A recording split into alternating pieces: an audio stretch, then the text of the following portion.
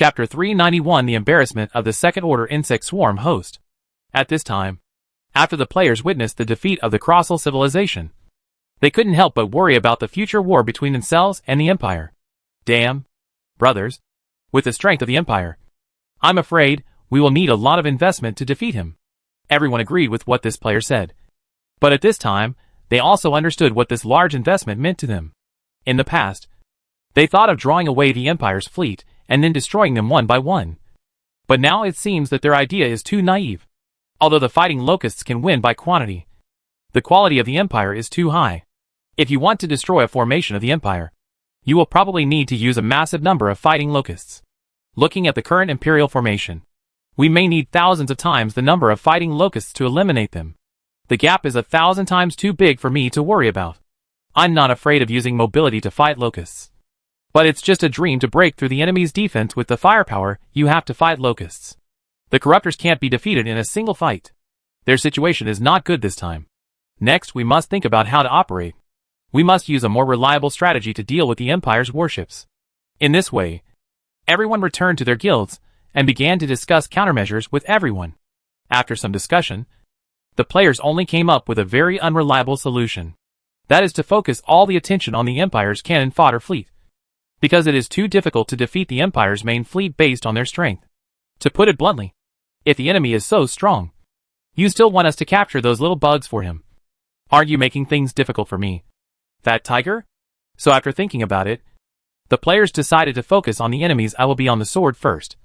And looking at the posture of the Empire, they didn't seem to care much about these cannon fodder warships.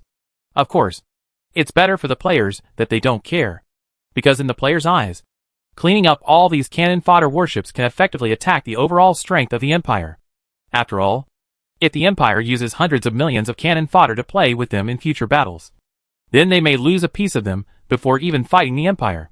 And with their strength, they also have some AC in their hearts. Going to confront the Empire now is completely seeking death. In this way, the players' targets were suddenly changed from the warships in the Empire's main formation at the beginning to the warships in the cannon fodder formation. Although it is much easier for players to kill the Imperial warships after changing the target, the fact is that the difficulty is not small.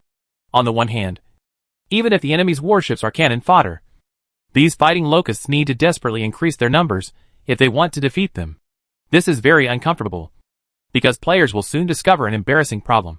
That is, the cost they pay to destroy an enemy fleet is too high. Everyone knows that the resources they carry may not last long based on current consumption. I'm so embarrassed. I really didn't expect that the enemy's cannon fodder warships are so powerful. At this time, Xianyu had exhausted all their strategies, and finally annihilated the opponent's fleet of 500 battleships. They tracked this team for several days, and finally found an opportunity to attack it. However, what Xianyu and the others never expected was that even the enemy's cannon fodder troops cost them nearly 30 million combat locusts. This is still with the help of the corruptor. If there were no corruptor, Xianyu and the others estimated that at least 60 to 70 million combat locusts would be able to annihilate the enemy's 500-person combat team. This battle loss ratio made Xianyu and the others extremely uncomfortable. After all, the resource input produced by these more than 30 million fighting locusts was not low. Yeah, I didn't expect that the enemy's cannon fodder warships are so powerful. We paid such a high cost to defeat them. If it were the main force formation, I estimate that these few locusts wouldn't even be enough to fill their teeth. Everyone agreed with what this player said. After fighting the Empire for so many times, they also had a deep understanding of the Empire's power. Actually, I think this is normal. Although these warships are the cannon fodder of the Empire, no matter how hard they try, don't forget their identity. As a member of the Empire, the innate basic attributes are much higher than other low-level civilizations, so it is normal for them to have such strength. At this point, the player looked at the crowd and said, "The main reason why we had the illusion that the Empire's cannon fodder warships were rubbish was because our arms have a very high level of evolution. When we attack these battleships with high attribute units, we naturally feel that their combat effectiveness is just that. But don't forget that we can have this illusion. It's because we have troops worth millions in our hands. If we don't have this level of military support, then we should be almost like these locusts. Slowly wear out the damage." Everyone here couldn't help but look sad. That's true. But it feels like it's really different from our previous plan. Originally, we were thinking of using this method to clean up some of their troops. But now it seems, if we use corruptors to kill the same number of warships, the battle losses may only be in the millions or tens of millions. But with this thing, our material supply costs will be higher than the battle losses. Being able to equal the battle losses is already the limit of the limits. I feel like this thing is really cheating. On the surface, it looks like it can hatch unlimited fighting locusts, and each fighting locust has a very powerful attack power. It looks awesome. But in practice it's really terrible. Regarding what this player said, everyone at this time also felt deeply that this was the case now that they were using locusts created by the insect swarm host to fight the enemy. The amount of resources consumed to create locusts far exceeds the damage caused by normal battles with corruptors. Which means they might as well use the corruptor now. But obviously this is impossible, because the insect nest has flown far away. And the most important thing is that the corruptor does not have the endurance of the insect swarm host. After all, the number of hatchers you can bring is limited. If they all die, you won't be able to play this event. But the Zerg host is different. As long as this thing doesn't die, it can continuously provide reinforcements for everyone. This is its biggest function. But obviously this function is a bit costly for players. Hey, forget it. Let's restrain ourselves a little during this period. Before the Euglena players find the ore planet, we can chew the planet honestly to restore some energy. After so many days of tossing, Xianyu sighed and said this. The past few days have indeed made him a little exhausted mentally and physically. After all, using this level of troops to fight enemies is too cost-effective. If it weren't for so many points, he wouldn't want to use them at all. It is even said that many players have believed that this second-level insect swarm host is a cheat during this period of time. The combat effectiveness of the locusts is basically equivalent to no production. Although the locusts have combat effectiveness, their output simply cannot meet the needs of the players. The cost of building such a unit is not cheap. In short, due to various reasons, the reputation of this unit among players is not very good. Jiangyao was also very helpless about this. Is this unit strong? For Jiangyao, no matter how bad it is, it can still be regarded as a T0 level unit. Although the combat locusts he produces are quite powerful, don't forget that his production quantity is unlimited. Of course, this infinity is theoretically unlimited. If you have enough resource supply, it can continue to produce. The greatest role of the insect swarm host is actually here. Hide in a place where no one can find it. Devour the planet crazily. And then convert the energy to produce fighting locusts, consuming the enemy in this way. Under certain circumstances, a single Zerg host can be worth a whole army of Zerg swarms.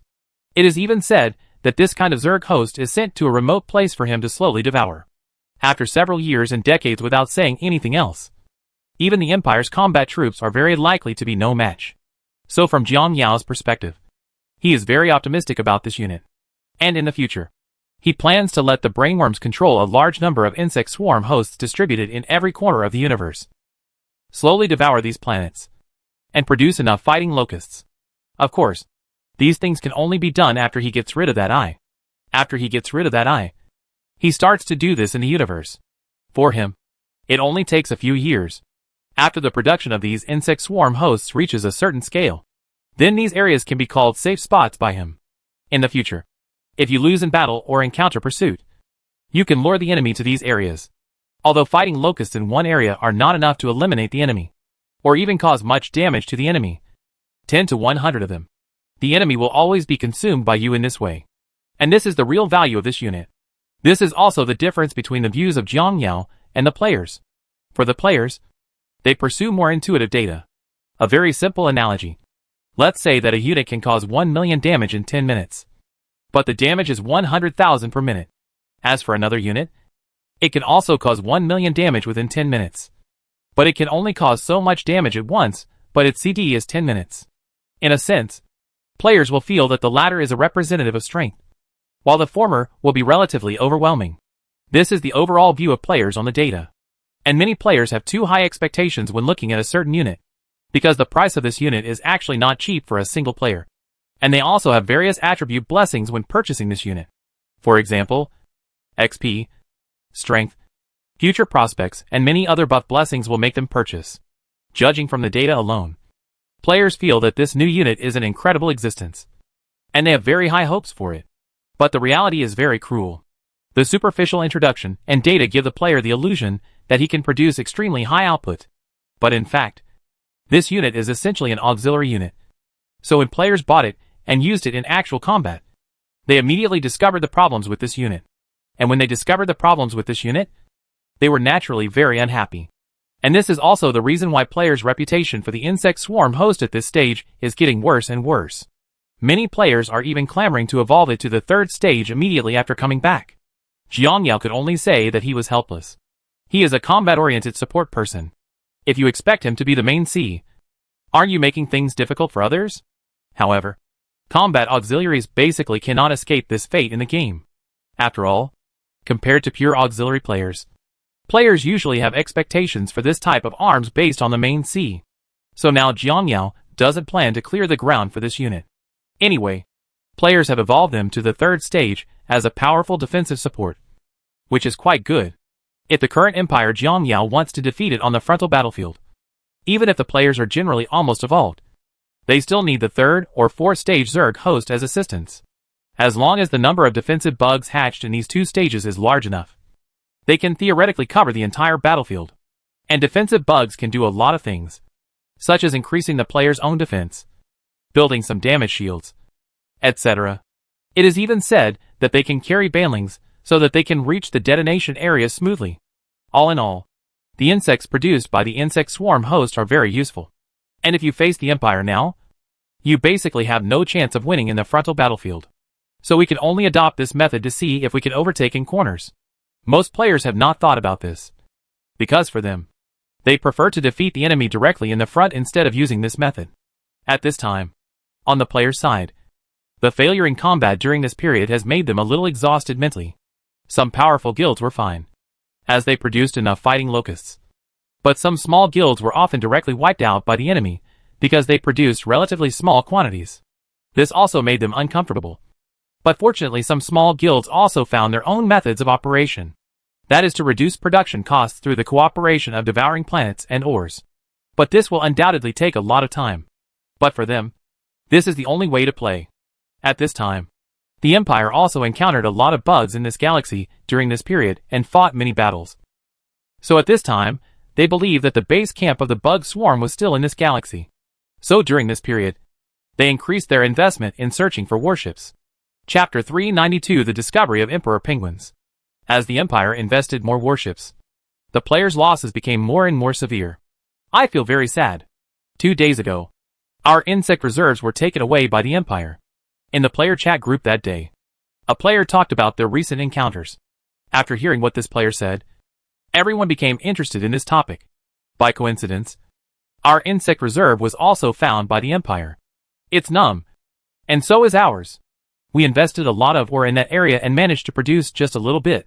But in the end, we were completely annihilated by the Empire. What are you doing? Half of our resources are gone. And our guild leader is already crying and fainting in the toilet. After hearing what this player said, a player next to him suddenly asked, "How is your progress? Our guild has only purchased 100 battleships so far.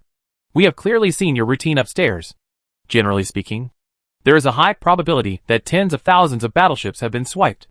Yes, there are always some old guys pretending that they are not farming battleships at all. In fact, their purpose is to make us relax our vigilance against their desperate efforts. These people are really bad guys. Then again, the activities in the Empire have been quite frequent recently. I roughly counted that during this period, at least 20 of our guilds have been brutally murdered by the Empire. This is very uncomfortable. Judging from this situation, I think they will consume all our resources before we clear out how many warships they have." After hearing what this player said, everyone nodded in agreement. But the current situation also made them clearly know that their life in this galaxy might not be easy in the future. In fact, judging from the current value, it is simply a wrong decision for us to use this kind of bug to fight against the Empire here. Having said this, the player then added, "You think about it. How big the gap is between us and the Imperial warships. When we encounter the enemy's main warships, we have no way to deal with them. As for their cannon fodder warships, although they can be cleaned up, the cost is also high. Very tragic. The most important thing is that the resources we carry are limited. If we don't find a suitable method as soon as possible, then our investment will basically be in vain." After hearing what this player said, everyone couldn't help but fell into deep thought. Indeed, judging from the current situation, their future fate is likely to be like this. After thinking of this, everyone began to think about solutions. "Brothers, How about we do this? We gather another wave, and then invest all our resources to produce a massive amount of bugs, and the Empire just has a wave. Because the types of troops we use are basically the same. This routine can be considered a relatively fair competition for us. Although there is a high possibility that you will invest all your resources in this battle, and you will not get a single kill. Get it? But we might as well change our thinking. If we continue with this development pattern, what can we achieve? At this time, everyone couldn't help but fell into deep thought after hearing what the player said. After a long time, a player said, "Now it seems that this is the only way to do it." And as someone took the lead, many guilds also agreed that they could play this way. In this way, the players' guild group started with small guilds joining voluntarily. Later, medium-sized guilds began to join. And finally large guilds like Xianyu and others also joined. In fact, Xianyu and the others were very clear about this event. If we look at normal consumption, it would be very easy for them to get ranked. Originally, Xianyu and the others thought that this event was about who was more aggressive. But after these few battles, they discovered that it was no longer a matter of whether they were aggressive, but a matter of whether they could win or not. When it comes to strength, large guilds naturally have an inherent advantage, because the number of troops they carry is several times that of small guilds, and the resource reserves are much larger than those of small guilds, so they can rely on quantity to pile up. Unlike them, small guilds have less accumulation in the early stage, so they need to wait a long time to fight a wave. It is even said that even if they wait for a long time, the locusts they produce are not enough to support them. Start a fight. Therefore, during this period, many small guilds appeared and produced some fighting locusts. They thought they could defeat the enemy, and then launched a wave of battles, and finally found that they were completely crushed by the enemy. Naturally, after being completely crushed by the enemy, their investment during this period will basically be declared in vain. Therefore, many guilds still have 0 kills so far, and now someone has proposed that everyone work together, which is undoubtedly an opportunity for these small guilds. As long as the number of Zerg is large enough, they can win when fighting the enemy. As for how many kills they can get, it depends purely on luck. Although it is difficult to fish in troubled waters, there are always opportunities. This method is definitely much better than their method of accumulating for 10 days and a half, and then not getting a single kill. At this time, after everyone's discussion was over, Xianyu also returned to the guild channel and began to discuss this matter with the members. "Brothers, I think we are at a loss by agreeing to their request." As soon as he returned to the guild channel, Xianyu saw everyone discussing this matter. "Isn't that right? In fact, they have many small guilds that simply don't have the ability to kill these battleships. But we can slowly grind these battleships to death. If we don't join them, and we continue to do this, then I think it will be easy and enjoyable for us to get the ranking." "Yeah.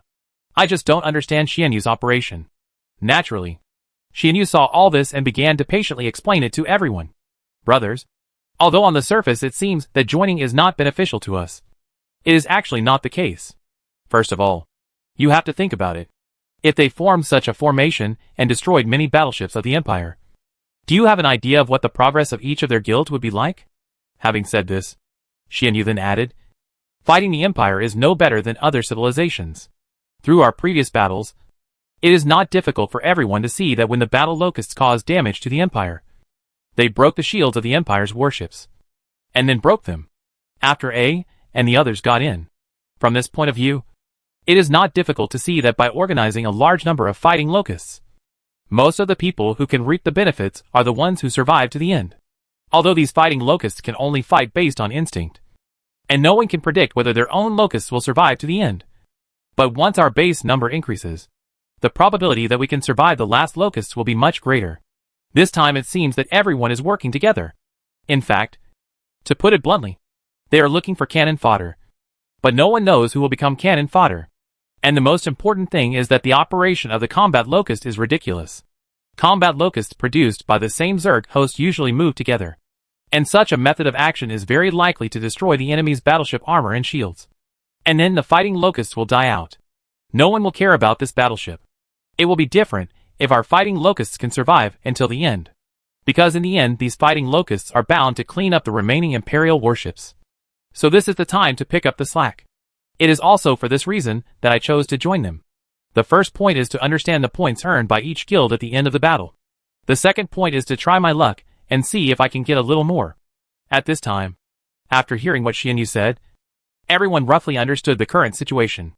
In fact, through this explanation, everyone can also imagine that with this fighting method, it is easy for all the locusts of a certain European emperor's guild to survive until the end. And then he gets a lot of kills. If you haven't participated, then you don't know the general situation at all. If you don't know the specific situation, the kill estimates for other guilds can only be calculated based on theoretical data. And your theoretical data has little reference value at all. However, it will be different after you participate. You can make appropriate tactical adjustments based on the actual situation. In that case, how many Zerg will we bring this time? One of the players in the guild asked after thinking about everything. In response to his question, Xianyu thought for a while, and then said, I plan to invest half of the resources in this wave. At this time, everyone was extremely surprised when they heard Xianyu's words. They thought that Xianyu might only invest part of his resources. But who would have thought that this wave of Xianyu was going to do something big? At this time, Xianyu was naturally very clear about everyone's doubts. After all, such an amount of investment was a bit exaggerated. Of course, Xianyu naturally has his own reasons for doing this. Brothers, with this kind of routine, I guess these people can only do one vote at most. For these small guilds, they know very well that this time may be their only chance. So they will most likely invest all their resources in it. How much you can make from this one vote depends on everyone's luck. So instead of being coy like this, we might as well make a big one. After all, after this vote, we will be working alone again. If we want to organize it again, it is basically impossible to organize it, because most guilds will no longer have the resources to produce fighting locusts. So in this wave, we must try our best to increase our probability of obtaining profits in the later period.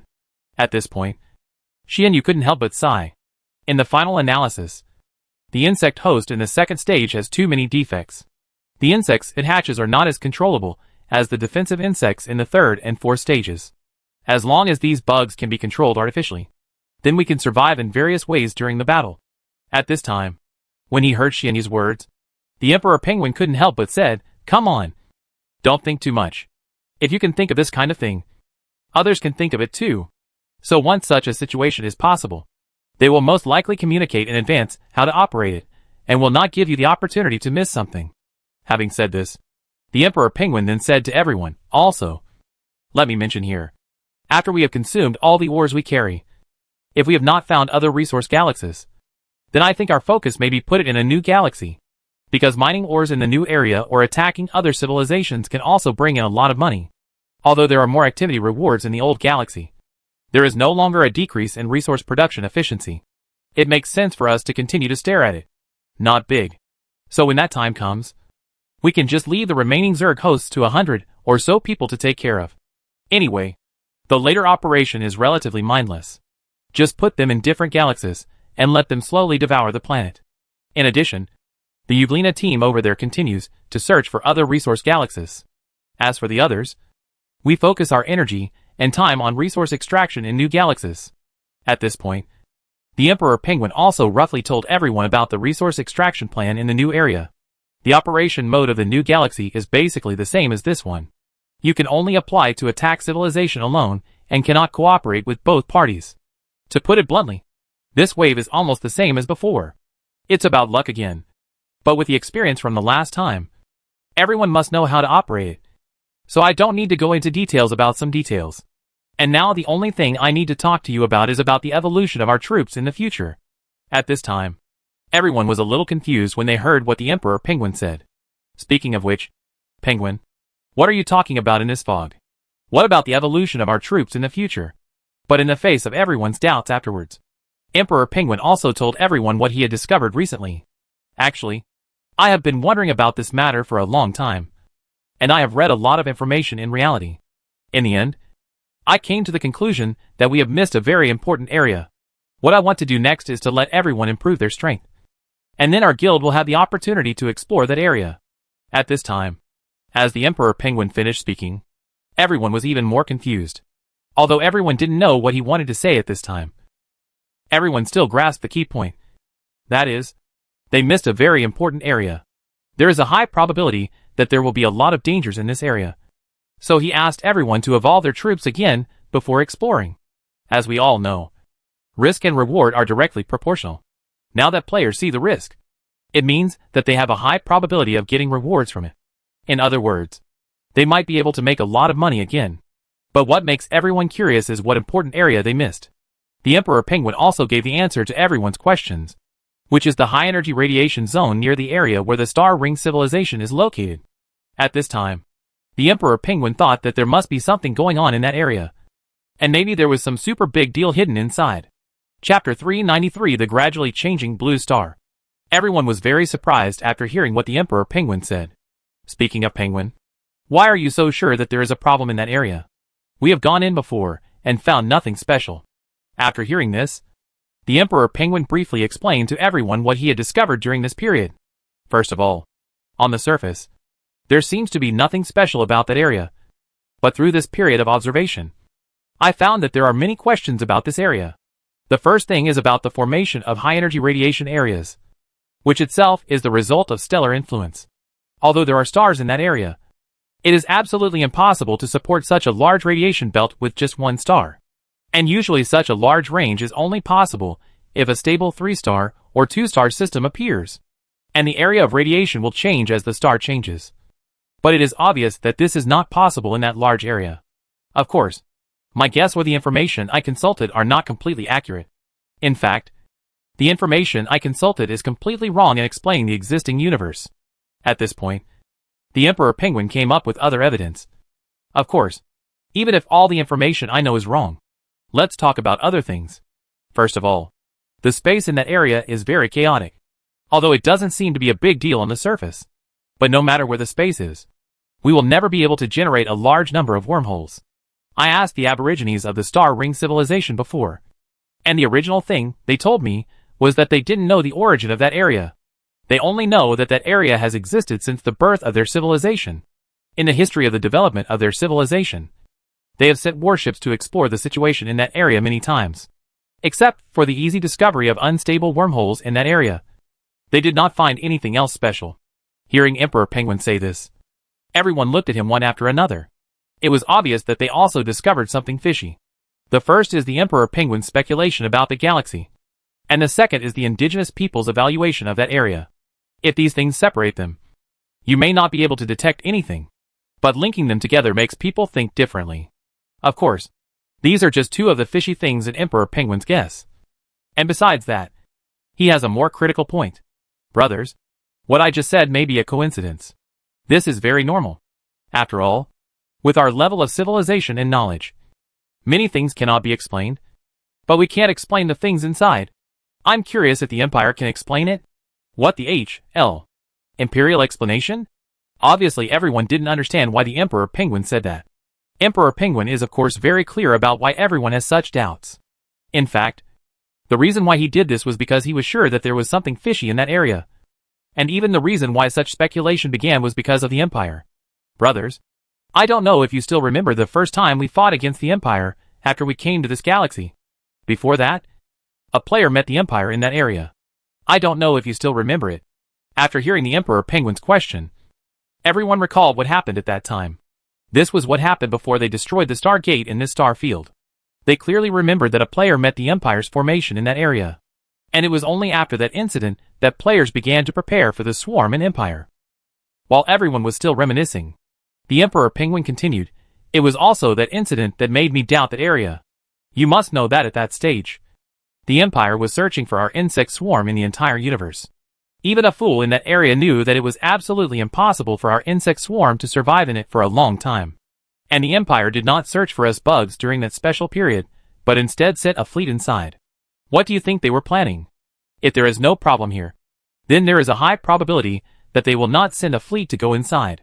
After all, the Empire, as an advanced civilization, has a much higher understanding than us. The player before us just knew nothing and was running around. But his Empire doesn't know anything. It's obvious that he knows much more than us. So they sent a fleet in. And I was thinking that they must have discovered something. Later, they evacuated Midway because of us. But why they didn't send a fleet again in the later stage? I'm not very clear about this. Perhaps they found it to be worthless after exploring it. Or for other reasons.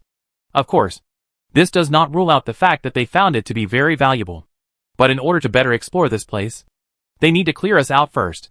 At this time, everyone began to think after hearing Emperor Penguin's analysis. Indeed, what the Emperor Penguin said is not completely impossible. If the Emperor Penguin's guess is correct, then the initial investment for them to explore inside will be very large. Because if you want to stay in that special area for a long time, there is only one way. That is, the self-recovery ability of the troops is strong enough. Because it is very unwise to use a shield in the inner area to resist damage. After all, the energy consumption of the shield is very exaggerated. It doesn't matter if you use it in the short term. But if you want to use it for a long time, just maintaining the shield will be a very large expense. So you can only choose a unit with strong recovery ability, and then carry it hard. The existing high-level arms have strong recovery capabilities. But if they want to meet the conditions for long-term survival internally, they must be level 3 or above. And this is a very painful thing. Because the investment in arms at this stage is not low. And while everyone was still thinking about this matter, Emperor Penguin I continued, so my next plan is to let us move up the troop levels. Of course, this will involve a very large investment. But from a long-term perspective, there is no problem with this kind of investment. After all, if our own strength is improved, it will be helpful in future battles even if we don't explore there. It's just that this time if we want to get things done in the short term, then we need to be more diligent during this period. We need to be able to earn as much as possible in new galaxies without giving up the activity ranking. This means that our workload may increase a lot in the future. But this is not an opportunity for us. I wonder if you still remember the new products announced by Blue Star some time ago. When they heard what Emperor Penguin said, everyone immediately thought of something. You mean the hover car? Emperor Penguin nodded at this. This car was jointly developed by several countries, and is now ready to be put into use. Because production has just started now. The quantity is not very large. The first batch is sold in limited quantities. Of course, a car like this must have great commemorative significance and collection value. So there are not a few people queuing up to buy it all over the world. It's just a random draw. So most people basically can't buy it. All in all, you can't buy the first batch of cars even if you have money. If you miss the first batch, even if you buy the second batch of cars, its collection value will definitely not be comparable to that of the first batch. However, I recently received a piece of gossip. That is, the official may conduct a guild strength assessment in the near future. Each member of the top 3 guilds will receive one of the first batch of limited edition hover cars. Hearing what Emperor Penguin said now, everyone in the guild couldn't help but become interested in this matter. Obviously this thing is very attractive to them. After all, driving a limited edition hover car outside for a ride and showing off is a very satisfying thing. And from a certain perspective, owning this kind of car can be regarded as a status symbol. By the way, Penguin, are you sure your information is accurate? After learning the news, everyone started asking. If nothing else, it may be like this. After all, there have been a lot of pictures of these cars on the official website during this period. This clearly implies that our next event will most likely be related to these cars. In response to everyone's questions, the Emperor Penguin replied, if this is the case, then this rumor is very close to the truth. The most important thing now is to see when the official announcement will be made. At this point, the players seemed to think of something and then asked Emperor Penguin, speaking of Penguin, if I remember correctly, what you just said is that only the top 3 guilds in the official assessment are ranked in strength. The Emperor Penguin also nodded when he heard this. Damn it. If that's the case, why should we compare with those wealthy guilds? Yes, those rich guilds are all highly evolved units. They want to compete for ranking. Our economic level is basically the only one that can be manipulated. Hearing everyone's concern, the Emperor Penguin shook his head. So you don't understand. The ones that are calm in this event are the high-level and highly evolved troops. Not the low-level ones. And the higher the level of the unit, the more points we get. For example, one Thunder Beast can give us a lot of points. And with the blessing of high-level Thunder Beasts, our starting point is much higher than them. So as long as we increase the evolutionary levels of other arms a little bit, we can easily climb up the rankings. And then again, these cars are not very attractive to rich people. After all, people have their own ways to get these cars. So they don't need to rack their brains for this car like we do. And the rich don't need such fancy things to show off. Because they only need to bring a few bodyguards to get there. Full. So only little salted fish like us care so much about that thing. After all, I didn't expect that all the pretense depends on it. As the Emperor Penguin finished speaking, one player was a little puzzled. I'm just curious. Why do we have to show off? Before Emperor Penguin could reply, Other people in the guild had already spoken. Young man, haven't you heard a sentence? It's useless to pretend to be 13 years old.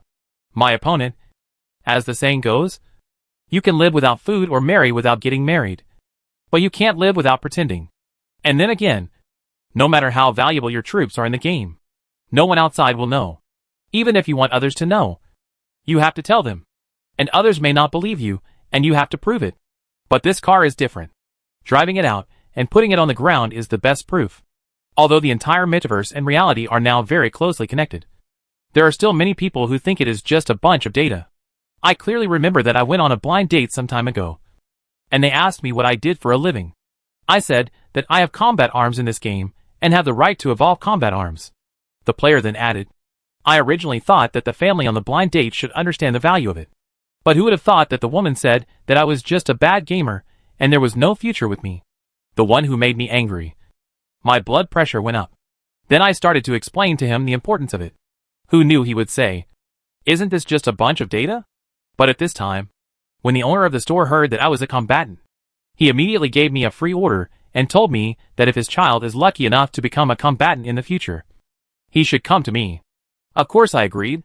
After all, he stood up to help me at that time.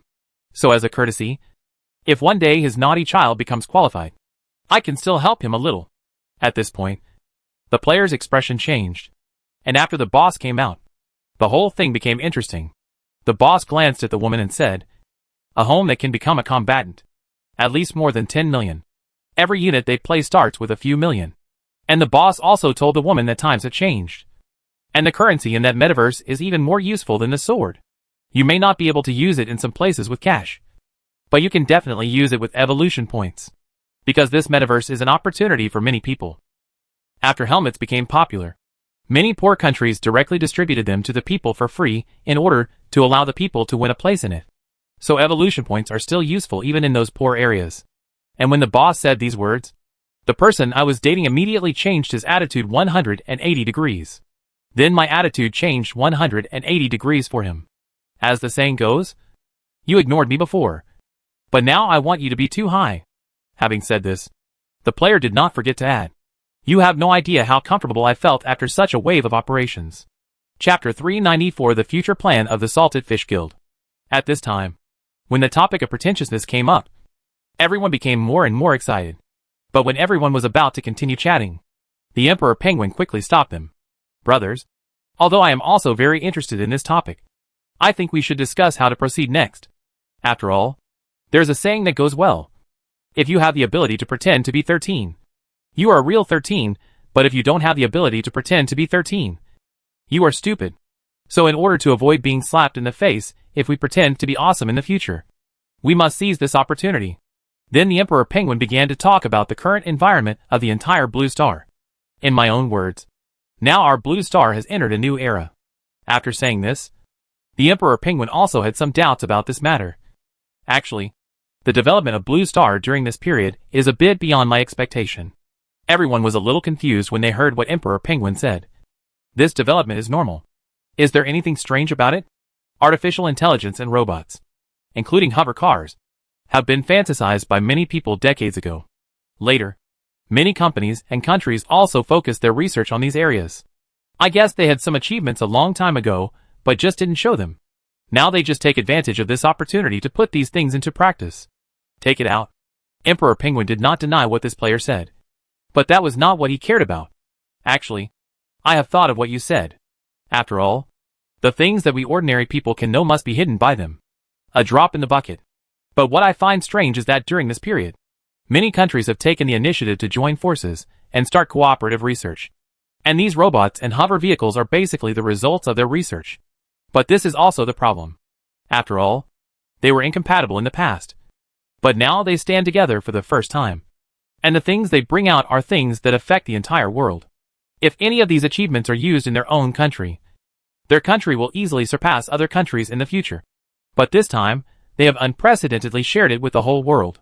At this time, when the Emperor Penguin was about to say something more, Xianyu interrupted him. What are these big guys thinking? How can we little shrimps think about it?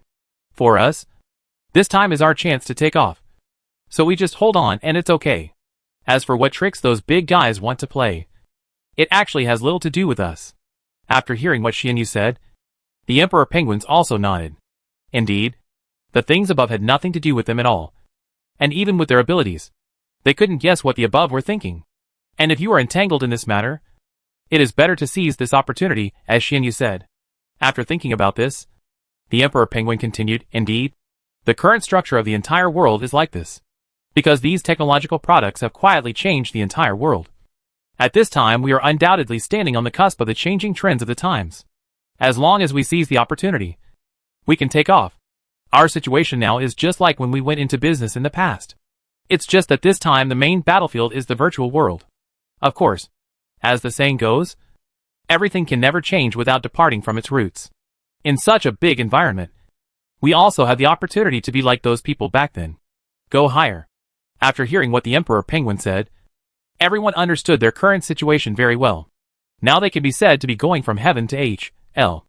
Although on the surface it seems that they have no risk. In fact, everyone knows that the so-called no risk is just superficial. Although their current guild has a certain strength, it is very likely that a certain mistake will lead to heavy losses and collapse. This is like those who started a company. They were prosperous at the beginning, but due to an accident, the entire company collapsed. Therefore, the overall strategy of their guild is now relatively conservative. If they had encountered such an area before, they would most likely have entered it directly, instead of developing for a period of time and then passing it by like the Emperor Penguin said. In fact, this situation is not only happening in Xianyu's guild, but also in other large guilds. As the connection between the game and the world becomes closer and closer, everyone has seen the clues. That is, this wave is their opportunity to rise. It's an opportunity to transcend class. This kind of opportunity is too rare for ordinary people like them. Perhaps if there is no such game, they will most likely spend their lives in such a muddle. After all, many of them are working people who play games. In the past, it was just for their leisure time to relax after work. And these people are people with certain social experience. They know very well that it is basically impossible for them to go higher at their current stage. After all, you need too many things to cross the class. Whether it is the accumulation of connections, one's own economic foundation, or other aspects, all need to be considered. Although some people make a fortune by doing business and then cross class, such people are very few. After all, the cake is so big, and it's definitely impossible for anyone to get in, unless you have enough connections, and people are willing to give you a hand, and the circle is willing to integrate you. Otherwise, if you want to work hard on your own, your achievements must be very high. So high that those people can't stop you. Otherwise, you will basically be the kind of cannon fodder who will be pressed to death halfway. This is very normal. After all, no one will just watch their competitors get bigger and bigger. There is a high probability that they will join forces to defeat you when you are weak. All in all, it is too difficult for ordinary people to break through the current level. And the same is true for their group. But this is the past tense. But now it's different. Now this opportunity is right in front of them. Although they don't know why the higher-ups set up such a partition in the metaverse, and it accounts for such a large proportion. What is their purpose and starting point? But the players present know very well that no matter what data they want to test through this game, for them, before giving up the data test, they can give themselves enough accumulation. After they have accumulated enough, even if the above gives up data testing, then they will have a chance to reach a higher level. They even said that if the higher-ups don't give up on this test for a long time, they can even go to a higher level directly. After understanding this, the entire guild has changed its later combat strategies. Maybe they would have been reckless in the past, but now they strive for relative stability. It was also for this reason that all the players in the Salted Fish Guild began to discuss to what stage they should evolve their troops to before exploring the place mentioned by Emperor Penguin. Of course, the Emperor Penguin had no idea about this matter, because apart from the powerful various rays, no other dangers were found in that area. So when people in the guild asked how far the Emperor Penguin would evolve to, he couldn't give an accurate answer. Brothers, we still need to discuss this matter again, because we have not obtained much information about the whole matter so far. At this point, the Emperor Penguin paused and then added, if monsters appeared in certain areas in the past, there are probably some monsters, and the strength of the monsters. We can always find a way to test and get the data. But this time it's different. Because the biggest feeling that that area gave me should be an entrance to a hidden copy. But we don't know where this entrance is hidden. Secondly, we don't know what dangers there are in that area. because our exploration of that area is very low. As for whether there is any danger or other things in its core area, no one knows. Even my guess may be wrong. So now you want to ask me which stage of evolution I have reached. I don't know very well, but I can clearly tell you a rough plan for the next step. First of all, we assume that there must be content in that area. Under this assumption, there are several factors that must be met if we want to explore there. The first factor is our own strength, because only if our own strength is strong enough can we deal with unknown dangers that may occur at any time. The second factor is the most important relatively safe environment. This is also very important. In my eyes, this reason has a higher proportion than the previous reason. Because if we are exploring, we were discovered by the enemy, who was secretly following us. When we were about to get the results, they suddenly attacked, wiped out our group, and then took away our results. If such a thing happened, I think this would definitely be unacceptable to everyone. So if we want to explore that area, we must wait until the Empire is completely removed from that star field before we can proceed. As for the last point of exploration, it is the common problem of material supply. At this point, the Emperor Penguin looked at everyone. I think everyone has also discovered the difficulty of insufficient material supplies through this event. If we encounter such a problem during the exploration process, and the exploration must be interrupted, and because of this interruption, we miss the big prize, it will be very uncomfortable. In order to avoid this happening, in the following activities, we will not only obtain a large amount of ore, but also reserve these ores as our subsequent resource supply. As for the rewards for the evolution of the arms, we must ensure that we can get them. With the evolution coupons, we can bring out many high-level evolved arms, especially since we now have relatively abundant funds. Cockroaches in the 6th stage, or even the 7th stage may be found by then. And once we have developed these units, coupled with our own logistics resources, then we will be foolproof when we go to explore. At this moment, everyone was silent after listening to the Emperor Penguin's words. Holy crap. Although there's nothing wrong with your strategy, you still want to defeat the Empire. As he said this, the player couldn't help but sigh. The attributes of this thing are too high. At our development speed, I guess it will basically be useless in the past year or two. At this point, the players seem to have thought of something and then added. And the most important thing is that you also mentioned before that the Empire seems to have discovered the clues. Although they did not explore immediately, they do not rule out that they will explore in the future. Emperor Penguin also pondered for a while about this player's words. Indeed, this matter is something I am more concerned about. Although I don't know what they were thinking at the beginning. I am just afraid that one day none of them will figure it out and go in to explore. But fortunately, the probability of them exploring in the short term is very low, because they are still looking for us all over the universe. And during this period, so many of our bugs have attracted their attention. So there is no such thing as a group of bugs like us. There is a high probability that they will not pass until they are cleared. Everyone naturally knows what the Emperor Penguin said. And the Empire is now focusing all its energy on searching for combat beetles. Therefore, they are temporarily unable to deal with these matters.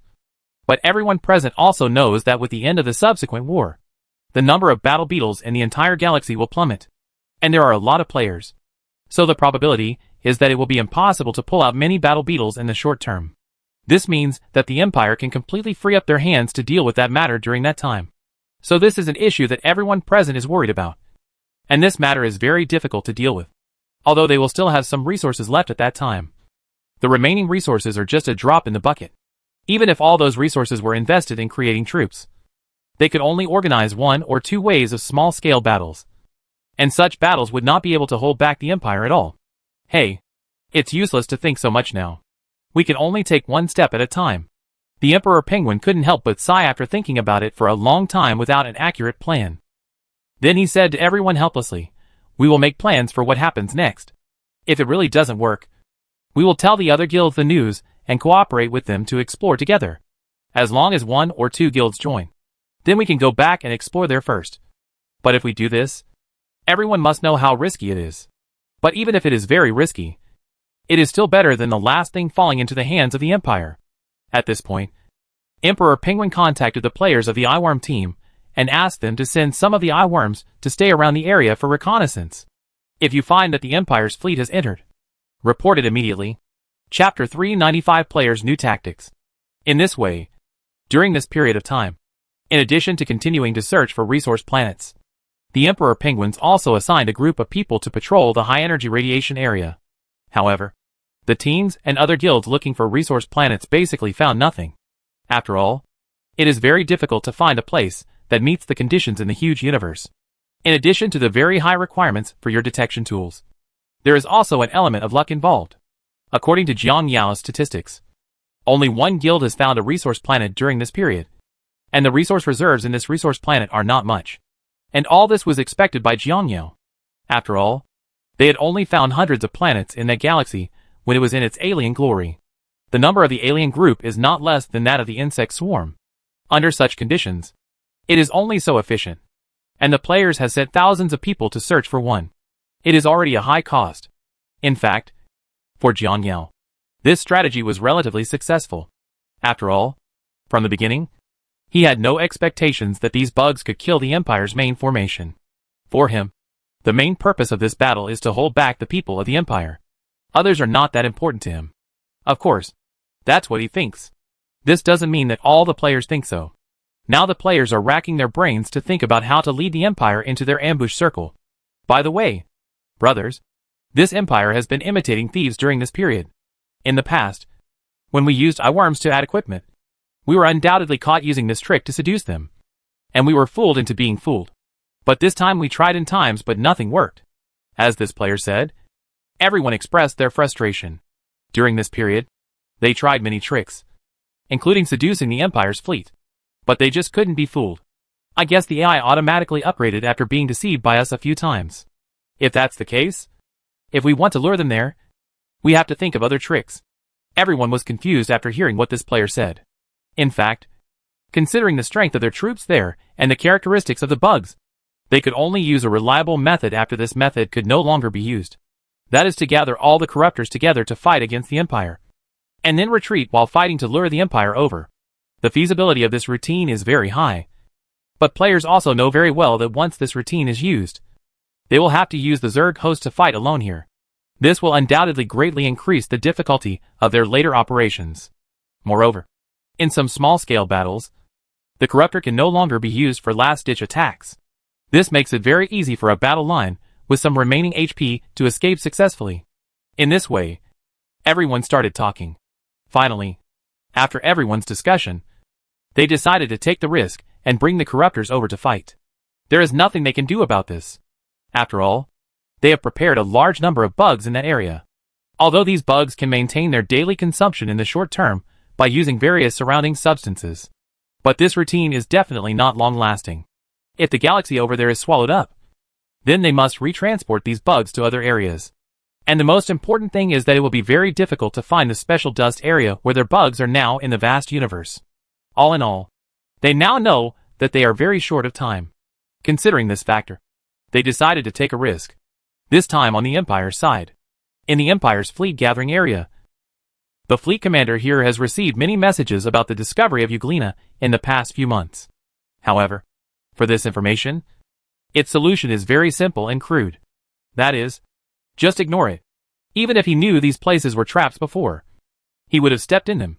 After all, his primary purpose was to clean up the insect swarm as quickly as possible. But it was different now. Since the last time they fought against the Destroyer organization, the commander realized that this group of bugs' trick of borrowing money to kill was called a six. Although their civilization has an absolute advantage over other civilizations in the universe, it is undeniable that there are also civilizations in the universe whose technological level is not much different from theirs.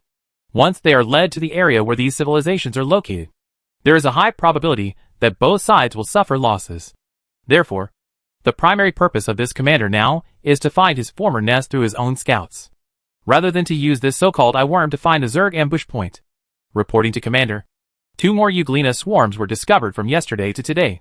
Just as he was thinking about these things, his subordinates came up to him and reported the recent findings. Hearing this, he waved his hands and said, "Don't worry about them for the time being. We should continue to focus our energy and time on the search. Following their Euglena usually only leads to finding other civilizations or their ambush locations, which is of little significance. After all, with the Zerg's production capacity, after we clean up one batch of them, they can quickly produce a second batch. We have been fighting a war of attrition with them, and it is us who are suffering in the end. So we must find out their home base, and then attack it directly to solve the problem at the source. At this point, just when the fleet commander was about to ask other questions, an alarm suddenly sounded in the fleet. "Commander, I'm sorry. A large number of insects are approaching us." Just as he was still wondering what happened, the urgent voices of fleet members came over the radio. "What?" Hearing the urgent voice of his subordinate, the fleet commander was also a little surprised.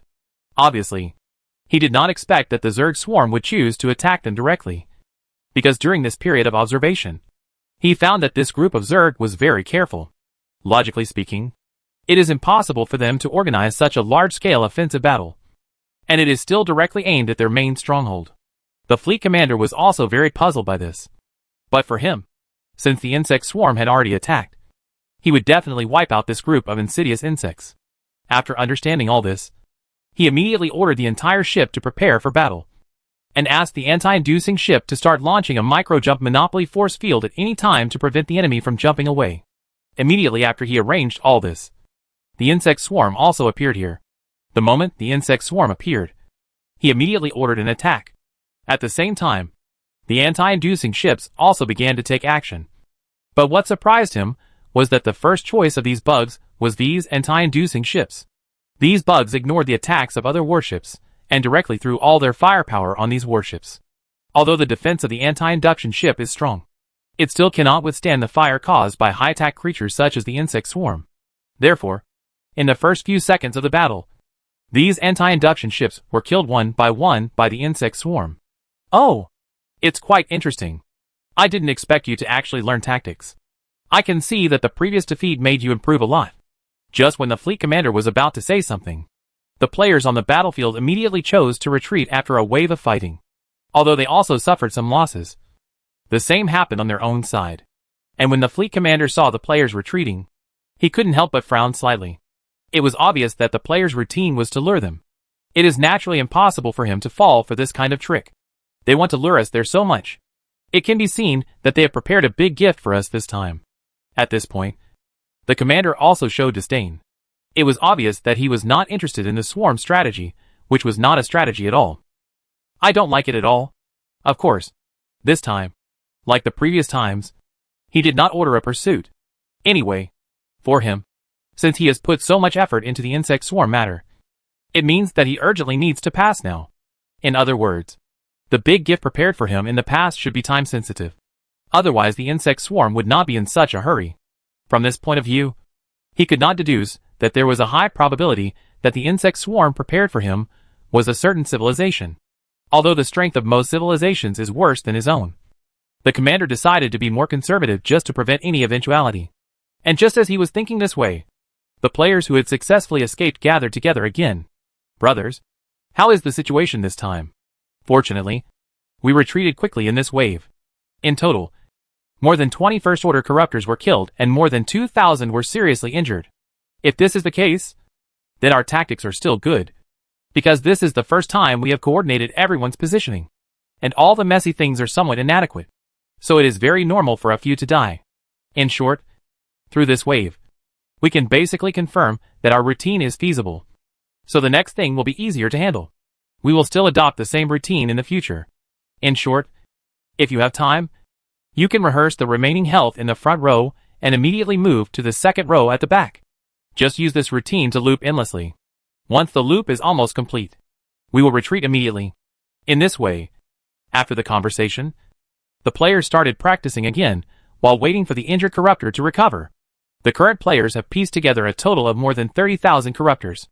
To them now, every corruptor is extremely precious, so it must be treated with caution. Originally, the players planned to have a tough fight with the Empire. But then, they thought about it, and felt that if they had to fight hard, they would be stupid if the Empire didn't keep up with them. So after thinking about it, they chose such a consumption routine. First, send enough troops to fight with the Empire, and during the battle, they will clean up their auxiliary warships without hesitation. Then clean up some of the attack warships, and then run away immediately. Just try to finish this war with less losses on your side. Then I went back to recover and continued to repeat the previous operation. One advantage of doing this is that although the Empire will send warships to fight them, they will most likely not recall all the warships in other areas. After all, It is really unreasonable to recall all other battleships for so many tens of thousands of bugs. It just so happened that the players caught this and came up with this tactic. After waves of attrition, they were forced to withdraw the warships in other areas. All in all, it is all kinds of disgusting. One day, you will be so disgusted that you will recall the battleships from other areas. At this time, it's time to seduce the players. Because you've done this, you have to collect something. So they will most likely follow. In this way, players have achieved a goal of successfully luring the enemy. Although the number of enemy warships will increase exponentially, this is all they can do now. For more than 2 months in a row, players have been using the same tactics to harass the Empire. At first, the commander of the Empire thought that since they wanted to seduce him, he would not do it. But who would have thought that these bugs would come to trouble them every now and then? And the most egregious thing is that there may have been 20 or 30,000 bugs at the beginning. But later this group of bugs was directly divided into 2 teams to attack in turns. Although there are nearly 1 million battleships on their side, it is very difficult to kill these bugs in a short time because the defense capabilities of these bugs are too high. And the most annoying thing is that every time the war starts, they stare at the jamming ship on their side.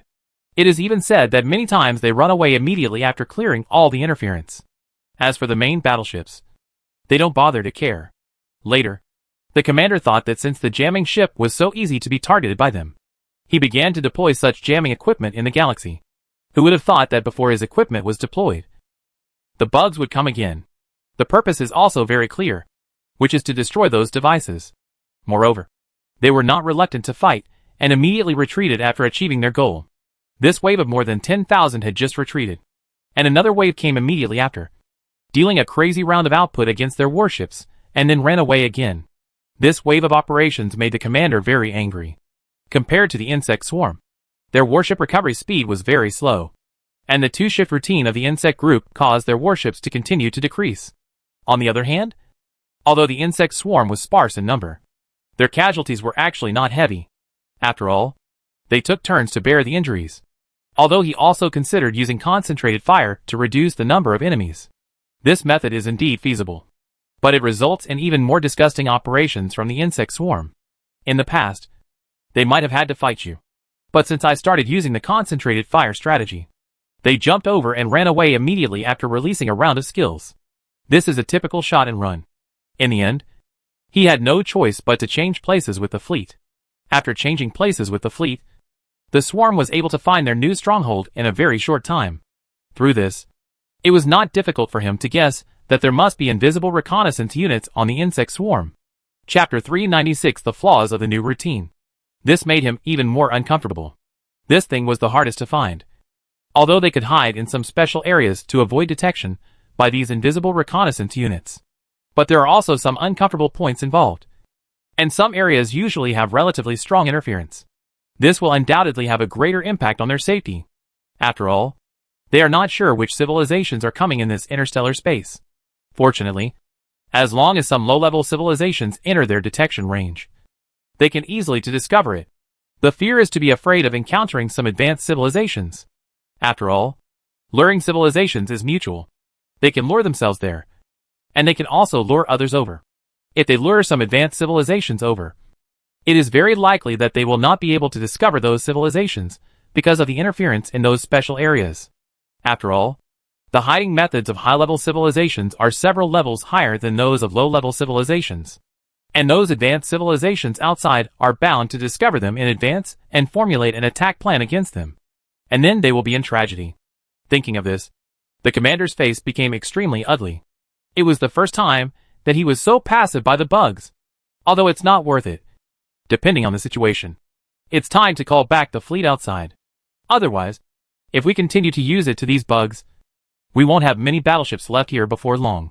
Find the fleet outside and wipe out all these bugs. We can also take this opportunity to see what kind of gift these bugs have prepared for us. Having said this, the commander immediately issued a recall order to the outgoing warships in the fleet. At this moment, the players are still continuing their usual operations as before. During this period, they have taken away tens of thousands of enemy warships through this method, while their own losses were only a few thousand. Brothers, we have made great achievements during this period.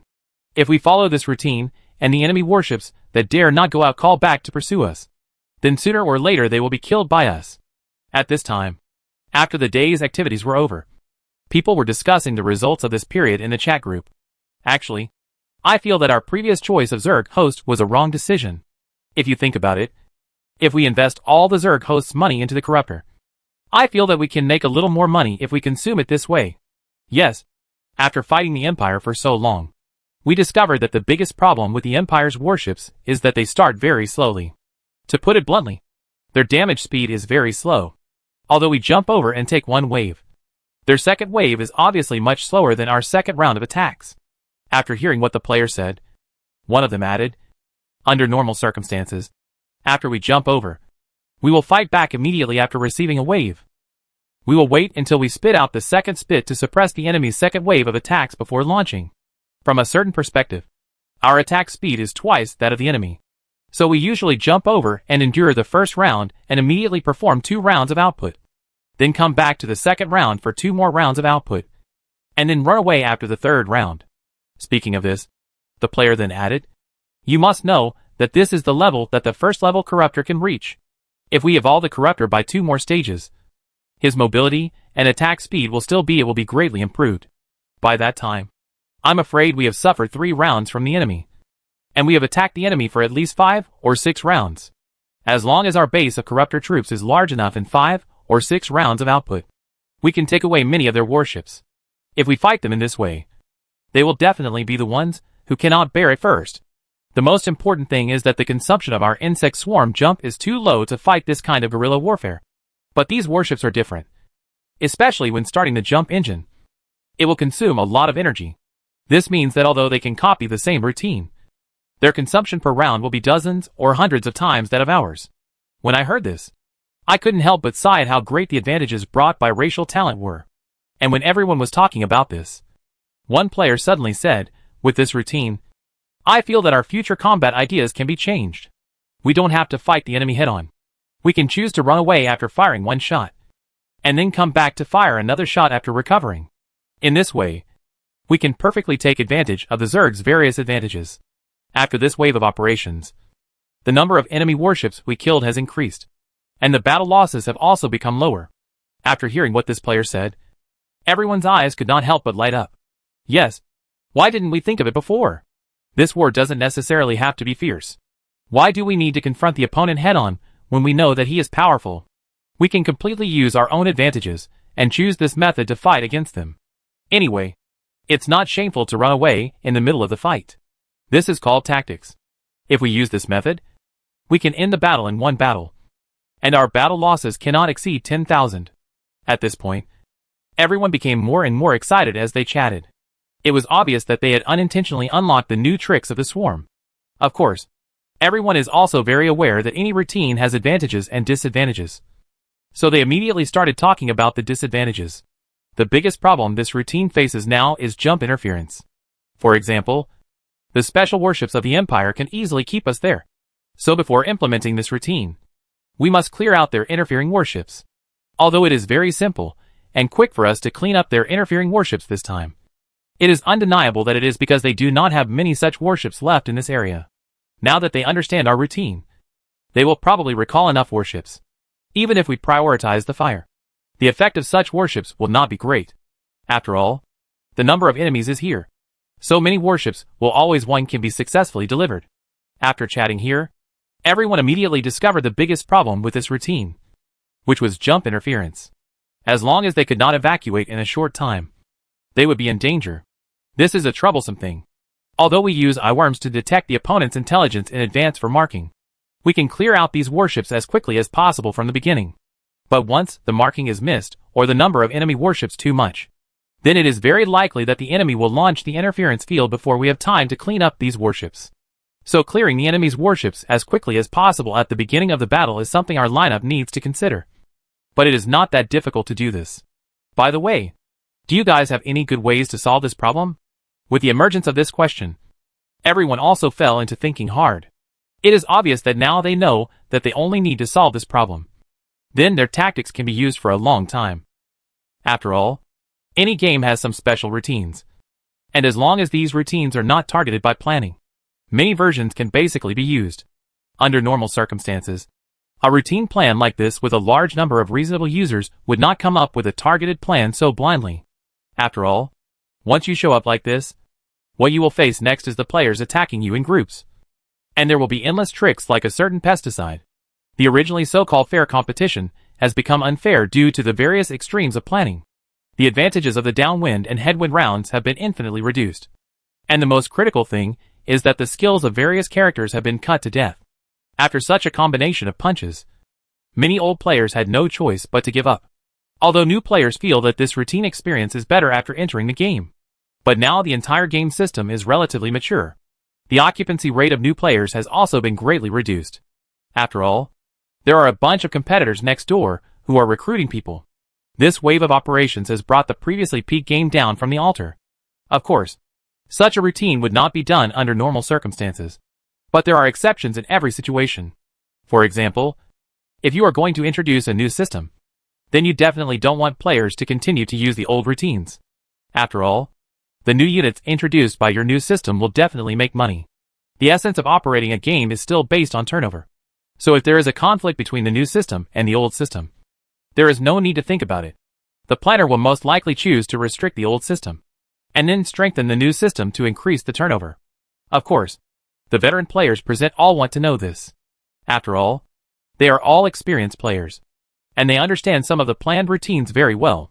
After thinking about all this, while everyone was still thinking hard about the previous problem, a player suddenly had an idea. What we urgently need now is a routine that can eliminate the enemy's various auxiliary warships in the first round.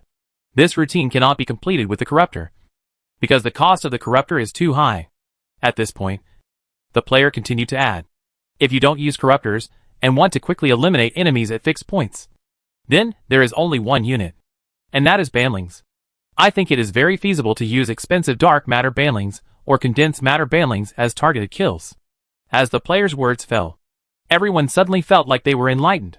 Obviously, no unit can compare with Banlings for this kind of fixed-point sniping mission. However, after talking here, everyone immediately discovered the problem.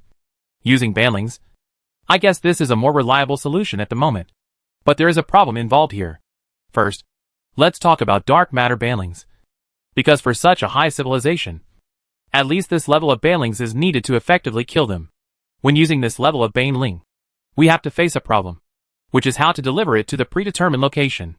Although Banling has certain star navigation capabilities, it is undeniable that its skin is too brittle. If it were to go to the predetermined location on the battlefield, I would probably be killed by the enemy before it could reach it. Of course, we can choose a relatively reliable solution, which is to use troops to carry it there. But in our system, certain units suddenly broke away from the main force and rushed toward them. As long as they were not stupid, they should know what to do next. After hearing what this player said, one of the players gave his suggestion. We can choose troops with rough skin, thick flesh and fast speed.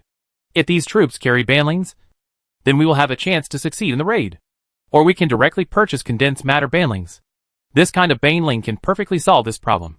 Because to activate this Banling, you first need it to self-destruct. As the player's words fell, another player said, your plan is feasible, but there are big problems. First of all, I won't mention the high price of condensed matter Banlings. Let's discuss its shortcomings. First of all, advanced civilizations have measures to prevent this kind of Banling. If they immediately activate measures once they discover such a thing, then the number of warships we destroy will be very small. This kind of bug can only be used in the first attack.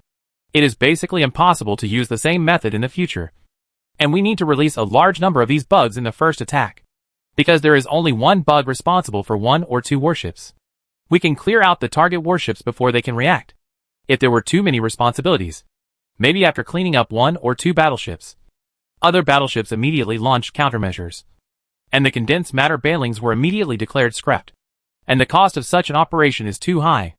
If the enemy has 600 such warships, we need to prepare about 300 of them. And the price of one is more than 10 million. At this point, the player did not continue talking.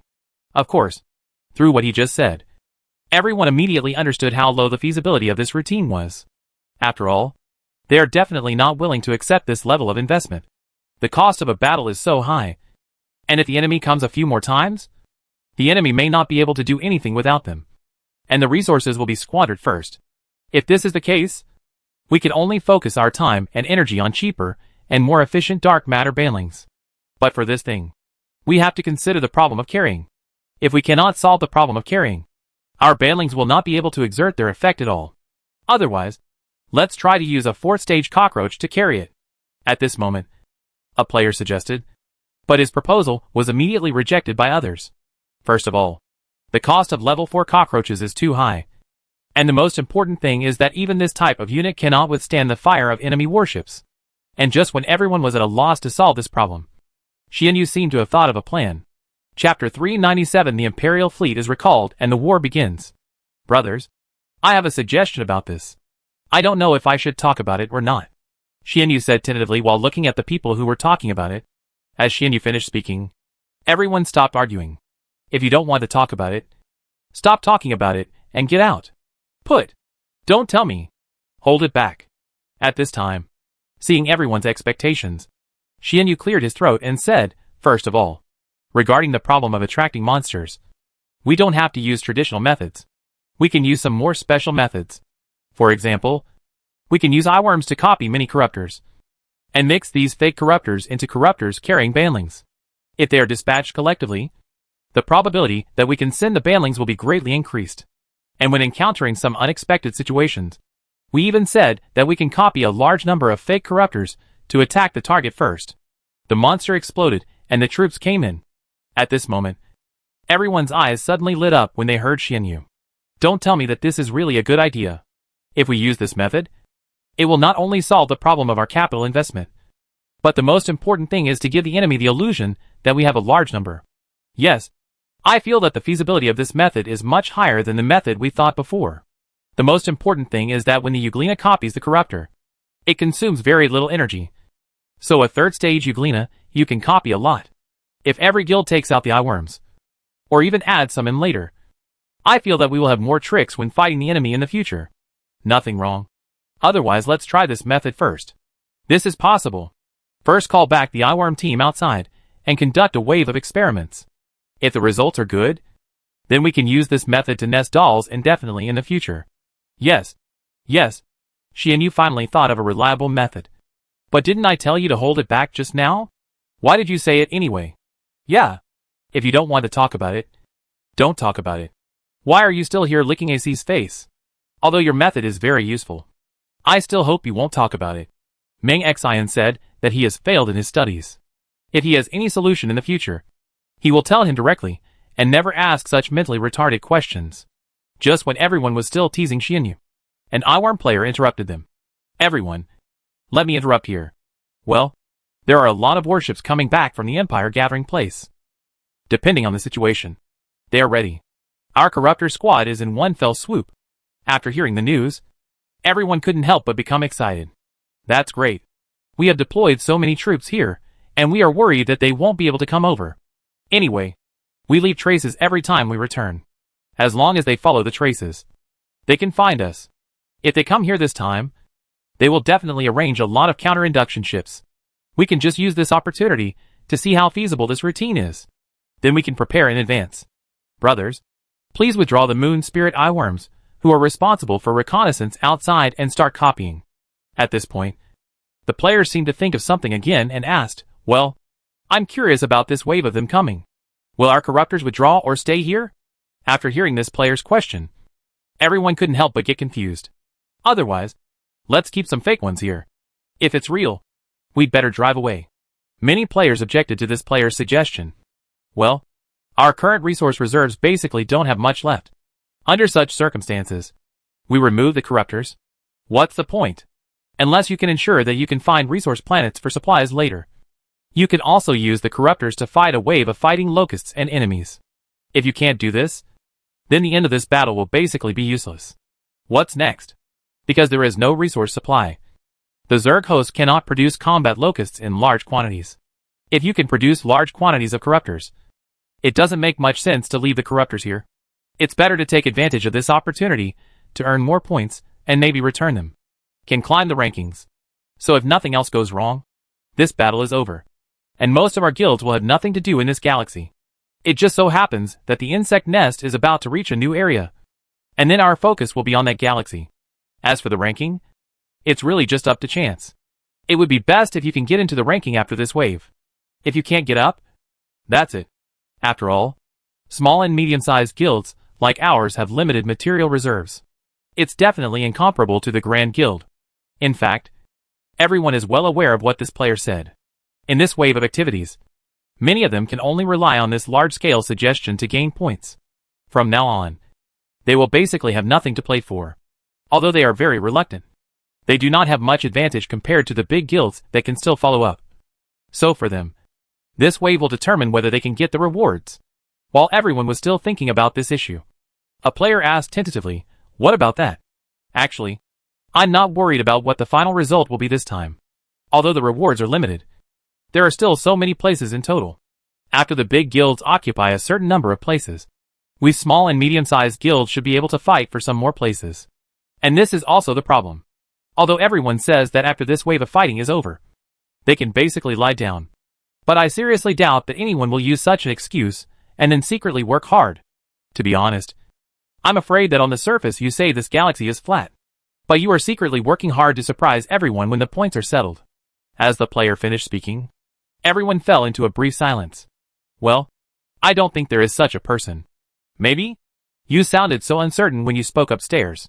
It's obvious that you must be this kind of person. I've given in to you guys. You guys, you lie down flat as promised. But then you still want to secretly grow. It's too much. I'm very curious. Everyone's support has been squandered for this wave of battles.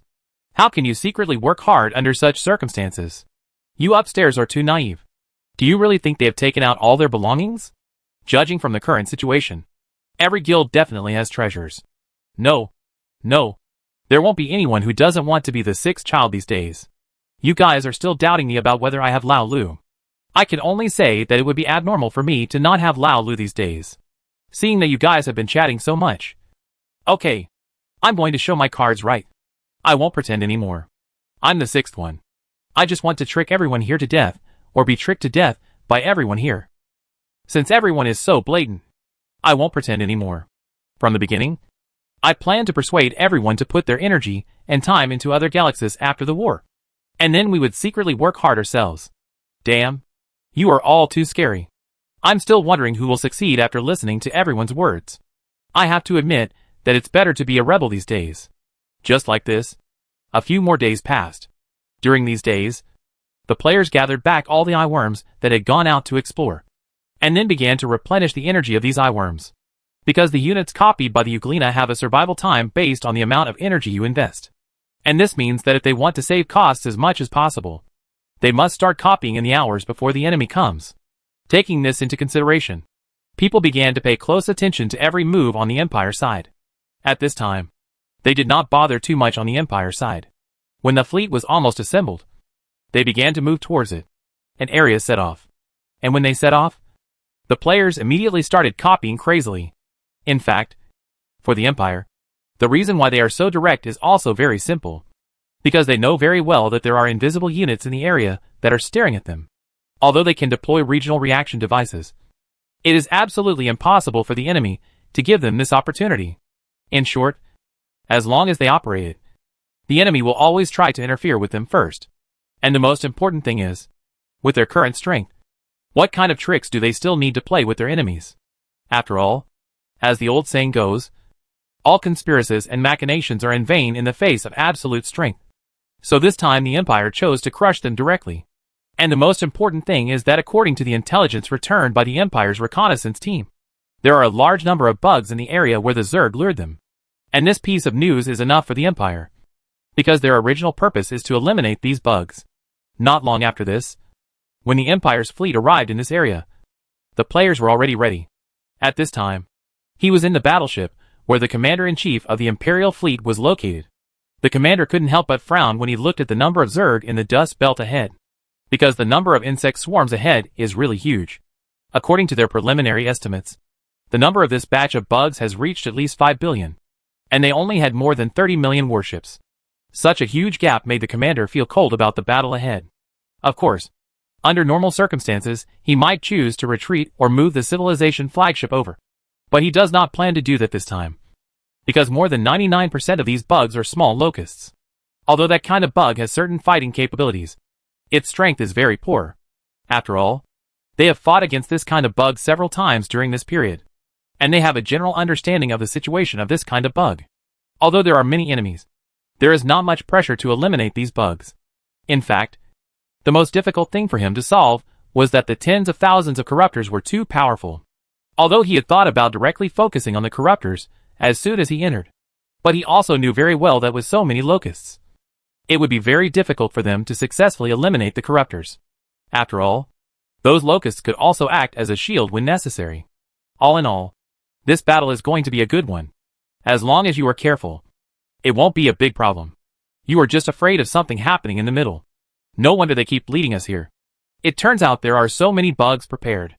Regarding the wave of bugs you arranged, I have to admit that the quantity is indeed a bit exaggerated. But don't forget that in order to win in battle, sometimes quantity alone is not enough. You must also have quality. At this point, the commander immediately ordered the fleet to organize its formation. After the formation was completed, he ordered to set off towards the depths of the dust belt. And when they arrived at the depths of the dust pile, the dense swarm of insects had been waiting here for a long time. As soon as the two sides met, he immediately ordered the attack without saying much. As the exchange of fire between the two sides began, the commander also felt stressed. I see. I have underestimated you. Looking at the vast swarm of insects, the commander's face turned extremely ugly. Originally, he thought that this area was mainly composed of locusts, but the number of corruptors would be relatively small, slightly less. But in this wave, he never expected that the number of enemy corruptors was a bit exaggerated. The total of 10 million corruptors, coupled with nearly 5 billion fighting locusts, made him very clear that this time the battle would be much more dangerous for them. So he did not dare to be careless, and immediately began to apply for the mobilization of civilization flagships. After all, the Zerg race is not what it used to be, let alone these locusts. It will be very difficult for a fleet of 10 million corruptors to defeat them. So in the current situation, he could only choose to mobilize the civilization flagship. And as his order came down, the civilization flagship parked on the outskirts of this star field began to take action. This is a giant battleship with a length of more than 1,000 kilometers. On the surface, it looks almost exactly the same as the Imperial battleship Emperor-class battleship. It's just that the size is much larger than a normal Emperor-class battleship. Of course, this is also very normal, because the prototype of this civilized flagship is the reference Emperor-class battleship. In fact, when a battleship reaches this size, it can no longer be called a battleship. It is not an exaggeration to call a battleship at this stage a space city, because a battleship of this size has a very huge space inside for many people to survive. But as a civilized flagship, it is obvious that they have castrated this function. There is a complete manufacturing factory and energy conversion factory inside this battleship. And there are also a large number of maintenance robots inside, which can maintain the battleship at any time. Of course, there are also many defensive combat units parked inside the battleship that can be driven out when necessary to complete some special tasks. Warships of this level usually carry out missions in units of hundreds of years, so a complete self-circulation system is very important to them. Chapter 398: The Imperial Commander's Fear. Of course, the highlights of this level of battleship are not just these. As the flagship of civilization, its manufacturing process almost consumed the Empire's thousands of years of resource accumulation. Although it appears to be only over 1,000 kilometers away, its mass is astonishingly large. With a body of 1,000 kilometers, the total mass contained in it has exceeded that of ordinary planets, and is even said to be comparable to that of stars. And the shield system and energy system used internally are also at the highest level in the entire Empire. All in all, although this battleship looks like just a battleship on the surface, it actually represents the ultimate level of technology in the Empire. At this time, as the application passed, this warship began to take action. This was the 600th year of its continuous mission in the universe. This warship was manufactured 600 years ago. After it was manufactured, it was debugged for about 100 years. After the debugging was completed, it was sent out to perform its mission. It has been successful in its previous missions. For the captain of this battleship, this mission was no exception. Although the number of insect swarms was extremely exaggerated, it was still not enough to see in front of him. So when he received the order, he immediately started to take action. And the next moment, he saw ripples appearing around the battleship. The goodbye at this time seemed to be in a pool of water. After a while, Only a ball of red light enveloped the battleship. And then the space was distorted, and the battleship disappeared in place. When this battleship appeared again, he had already arrived at the edge of this interstellar dust belt. Without too much hesitation, it headed directly towards the target location. At this time, inside the interstellar dust belt, players are fighting back and forth with the Empire. It's time for Team 2 to take action. At this time, Emperor Penguin saw that the time was ripe and immediately asked the members of Team 2 to lead the Banelings to conduct a pilot blast. As the Emperor Penguin finished speaking, tens of thousands of corruptors were seen speeding towards the planned location given by the Emperor Penguin. Of course, only 10 of the tens of thousands of incubators are real, and all the others are fakes. Although the enemy did not bring anti-induced ships in this battle, this did not stop players from experimenting with this routine. Anyway, for them, if they can't blow up the anti-inducing ship, they can directly blow up the conventional combat ship, as long as they can detonate it at the predetermined location. Then their goal will be achieved. It is normal for the Empire to not bring these ships to this area, because normal jumps cannot be made here at all. If you want to jump, you have to rush out of this area. So there is nothing essential about whether they bring them or not. The difference. At this time, just as the players thought, as they started to take action, they saw countless enemy artillery fire coming over. At the same time, more than 10 teams also started to take action. Although the enemy who discovered the trick immediately went on and turned the fire, there were too many players, so these teams successfully raided the predetermined area. Place. The next moment, as the violent insects detonated, the Empire lost nearly 300,000 warships in an instant. Of course, players can only play this kind of bombing once, because their number of Banelings is relatively small. Even this batch of Banelings was pieced together by them. Originally, these Banelings were reserved by their respective guilds as a means of suppressing the situation, because it was inevitable to encounter enemy raids when operating in these places. So every guild secretly prepared a batch of Banelings to prevent such a situation. And now they are directly contributing these Banelings for the experiment. And with the success of this batch of raids, the players became excited. It is obvious that this routine is feasible. Use fakes to attract others' attention and create opportunities for the real ones. As long as the number of fakes is large enough, it will be difficult for the enemy find out the real thing. Although more than 80% of their fakes in this batch were copied for them by the detection team established by Jiangyao. But for them, as long as the routine is feasible, they can introduce a large number of eyeworms back home. But now it is obvious that their routine was successful and achieved good results. And this wave of their operations obviously frightened the commander of the Empire. Damn! Is this kind of insect so powerful? Seeing themselves being taken away instantly, the commanders of the Bright Empire couldn't help but look gloomy, even though they had some knowledge of this kind of bug before. But he never expected that this kind of insect could have such destructive power. Of course, this is normal. After all, the Imperial troops who fought with the players were their anti-bone boys. Although they later obtained some information from the anti-bone boys, this information was not comprehensive. When they wanted to get more information, the rebels were eliminated by mysterious forces. Therefore, the information they obtained now was relatively one-sided. And it was also for this reason that he mistakenly underestimated the power of Banelings. Although the losses were heavy for him, as long as he cleared the trump card of the insect swarm, it would definitely be of great help to future operations. Therefore, although he felt pained by the sacrifice of this batch of battleships, it was barely enough for him now. It can be accepted that after all, he also obtained some useful information no matter what the difference. For him, as long as he knows that the enemy has this method, he can take precautions in advance in the future. Therefore, he will come up with strategies in advance to deal with Banelings in future battles. Compared to Banelings, what troubles him most now is the bunch of fakes in the hands of players. At the beginning, he didn't know that there were so many fakes in the hands of players. When he saw so many bugs at first, he instinctively called for support. Only after the battle started did he realize that something was wrong, because the firepower of this group of bugs is completely wrong. According to the attack of this level by the insect swarm, in his opinion, their warships would most likely be destroyed like dumplings. After all, they have had multiple rounds of duels with the players before, so he has a certain understanding of the general situation of the players.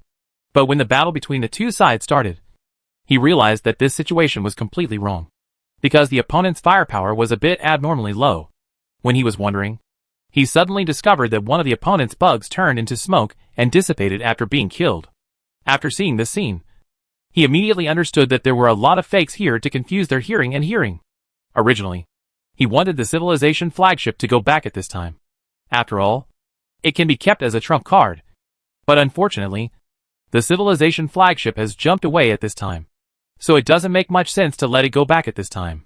After all, when it lands in this area, no matter how hard you hide it, the other party will be able to find it. And then again, even if the swarm knew that they had such a warship, what would happen? With their current strength, they would never be able to come up with any troops that could compete with it. And this was one of his thoughts during this period. He originally thought about letting the civilization flagship come over for a formality and show off his muscles. That's it. But who would have thought that just when he thought so, the Zerg gave him a great gift. That's the explosion of this round. Although he doesn't care much about this kind of explosion. How to crack the insect swarm's explosion strategy is what he is more concerned about now. Because the swarm used thousands of fakes to confuse the real ones and brought the Baneling drones closer. He currently had no effective way to counter this swarm's routine. The first is mobility. The maneuverability of the insect swarm is faster than that of their conventional cruisers. Therefore, under normal circumstances, when the swarm chooses to raid, even if it retreats, it will not make much sense. And in such a battlefield, your retreat may cause much greater losses than if you directly bear this wave. This time, the number of players is so small that they can't feel anything. But if the number of real bugs in the swarm reaches tens of millions, once your formation is messed up, it will be a big problem. It won't work if I don't retreat at that time. After all, if I don't retreat, and I'll just take this wave of yours. God knows how many waves of this kind of routine you will prepare for me in the future. It's definitely not going to work. And this was what made him most uncomfortable. Logically speaking, if the insect swarm detonated in this way, he would still be able to accept it if they were all genuine products. Because the loss of the insect swarm is definitely not much smaller than his.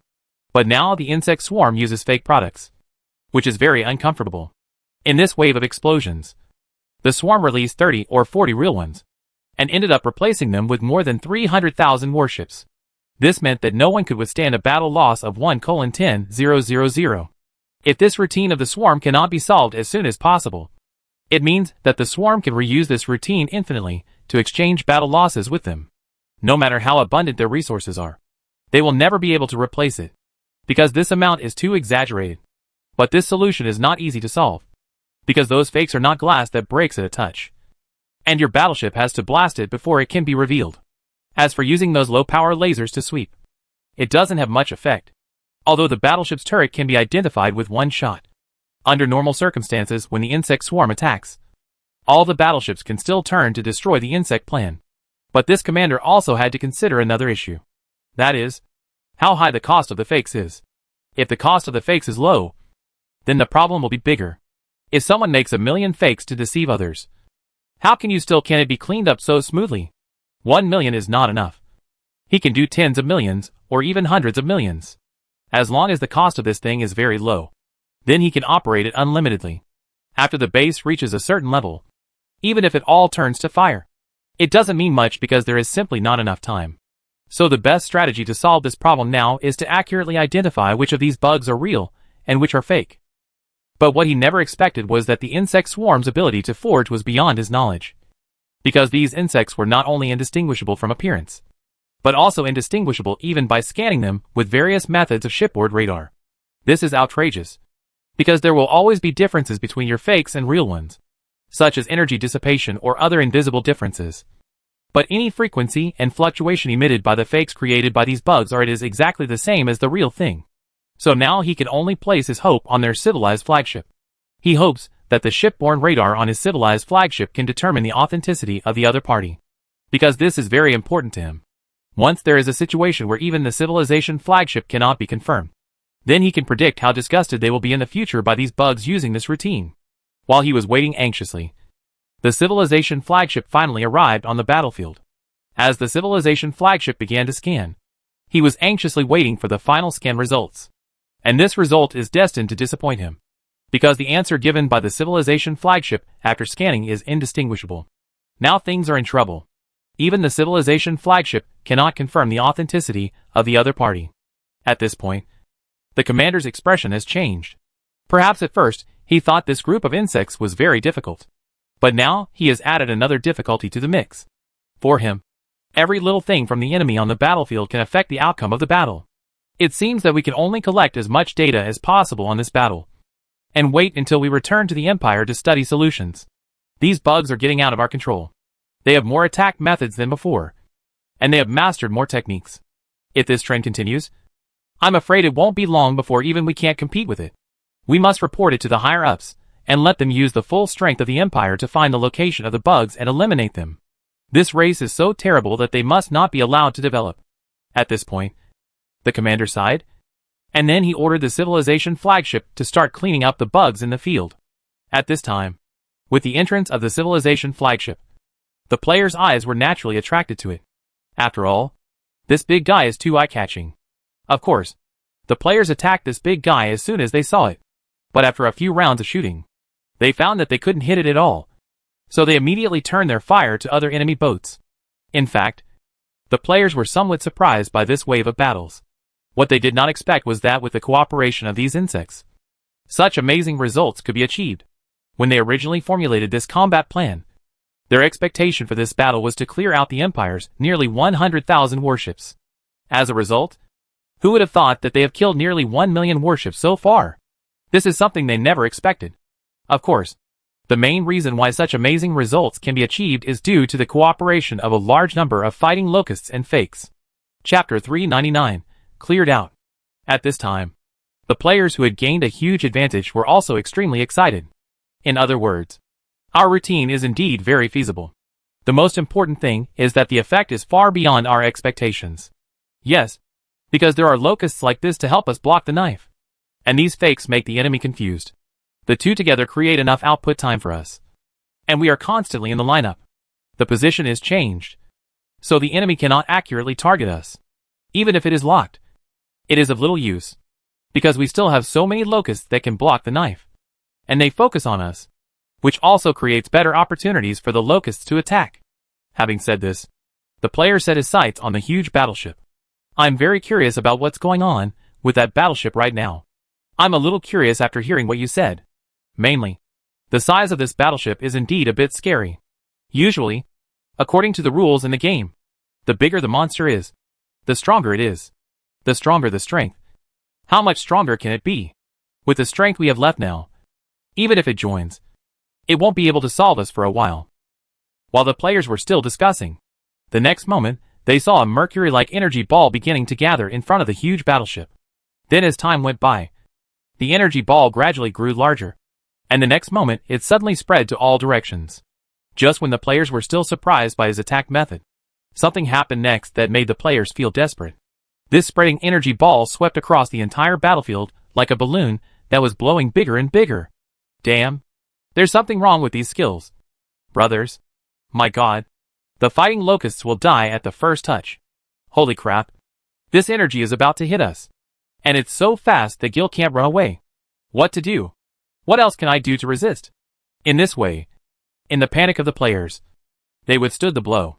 The power of this blow was beyond their imagination. Because even the First Order corruptors with full health lost nearly 400,000 blood. A third of the total health.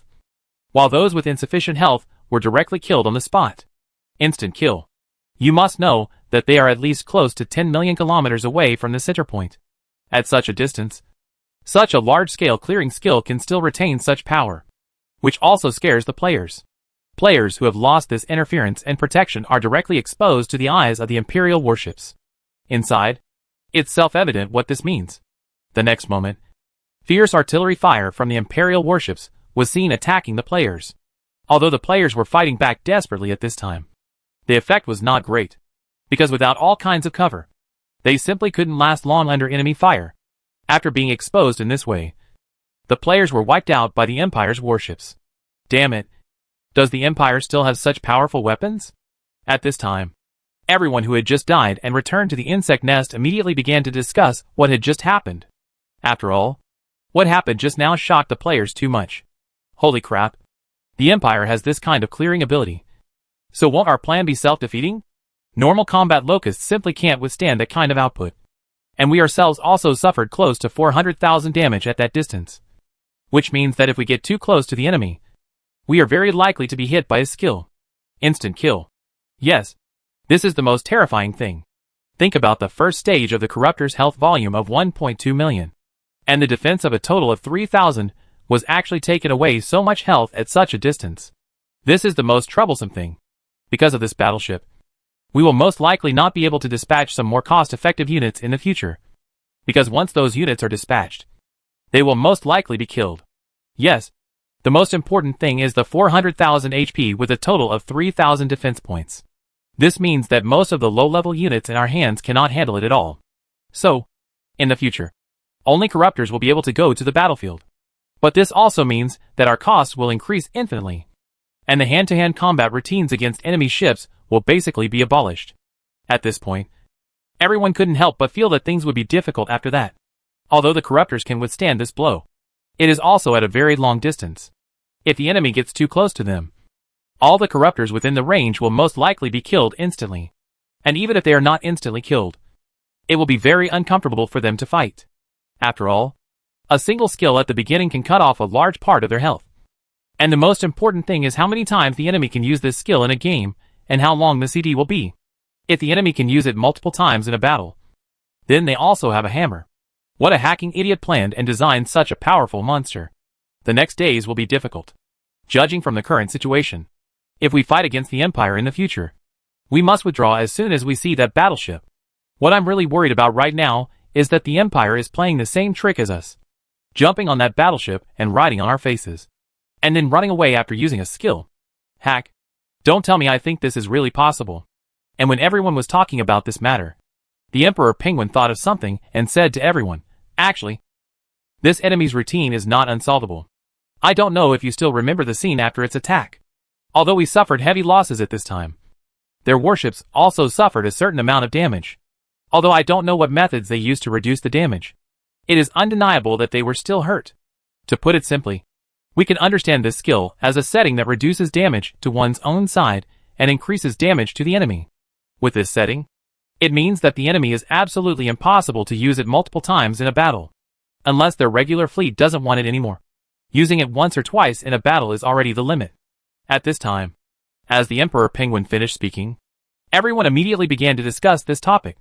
The problem is that these 2 times are enough to discuss us for a long time. You have to know that even if it is 2 times, this is a total of 800,000 blood. A first-level Corruptor with full blood will directly become a residual blood. How can we fight? And the most important thing is that this is a large-scale AoE skill, which means that no matter how much we use it, it will be useless. After these 2 waves, it will be completely disabled. Do you guys upstairs think there is a possibility?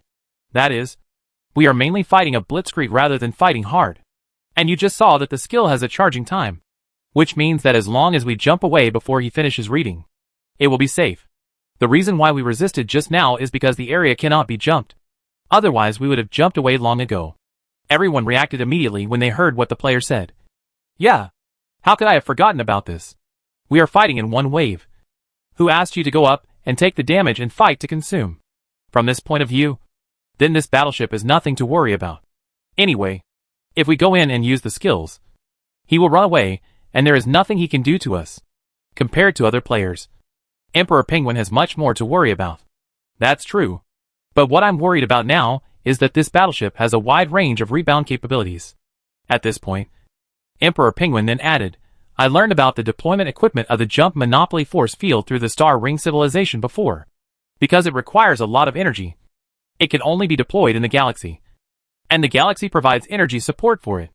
This is also the reason why we rarely see battleships with this kind of range interference capability. At this point, Emperor Penguin changed the subject and continued. Of course nothing is absolute. The previous ones were like this for low-level monsters. But as the monster level increases, his skills and abilities have also changed. Take the Empire for example. Their small warships have this interference capability. Although the interference range is not as large as the deployment device, it is not small. This means that they have made a lot of progress in this technology. Big breakthrough.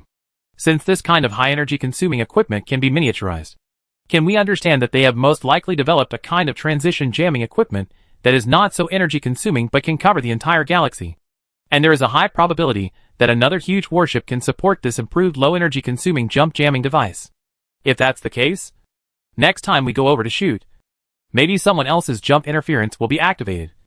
And we all have to stay there. After hearing the Emperor Penguin's analysis, everyone thought that the possibility of this was really not small. I'll go. If that's the case, then we'll have to hammer this empire. Yeah. If there really is such a thing, then how can we fight him? First of all, that battleship itself has high defense and health.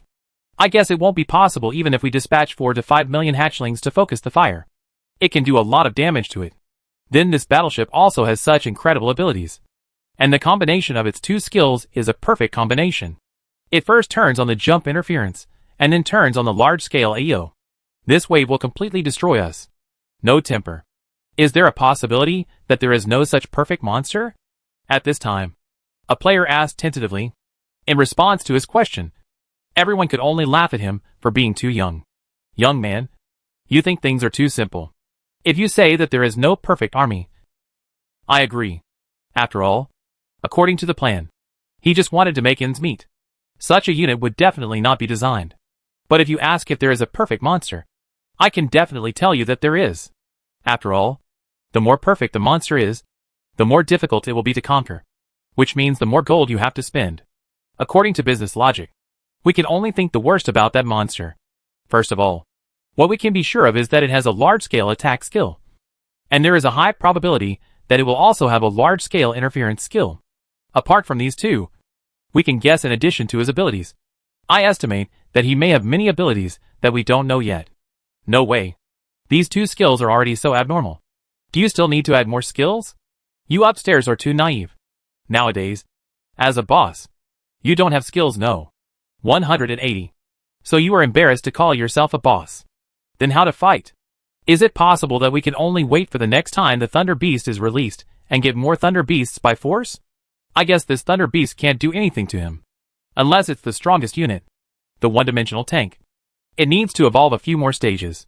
Organize a group and then go after it to cause trouble. But before organizing a group of attacks, we first need to determine how many such warships the Empire has. If there is only one, it's okay. But now we are afraid that he will get us 180 warships. Just him. That's nonsense. Hearing this, the players couldn't help but look at each other.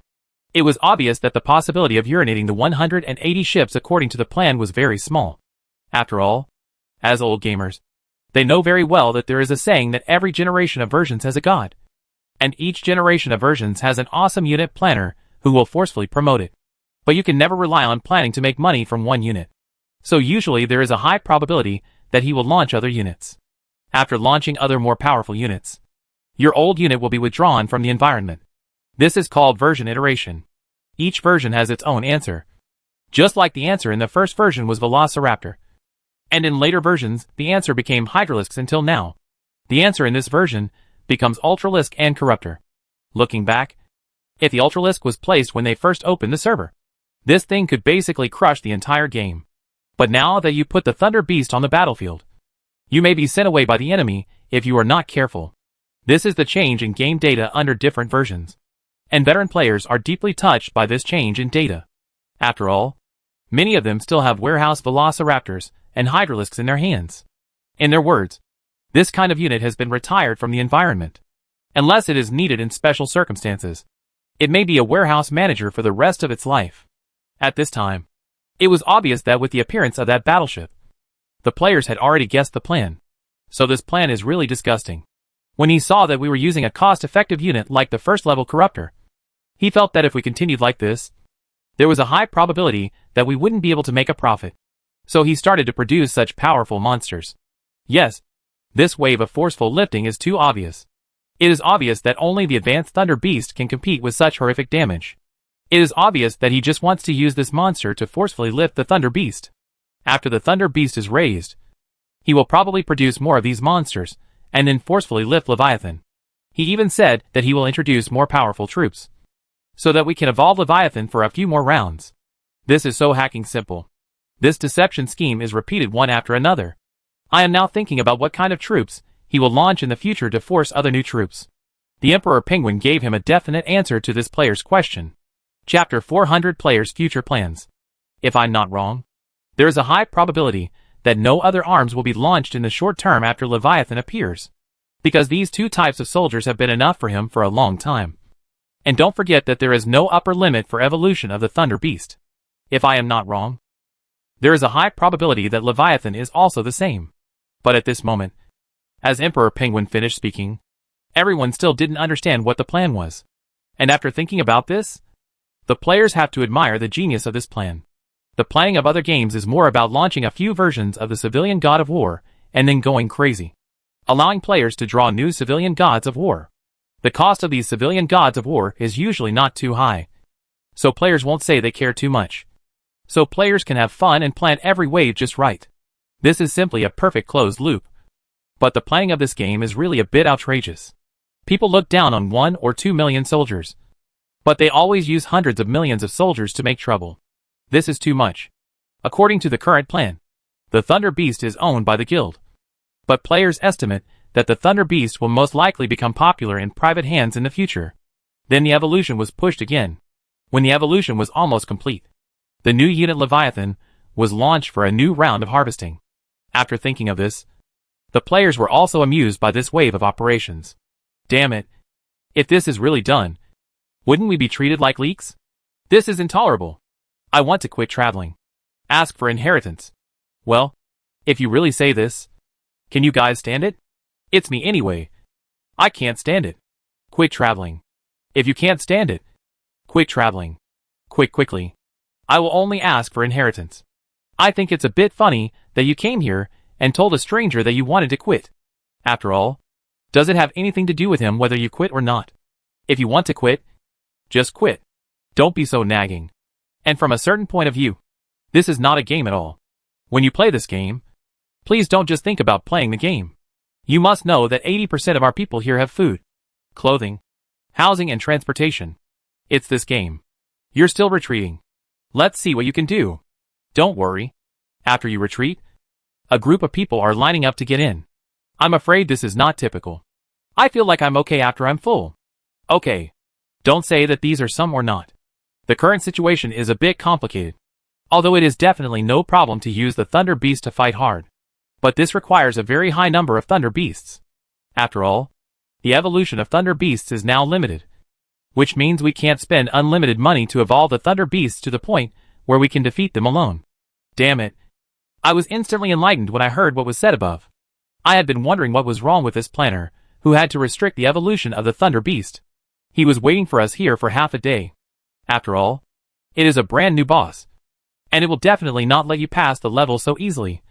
But since we can't start with the Thunder Beast, we can still consider starting with the Corruptor. Since the Corruptors in the first stage cannot be tolerated, then we will evolve to the second stage or even the third stage. Although the price-performance ratio in the later stages is very low, there is nothing we can do about it, because it is better to defeat monsters than to fail to defeat them. As for the future combat strategy, I still recommend small-scale combat, at least under the premise that we are not capable of defeating the flagship. It is best for us to focus on small-scale combat. However, small-scale combat can only serve as a source of harassment, so this may be all we can do for a long time. And whether we can carry out small-scale combat, the most important thing depends on the amount of resources in the new galaxy. If the resources are rich enough, then there shouldn't be a big problem if I evolve a group of high-level corruptors. Speaking of which, the player then added, based on the current situation, the most important thing for us to develop stably is to get rid of the little boss. Otherwise, the Empire will keep harassing us, and we will feel uncomfortable. So for that warship, we must formulate a beheading plan. After hearing what the player said, everyone looked at him curiously. And looking at the eyes of everyone, the player also revealed his plan. First of all, that warship itself is very powerful. If we want to defeat him, normally we can only do it when he is alone. If he is with a large force, then we basically have no chance of defeating him. So the solution I can think of for that warship is to divert or drag his large force away, and then send enough elite troops to besiege that warship. And this will also involve a problem. That is, we must reduce the number of their large forces as much as possible. Otherwise, the more people we send out to hold back their large forces, the less likely we are to kill them. Everyone agreed after hearing what this player said, and they also gave their own opinions. Based on the current situation, I think we can slightly change our combat thinking. In the battle with the Empire, We can mainly use small-scale blitzes to consume their main formations as much as possible. Then we still need to send eye-worms to keep an eye on that warship. When he leaves the main force, it will be our time to take action. When the time comes, enough bugs will be sent to harass the Empire's main formation, while the remaining elite bugs will go to kill that warship. But this also involves an issue of cost and number of people, because although we have a relatively large player base now, we are still far from the level that can implement that kind of tactics. At this point, the player also told everyone the data he learned. First of all, through the previous battles, it is not difficult for us to see that the number of the Empire's main force formations is very large. If you pull it out casually, it will be thousands of calculations to stop a warship of this size. Even if we are high-level corruptors, we must prepare at least 500,000 to 1 million people to snipe and kill that warship. I estimate that at least 2 to 3 million people must be prepared. Don't think it's too much. If you have played the game and downloaded the dungeon, you should know very well that when attacking the boss, no matter how many mobs there are around the boss, it is very easy for you to clean them up, but it will be very uncomfortable when you clean them up. We can apply this logic to that warship, so our preparations must be sufficient when cleaning that warship. Now our overall player base is only over 800,000, and a large part of them don't even have high-level corruptors. They don't even have low-level corruptors. So judging from the current situation, we need to develop for at least several years before we can confront the Empire. After hearing what this player said, Xianyu shook his head. So I always say that you have to use your brain when playing games. Who asked you to fight against them head-on? I just don't understand. You guys who play games can use routines if you can. You have to confront others head-on. Is it useful to give me a lot of rational and evidence-based calculations? At this point, Xianyu began to reveal his plans.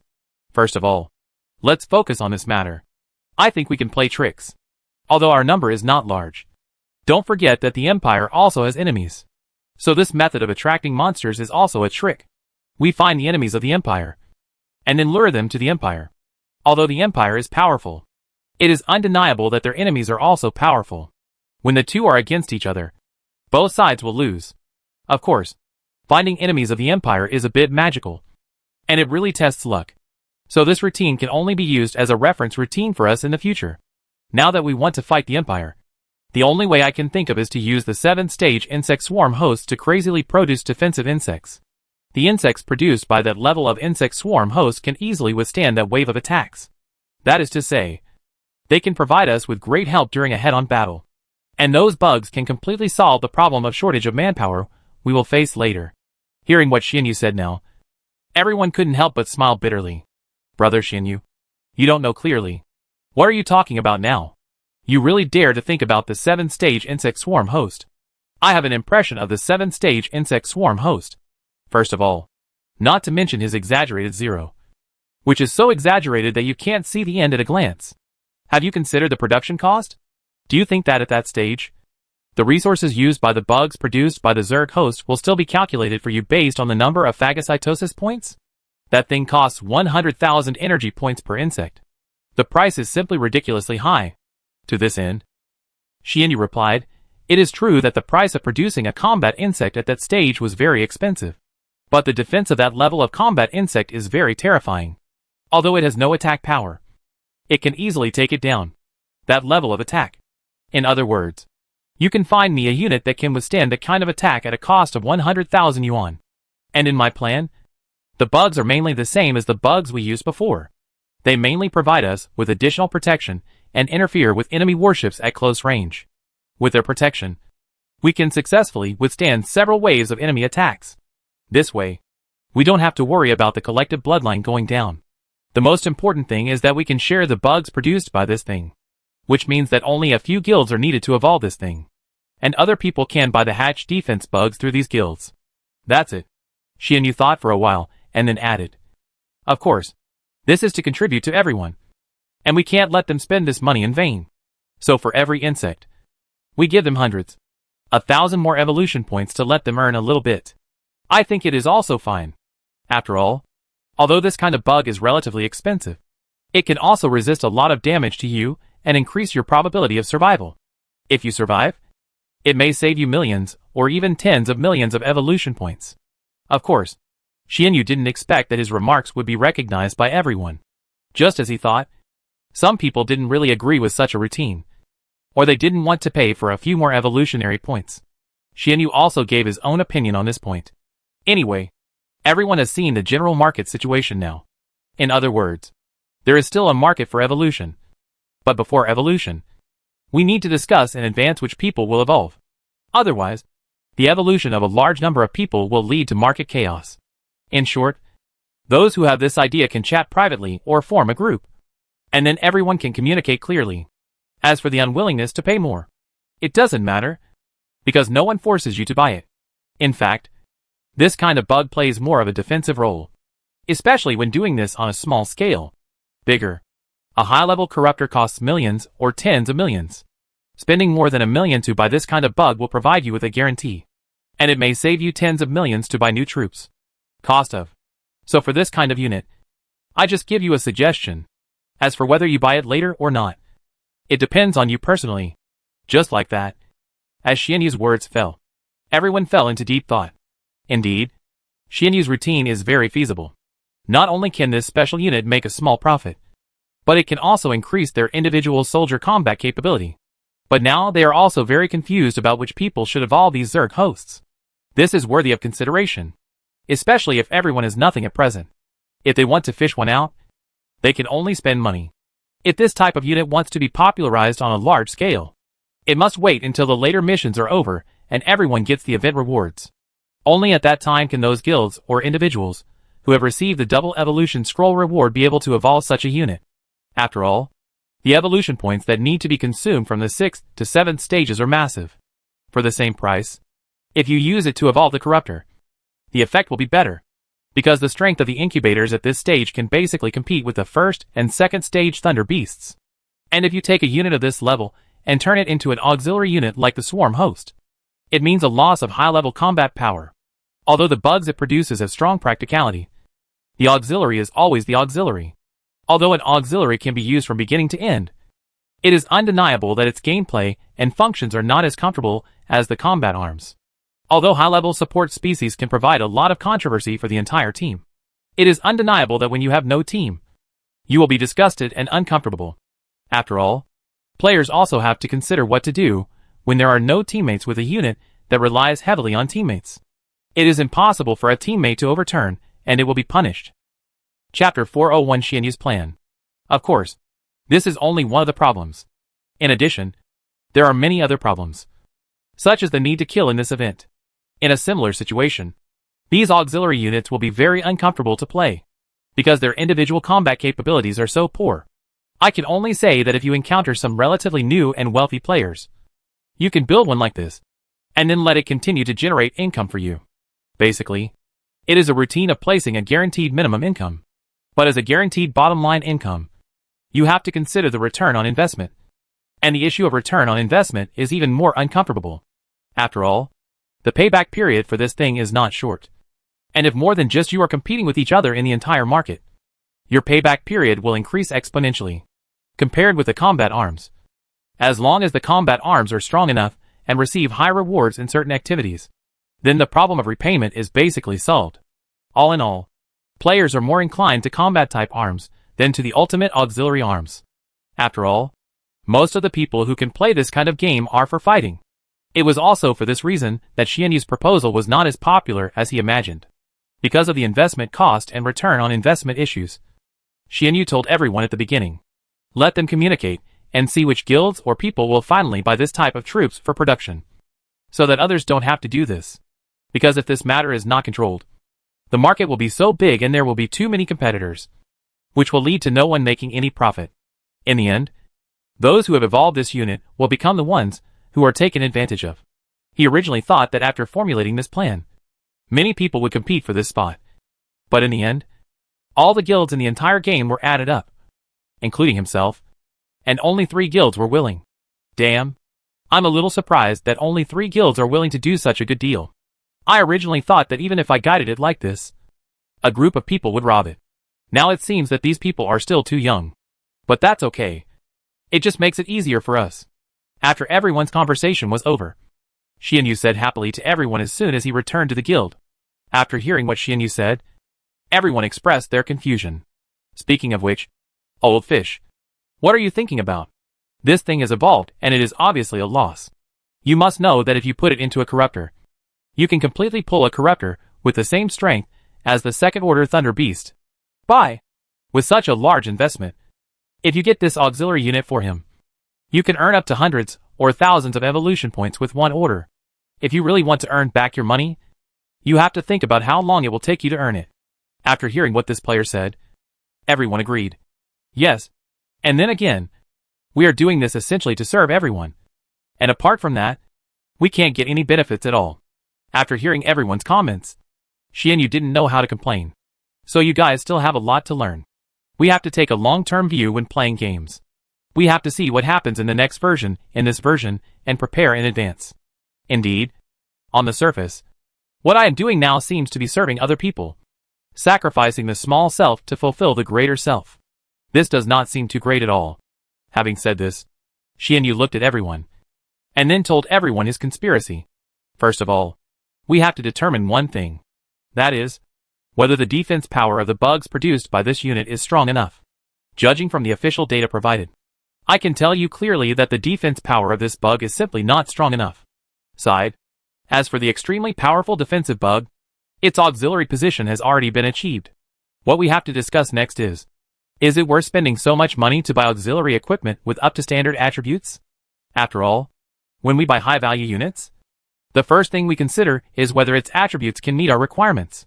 After confirming that its properties can meet our requirements, we next have to consider whether it is worth it. As an auxiliary unit, it is valuable at any time, especially when it provides us with damage on the battlefield and increases the survival probability of our high-level units. And the reason why you think it's not worth it is just because you treat it commercially. Because I mentioned that our guild with this type of soldier needs to earn hundreds, 1,000 evolution points to sell one. And this is something I did on purpose.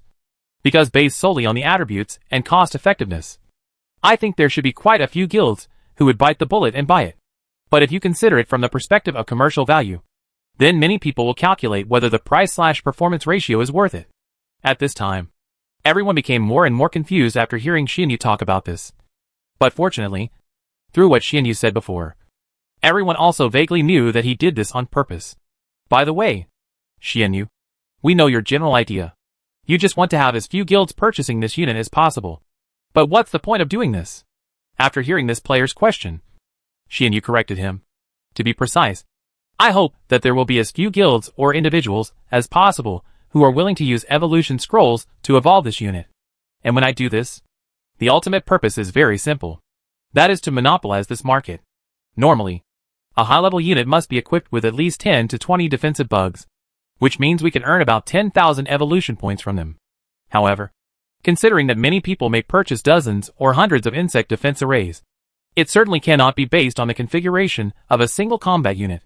After all, forming an array to defend them in all directions will effectively reduce the number of defensive insects allocated to each combat insect. But even if this is the case, I have estimated that a mid-level guild will order at least tens of millions of bugs at a time. In other words, for a mid-level guild, we can make a profit of about 100,000. With so many people in the game, there will definitely be many guilds appearing in the future, which means we will continue to gain a lot of revenue. Although it is impossible to place multiple orders of this kind a day, even if we place one order a day, we will have an income of at least 3 million evolution points a month. And the most important thing is that as the players' military levels get higher in the later period, our income will show an upward trend. Because the more valuable the arms are, the better protection measures they will take for this thing. And naturally they will be more willing to spend money. But when Xianyu said this, the Emperor Penguin immediately understood the logic of the whole thing. I have to say that your method is a bit dirty. The first person who came here roughly explained the logic of salted fish to everyone. In fact, on the surface it looks like he is doing charity. But in fact, he is a wolf in sheep's clothing. First of all, through guidance, he allows players to switch from cost effectiveness to commercialization. With the transition to commercialization, people will instinctively consider whether it is worth it or not. Compared with the second-level Thunder Beast and the 7th-level Insect Swarm host, all fools know that the insect should choose the Thunder Beast first. After all, as the ultimate output unit, on the surface it seems that its role is far greater than that of the Insect Swarm host. And this is exactly Xianyu's plan. In this way, As few guilds as possible will invest their evolution scrolls into the evolved insect swarm hosts, and in turn let more guilds invest their evolution scrolls into the corruptors. Because of Xianyu's previous proposal that we would sell this insect to the outside world. This proposal will make many people subconsciously think that there are people selling the products anyway. So why should I spend so much money to buy them? Then a fool comes back and produces it himself. You have to know that apart from producing this unit for your own use, you could only earn a few hundred, 1,000 evolution points by selling one. How many units do I need to sell to recoup the cost? After taking this factor into consideration, they will definitely choose to evolve the incubators to a higher stage. After they have evolved the incubators to a higher stage, the problem will arise. Without the use of evolution scrolls, I will ask you to spend hard money to create a 7th level Zerg host. Are you willing? Remember, this Zerg host is only an auxiliary unit. Obviously most people are unwilling, which means that the market is stable. It will be very difficult for latecomers to enter this market because the investment is too high. Those who had the opportunity to enter this market before were deliberately guided by Xianyu to evolve combat arms, which means they lost this opportunity. I want them to evolve this type of unit again, unless they have more evolution scrolls in their hands. But the probability of this level of missions appearing is very small. So this road is basically blocked. The consequence of this is that only a few of our guilds can enjoy the huge market. As the market becomes bigger and bigger in the future, some people will definitely enter by force. But at this stage, whether they enter or not has little impact on us. Because in order to stabilize this market, we are bound to add a lot of insect swarm hosts, which means our output is very high. We can easily win many orders, while latecomers can only try our scraps. And we can even reduce profits. Winning depends entirely on momentum. So if this plan goes well, only a few of our guilds will be able to play in the entire market. And apart from this, there is another more critical point. Especially when certain activities require this kind of troops. We must first ensure that there is no problem on our side. Then under this general premise, the abundant output will be sold. This means that at that stage, through these small means, we can easily widen the gap with other guilds. At that time, when they discover this trap and want to add this unit, they must consider, is it worth it? I'm thinking that no one is willing to invest hundreds of millions in a certain activity, and the rewards from these activities will never reach the level of this one. So they are even less willing to do it. At this moment, as the Emperor Penguin explained the whole thing politely, all the guild players present were shocked. Holy shit. I really don't believe this is what a stupid ass like Xianyu can think of. Absolutely impossible. If he had such an IQ, I could even rub a nuclear bomb with one hand. Xianyu, tell me quickly. Your account has been hacked. But when he heard what everyone said, Xianyu immediately jumped out. Holy crap. Is this the status I have in your hearts? It's numb.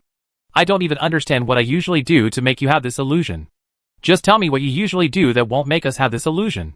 I really can't imagine that your walnut-sized brain can think of so many things. I seriously suspect that he only thought about making a profit on the price difference. As for the follow-up, it was purely a blind cat catching a dead mouse. I am also saying that if you say that he can think about the following things, I will be the first to not believe it. You guys upstairs are obviously jealous of me. You must know that I have reached the end of the conversation, and it took the Emperor Penguin to react. If I hadn't thought of you, do you think I could bring the conversation to this point? Although what you say makes sense, I still don't believe it. Agree. Since Xianyu thinks that you are such a thief and are so focused on the current situation, what should we do? I was thinking that you might have something to do. My dear, there is nothing wrong with what you said. So Mr. Salted Fish, it's your turn to perform next.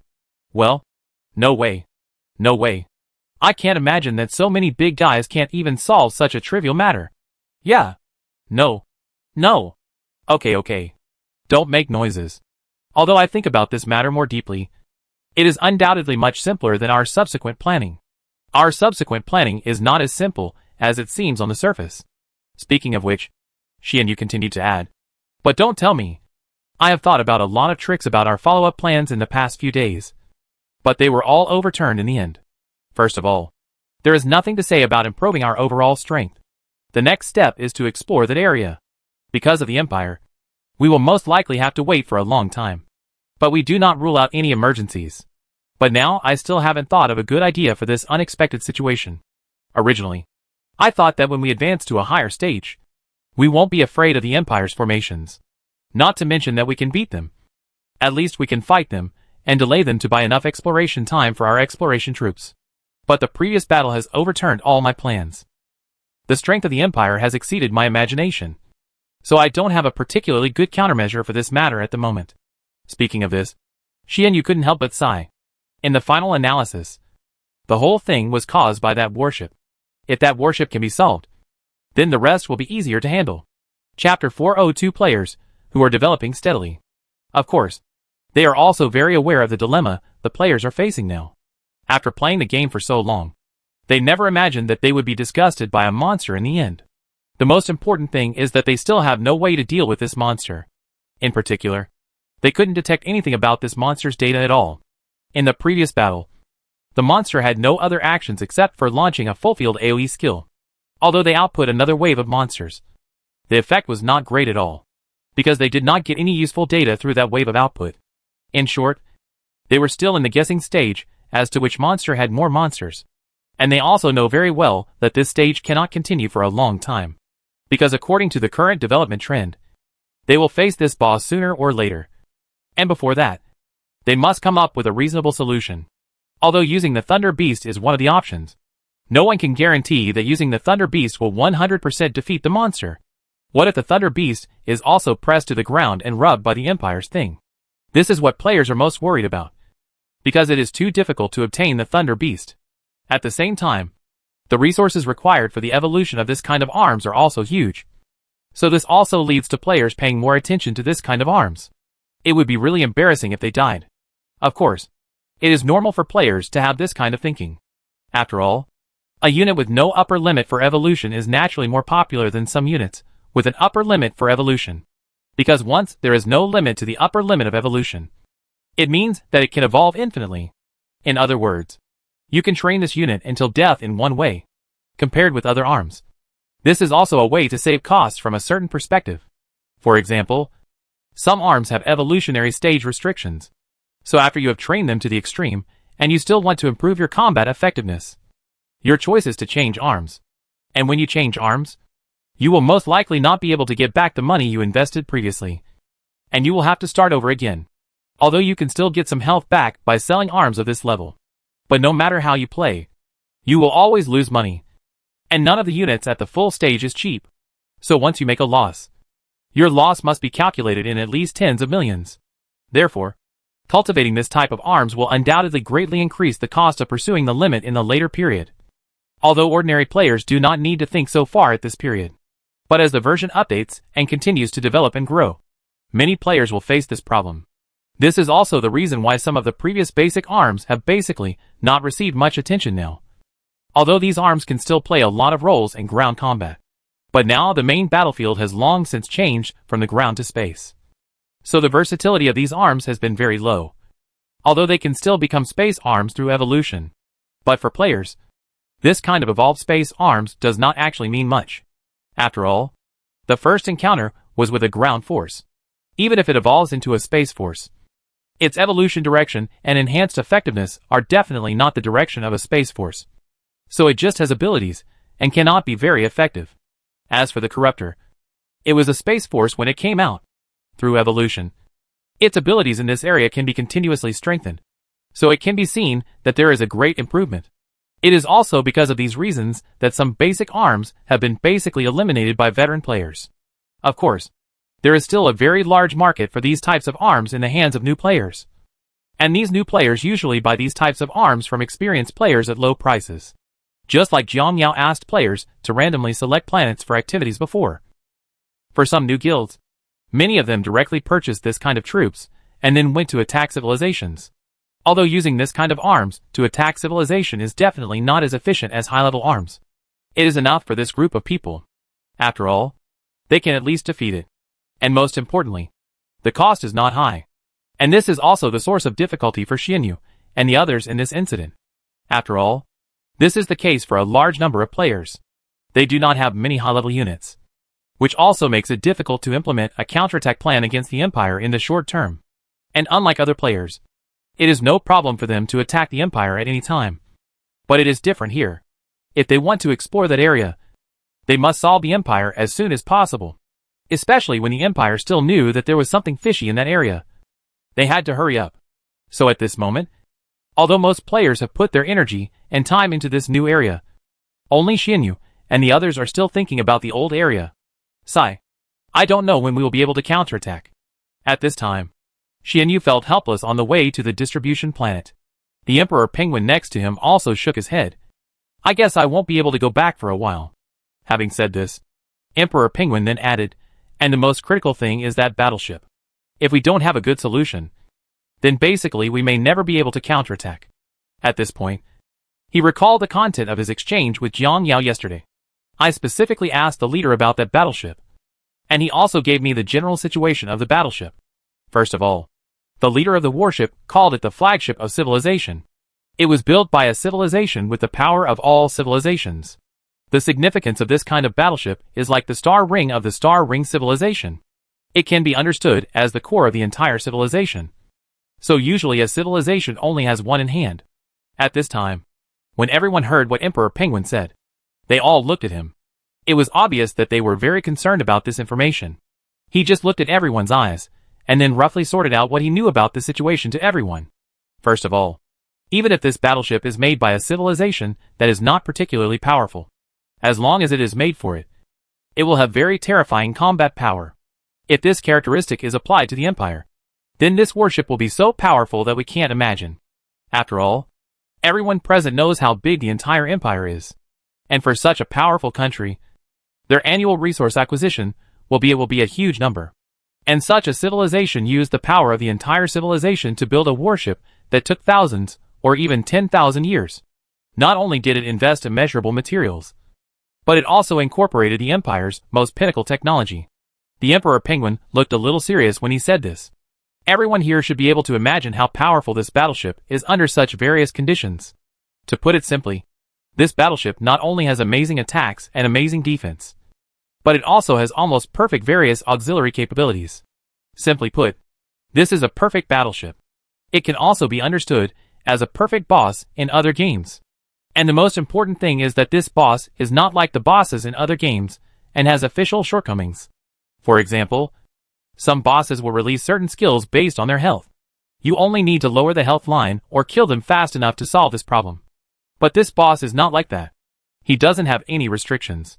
He may just use the field clearing skills at the beginning like he did before. Or he may use other methods to defeat it without any strategies. If I have to say it, the only strategy is to encounter it head-on the battlefield. And how to defeat it is the strategy. At this time, after hearing the introduction of Emperor Penguin, two words came to everyone's mind. No solution. Yes, those are the two words. According to Jiang Yao's introduction, a warship of this level has no shortcomings. It has avoided all the problems you can think of. No matter what tricks you use, there is a high probability that there will be nothing you can do against it. Of course, if I have to say whether this kind of warship has any shortcomings, Jiang Yao can definitely say that there are. After all, there is nothing absolutely perfect in this world. But at least for him at this stage, this warship has no shortcomings. After taking this factor into consideration, Jiang Yao also used exaggeration when introducing the civilized flagship to the Emperor Penguin. He did this because he was worried that the battleship he introduced was not powerful enough, and that the group of people would not be prepared enough. Find trouble with it. So Jiang Yao used his own words to shape this battleship into a nearly invincible existence. Among civilizations of the same level, if the other party does not have a civilization flagship, then this civilization can easily be crushed by just this one. In fact, Jiang Yao did not exaggerate in this paragraph. It is true that the civilized flagship can do such outrageous things. Of course, what we are talking about here is that the level of science and technology is about the same, not the size of civilization. After all, there are civilizations in the universe that are not far behind the Empire in technological level. But they just can't defeat the Empire. That's because the Empire has a large territory and their resources are very rich, which means that their military strength is also sufficient. Rich. Therefore, this also led to the fact that other civilizations with similar technological levels to him were not enough for him. After all, if your civilization acquires a small amount of resources, then if you put out one battleship, the Empire can put out 10,000 ships. Even with this amount, they can kill you. And the duels between you and him are still 50-50. After calculation, it will be obvious who wins and who loses. The civilization flagship here refers to single-handedly challenging civilizations with similar technologies, which are aimed at small and medium-sized civilizations, not against super-large civilizations like the Empire. After all, if you want to challenge a super-large civilization like the Empire in a one-on-one battle, and they rely on numbers to pile up and slowly fight you, they will always wear you down, because their wealth is here. Therefore, the calculation here does not take into account super-large civilizations. What is counted here is the kind of advanced civilization that may have several colonial galaxies and some subordinates. For such an advanced civilization, a warship of this level can easily kill it. Through this, it is not difficult to see how powerful this civilization flagship is. And it is only after understanding the power of this civilization flagship that Xianyu and the others have less hope for what will happen next. They feel that the only solution to this matter is to wait until the players have developed well, and then start taking action immediately after returning. Because at that time, considering this battleship, there is a high probability that the players will adopt guerrilla warfare routines. Because as long as they adopt a guerrilla strategy, the Empire's attention will most likely be attracted by these players. And that time is a good time for them to explore. But now they are afraid that someone in the Empire will suddenly escape unexpectedly, off to explore. In this way, Xianyu and the others had all kinds of worries while exploring the new area. Basically, the number of times I ask the iWorm players over there is no less than 50 times a day. The number of questions raised like this really annoyed the iWorm players over there. But since this was in everyone's interest, they could only answer helplessly. This period of time is also a prime time for players to develop. After all, this area is also located on the alien star map. And compared to the previous place, the number of empty planets here is obviously much smaller than before. This also allows players to make a lot of money. And because of the rich resources here, many players almost forget that they have an epic mission in another galaxy. Of course, during this time, players also gradually discovered how to use the Zerg host in the second stage. Because now they basically put all their time and energy here. And they leave the Zerg host over there in certain galaxies, and let it slowly devour and produce. It happened that this wave of operations by the players made them discover that the swallowing efficiency of this insect swarm host was actually quite high. The reason why I didn't feel this way before was because they fed this thing too much, or the thing would definitely recover faster than simply devouring the material on the planet. Therefore, when the two are compared, they immediately become superior. It is also because of this reason that players have not discovered its advantages. As players now begin to raise insect swarm hosts, the advantages are gradually reflected. Because in the past few months, the insect swarm hosts released by many guilds have produced a very large number of insect swarms. And when all the players saw the scene, they gradually understood how to use this type of unit. This kind of army has always been about flowing water slowly, rather than drinking it all at once. To put it simply, if you park this type of unit in a certain area, and wait a year or two, and come back to see it, you will have a massive swarm of insects. After finding the correct gameplay for this type of unit, many guilds began to intentionally evolve this type of unit. Because although the fighting locusts produced by these arms are not of much help to some large guilds, it is different for some small guilds. That's not a big help at all. So for the sake of cost-effectiveness, many small guilds also added the name of this unit to their future military purchase lists. Chapter 403 The Void Creature reappears. These small guilds can just keep a few of them, and wait until they encounter support planets later to transport all these troops there. Because these fighting locusts are produced by them at zero cost. This means that they can minimize the cost of conquering civilization. It is also because of this reason that their reputation for this unit has begun to increase significantly, especially among some small guilds. This type of military unit has basically become a must-have option. After all, as long as they have this unit, they don't need to invest too much in conquering civilization, so they can invest more funds in strengthening elite units. Of course, players have also come up with many strategies and schools for this unit, the most popular of which is the goo-raising style.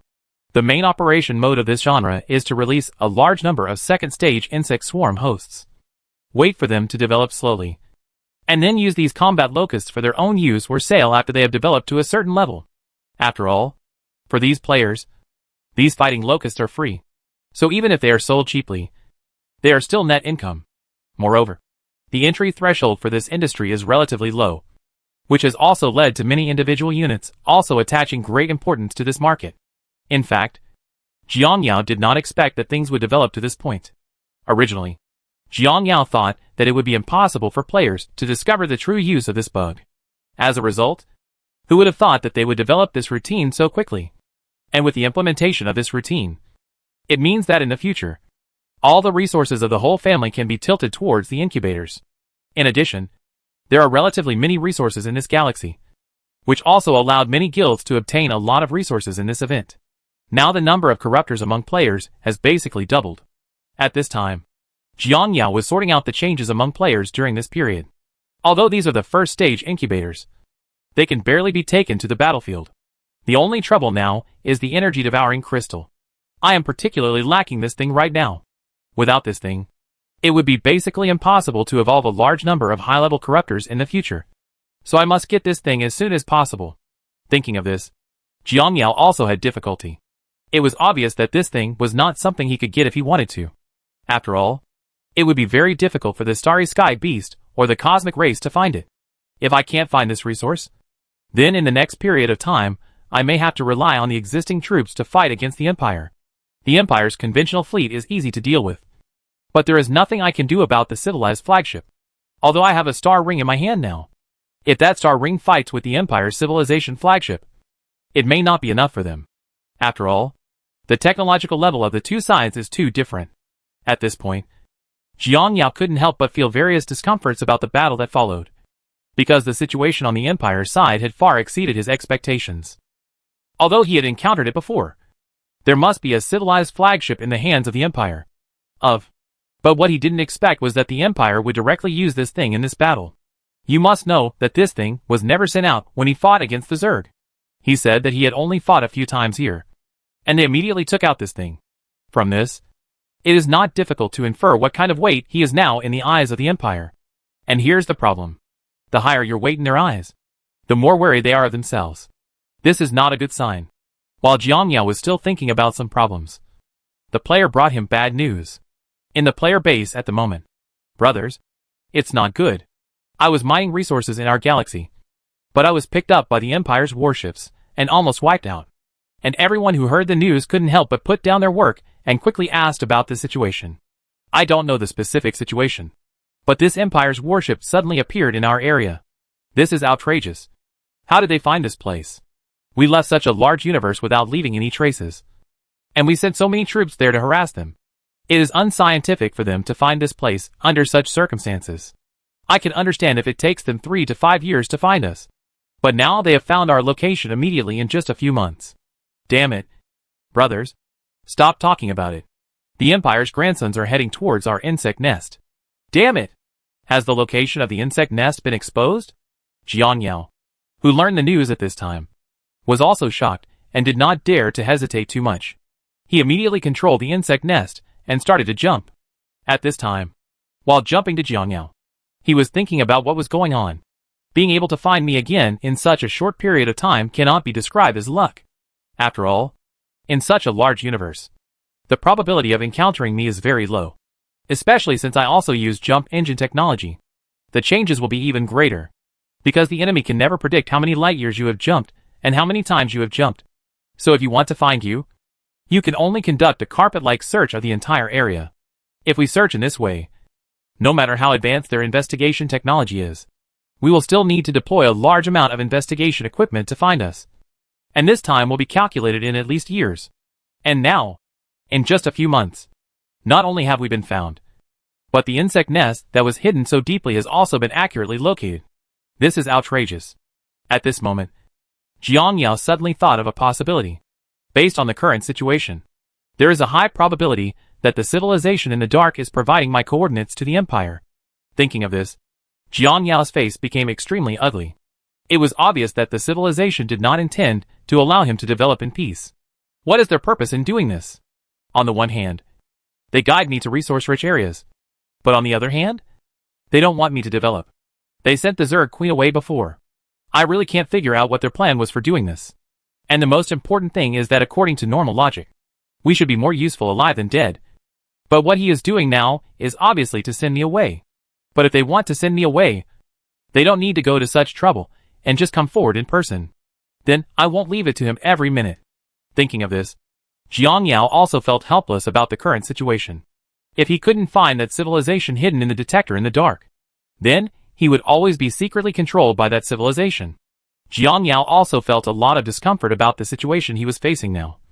But there was nothing a civilization could do to remove the discomfort. I must invest more resources to improve the overall strength of the players. And then I must find more starry sky beasts, and kill them to obtain enough energy-devouring crystals to evolve the insect nest. Otherwise, it would be impossible for me to find out what that civilization is hiding in secret. But the most important thing right now is to solve the Empire's problems first. Thinking of this, he immediately contacted the members of the Eyeworm team and asked them to pay close attention to the Empire's movements, and to determine what battleships the Empire had succeeded in this time. At this time, not only was he in action, but the players also immediately began to discuss a battle plan after learning about the Empire's arrival. Brothers, what should we do against the Empire this time? Didn't we already discuss the routine before? We will fight in a different place. If they bring a civilization flagship, then we will fight in small groups. If they don't, then we will go out as a group. It just so happened that during this period, we also gained a lot of resources, and our strength has been greatly improved. I think this matter may not be that simple. Since the Empire dares to appear here, it means that they already have a plan to deal with our tactics. Now it depends on how many large warships the opponent has. If the number is small, then it will be okay. We just need to avoid that battleship. If we carry a larger number, then we may have no choice but to escape from here. Now we need to find a way to spread the eyeworms to understand the situation on the other side. Then we need to find out if there is a star gate nearby. The fact that the Empire can come here so quickly means that there is a high probability that there is a star gate here. Otherwise, according to the normal routine, it is absolutely impossible for them to come here so quickly. After all, it only took a month or two for our insect nest to get here. The time it took them to jump over was definitely about the same. Before that, they were still wasting time with us. Counting that time, they couldn't have arrived so quickly. But it's not that difficult to find the Stargate here. After all, we haven't found it even after we've been here for so long. While the players were still discussing this matter, their eyeworms also successfully chased the target. This time, the fleet carried by the Empire was a little different from what they thought. Because this time the Empire only dispatched conventional warships. And there was no trace of the civilized flagship that everyone was very afraid of. Of course, this is undoubtedly good news for the players. But have they also considered what if this was done intentionally by the Empire? I parked this battleship in an area a jump away from here and waited for them to take the bait. And for the players, this possibility is very high. After considering this, the players decided after discussion to adopt a small-scale combat method when the time comes. Each team consists of several guilds. Even if something goes wrong, their overall losses will not be too great. The players who had formulated the battle plan in this way also began to wait for the opportunity to act. Because small-scale operations must wait until the Empire's fleets are dispersed before they can be carried out. And now their fleets are still together. So players can only keep following and waiting for opportunities. Although the players' routine was not wrong. What worried the players was that the Empire's formation separated after several days. But they did not divide into many pairs and search around as the players thought. This wave of Imperial formations was divided into two teams. The first team continued to track the whereabouts of the insect nest in this galaxy, while the other team sailed in the opposite direction. Players who saw this scene were also a little confused about the Empire's operation. By the way, what is going on? Why were they divided into two teams? Logically speaking, shouldn't they be divided into many teams and search for us all over the galaxy? God knows what the situation is like. And whoever stipulated that others must separate. After suffering so many losses, others should learn to be smart, no matter how stupid they are. And to be honest, based on the previous battles, I concluded that the reason why the Empire fell into our trap was not because they were stupid, but because they did it deliberately. After all, at the end of every battle, we can find that the Empire has a backup plan. From this, we can infer that they have already made preventive preparations. So they deliberately stepped on our trap. Obviously, he doesn't plan to step on our trap this time like before. I guess they are most likely laying in wait for us to take the bait. Since our first team didn't take the bait, they are now split into two teams. The problem is that they split into two teams. Both teams should be searching in the galaxy. But now their other team's jump direction is obviously to leave here. I've also discovered this. Look, our Euglena players are almost running out of this star field after they jump. Why are they so good that they are suddenly ready to leave here? The devil knows what the situation is. But we should keep an eye on this team first, and then make plans after determining what their purpose is. In this way, the players were talking and staring at this team that performed abnormally. But soon the players had the answer. And this answer was unexpected by the players. Because following this unit, the players successfully found the location of the Imperial Civilization flagship. At this time, the Empire Civilization flagship is parked not far from where the players' hearts are. In fact, from the beginning, the Empire thought that players would jump directly to the Civilization flagship after they were fooled. But who would have thought that there would be a few flaws in their plan? That is, a special kind of monster appeared in the area where their civilization's flagship was parked. This kind of monster was something they had never seen before. And when these monsters appeared, they immediately launched an attack on their civilization's flagship. Although their civilization flagship is relatively powerful, these monsters are very special, because their energy weapons or laser weapons do very little damage to such monsters. It seems that this strange creature is inherently immune to this kind of damage. This also makes their civilization flagship very slow to kill this monster despite its fierce firepower. Chapter 404 Unexpectedly Powerful. What kind of monsters are these? At this moment, inside the civilized flagship, the captain couldn't help but look serious as he looked at the densely packed strange creatures rushing towards them. Because of this kind of monster, he searched through the Empire's database and found no relevant records at all. Logically speaking, such a powerful monster is bound to encounter them in the process of their development. But there is no relevant record in their database. Not only that, even the civilizations they destroyed or conquered do not have any information about this monster. Records of monsters. This also made the captain here feel that things were getting tricky. If it were an ordinary creature, it would be easy to remember that not recording it would not mean much. But if such a powerful creature encountered it without any information, it would be a big problem. First of all, the attack power of this kind of monster is very strong. In addition to the relatively strong attack power, coupled with the natural characteristics of this monster, their attacks are greatly reduced against this kind of monster. And the most important thing is that the number of such monsters is very terrifying. So far, there are nearly 20,000 in the entire area. And judging from the posture in the surrounding space, such monsters are still coming in a steady stream. And the most important thing is the frequency of the surrounding space fluctuations. This is the first time he has seen this frequency, which is different from traditional jumps or space jumps. This is a completely new spatial response. And he immediately reported the situation to the headquarters.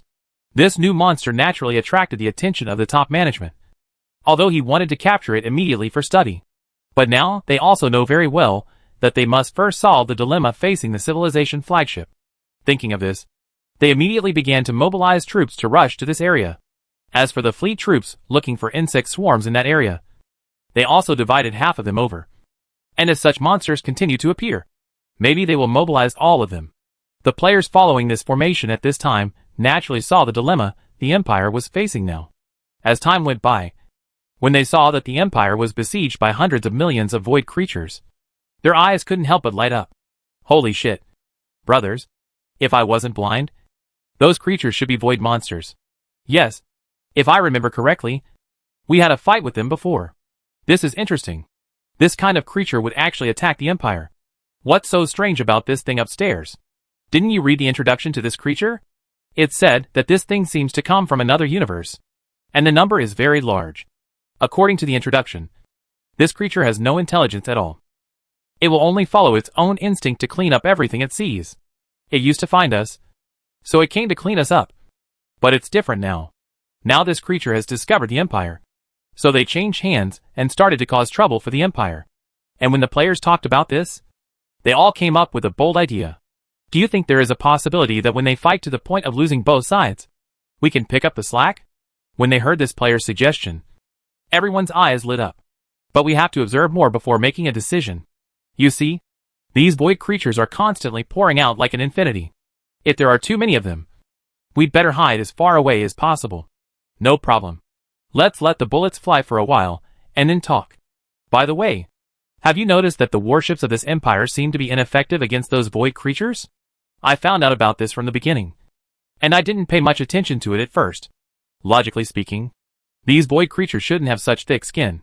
When we fought them before, their skin wasn't that rough and thick. Why did they change to the Empire? It's been so difficult to fight the Empire. Everyone was puzzled when they heard this player's question.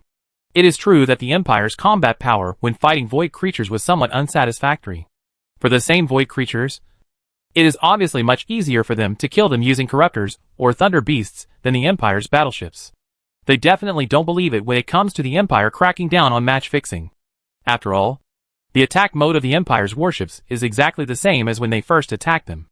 I feel like this void creature has some immunity to ordinary attacks, which is why the Empire is so angry when fighting. At this time, a player thought of this possibility. I feel it is very possible. If you look carefully at many of the Empire's energy weapons, part of them was deflected when they came into contact with this creature. Although some live ammunition weapons hit this creature, depending on the situation, it should be because this creature used some special ability to reduce some of the damage. If that's the case, wouldn't this creature have natural restraint against civilizations like the Empire? No wonder they can discuss the Empire like this. Seriously, why don't we have such ability? Come on. We are players, not NPCs. Have you ever seen any game that designs the player's passive skills to be invincible? Of course. It's not like there is no Krypton gold that can solve 80% of your problems, leaving 100%. 20% is because your Krypton level is not enough. Just like the Thunder Beast, it will be very difficult for the Empire's warships to defeat it. After all, its recovery and defense are too high. These players were discussing and observing the current battle situation. The players also enjoyed watching this battle. When the players first arrived here, the Empire's civilization flagship was fighting hard with them. And as the new fleet joined the Empire, they gradually gained an advantage. And before they could be proud for a long time, more void creatures came over. The Empire finally established an advantage, and was gradually pulled back. And just when the players thought that the Empire was living in Bungbu, another batch of Imperial fleets also came over. Not only that, according to the information provided by previous Shinri players, the Imperial fleet over there was also heading here. Obviously, there is a chance that the Empire will overturn in this wave. Otherwise, they would not be able to mobilize so many troops. And according to the players' speculation, even the Empire headquarters may have sent warships. Now, it's okay. This warship of the Empire made waves when it came out, and then it was about to overturn. It's hard to say. They still have so many conventional warships. They should be able to drag them over until their support comes. Now I hope that the number of these void creatures will continue to rise. Only in this way can the Empire realize what cruelty is. But I feel that the number of these void creatures may be small. You can see that the speed of their influx is obviously several levels lower than before. It's hard to say. After all, the creatures that are coming now include many powerful species. Although it seems that the number is not as large as before, the combat effectiveness is much higher than before. I'm curious, doesn't the Empire have a big move? Why doesn't it prevent that move, and can it deal with a lot of void creatures as soon as it's released? And to say the least, even if they can't handle it with one shot, they can still use the second shot. Other players gave answers to this player's questions. Old Tai, you have to understand that it is not feasible to use this energy-consuming skill without knowing the total number of enemies. After all, when you run out of energy, you will truly become a piece of meat on the chopping board, ready to be slaughtered. So generally, battles like this are about how to save resources and fight a war of attrition. They are still fighting a war of attrition. Their conventional warships will be gone after a while. In this way, as time went by, the wave of conventional battleships supported by the Empire were smoothly sent away by these void creatures. And the most important thing was that, after these creatures sent away the conventional battleships, they continued to pour out. This makes the players extremely happy, because now only the civilization flagship of the Empire is left fighting alone on the entire battlefield. Ahem. Brothers, I don't need to say anything more about the current situation. Don't worry. You know, we are already recalling our troops. Send the coordinates. Hurry up and send the gathering coordinates. It's time for us to take revenge. Hee hee. This Empire may be thinking hard, but they never imagined that their civilization flagship would be wiped out by us under such circumstances. It's good now. When we were chasing us, we were so happy. I didn't expect that we would seize the opportunity to find a place so quickly. According to the leader's introduction, they spent a lot of resources and time to build this warship of the Empire. If we kill it, I wonder if they will feel pain. Definitely. According to the data, a battleship of this level is very important to the entire civilization. It is even said that from a certain perspective, it is directly related to the outcome of a battle between civilizations of the same level. No need to say more about what this means. Just looking at the disadvantaged Empire players. They chose the strategy of taking advantage of your illness to kill you without hesitation. It just so happens that the overall strength of the players has been greatly improved. And the Empire's civilized flagship is now alone. This is obviously an opportunity to kill the Empire's civilization flagship. So players naturally cannot let it go. In this way, the players' units scattered across the galaxy began to converge towards the predetermined location. This time, the players dispatched a total of 300,000 corruptors, of which more than 20% had evolved to the second stage or above. Of course, just in case, players still come up with a lot of fakes. After all, you can't be careless at any time. Danger often comes to you quietly when you are careless. And in order to ensure that this wave of battleships can 100% kill the Empire, players have also mobilized the Thunder Beasts in their hands. In addition, Potato also forcibly evolved a 7-stage insect swarm host, and then began to produce a large number of defensive insects to once again provide protection for the Thunder Beast. Of course, except for the equipment and auxiliary equipment on these combat arms. Players of the arms are not stingy at all. A total of 500 dark matter banelings. This is also the limit that the players can take. From the above, it is not difficult to see the determination of the players to destroy this battleship. Of course, in order to prevent the flagship from escaping, players also prepared a large number of electromagnetic pulse banelings to disrupt the entire area. The entire preparation phase lasted for 2 days. After 2 days, the players who were ready to go began to set off towards the target point. However, for the sake of safety, they decided to jump the fleet to a position 3 light years away from the target point and stop. After jumping to that location, they made sure everything around them was safe before going over. The performance of the Imperial warships in the past 2 days also exceeded the players' expectations. They originally thought that their preparation time was too long. After all, it had been 2 full days. According to normal circumstances, the battle should have been over. But who would have thought that those void creatures had besieged the Imperial warship for 2 days? And the warship was still in trouble. It was even said that the shield of that battleship was not broken. Although the number of void creatures appeared in the later stages was relatively small. Basically, the ones that appeared later were the kind of big, high-attack void creatures whose combat power was several levels higher than that of the previous shrimps. But they were still not effective against the Empire's warships. As damage. At this time, the players who arrived at the scheduled location were also waiting anxiously. It's not that they don't want to rush over, but the Empire's warship is too tenacious. It has been 2 days of fighting, and the shield has not been broken yet. This also shocked the players. After all, it can survive the attack of the last void creature for so long. One can imagine how thick the shield of this battleship is. By the way, I've been fighting there for almost 2 days. The shield of this Imperial warship is too thick. How long will it take for us to get there? And what I'm worried about right now is not the Empire's warships. I'm worried that there aren't enough of those void creatures. Probably not. Although those void creatures appear less frequently now, they are getting bigger and stronger. So I guess they are almost all cannon fodder. And the rest are the best. Just like this, another 2 days passed while the players were discussing and waiting. That's right. It's been 4 days since the battle started.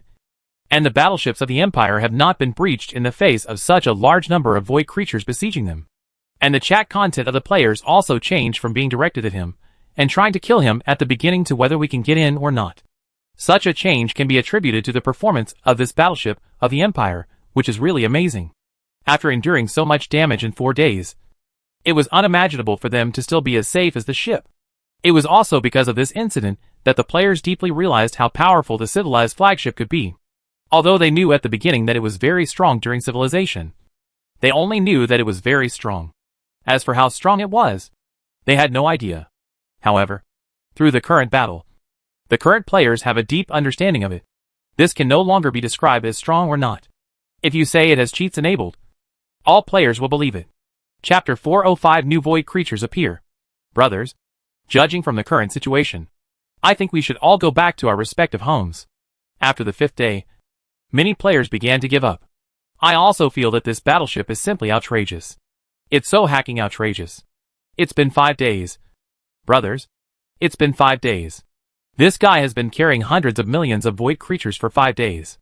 The most perverted thing is that the shield of this thing hasn't been broken yet.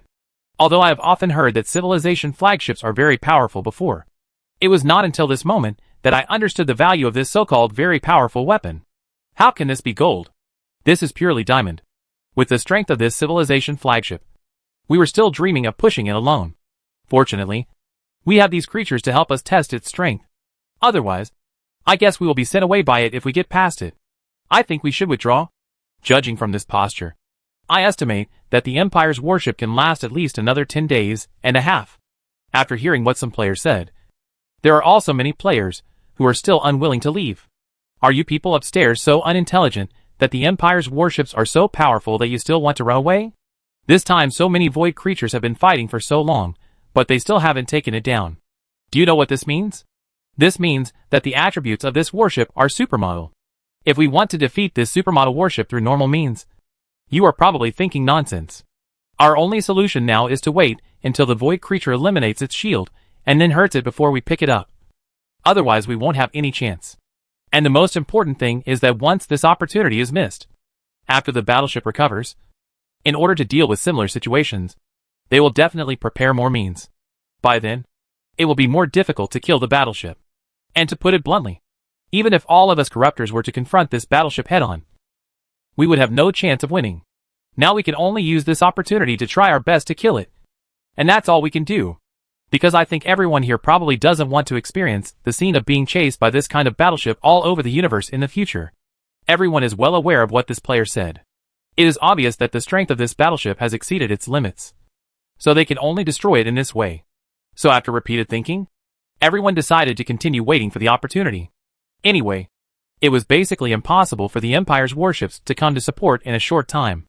After the players made this decision, the Empire civilization flagship then taught them a hard lesson. For more than half a month, the Empire's civilized flagship has been fighting this group of void creatures for more than half a month. And there is no winner yet. What makes the players most desperate is that the shield of the Empire's civilization flagship has not been broken despite such a high-intensity attack for such a long time. Well, brothers, I don't know whether to take it seriously or not. This piece of shit has been beaten for more than half a month. And it still doesn't matter. This is outrageous. The most important thing is that there were only tens of millions of void creatures left at the beginning. And the number of void creatures has dropped significantly now.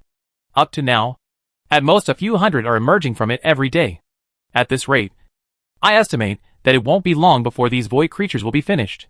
Yes, this can no longer be described as outrageous. I used to think that the civilization of this empire would only last a few days at most. Who would have thought that this thing could last for so long? By the way, can we get there now? With the hammer? Given the Empire's strength, it won't take long for their support warships to arrive. Basically, these void creatures will be doomed. At this point, the players were also a little scared. Fortunately, we didn't act impulsively. Otherwise, I guess we would have been pinned to death over there soon after we passed. Yes, the enemy's total number of over 1 billion did not kill that warship. Our small number of troops is not enough to fill their teeth. This Empire's warships feel like they are invincible. We have fought against void creatures before. To be honest, their strength is on par with ordinary corruptors. With such a powerful force and such a huge number, they still failed to capture the Empire's warship. I was just thinking about how we should deal with the Empire's warships in the future. Emperor Penguin has also thought of many solutions to this player's problem during this period. After all, he has been studying how to deal with this battleship from the beginning.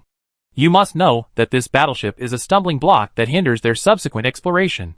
Although this battleship now makes Emperor Penguin feel more desperate, the more this happens, the more he needs to find a way to eliminate this serious problem. Brothers, the strength displayed by this battleship has exceeded our expectations. According to the normal development concept, it is basically impossible for us to defeat it. If you want to solve it, the only solution for now is to take a different approach. First we compare the data of those void creatures with our unevolved corruptors. Then we can immediately get their overall DPS. The attack power of an unevolved corruptor reaches an astonishing 3,000. And their number is calculated in hundreds of millions. If we want to evolve high-level corruptors step by step, I guess it will be basically unrealistic to make up for the gap in numbers within a few years. The only way now is to use the 7th-stage corruptor, because the corruptor has gone through 2 qualitative transformation stages, and its advantage against the error has been maximized. But if corruptors at this stage don't have evolution tickets, it's basically impossible to spread them in large numbers. Having said this, the Emperor Penguin then added, and this time the attack plan is imminent. So we can only choose another idea. Using condensed bandlings, If the enemy's shield is broken, it is not impossible for this kind of banelings to get into the enemy's warship. After getting in and wreaking havoc, you might be able to scrap the warship from the inside. Of course, considering the enemy's technological level, their armor may also have some immunity to this kind of baneling. This also means that we must have a plan to destroy the armor of enemy warships. If the plan goes well, after our condensed banelings get in, this battleship will be almost finished. But the premise of all this is that those void creatures can break the shield of the Imperial battleship. However, this plan of the Emperor Penguin was quickly rejected by Potato. The feasibility of using that kind of baneling bug is quite high in many cases. But I don't think it makes much sense to use that kind of bug against that warship. First of all, to reach the technological level of the Empire, many of their defense facilities have been lightweight, which means that they are very likely to have the ability to target this kind of banelings inside the battleship. This kind of baneling is a powerful weapon against low-level civilizations, but it is not very effective against high-level civilizations. To deal with advanced civilizations, they are more used for raids or functional ships against enemies, because these ships are relatively weak against such defenses, and such ships are inherently small and do not require much time to destroy. If we are going to target that battleship, I think we should use dark matter banelings to blow it up inside without mercy. After all, we have budgeted to break through the armor of enemy warships. Under such circumstances, dark matter banelings are obviously the most suitable. But at this moment, just when Tuba was about to say something, something changed on the battlefield. The general situation is this. From the beginning until now, everyone thought that this void creature was about to run out of gas. It turned out to be interesting, because the void creatures that emerged now were completely different from the ones before. Those before were basically small and medium-sized void creatures, but now many large void creatures emerged from the twisted space. These giant void creatures composed of various shapes, with blue light all over their bodies, look particularly dazzling from a distance. And the most important thing is that each of them is over 100 kilometers in size. Such a behemoth makes players feel a little confused. Speaking of which, brothers, I feel like we don't need to take action this time. I also feel this way. The strength of this wave of void creatures is obviously much stronger than the previous one. Isn't that right?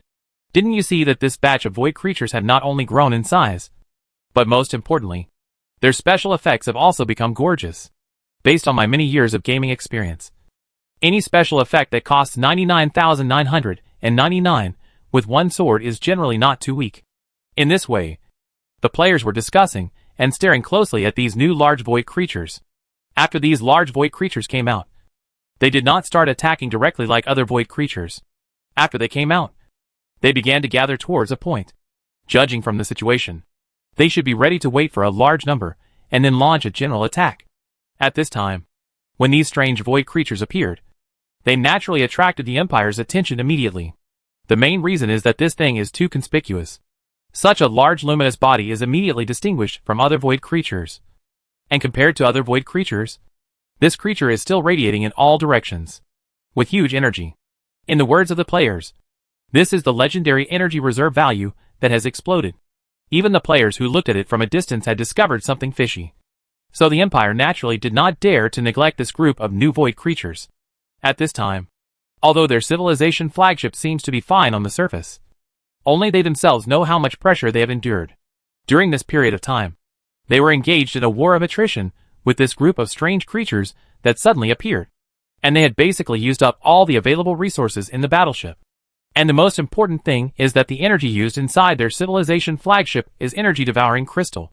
The special crystal was obtained when they killed the Starry Sky Beast. At that time, they discovered that the energy contained in this crystal was extremely exaggerated. Naturally, this kind of crystal has become the reserve energy source for the civilization's flagship. Under normal circumstances, the energy used by the civilization's flagship is mainly ore. But under special circumstances they will use this crystal. This time is a special situation. The reason why their shield can be maintained for such a long time is not only that their shield system itself is very powerful, but also the more critical thing is the continuous supply of energy. Without the continuous energy support provided by these crystals, even if their shield device is very strong, it will not be able to sustain it for such a long time. But just such a wave has consumed 1/3 of their civilization's crystal reserves, which is also the limit of the crystal reserves carried on this civilization's flagship. After all, they have other uses for the remaining crystals, so they can't just throw them all on this battleship. The most critical thing at present is that the method of obtaining this kind of crystal is too difficult. Fighting against the Starry Sky Giant, even if it is as powerful as the Empire, will be a headache. Although their strength can now compete with the Starry Sky Beasts, they never take the initiative to look for such creatures. The Starry Sky Beasts they kill always come to attack them. In the end, they were too helpless before sending troops to kill them. Therefore, they do not obtain much of this kind of resources. And this wave has consumed so much of their reserves, which makes the Empire very painful. But it is not enough if they do not consume it. After all, this is related to the flagship of civilization, safety. Now everyone in the Empire is very clear that their civilization flagship is about to face a great crisis. First of all, the current state of the civilization flagship is very bad. And secondly, a brand new creature has appeared over there. And this creature is much stronger than the one they killed before, which can be seen with a clear eye. This also means that when these creatures launch an attack, the protection of their warship will most likely not be able to withstand it. Although their shields were broken and they still had armor, they knew very well that their armor had now suffered some damage. Because the shield could not completely prevent the damage, some damage may penetrate the shield and attack the armor inside. Although this part of the damage that penetrates the shield has been diluted very low by the shield, but it is undeniable that the armor will still be damaged more or less. And after so many days of fighting, even if the armor has the ability to self-repair, their armor still loses about 3% of its armor value. Although the remaining armor value can last for a long time, God knows how many more creatures like them will come out. And the most critical thing is that the armor is damaged, and repairs require a huge amount of resources and time. So usually they try their best to avoid the armor from taking too much damage. Chapter 406, Giant Void Creature appears. Fortunately, after such a long battle, the Empire finally delayed the arrival of the first wave of supporting fleets. At this time, the players naturally don't know the situation on the Empire's side, and they are still guessing how long the Empire's warship can last. By the way, why didn't that group of new void creatures attack? A player asked as he looked at the void creatures gathering on the battlefield. Looking at the situation, they should be waiting for the large force behind them. I guess they are preparing to wait until they have enough numbers, and then launch an attack together. Another person had a different view on this player's guess. I think what you said is wrong. Have you carefully looked at the formations of these void creatures? There is something obviously wrong. Upon hearing this player's words, everyone also turned their attention to the void creature. Don't tell me. This group of void creatures gives me the impression that they are forming some kind of defensive formation. This is quite interesting. Do they also play lineups? It seems like this is the case. These large void creatures that appeared later obviously have a certain degree of intelligence. Judging from this situation, I think the Empire will probably not be able to withstand this wave. It's hard to say. After all, I haven't seen any damage to the Empire's warships after fighting for so long.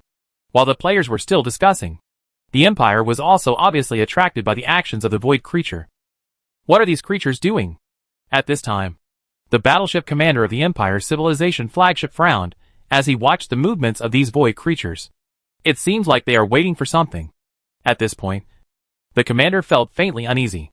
Just when he was a little confused about the void creatures, he suddenly saw several larger creatures appearing on the battlefield. Obviously this is a brand new void creature. The size of this void creature is close to 500 kilometers, compared with other void creatures that constantly change their shapes. This void creature looks more like a giant silkworm chrysalis. The only difference between this thing and a silkworm chrysalis is that its body is transparent, and its volume is much larger than that of a silkworm chrysalis. The moment this creature appeared, the previous large void creatures immediately protected it. And at this moment, with the appearance of this giant void creature, countless small void creatures flew out of his body in the next moment. These small creatures were obviously the first ones to fight the Empire half a month ago. When the fleet commander of the Empire saw this scene, he was really frightened, because the speed at which these small void creatures spewed out was exactly the same as the speed at which they fought half a month ago. This means that half a month ago, it was probably these few void creatures that were constantly producing small ones. Void creatures deal with them. This is a very scary thing. The enemy can hold back their civilization flagship with just a few void creature production mothers. And the most important thing is that it is still unknown how many creatures of this type are among the enemies. You must know that this thing can deal with their civilization flagship with just 5 of them present. It is not difficult to even give them enough time to drag the civilization flagship to death. After learning this terrible news, the commander of the Empire could no longer calm down. Things were far beyond their expectations. This kind of creature appearing out of thin air really made him a little worried. After all, if there were more of these creatures, it would be very easy for him to destroy the entire empire. No, I shouldn't say that. It should be said that judging from the current situation, it is not impossible to destroy the empire. Now I have to understand what conditions it takes for this creature to make that little creature. It would be okay if the prerequisites for its production were strict. But now I am afraid that the prerequisites for producing this kind of creature will be very easy to achieve. If this is the case, this creature will not only be a disaster for our empire, but also a disaster for the entire universe. Indeed, the commander's worries at this time are unreasonable. Because if this kind of creature only needs a little bit of energy to reproduce, like a swarm of insects, then it will indeed be a disaster for the entire universe. Because its manufacturing speed is not weaker than that of the insect swarm. In fact, from a certain perspective, its manufacturing speed is much faster than that of the insect swarm. After all, they only had 5 units to achieve such a production speed. If they had more than 5 units, how terrifying would it be if all the units started working at the same time? And the most important thing is that the combat effectiveness of the small void creatures it produces is also very explosive. Although for an advanced civilization like the Empire, he still has a way to eliminate these creatures. For some low-level civilizations, this is simply a disaster. The commander couldn't help but look serious when he thought of this. Of course, the fact that he cares so much about these low-level civilizations does not mean that he is motivated by any kind of glass mother's heart. The essential reason why he is worried about these low-level civilizations is because he is afraid that these low-level civilizations are likely to become the nourishment for this biological production of troops. Because this possibility does not exist. If this possibility is real, then the problem will be huge. At this time, the situation was similar to his. When the players saw this thing coming out, they were also shocked by its production capacity. Holy crap! Is the production speed of this unit so exaggerated? This speed is indeed a bit outrageous. Nima, I feel like this thing is even more unsolvable than the Empire's battleships. Not only is the production speed fast enough, but the combat ability of the small void creatures it produces is also not weak. When paired together, it is indeed a bit abnormal. Holy crap. Do we still have a chance of winning against this kind of creature? You upstairs don't have to overestimate the survival speed of this creature.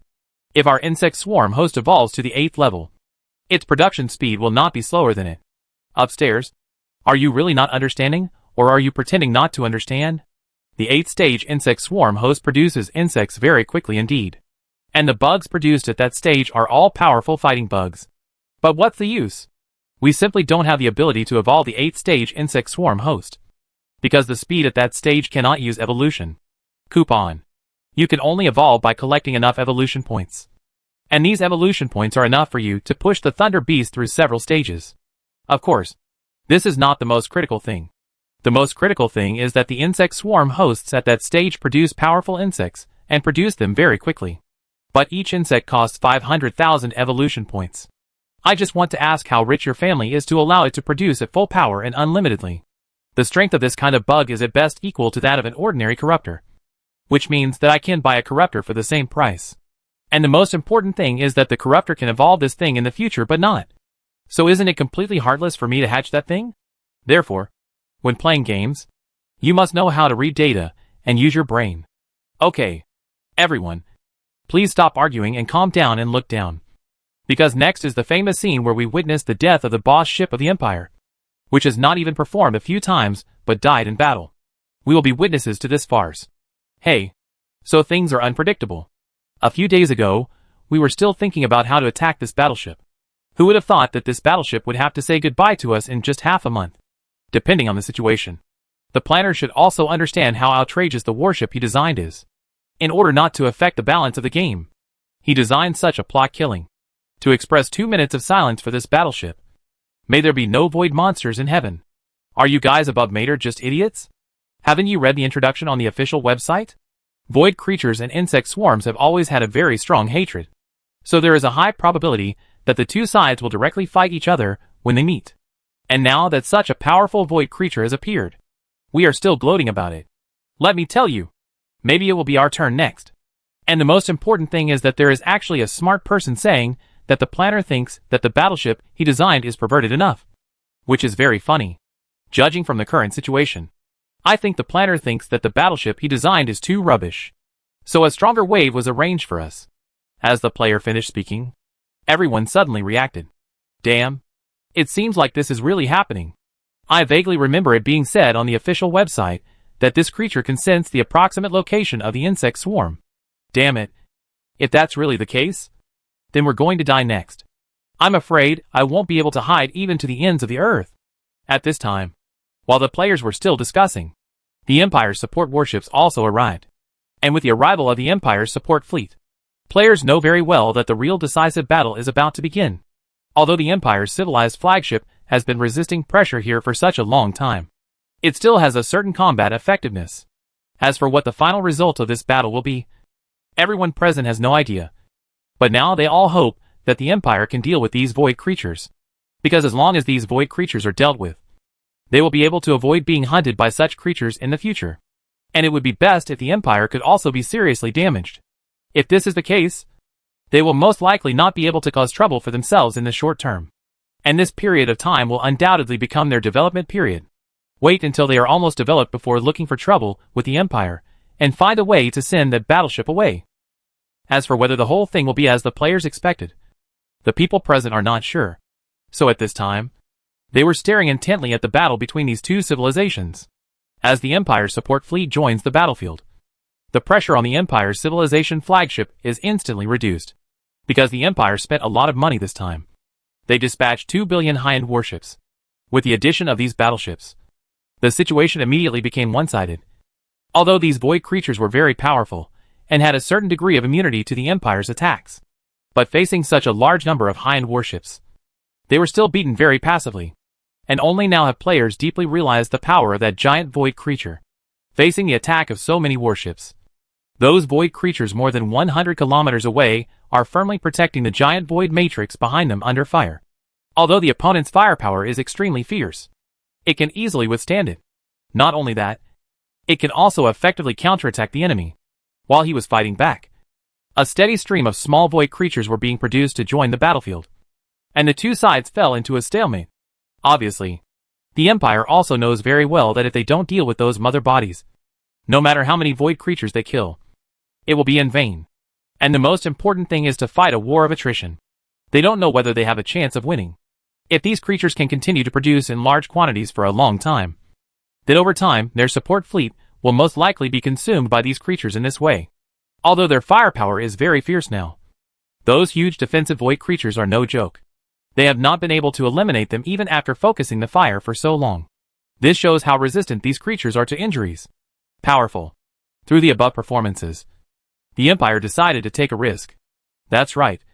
They want to directly use the civilization flagship to eradicate the opponent's creatures. The super weapon of their civilization's flagship is very powerful. This weapon has 2 modes in total. The first mode is to deal a wide range of AoE damage when dealing with players. The second mode is single target damage.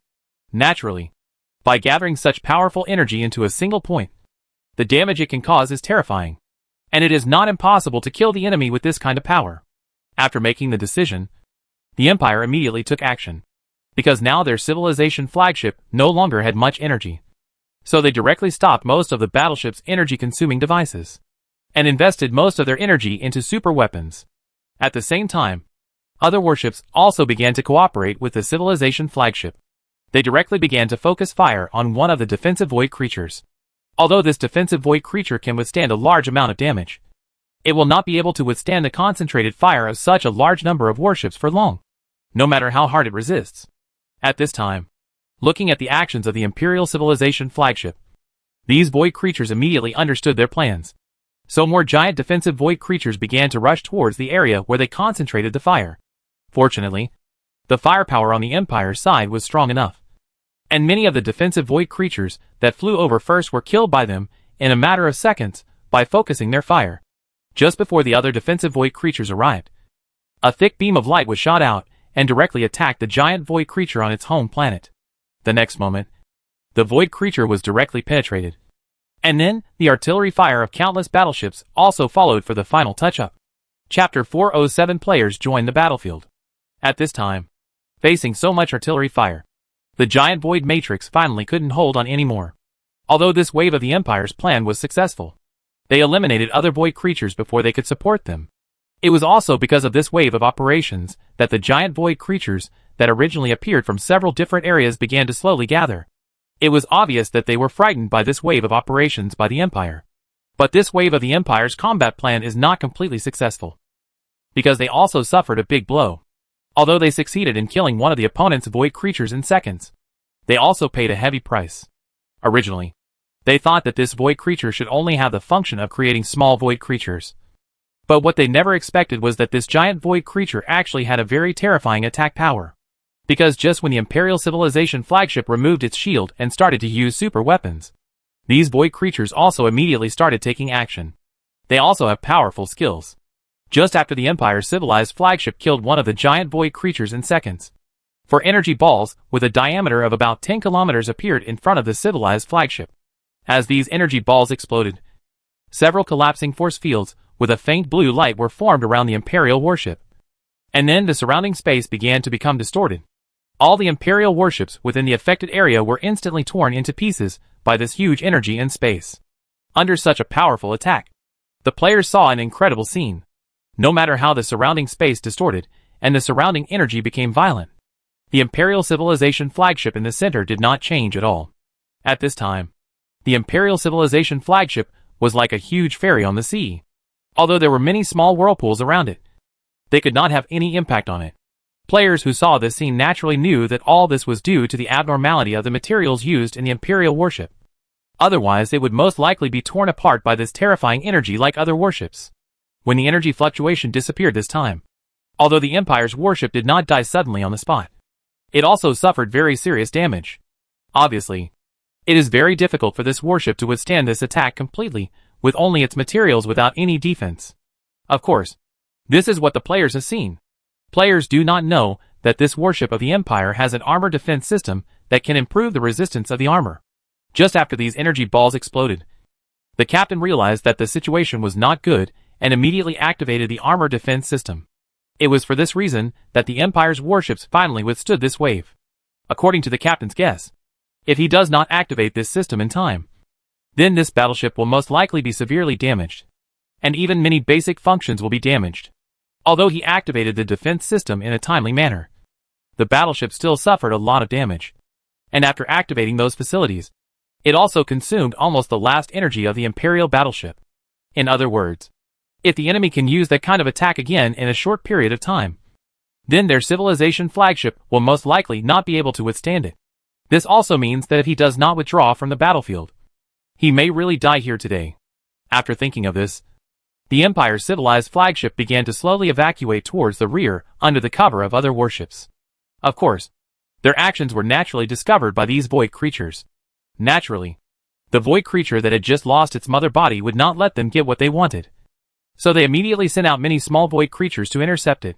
The warships of the Empire were also desperately trying to stop these small void creatures. And at this moment, the second energy ball suddenly appeared, followed by the third and fourth. After seeing this scene, the Empire did not dare to hesitate. They directly began to mobilize surrounding warships to protect the flagship. In order to stop this special energy ball, they even sent battleships over. In this way, after countless battleships were killed, they finally knocked down these 4 deadly energy balls. But before they had time to breathe, the third round came again. The entire process continued in this way for a total of 5 rounds. After these rounds were over, the speed at which the void mother body created small void creatures also slowed down significantly. It is obvious that these void creatures only use this ability 4 or 5 times at most. If it is used more, it will have a very big impact on their entire combat strategy. The Empire that achieved this result paid a heavy price. After sacrificing hundreds of millions of warships, their civilization flagship still took a solid hit. This also made the already severely damaged civilization flagship even worse. At the same time, the Empire saw that forced escape would cause them heavy losses, so they immediately changed their tactics. The remaining Imperial warships began to focus fire on a certain void creature. Although the Empire's civilized flagship had been severely damaged, it could still withstand the damage for a while. Therefore, the Empire decided to fight to the death and let the civilized flagship bear the damage first, while other warships attacked the mother bodies of these creatures. In this case, these void creatures might choose to retreat in order to save the mother bodies. After all, the void creatures understand the importance of the civilized flagship to the Empire. But the Empire also knows the importance of these mother bodies to the entire Void group. So now the two sides have entered into an extreme one-for-one routine. The Void creatures do have the ability to destroy the Empire's civilization flagship. But I, the Empire, also have the ability to destroy all these mother bodies. If you prevent my civilization flagship from escaping, I can also prevent your mother body from escaping. And as long as your mother body is seriously injured, you can only be destroyed by the group. Because now you can deal with us because you can continue to create small Void creatures. But once your path is blocked, you will be finished. And this was the Empire's combat strategy at this time. As the Empire's attack unfolded, the Void creatures also clearly realized that something was wrong. And the Imperial fleet that was still defending immediately turned to attack. And their attack targets were very clear. So as time went by, combat units on both sides continued to suffer losses. After a battle so far, the Empire has lost nearly half of its warships. And their civilized flagship is now on the verge of collapse. The Void creatures have already lost 3 mothers. After suffering such a huge loss, the Void creatures also realized that if this continued, all of their parent bodies might be here. So they had the intention to retreat. In this way, both sides fought and retreated. And the distance between the two sides became farther and farther. The Void creatures and the Empire had a tacit understanding and took back the troops that interfered with the enemy's jump, and then continued to fight while keeping distance in preparation for the final evacuation. If it develops according to the normal routine, this battle should be coming to an end by now. Under normal circumstances, this battle would end with both sides losing. But will things really develop as normal? Obviously, this is absolutely impossible. After all, the players who had watched it for more than half a month would not allow them to evacuate just like that. Especially that terrible Empire. I'm going to withdraw. Thief's son. Have you ever asked us if you want to withdraw? Want to run away? Sorry. I won't agree. Just like that, the players appeared in this star field with shouts. And when the players appeared, their first goal was to rush towards the Empire's fleet group. At this time, the Imperial formation that was preparing to evacuate looked at the sudden appearance of the insect swarm and instantly realized that the situation was not good. The swarms of insects that appeared this time were almost exactly the same as last time, with mostly parallel imports and relatively few genuine ones. Only 300,000 of the hundreds of millions of main battle unit bugs are real, and the rest are basically all fake.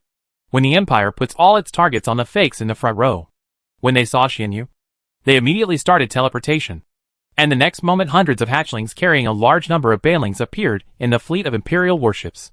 The moment they appeared, they immediately flew around, because no matter where they flew among these fleet groups, if they were exploded, they would cause devastating damage to the area. Originally, if the Empire's warships were relatively scattered, Xianyu would definitely not use teleportation. After all, this skill consumes a lot of energy. But it is a pity that in order to protect the civilization flagship, their fleets were relatively close before. And this also became an excellent bombing opportunity. So the players naturally refused to let it go. These days, the number of banlings and fakes prepared by players has increased countless times. Under the cover of these real and fake insects, the corruptors carrying a large number of banlings arrived at the scheduled detonation site without any risk. The next moment, as the banlings exploded, the area where the Imperial fleet was located was engulfed in dazzling light. By the time the explosion was over, this wave of Imperial warships had lost nearly hundreds of millions. Players can still play 2 rounds with such an explosion. And after the explosion, countless defensive locusts and jump interference locusts also rushed in the direction of the Imperial fleet. And the players' regular troops also moved towards the target point along with these fakes. Although the Empire wanted to stop the players' advancement at this time, it was a pity that they did not have this opportunity, because they must guard against those bomb corruptors that may appear in their fleet at any time. What they have to do now is to kill all these bomb hatchers the moment they appear. Otherwise, when these corruptors separate, it will be a devastating blow to the entire fleet group. Although it is detonated in one area, there is no chance that the warships in that area will survive. But at least, it will be much stronger than if they attack in multiple areas. At this moment, the second wave of teleportation from players also came. The Imperial warships that had been prepared in advance opened fire as soon as these corruptors appeared. The next moment, a dazzling light appeared again. When everything returned to calm, all that was left in the area were just a large number of wreckage of the Imperial warships. These grandsons are imitating chicken thieves. At this time, Xianyu was a little surprised to see the corruptor he teleported being sent away just after he passed by. Now that you know that you are squatting, I will change my routine. As he spoke, Xianyu shouted at the elite players moving behind him, brothers, it's our turn. As Xianyu's words fell, the next moment he saw the main formation consisting of elite units, such as Thunder Beasts, 4th stage cockroaches, 4th stage corruptors, and one-eyed behemoths setting off. At this time, while the Empire was still waiting for the third wave of transmission, the advance team had arrived at the area where their formation was located and started fighting with them. Naturally, the Empire's formations could not sit still and wait for the players to attack, so they immediately launched a counterattack. While counterattacking, they are also paying attention to the surrounding environment and watching out for the next wave of teleportation from players. This is because the players rushed into their fleet group to engage in close-range combat. And this group of players all adopted the tactic of hiding mines in their crotches. To put it simply, their corruptors carried banlings inside. If the corruptor is killed, the banlings will immediately self-destruct. This is their strategy for dealing with such a large number of Imperial warships. All in all, as long as I die, the warships around you will not survive. As for the players' practice of hiding mines in their crotches, the Empire saw it after killing a few of their real ones. The Empire was anxious and hateful when they saw this scene. They really wanted to separate the entire formation, so that they could effectively avoid such large-scale destruction. But it was a pity that they could not do this, because they knew very well that the goal of this group of bugs from beginning to end was their severely damaged civilization flagship. At the same time, while the players were trying to trick the Empire, the void creatures that were preparing to retreat seemed to have discovered a flaw, so they immediately turned around and rushed towards the main battlefield, obviously wanting to take advantage of the situation. Of course, their target to take advantage of the situation is naturally the civilization flagship of the Empire. After all, it was the culprit who killed their mother body. This revenge must be avenged. At this time, with the addition of void creatures, the pressure on the Empire has increased. Not only do they have to prevent players with mines hidden in their crotches, but they also have to withstand the attacks of void creatures, which makes the number of their remaining warships drop sharply. But the only good thing is that at this critical moment, other support formations from the Empire also came over. This is a fleet with a number of more than 1 billion. Of course, the quality of this fleet is definitely not as high as the current fleet, because this is the cannon fodder fleet of the Empire. Although the overall strength of these battleships is not strong, it is undeniable that they are a great help to the Empire in such a situation. After they appeared, their first target was naturally the void creatures that came to take advantage of the situation. The void creatures immediately launched a counterattack against them, and the three-party melee began. Chapter 408: The Pass of the Void and the Insect Swarm. At this time, as the battle on three sides started, the entire battlefield became extremely chaotic. The players' units were the smallest in quantity, but the highest quality among the three forces. Although the Empire has the largest number of warships, their quality is now uneven. As for the void creatures, although 3 of their mothers have been exterminated, it is naturally impossible for the remaining 2 mothers to miss such an excellent opportunity. So due to their crazy production, their overall number ranks second. And considering that they will continue to replenish their troops in the future, their current strength cannot be underestimated. In this battle, not only the players, but also Jiangyao did the same. After all, sometimes opportunities come to you quietly, and all you can do in the face of such an opportunity is seize it. This is an excellent opportunity to eliminate the flagship of the Empire's civilization. Jiangyao will definitely not let it go. In fact, Jiangyao has decided to give everything for this battle from the beginning. Although void creatures will be a big trouble in the future, Jiangyao knows very well that he is more afraid of the Empire than void creatures. Jiangyao is very familiar with the void creature race. After all, as an old enemy of the Zerg, his various situations are recorded in the DNA of the Zerg. In another universe, the insect swarm and these void creatures have been fighting from the beginning. In fact, these 2 creatures appeared on the same planet. That planet gave birth to these 2 creatures that can change the pattern of the entire universe. And the most important thing is that 2 different races on the planet can sense each other's position.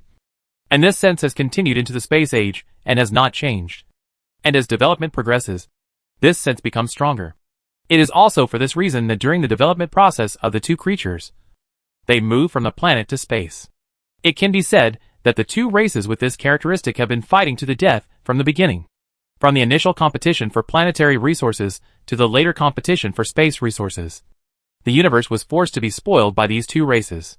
There are no other civilizations in the star fields ruled by these two races. For the surviving civilizations in that universe, these two races are synonymous with terror and despair. They struggle to survive in the star fields not involved by these two races. After these civilizations experienced the baptism of these two races, they also had their own unique way of survival. That's the cosmic drifting strategy. Perhaps in terms of battleship attack technology, they are not a concern compared to many civilizations in this universe. But in terms of battleship material technology, battleship space maintenance technology, and navigation technology, there are really few civilizations in this universe that can compare. Gotta get them. After all, the insect swarms and void creatures in that universe are invincible to them. Faced with such a powerful enemy, instead of researching useless weapon technology, they might as well focus on running away so that their civilization can continue. Because in that universe, choosing a planet as the place for the development of one's own civilization would be an act of suicide. The most taboo thing in that universe is a fixed location. And this is the disaster brought by the insect swarm and the void race to these civilizations. Although void creatures have an inherent advantage in dealing with conventional weapons of civilization, it is undeniable that the insect swarms they fight are not weak. The first is the production speed. There are a total of 10 mothers in the void race. And these 10 mothers are also the main targets of protection for the entire race. Although their production speed is very fast, they are still not enough when compared with the insect swarm. After all, the insect swarm's various military incubation units can be built in batches, so its production volume will instantly increase many times. And in the process of evolution, the insect swarm also has a strong ability to restrain this void creature, especially corruptors. Their attacks are fatal when hitting the defense membrane of these void creatures. This is why the Empire can only fight the basic corruptors at a 55-50 against the void creatures that are very difficult to deal with. Of course, all this depends on the tens of billions of years of confrontation between the insect swarm and the void creatures. During these years of confrontation, the insect swarm has continued to evolve against the void creatures, and the void creatures have also continued to evolve. Although the void creatures have evolved strong defense capabilities, they were still targeted by the insect swarm in the end. But this is also very normal. Although the two races are very similar in many situations, the void creatures are more flexible than the insect swarms. After all, it relies on the void matrix to create small void creatures. And the void matrix can continuously move in the universe. Compared with the void matrix insect swarm, the insect nest is much bulkier. Because insect nests can only take root and sprout in fixed locations. This also means that insect swarms have fewer opportunities to come into contact with other civilizations than void creatures. After all, there is definitely a big difference in the probability of encountering civilization when setting up camp in one place and wandering around in different areas. When void creatures meet other civilizations, a war is naturally inevitable, especially in the early stages of development. So void creatures will often encounter such high-pressure war situations. Naturally, losses are inevitable. It is also for this reason that the void creatures have evolved a defense system against the attacks of these warships. And this defense system is completely different from the attacks released by the Zerg. Therefore, the damage caused by the Zerg to them is very high. Although in the later stage, they often fight against the Zerg and begin to evolve corresponding defense systems against the Zerg. But the Zerg are in a similar situation to them, and they are constantly evolving to adapt to their situation. And the problem lies here, because they often fought with other civilizations at the beginning. So their skill trees were immune to damage from other civilizations, which also led to their lack of skill points when they later competed with the Zerg to evolve. These shortcomings caused them to be slightly inferior to the insect swarm, no matter how they evolved. Although they are weaker than the Zerg in this aspect, they are much better than the Zerg in terms of resource collection. After all, the innate nomadic routine determines all this.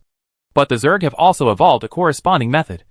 That is, the conversion efficiency of swallowing materials is higher than them, and the daily consumption is lower than them. It is also for this reason that the two races can constantly compete. This confrontation finally came to an end one day.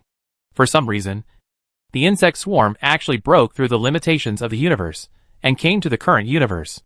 Jiang Yao didn't know how the swarm broke through the restrictions because this section was deliberately erased. As for who erased it, Jiang Yao knew that it was most likely the queen who had done it. But for Jiang Yao, it doesn't really matter how he came here. After all, what he has to do now is to develop well here, and that'll be fine. As for why void creatures can come here, Jiang Yao is also unclear.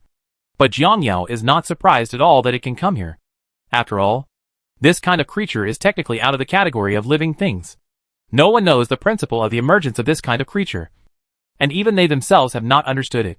Of course, for Jiang Yao, how to deal with them all at once is much more practical than studying them clearly. That's right. Serve them all in one pot, along with the Empire. In fact, Jiang Yao had this idea when he first saw this creature appearing in large numbers. Although the Empire didn't understand what this creature was like, he knew it very well. First of all, the reason why this creature is able to create such a large number of small combat units is because its energy-devouring reserves are terrifying. This is like a swift beast. Even if it evolves, it may only have an upper limit of a few hundred points of energy-devouring reserves. But this kind of void creature is different. For soldiers of the same level and grade, they may have an upper limit of tens of thousands of energy-devouring reserves. This shows how different the two creatures are. Since the small soldiers can have such a big difference, then the large soldiers, as the mother body, naturally have very terrifying energy reserves. And the most important thing is that the void race, which has adopted nomadic tactics for a long time, has also mastered a very powerful ability, which is energy-devouring transmission. It is basically similar to the energy transfer of the insect nest, but it is the opposite. There are other void creatures that can transfer these energy to the mother body. With the transmission of these void creatures, the void mother body does not have to worry about energy consumption. This is why they can madly create small void creatures and fight against the Empire for so long. This is the situation of void creatures. And Jiang Yao, who knew this information, immediately had a battle plan. That was when the void creatures were fighting against the Empire. And he began to make crazy preparations. Wait until both sides are almost there, and then he leads the players over to kill them. At that stage, it is estimated that the void creatures will not have much energy left, and it is basically impossible for them to continue mass production. There is a high probability that the Empire will be consumed and half dead. This is naturally a good time for him to take action. And what surprised him the most was that everything was developing according to the script he had expected. The two civilizations fought for half a month, and the fight was exhausted and suffered heavy losses. At this time, Jiang Yao also knew very well that he should take action. But with these half-month preparations, he naturally had an innate advantage in this battle. The first is the replica. During this period of time, he invested a lot of energy to copy it crazily. The second is some auxiliary units, such as the warp interference locust to defend the locust. During this period, he also allowed players to produce a lot. And in order to allow players to devote all their efforts, he also offered high rewards for this wave, as long as the Empire's civilization flagship can be successfully destroyed. Each participant will receive a limited time evolution coupon, counting the evolution coupons for the epic mission, the evolution coupons for interfering with the Imperial warships, and this time's evolution coupons. Jiang Yao now owes the players a total of 3 evolution coupons. Of course, Jiang Yao owes so many evolution tickets. Can Jiang Yao make up for it with the remaining resources? Obviously, this is absolutely impossible to make up. But Jiang Yao, who owes so much, is used to it. As the saying goes, a lot of debt is not a burden. Now, Jiang Yao just wants to pay it back slowly if he has time. Although he also considered how to obtain enough resources when he first released the epic mission. After the rewards were distributed, players could evolve smoothly. But now his routine has changed. Now he belongs to me, and I just promise you rewards. As for when he can fulfill it, it really depends on fate. After all, it's not that he doesn't want to fulfill it, but that he is really short of resources now. He can't even get the resources for hive evolution, let alone other things. So in his words, since I have set conditions for you, I don't have to worry about fulfilling them immediately. And the most important thing is that I can't run away from this matter anyway. Although the cycle is a bit longer, there will always be a time to cash it out. Also because of the idea that dead pigs on this level are not afraid of boiling water, Jiang Yao did not hesitate to use all the reserved resources for this war. Think about the beginning of the battle. Each of the players' arms has mines hidden in their crotches, and they can also carry such a large number of banlings for the first round of explosions. Where did these banlings come from? It's obviously all from Jiang Yao's side. And in order to mobilize the players to use all their resources, Jiang Yao also set conditions when sending banlings. This condition is that based on the amount of resources used by the players, the leader will provide a certain amount of banling support appropriately. This wave of his operation, he nicknamed it the Assistance Mission. When the players saw this mission, they were immediately excited as they already had thoughts about these two races, and they used resources without any scruples. Thus, the current army of players was born. At this time, as time went by, the battle between the three parties also entered a white-hot stage. The wreckage of battleships, corpses of insect swarms, and dead void creatures could be seen everywhere in the entire battle area. Although all three parties suffered heavy casualties at this time, this could not stop the three parties from fighting. The players' thunder beasts were harvesting the enemy's battleships wantonly, and many corruptors saw the opportunity and rushed towards the area where the opponent's fleet was densely populated. The void creatures were at war with the Empire's cannon fodder fleet. During the battle, countless Imperial cannon fodder warships turned into brilliant fireworks in the universe, and at the same time, many void creatures died here. In this battle, the three parties almost tried their best, but compared to the void creatures and the insect swarm empire, it was obviously much worse, because now he was besieged by two races. Seeing that the number of its own warships is constantly decreasing, the Empire also knows that this battle may be in danger. Although there are still many warships within their civilization that can be sent to support, the current Empire does not dare to do this, because once these warships are dispatched, if something happens to these warships, their civilization will really be over. Although after this battle, the three civilizations will enter a long period of recuperation. But don't forget that there are many more enemies than the insect swarm and the void creature empire. Chapter 409, The Troubled Empire. So for the Empire, their situation is different from that of players and void creatures. After all, their family wealth is here, and in order to ensure the safety of their family wealth at any time, they will have reservations in battle. They must ensure that even after the war, their remaining forces can still deter the surrounding civilizations. Otherwise, even if they win the war, it will be considered a failure for them. Although in order to ensure the security of their territory at this time, they are very likely to lose their civilization flagship. But there is no way around it. At this point in the battle, their combat strategy has also undergone tremendous changes. From defense at the beginning to offense later, and finally to the current strategy of losing the team to protect the team. Through the above changes, it is not difficult to see that this empire has taken great pains to preserve their civilization flagship. But the only thing they can do now is to continue to take this road to the dark side at all costs. If they can save it, it is the best. If they cannot save it, then they have no choice. At this time, the players were naturally targeting the flagship hidden in the Imperial formation. Speaking of which, Xianyu, can you still open teleportation? At this time, the players who had been unable to break through the Empire's defense line after many attempts once again set their sights on Xianyu. Open Gil. The remaining energy of our Thunder Beast can only support our normal consumption. If we start teleportation again, I guess we will have to consider the safety of the Thunder Beast. Damn it. We can't attack without teleportation. The Empire has obviously calculated that we can no longer teleport. Otherwise, they would never dare to form such a formation. The most important thing is that our fakes have been almost killed. Now it is basically impossible to rush over with the damage. And the most important thing is because we carry banlings. So in order not to affect our teammates, you still have to keep your distance. Damn. This wave is so uncomfortable. The civilization flagship on the opposite side was blown into pieces. As long as we work hard this wave, we should be able to send it away. Work hard. How much has that broken ship changed after being beaten for so long? It has been like that since we joined here. And it still looks like that now after we bonded so many times. Now I am seriously doubting whether our banlings can't cause damage to it. Otherwise, it would be too much to say nothing after so many waves of explosions. To be honest, in order to cause effective damage to this kind of battleship, it must be a void creature's ultimate move. Yes, that thing still made a rattling sound when it hit the Imperial warship.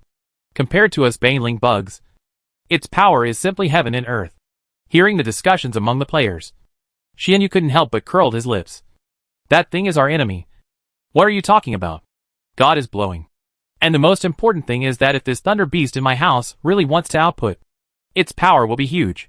It's definitely no worse than that thing. If I hadn't started teleporting for you guys, would I have been reduced to driving a Thunder Beast? Okay, don't complain. Our replicas are almost dead. Now that the pressure on the route is getting bigger and bigger, let's think about what to do first. What else can we do? Now we can't rush through. The opponent's defensive formation is really well arranged.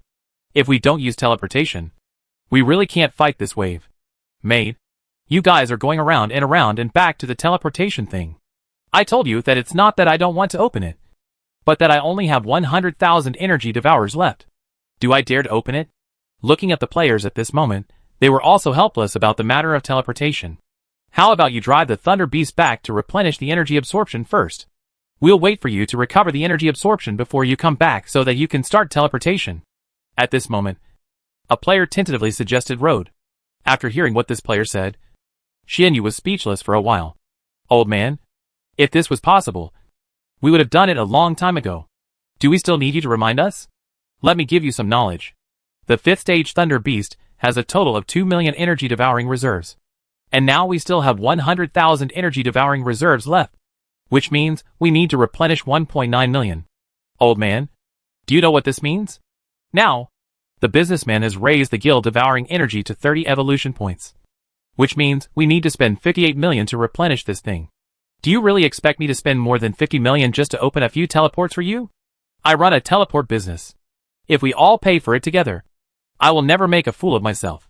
The reason why I gave you free teleportation before was because our Thunder Beast slowly replenished the energy by devouring matter. This is for free, so I think it doesn't matter if I open it. But if you want me to spend money to get in, the nature is different. When Xianyu said this, everyone fell silent. It was obvious that they were also frightened by the power of this Thunder Beast. Damn it. A small guild really can't afford this thing.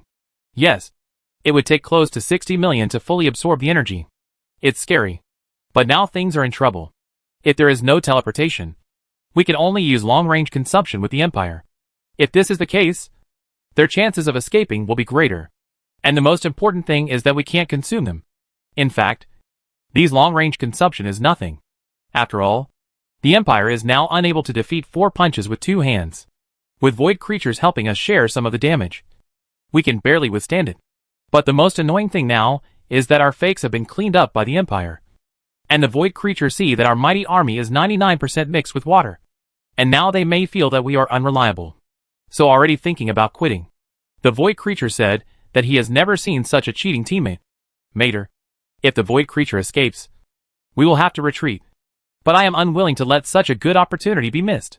Mater, how about each of us contribute some money to Xianyu and the others? Anyway, if we kill this battleship, we will all get a reward. This is not a matter of whether we can get it together. Even if we get it together, will we still have enough time? Now that the void creatures have begun to think about retreating. What I'm worried about now is that when Xianyu and the others go back to replenish their energy, the void creatures are lost. And then we are doomed. This is also a troublesome thing. Once the void creatures withdraw, it is impossible for our small population to stay with the Empire for long. Although the players have no choice at the moment. This does not mean that Jiangyao has no choice. Jiangyao would not let go of this opportunity no matter what. Although he knew very well that his behavior was extremely risky, he could not care so much at the moment. Special mission released, at any cost. Mission description, looking at the current battle situation. The leader clearly knows that this is the only chance to kill the Imperial warship. So after the leader thought twice, he decided to bring the insect nest over to assist the players. And in order to ensure that everything is foolproof, the leader decides to increase investment in supporting banlings. Next, players need to cooperate with the leader to release the banlings at the predetermined location. At this moment, with the release of this mission, everyone was overjoyed. Damn! This wave is so powerful. This NPC directly joined the battle. This wave is stable. In other words, even if he is the leader, his role will not be very big if he joins. The people upstairs look at you as a newcomer. First of all, you don't know anything about the function of the insect nest. Not to mention the use of the insect nest. As long as the NPC joins, the battle will be basically stable. After all, no matter what game it is, once the NPC comes to help, the players will basically have nothing to do. Anyway, the NPC data is adjusted by the official at will. So no matter how strong the boss is, it can be properly grasped. And just when the players were talking about it, Jiangyao's insect nest also arrived here. When Jiangyao's insect nest arrived here, he immediately turned on the energy devouring transmission function. And as the energy devouring transmission function was turned on, the players became excited. Damn! This NPC is so powerful. He activates buff as soon as he comes. It's so exciting. Brothers, get ready. Boss Xianyu is ready to teleport. The leader will release a lot of banlings in a moment. Friends who want to teleport should go and replenish them. Try to bring as many as possible. In this way, More than 100 dark matter banlings were added to each corruptor of the first batch of teleported players. And after everything was ready, the energy-devouring side of Xinyu also recovered a lot. After everything was ready, Xinyu and the others activated their skills the next moment. And with the activation of this wave of teleportation skills, the previous scene once again appeared in the Empire's fleet group. How is it possible? How can they still use this technology? If it could be used, they should have used it long ago, and it would not have been delayed until now.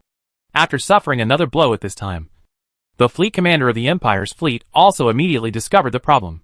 He couldn't help but look serious when he looked at the insect nest that had just appeared on the battlefield. It must be the fault of that giant starry sky beast. What is going on? How could the starry sky beast get together with the insect swarm? At this point, the commander also expressed his confusion about the scene in front of him. But when he saw many banlings emerging from the body of the giant star beast, he thought of a possibility. It seems that the star beasts and the insect swarm have formed a symbiotic relationship. Two different races help each other. But logically speaking, this should be impossible. After all, the characteristics of the starry sky beast. At this point, he hesitated to speak. But now, he knew very well that he had to come up with a way to deal with it as soon as possible. We must deal with the units that their jumps interfere with. Otherwise, if we continue, our civilization flagship may really be consumed by these bugs. The fleet commander who thought of this at this moment looked at the small locusts and void creatures surrounding the fleet and made a decision. In this case, we can only take a risk. At this time, he knew very well that the reason why his civilization's flagship could not escape was because the jump interference units of void creatures and insect swarms had been interfering with the jump of his civilization's flagship. These small units are the most troublesome to deal with. Not only are their targets smaller and faster, but most importantly, their numbers are also extremely terrifying. If you don't clear them out, then unless you clear out the main battle units of both races, the enemy will have to withdraw these interfering units. But it is obvious that their civilization flagship will most likely not be able to survive that time. After all, it will be quite difficult for him to fight when these two races cooperate. Although the quality of the insect swarm is relatively high, their quantity is always a flaw, so it is easier to deal with. The most difficult thing for him now is the void creatures.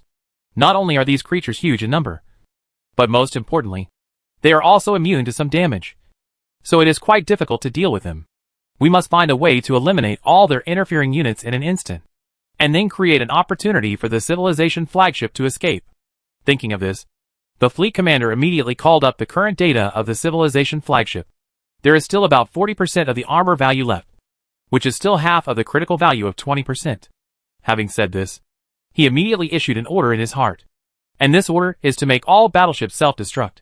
The number of remaining warships in the Empire is still calculated in billions, although most of these warships were later added to the cannon fodder warships. But even if so many battleships self-destruct at the same time, it is still quite painful for the commander of the Empire. But right now, he has no other better way, because he understood very well what the civilized flagship meant to them. If this civilized flagship died here, then they would be uncomfortable. Although with their technology and their accumulation, as long as they are given enough time, they can still build another one. But it was obvious that their enemies would never give them time. In the past, the civilization flagship disgusted their enemies so much. If the civilization flagship exploded, their enemies would not let them get another one, no matter how stupid they were. So if the civilization flagship really fails at this time, then there is a high probability that they will have no chance to build a second one. So now the commander is very clear that he must save the civilized flagship at all costs. Although the person above was ready to destroy the civilized flagship, he knew very well that the civilized flagship could not explode. Compared with the group of people above, he has been on the front line of the battle for a long time, and has a very good understanding of other civilizations. He also knows very well what this civilization flagship means to other civilizations. So after knowing this, he would never allow this battleship to disappear like this. Because once this battleship is gone, it is very likely that they will not be able to withstand the enemy's attack. After all, the number of enemies they have accumulated over the years, and the people who are secretly eyeing them is quite large. It's just that they didn't dare to take action because of the civilization flagship. Chapter 410. The Empire escaped and started a war with the Void race. And after years of fighting, he naturally understands how powerful a deterrent this battleship is to other civilizations. First of all, in conventional combat, as long as this warship goes there, if the enemy does not have a warship of the same level to compete with it. Basically, the enemy's big ships will be cleared out by this warship first. Then, they can directly use large ships to suppress the tonnage of the enemy's small ships. Moreover, after this warship cleaned up the big ship, it cleaned up the small boat very quickly. Therefore, if the enemy does not have a warship of the same level, once this warship is dispatched, they will have an absolute combat advantage. And the most important thing is that even if the enemy has a civilized flagship and wants to confront theirs head-on, it is impossible. The strength of the same civilization's flagships is also very different. Some civilizations' flagships may use less than 1/5 of the materials of this battleship. As for the technological level, they are naturally slightly inferior to this battleship. So they still have an absolute advantage under the bombardment of super battleships. After all, having such a huge family fortune here is no joke. But if this battleship is lost, the outcome of future battles will be different. The enemy civilization flagship can easily send away all their capital ships and then play the same tricks they are playing now. Although the technological level of the enemy's civilized flagship is much inferior to that of our own ship, no matter how inferior it is still a civilized flagship. And it is simply not something that the capital ships in our own fleet can compete with. Perhaps for the people above, they will feel pain for a long time when they lose civilization. But only he who has been running on the battlefield for a long time can truly understand how much the loss of this battleship will change the future battles. Therefore, he could not let this civilized flagship have problems, even if it cost all the warships present. Although it is very difficult to clean up these small bugs and void creatures one by one. After all, these things are not only fast but also small. Although their skin is very fragile, they can still withstand several shots from small guns. So waiting for them to slowly clean them up will definitely not work. And the most important thing is that the enemies will not just watch you clean it up. They will definitely release a lot of these things while you are cleaning it up. So your cleanup work will never end. And it is for this reason that this commander has no choice but to use this method to deal with these interfering units. Although the power of the battleship explosion is not very strong, your gadgets can still do it. So as his order was issued, all warships directly activated their self-destruction devices. Although many of their warriors have clones, so it doesn't matter if they die. This is not the case for everyone. So at this time, he also knew very well how much harm this decision would cause them. But at this point, he had no choice. As his order was issued, the warships in the Imperial fleet turned into the most gorgeous fireworks in the universe almost at the same time. The power of such a huge warship self-destruction should not be underestimated. Although their civilized flagship could withstand the blow, the surrounding void creatures, whether insects, were all killed in the explosion. Not only these small combat units, but also the corruptors, who were relatively close, were killed instantly. This explosion reduced a total of about 17% of the armor of the Imperial civilized flagship, and almost exceeded the critical value of the Imperial civilized flagship's armor. As the explosion ended and the light dissipated, there was nothing else on the battlefield except the wreckage of the Imperial warship. At this time, the players present were dumbfounded when they saw this wave of tricks from the Empire. Holy shit. What happened? If I wasn't blind, the Empire's battleship would have exploded. Not only did the Empire's battleship self-destruct, but the civilized flagship also disappeared. Could it be that it also self-destructed? I thought it would also self-destruct along with it. But unfortunately it didn't. Just now we detected that there was chaos in the area after the self-destruction ended. It was obvious that the Empire's civilized flagship took the opportunity to escape. Damn it. Using hundreds of millions of warships as cannon fodder just to get rid of one warship is really cruel. Think about the performance of the Empire's civilization flagship during this period. The void creature alone has not been broken for half a month. This alone is enough for them to save it at all costs. Because of its role in the battlefield, the effect is really great. Alas, it will be difficult to eliminate it after missing this opportunity. And the most distressing thing is that our mission has not been completed this time. And the evolution tickets have also been wasted. Not only did the evolution scroll go to waste, the most important thing is that we invested so much, but it was all in vain. This is really a big loss to my grandma's family.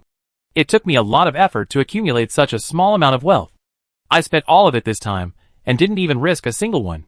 Just when the players were still distressed, they saw void creatures in the distance attacking them directly. Holy crap! These bastards didn't run away. Their losses were much worse than ours. Under such circumstances, they did not run away to recuperate, but instead came to trouble us. Stop talking upstairs. Can't you clearly see the current situation? although they have suffered more losses than us. Their base is here. Damn. I forgot about this. No matter how many of them die, there will still be at least 1 or 200 million combat units. And we only have less than 150,000 here. I'm sorry. This is a shame. Otherwise we can run away. Take a hammer. The insect nest is really disturbed.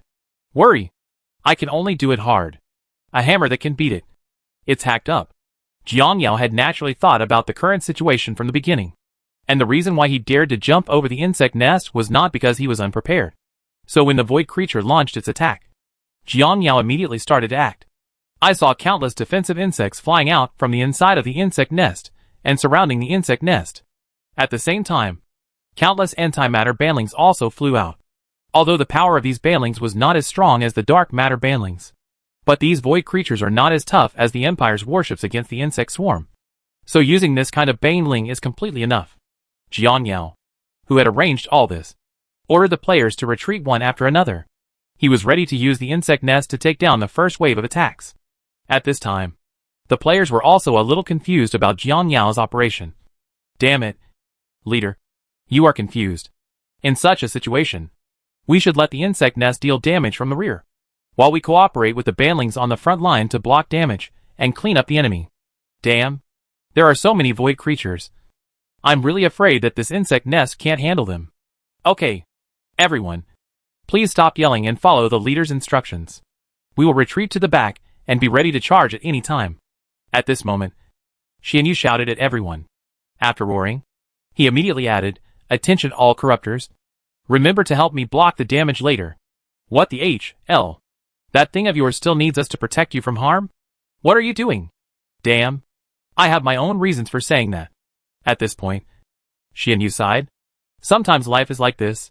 Do you want to be a coward for the rest of your life, or do you want to be a hero? Even if it's just for a minute. Although I am a salty fish, I also want to have a highlight moment in my life. So I chose the latter. Okay, don't pretend to be 13. Have you forgotten what the leader said? Damn it. The insect nest is about to fight those void creatures. So be prepared. At this time, you are still ready to act like a salted fish.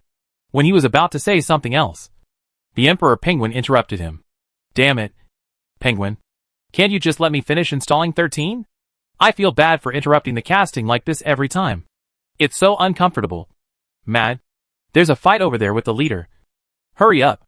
Don't rush me. The skill is already activated. As Xianyu finished speaking, the next moment the huge figure of the Thunder Beast disappeared from the player's sight. What's going on? Are you being pinched? How come people disappear while talking? At this time, sharp-eyed players have discovered where Xianyu is at this moment. Holy shit. Brothers. Look. That stupid fish teleported directly behind that giant void creature. What the hell? This guy wants to carry out a beheading operation. Unbelievable. It's incredible. It's incredible. No wonder you just pretended to be 13 and talked a lot. It was for this reason for a long time. Holy crap. Can this one-on-one fight be successful? I always feel a little hung up on it. It shouldn't be a big problem. Right? Look at the seriously injured mother he picked. And because of the insect nest, the salted fish's energy consumption should be full. So I feel like this is really a problem. Might kill it. At this time, while the players were still talking about it, the Emperor Penguin quickly said to everyone, brothers, stop chatting now. It's time for us to charge. Let's hold back this group of void creatures and prevent them from returning to help, creating more time for the salted fish to attack and evacuate. The reason why the leader let the insect nest and the void creatures fight first is to attract the attention of those large void creatures. And there are a lot of banlings inside the insect nest that can basically fly out and explode. So they can be cleaned up as quickly as possible. Drop them. And the most important thing is that if the insect nest is on the front line, it can continuously provide us with energy phagic transmission. And this wave of energy phagic transmission is free. So this wave we don't need to be stingy with energy phagy, and all skills will be turned on at full power. Don't be shy this time. Just do it. Just like that. The players shouted and rushed forward. Although the number of enemies was much greater than them, with the support of banlings and fully activated skills, the players could still barely withstand it. At this moment, those void creatures naturally discovered the salted fish that had been teleported behind them. So many void creatures immediately began to come back for reinforcements. But it's obvious that the players don't intend to let them get what they want. Their main goal in this wave is to hold back those large void creatures. As for those small void creatures, let them go back. Anyway, the damage caused by these small void creatures to Xianyu is very low.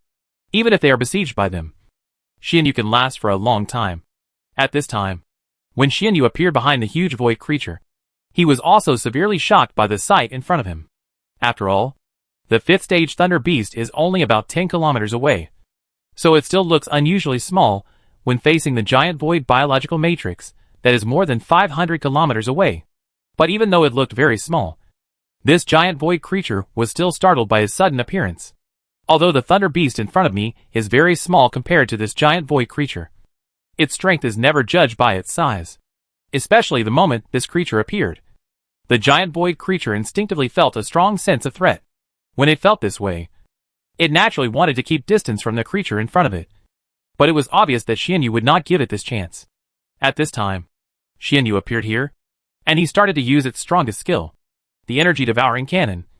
Without saying a word, the teleportation Thunder Beast plus Banlings at this distance consumes 100,000 energy-devouring points. And if I go back alone, it will cost 50,000 energy-devouring points.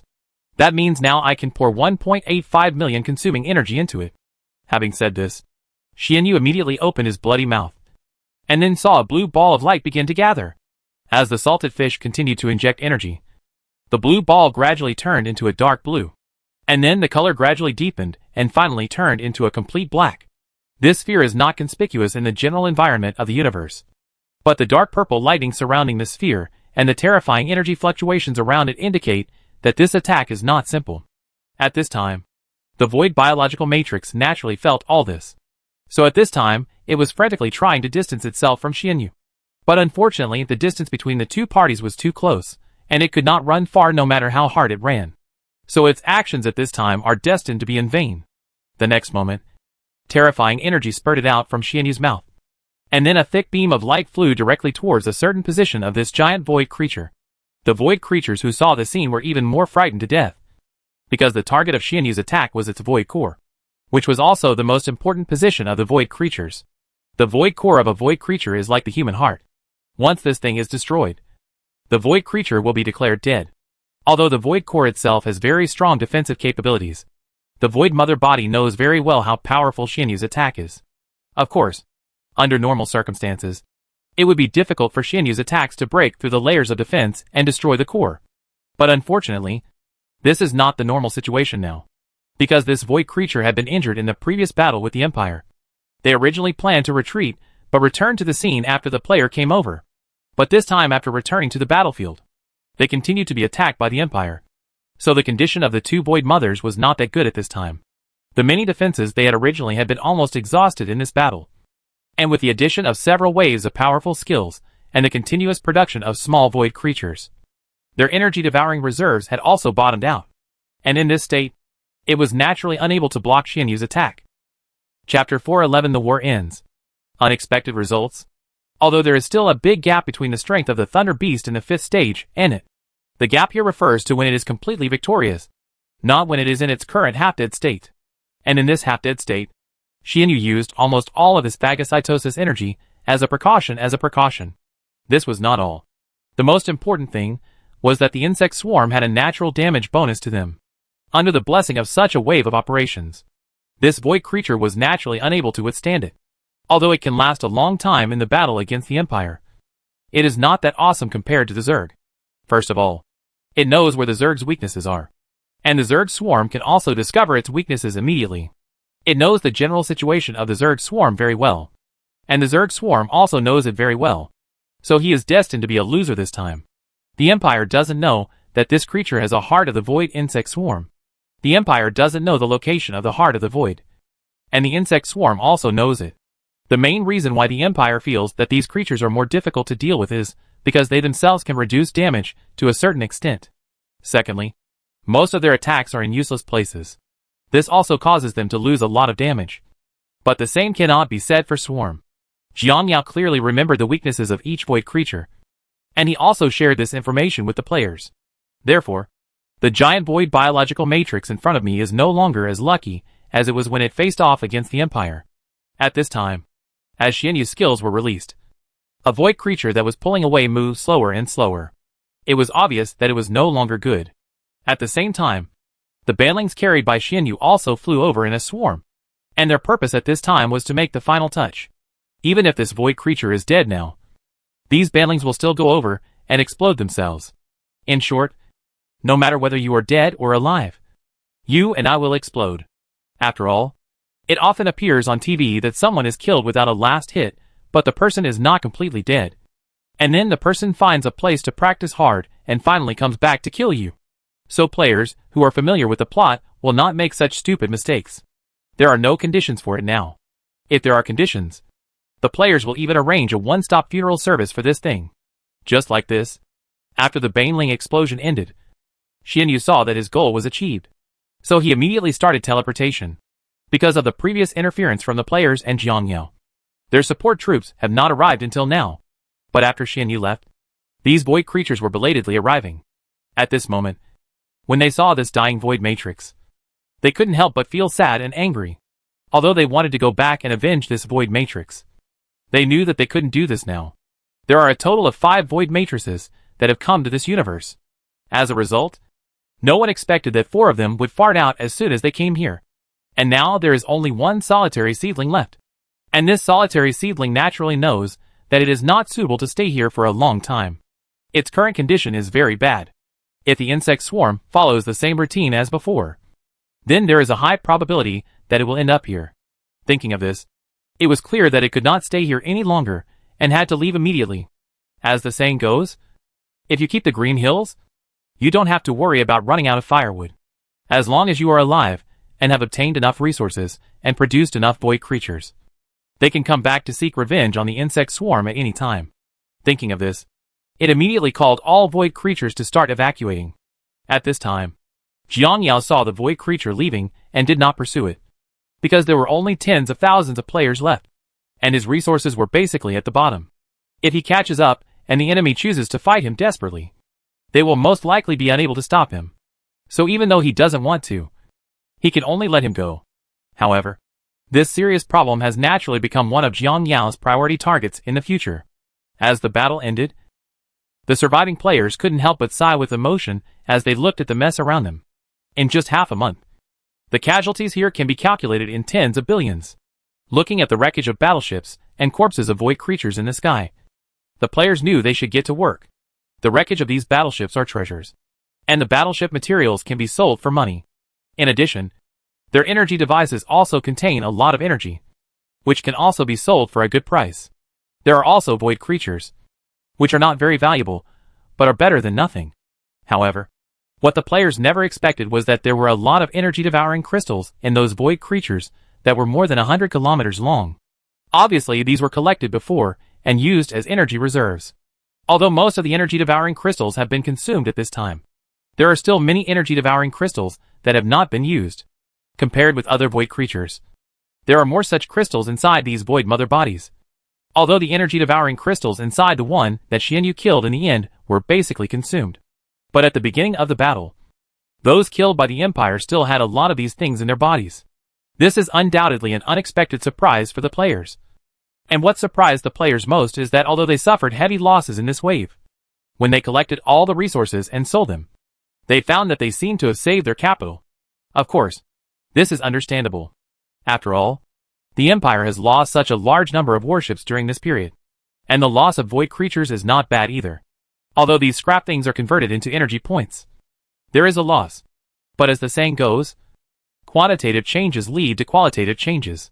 After collecting such a huge amount of wreckage in this wave, players were forced to return to the pre-war state of capital preservation.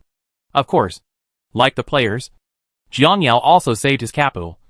But in addition to withdrawing his investment, Jiangyao also got an additional 1 million energy-devouring crystals. For him, these energy-devouring crystals are nothing more than giving him timely help. Although these energy-devouring crystals are still far away from evolving the insect nest, Jiangyao has no intention of using this batch to evolve the insect nest. He plans to use this batch of energy-devouring crystals as a reserve for emergencies. And the most important thing is that players have lost so many units. They also need to consume this thing to evolve when they resupply units. Therefore, This batch of energy-devouring crystals basically has these two functions. If he wants to evolve the insect nest, Jiangyao knows that he still needs to continue to look for traces of the starry sky beasts. But for Jiangyao, after experiencing this battle, his path will be much easier in the future. First of all, there is the Empire. It is basically impossible for them to cause trouble for themselves in a short time. Although the void creatures can cause trouble for themselves, it is definitely impossible in the near future in their current state. And the most important thing is that if there are 5 mothers, then Jiangyao will most likely be chased everywhere. But now there is only one of them left. So there is no need to worry too much for Jiangyao. But, although on the surface, all 3 parties were seriously damaged in this battle. In fact, my side was not harmed. Although some of the main battle thunder beasts have been seriously injured, it won't take long for them to recover. As for my core insect nest, although it was besieged by them for a period of time in the previous battle, it was protected from insects, so it did not suffer much damage and recovered very quickly. That is to say, I can recover my energy much faster than them. After I recover my energy, I will continue to collect resources crazily in this star field and let the players evolve again. When your strength improves with the players, you will go directly to the Empire to cause trouble. After all, this wave of empires has suffered heavy losses. At this time, their strength has reached a low point. It is a good time to trouble them. Thinking of this, Jiangyao immediately started to take action. As for why Jiangyao did not choose to find the void creature that could locate his coordinates immediately, the reason was also very simple. Although this creature theoretically poses a greater threat to him than the Empire, Jiangyao knows very well that this creature has probably just come from the universe over there. So if nothing else goes wrong, this guy is still in a state of poverty. He would rather attack an empire with a rich family than attack a poor person. And the most important thing is that there is no evolution point to attack this kind of creature at all. This kind of creature can only produce that kind of void energy with no known use. Therefore, before we know what the effect of this void energy is, the losses caused by attacking them by ourselves are hard losses. The resources on our side are still in short supply now. So naturally it is impossible to squander it like this. As for the group of void creatures, they must be destroyed. But when they are eliminated, they must at least solve the affairs of the Empire themselves. Take advantage of the current imperial disease to kill the Empire first. Then take advantage of the Empire's resources to improve yourself. And finally go after the void creatures to cause trouble. After thinking about all this, Jiangyao continued to think about it. If we want to capture the Empire first, the troops I have now will definitely not be enough. Even if players evolve a few more rounds this time, the quality will still be unable to make up for the gap in quantity. After all, this skinny camel is bigger than a horse. At this point, Jiangyao thought about it for a long time and finally found a plan. Although I don't know how much reserve combat power the Empire still has, no matter how small it is still a huge amount for me. It is unwise to engage in a head-on battle. To defeat them head-on, according to my current estimates, the total number of players must reach at least tens of millions. And only if they are all second-level corruptors or above. Such a magnitude is definitely unreachable with the amount of resources I have now. And if nothing else happens, it will definitely be impossible to achieve it in the short term. Thinking of this, Jiangyao couldn't help but sigh. Logically speaking, the insect swarm should not be confused by this kind of thing. After all, this is the inherent advantage of the insect swarm. But the fact is so strange. Jiangyao has been troubled by this problem from beginning to end. Although he has the system to greatly improve the strength of the insect swarm, the corresponding amount of resource acquisition is also constantly soaring. In addition, the players are not those honest bugs. If you want them to stay on the planet and chew the soil, they will definitely not be happy. So although he is now a swarm, his development direction is completely different from that of the swarm. However, there was nothing that could be done about it. So Jiangyao decided to take another way to solve this matter. That is to broadcast the battle information here to the entire universe. Of course, Jiangyao does not intend to expose some of the more important information in this battle information. He planned to keep the information about the weakness of the Void Race himself. While he could broadcast the information about the existence of the Void Race, and the fact that the Empire was turned into a bear, Jiangyao still knows a little about the situation in the Empire. He knows very well that there are many enemies in the Empire, and those enemies are tolerant because of the strength of the Empire. But after they receive this piece of information, it will be different. Because through this piece of information, they can know the actual situation of the Empire. First of all, The failure of the main battlefield caused a large number of battleships to burp. Immediately afterwards, even the extremely powerful civilization flagship was severely damaged. It is self-evident what these two pieces of information mean to those civilizations. Jiang Yao estimates that such a good opportunity cannot be missed by those civilizations. When some civilizations come to trouble the Empire, which is already seriously injured, will inevitably suffer miserably from these civilizations. Of course, what Jiang Yao hopes most is that these civilizations and the Empire will suffer both losses. At that time, he can go over and pick up the slack. Of course, the probability of such a thing happening is very low. But to him, it doesn't matter even if such an effect cannot be achieved. With the restraints of these civilizations, the Empire will not be able to recover too quickly in the short term. This also means that he can buy himself more time. After all preparations on my side are complete, the Empire may not have even entered the recovery period. At that time, I will lead the players to liquidate the Empire's affiliated civilizations one by one. Wouldn't it be a pleasure to do so? Regarding attacking the Empire, Jiang Yao's idea is to attack the affiliated civilization first. Because if he attacks the affiliated civilization, it is absolutely impossible for the Empire to send troops to support immediately, especially in the current state of the Empire. Then, he can collect resources to develop and grow while cleaning up the affiliated civilizations. After almost all of these affiliated civilizations are cleaned up, his elite unit formations should have evolved. And Jiang Yao also has a lot of coordinates of these affiliated civilizations. After all, they have experienced many wars, large and small, from the time they fought against the Empire until now. During these wars, Jiang Yao also obtained the accurate locations of many affiliated civilizations through those cannon fodder warships. The reason why he didn't dare to take up the idea of these civilizations in the past was because the Empire was still in its heyday. So it was not the right time. But now is the right time. After making the arrangements, Jiang Yao sent the coordinates of the remaining resource points in this galaxy to the players. After the players have obtained all the resources of these planets, it will be time for him to set out to find trouble for the Empire. According to Jiang Yao's prediction, this wave of players will be able to complete these resource galaxies in 3 to 5 months at most. And by that time, their insect nests should be almost restored. Chapter 412 The Salted Fish Guild begins to explore the radiation area. In this way, players entered the development period during this period. Many guilds received a lot of resources from the coordinates Jiang Yao provided them. Especially for these areas, it still adopted the same routine as before. This also allows each guild to have exclusive access to a planet or a galaxy. As long as your luck is not too bad, your income will basically not be too low. Of course, for players, this is also a good opportunity for them to take off, especially for small and medium-sized guilds. If they are lucky, their strength can be doubled several times. The only thing that made Jiang Yao feel regretful during this period of time was the matter about the Starry Sky Beast. So far, he still hasn't found the location of that thing. Although he had expected this from the beginning, he still couldn't help but feel a little disappointed when the final result came out.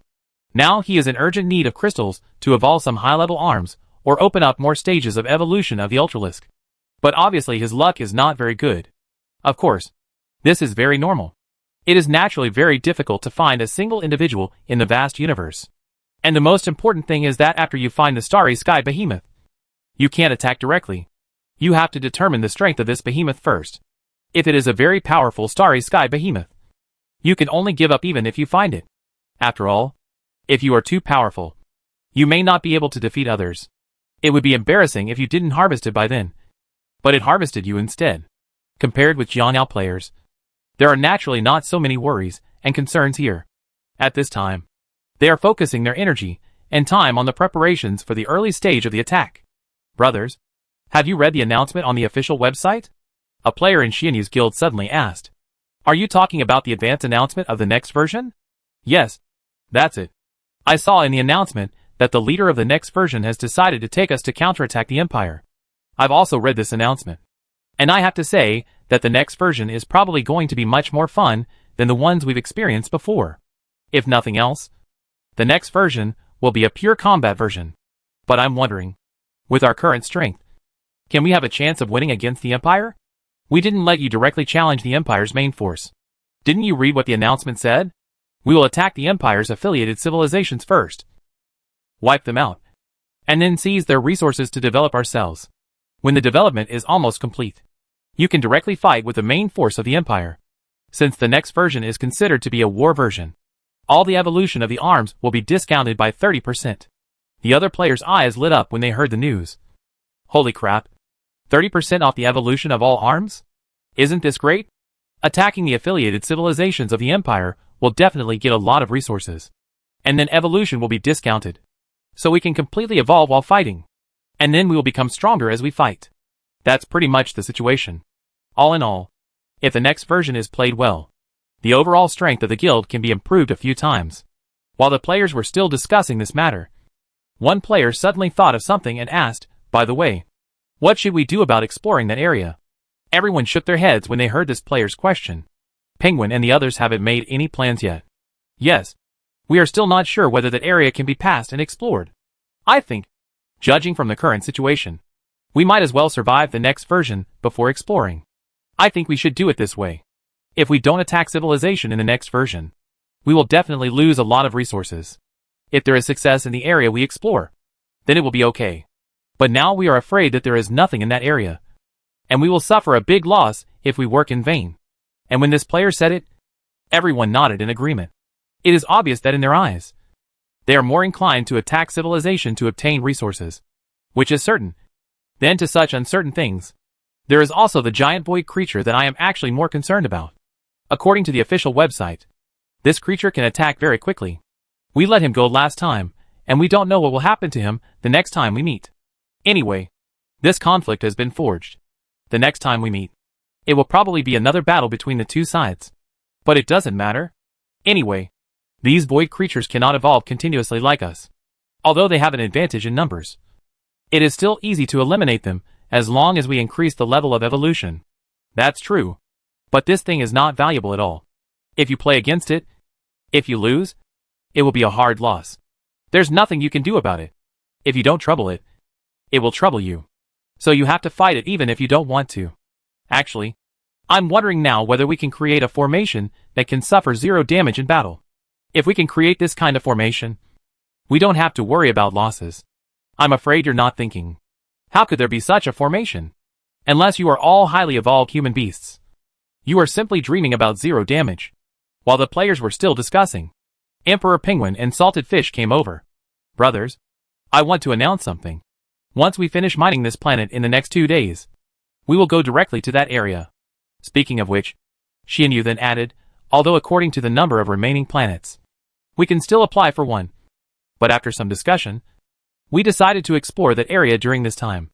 After all, applying for a new planet is actually a kind of gambling.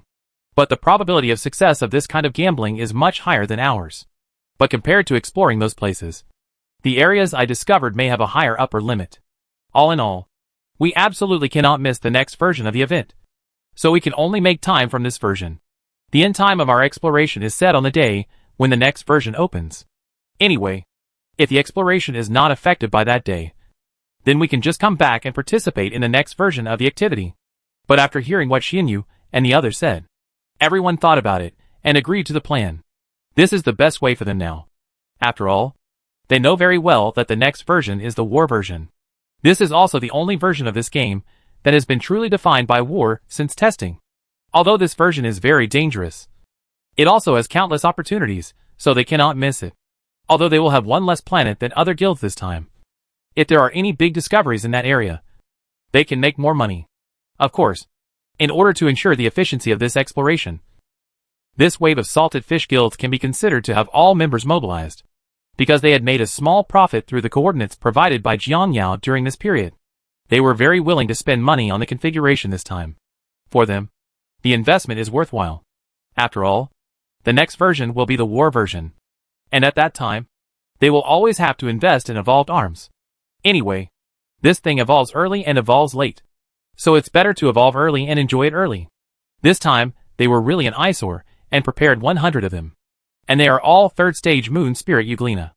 In addition to the eyeworms, they also evolved the previously used 1st stage corruptors to the 2nd stage. And also pulled out 100 corruptors to evolve to the 4th stage as an elite team.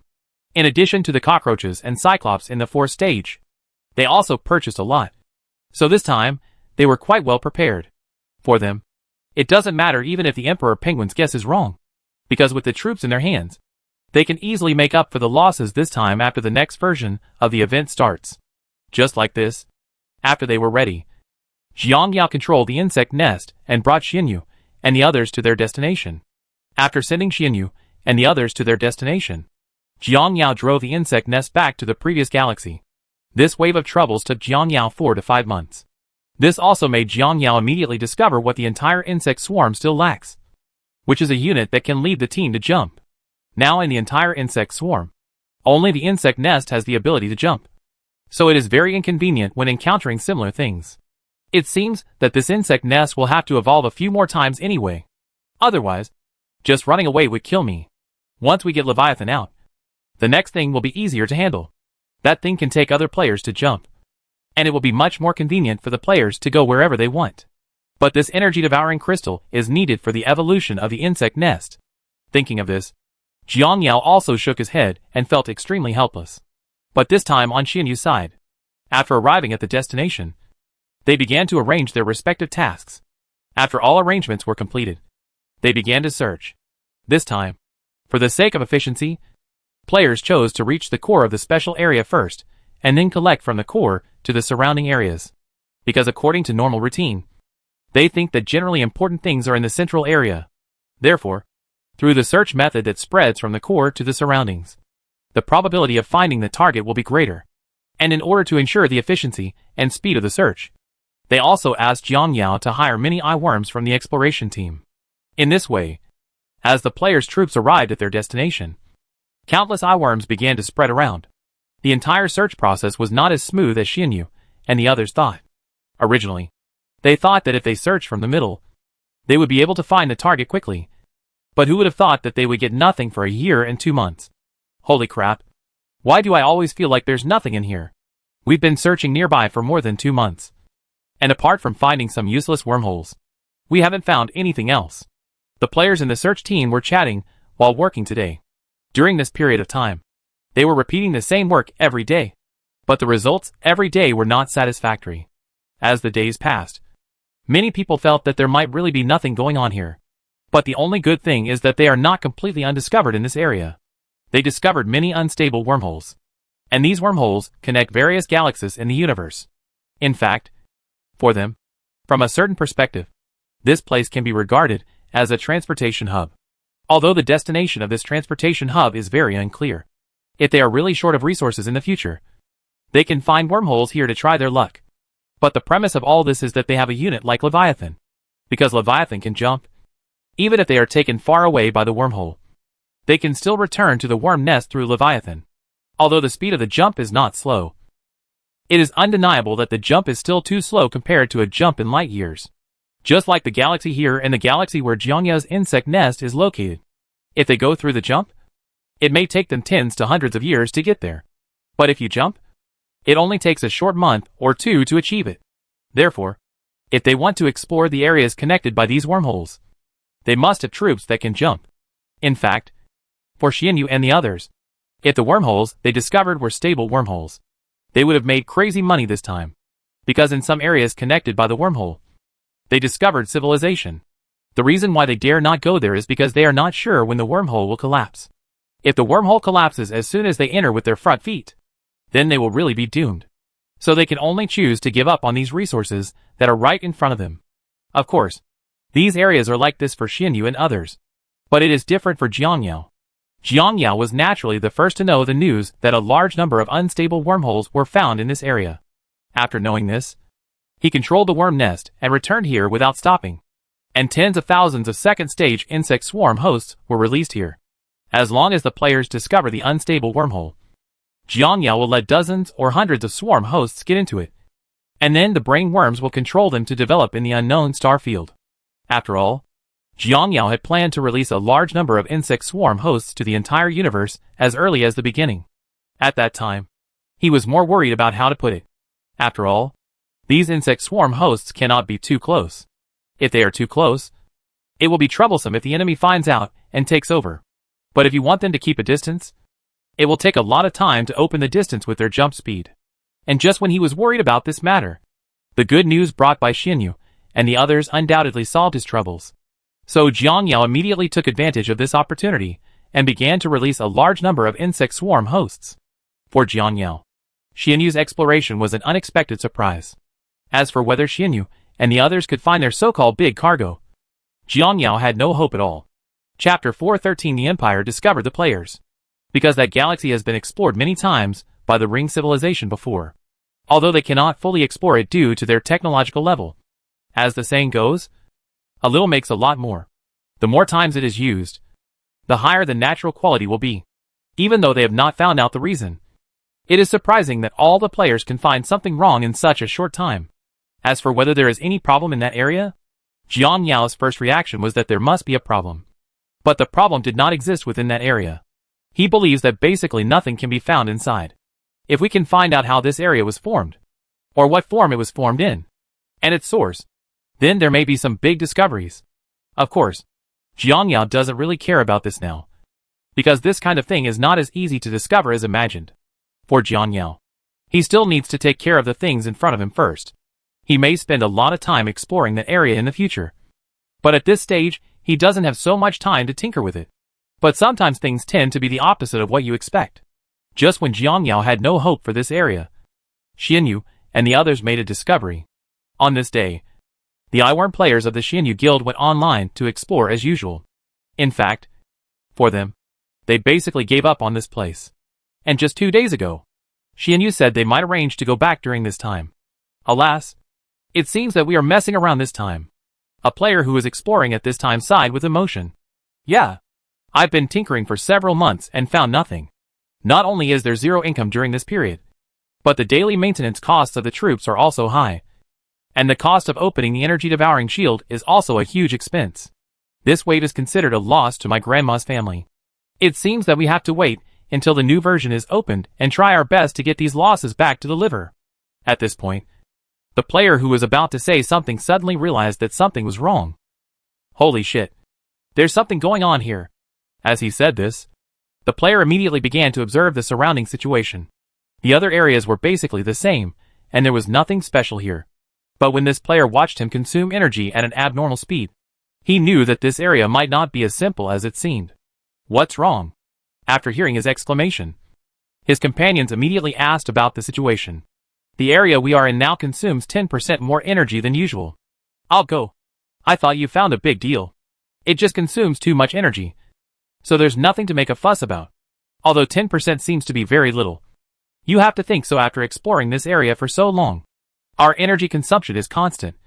But the sudden increase in energy consumption here shows that this area, the ray intensity is much higher than in other areas. Usually, there will always be something different in places that are higher than other areas. Otherwise, it would be absolutely impossible for such anomalies to occur. But when everyone heard what this player said, it seemed to make sense. How about, brothers? Let's all go over and take a look. Anyway, no one has much hope during this period. And we don't have to explore according to the scheduled route like before. I guess that's fine. Anyway, if you continue to explore along this road, you won't find anything. Why not just go over there and take a look? Just in case you're lucky. Just like that, the players of the eyeworm team began to head towards the area where the player was. When they arrived at this area, they also discovered that the energy consumption was significantly higher than in other areas. Don't tell me. I feel like there's something wrong with this area. I also feel that through our regular investigation methods, there is no difference between this area and other areas. But when we set foot here, our energy consumption increased. This is very strange. All the data here are obviously the same as in other areas. But only the energy consumption is different.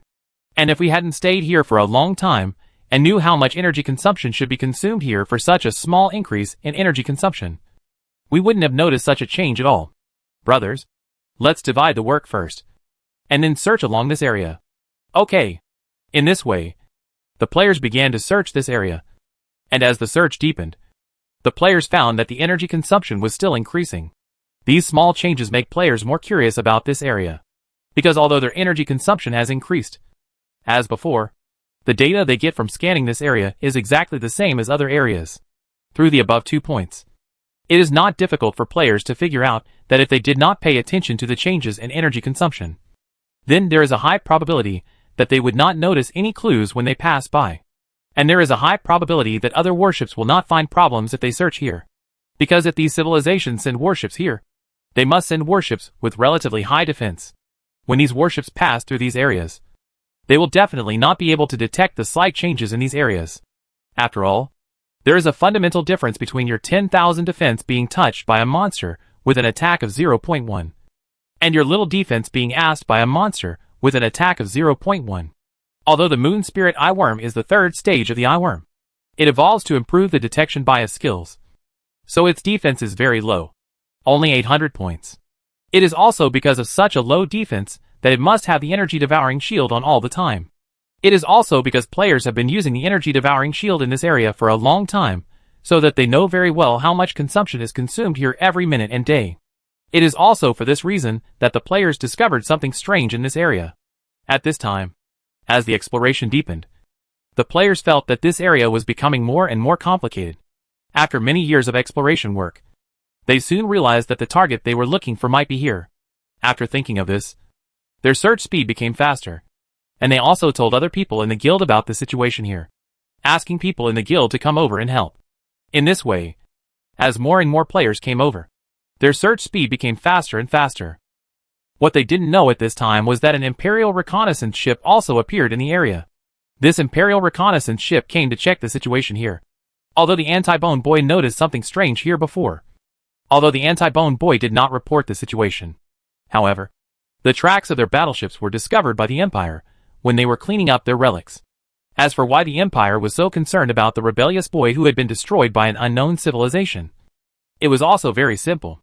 The reason why they were destroyed was definitely because he had something important in his hands. And the civilization behind the scenes didn't want this thing to be known to the Empire. So they took action. Since the other party doesn't want you to know so much, then you have to find out more about the situation. It was also because of this idea that the Empire finally discovered that the fleet's route was abnormal. Naturally, they must have sent a battleship to check out the abnormality. So the scene happened now. And this time after the Empire's reconnaissance ship arrived in this area, he was not in a hurry to enter, because once he entered this area, the invisibility function would be disabled. So he chose to explore the surrounding area first. As a result, after such a round of operations, he discovered an incredible big deal. He actually discovered the gathering point of the players. The most important thing is that he discovered that among this batch of insects, there was even a thunder beast, and it was still the large one. And even the main battle units used by the swarm were also there. After he discovered this, he naturally reported the situation as soon as possible. This incident naturally attracted the attention of the Empire's senior officials. The Empire is so concerned about the movements of the insect swarm, mainly because the insect swarm is not what it used to be. If he had seen the insect swarm in the past, he would never have reacted like this. At that time, they would most likely mark a point here, and then casually contact the nearby civilization cleanup formation to come over and eliminate these bugs.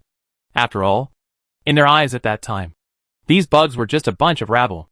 Although a single insect has a certain attack power, this attack power is not enough for them. So they will not pay attention to the gathering places of these small insect swarms. But now, after experiencing so many waves of battles in the past, the Empire has fully realized the power of these bugs. So they are very cautious about these bugs, because the current group of bugs has the ability to destroy them. Maybe they could not care less before, but now they dare not care. It was even said that in order to deal with these insect swarms, they organized the insect information collected during the battle, and then focused on studying the advantages and disadvantages of a certain type of insect and how to target them. For example, that thunder beast is their #1 enemy. They have recorded the data of this thunder beast in very detail, from the most basic size to its abilities and many other data.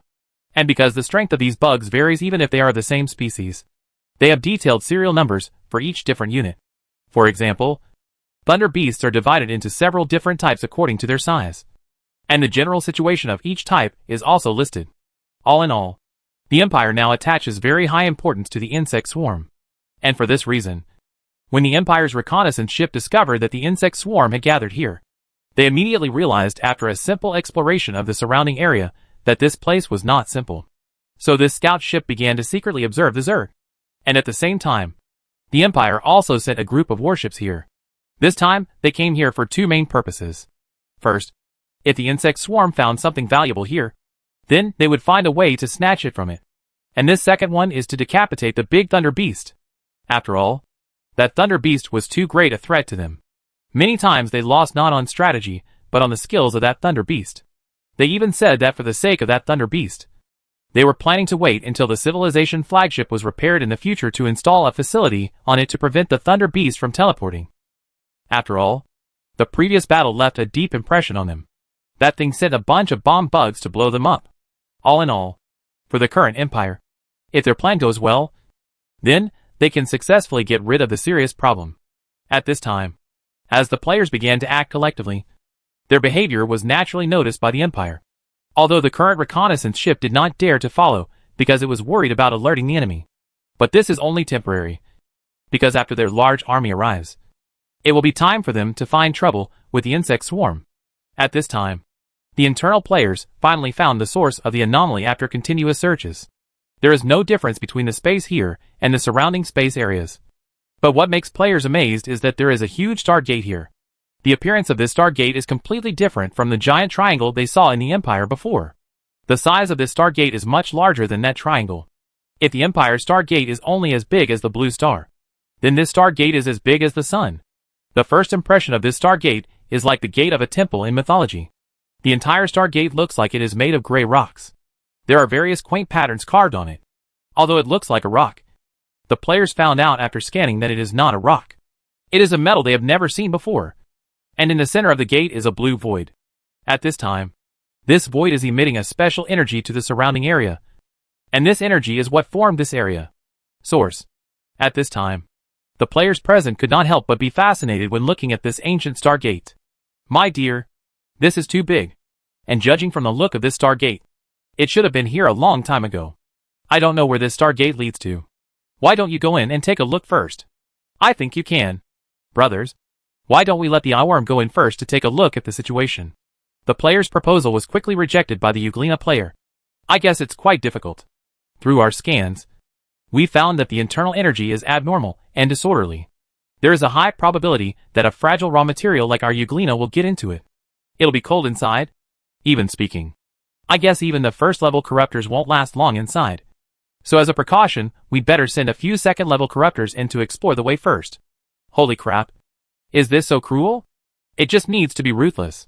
The more ruthless it is, the more likely it is that there must be a dungeon inside. And it is most likely a hidden dungeon with generous rewards. Chapter 414, Driven Away by the Empire. The reason why players unanimously believe that this is a super hidden copy is also very simple. First of all, for them, this is an open world game. But no matter how open the game is, it cannot escape the essence of the game.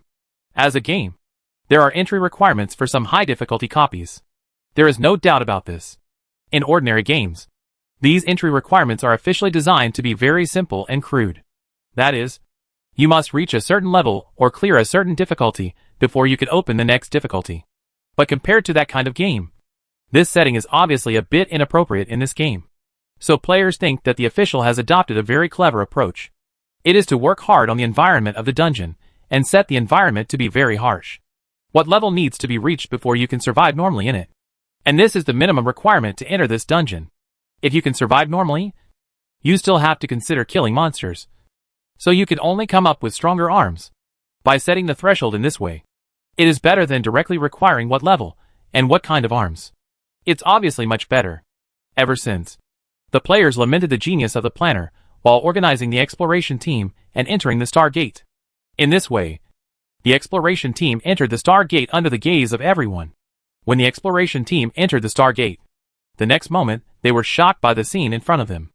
At this moment, they were inside a huge nebula group. This nebula group was dyed colorfully by the light emitted by the surrounding stars and looked quite dreamy. In the center of the nebula is a huge blue planet. This planet array is constantly emitting a large amount of terrifying energy in all directions. At the same time, a lot of special substances were sprayed out from the planet. And there is also a lot of electromagnetic pulse interference in the surrounding area. At this time, all the players looking around were shocked. It was obvious that they did not expect that the place the Stargate led to was so magical. But at this time, when they were still planning to explore inside, an accident occurred. Because the eyeworm players suddenly discovered that a group of unknown fleets were coming towards them. And after learning the news, Xianyu and others naturally called back the exploration team immediately. What's going on? Why did fleets from other civilizations come over just after we found out that there is goods here? At this time, the players on the Stargate side were also extremely puzzled after learning the news. By the way, can you determine what kind of force the other party is? It's the Empire. Damn it. Why are they? Weren't they beaten to a disability not long ago? Why are they jumping up and down again so quickly? Haven't you heard a saying? A skinny camel is bigger than a horse. Although they were attacked by us before. No matter how heavy the losses were. The wealth of their empire lies here. But I'm curious how we were discovered by them. When faced with this player's question, Xianyu gave the answer. It is inevitable to be discovered. The Empire has discovered something fishy before here. We have been thinking about this issue before we set off. We are also worried that when we find something good, the Empire will come and steal it from us. So we have been waiting for the opportunity for this operation. Originally, I thought that after the Empire was seriously injured in the last battle, they would not come out for a short time.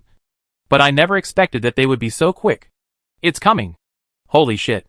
What do we do next? What else can we do? Retreat first. We will find a way to snatch this area from him later. Besides, you also entered just now. After all, it is a strange space over there. We are not sure whether there is anything in it. If the things inside are valuable, then we will fight for this area with the Empire even if we risk our lives. But now we don't know whether there are any good things in it. So it is unwise to fight with the Empire now. But we will definitely not let this area go so easily. Let's leave here and go back to the insect nest to discuss with other guilds. By the way, Euglena players continue to keep a distance from the surrounding empires and pay close attention to their actions. And report to us immediately if anything happens. Just when Xianyu was about to say something, a player who had gone in to explore suddenly interrupted.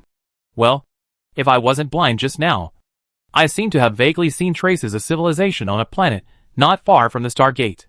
At this moment, as his words fell, everyone fell into a brief silence. What the hell? You sure? I'm not sure about that. Maybe I was dazzled at the time. You're dazzled, Gil. Damn it. If that's the case, then the problem will be complicated. After saying this, Xianyu immediately faced the player and continued, in this case, we will evacuate you first. Then go in. And go directly to you fly in the direction where you see traces of civilization. No matter how you play, you must confirm this matter clearly. As for the corruptor, if we supply it to you, it will be okay. After hearing what Xianyu said, the player also nodded, and then immediately controlled his corruptor and rushed towards the Stargate again. At the same time, the players also began to evacuate in the opposite direction of the Imperial fleet. At this time, not long after the players left, the Empire's fleet also came to this area. When they saw this ancient Stargate, they were deeply shocked. Compared with the players, their knowledge is naturally much higher, and they still have a certain understanding of this Stargate. It should be left behind by the civilization of the first era of the universe. I looked at this ancient Stargate at this time, and the commander of the Imperial fleet murmured. Of course, as a fleet commander, he still had some understanding of the civilization of the first era of the universe. So he knew what this Stargate represented, and he did not dare to delay too much. He immediately reported the information to the Empire, and when the Empire understood this, even though their current situation was not very good, and they urgently needed battleships to protect themselves, they still chose to mobilize half of their battleships here. Because for them, the relics of civilization from the first era of the universe are too important. Many technologies of their civilization flagship also come from the first era civilization. Without the technology of the first era civilization, it is absolutely impossible for that civilization flagship to survive under the siege of those void creatures based on their technology alone. So long. It is even said that the reason why their imperial civilization has been able to develop to its current state is inseparable from the technology of the first era civilization. All in all, for the Empire, as long as it is related to the first era of the universe, its priority must be the highest. Because as long as it is from the first era of the universe, it will be of great help to them no matter what it is. The main reason for this is that the technological level of the civilizations in the first era of the universe was too high. It is even said that even the super civilizations at the apex of the current universe are probably not even considered as shit in the eyes of the first era cosmic civilization. According to the Empire's understanding, this universe has a total of 2 eras. The era they are in now is called the second age of the universe. They are a civilization that developed after the destruction of the first age of the universe. Compared with the first era, these two universe eras still have too little time to develop in this era. And the technologies they have unlocked are also too few. The first era of the universe was different. After a long period of time, those civilizations developed technology and reached an incredible level. Then encounters between civilizations became frequent.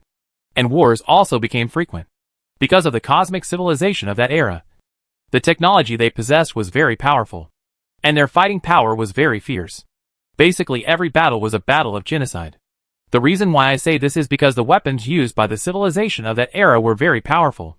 So powerful that they could easily destroy several galaxies. Compared with the civilizations of the previous era, the weapons used by their civilizations in this era are just like the toys in the hands of children. There is not much difference. Of course, conventional weapons have to destroy several galaxies with one shot, and the current empire can still operate a wave of them. But in that era, apart from these weapons, there were also many special weapons. Even the dimensionality reduction weapons of their era were obtained from the technology of that era.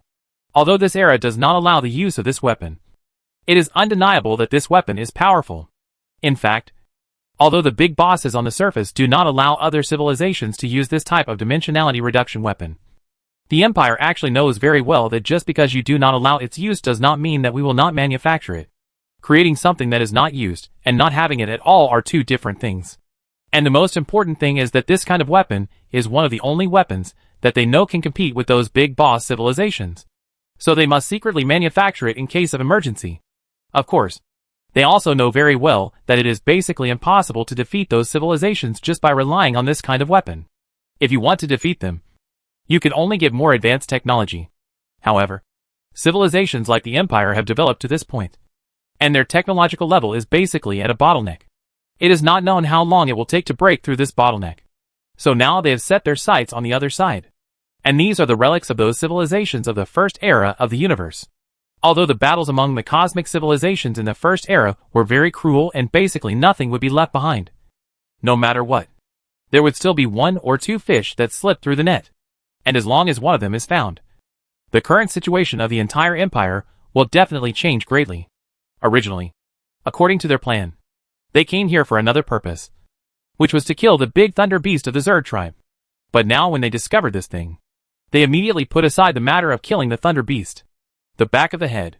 What they have to do now is to explore this ruins as quickly as possible and get the technology inside. Although they can try their best to hide this information. As the saying goes, there must be an omission in every 100 secrets.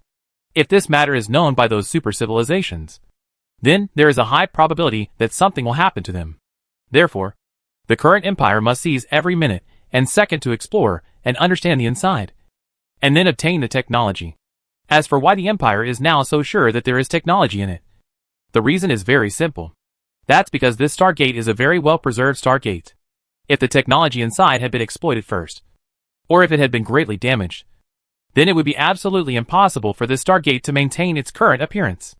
Therefore, it can be inferred that this should be a relatively well-preserved relic. And such relics have one characteristic. That is, they are likely to contain some important technologies. In fact, as far as the Empire is concerned, even if there is no such technology in it, and they have fully mastered the technology of this Stargate, they will not be at a loss. Because this Stargate is also very unnatural. First of all, if you don't come to this location in this area, you can't be sure that there is a Stargate here. You can't see this Stargate at all from a certain distance. And you can only find it after reaching a certain area. This alone is enough to show how high the technology of this Stargate is. Of course, invisible here means that the instrument cannot scan its existence, which is very important to the Empire. And the most important thing is that this is only one of the technologies displayed by the Stargate. There are many more technologies that have not been displayed. In other words, after analyzing this Stargate, their technological level will be greatly improved. A little bigger. All in all, for the Empire, no matter how painful the price they pay in this wave, they must study this place clearly. The players who were kicked out at this time were also in various psychological imbalances. After some discussion, they decided to tell Jianyao the news. For Jianyao, the discovery of this area is also very important to him. Although he didn't know the history of this universe, he knew that this matter was not simple just by relying on that Stargate. After all, Being able to escape the Zerg's detection system is already a very incredible thing for him.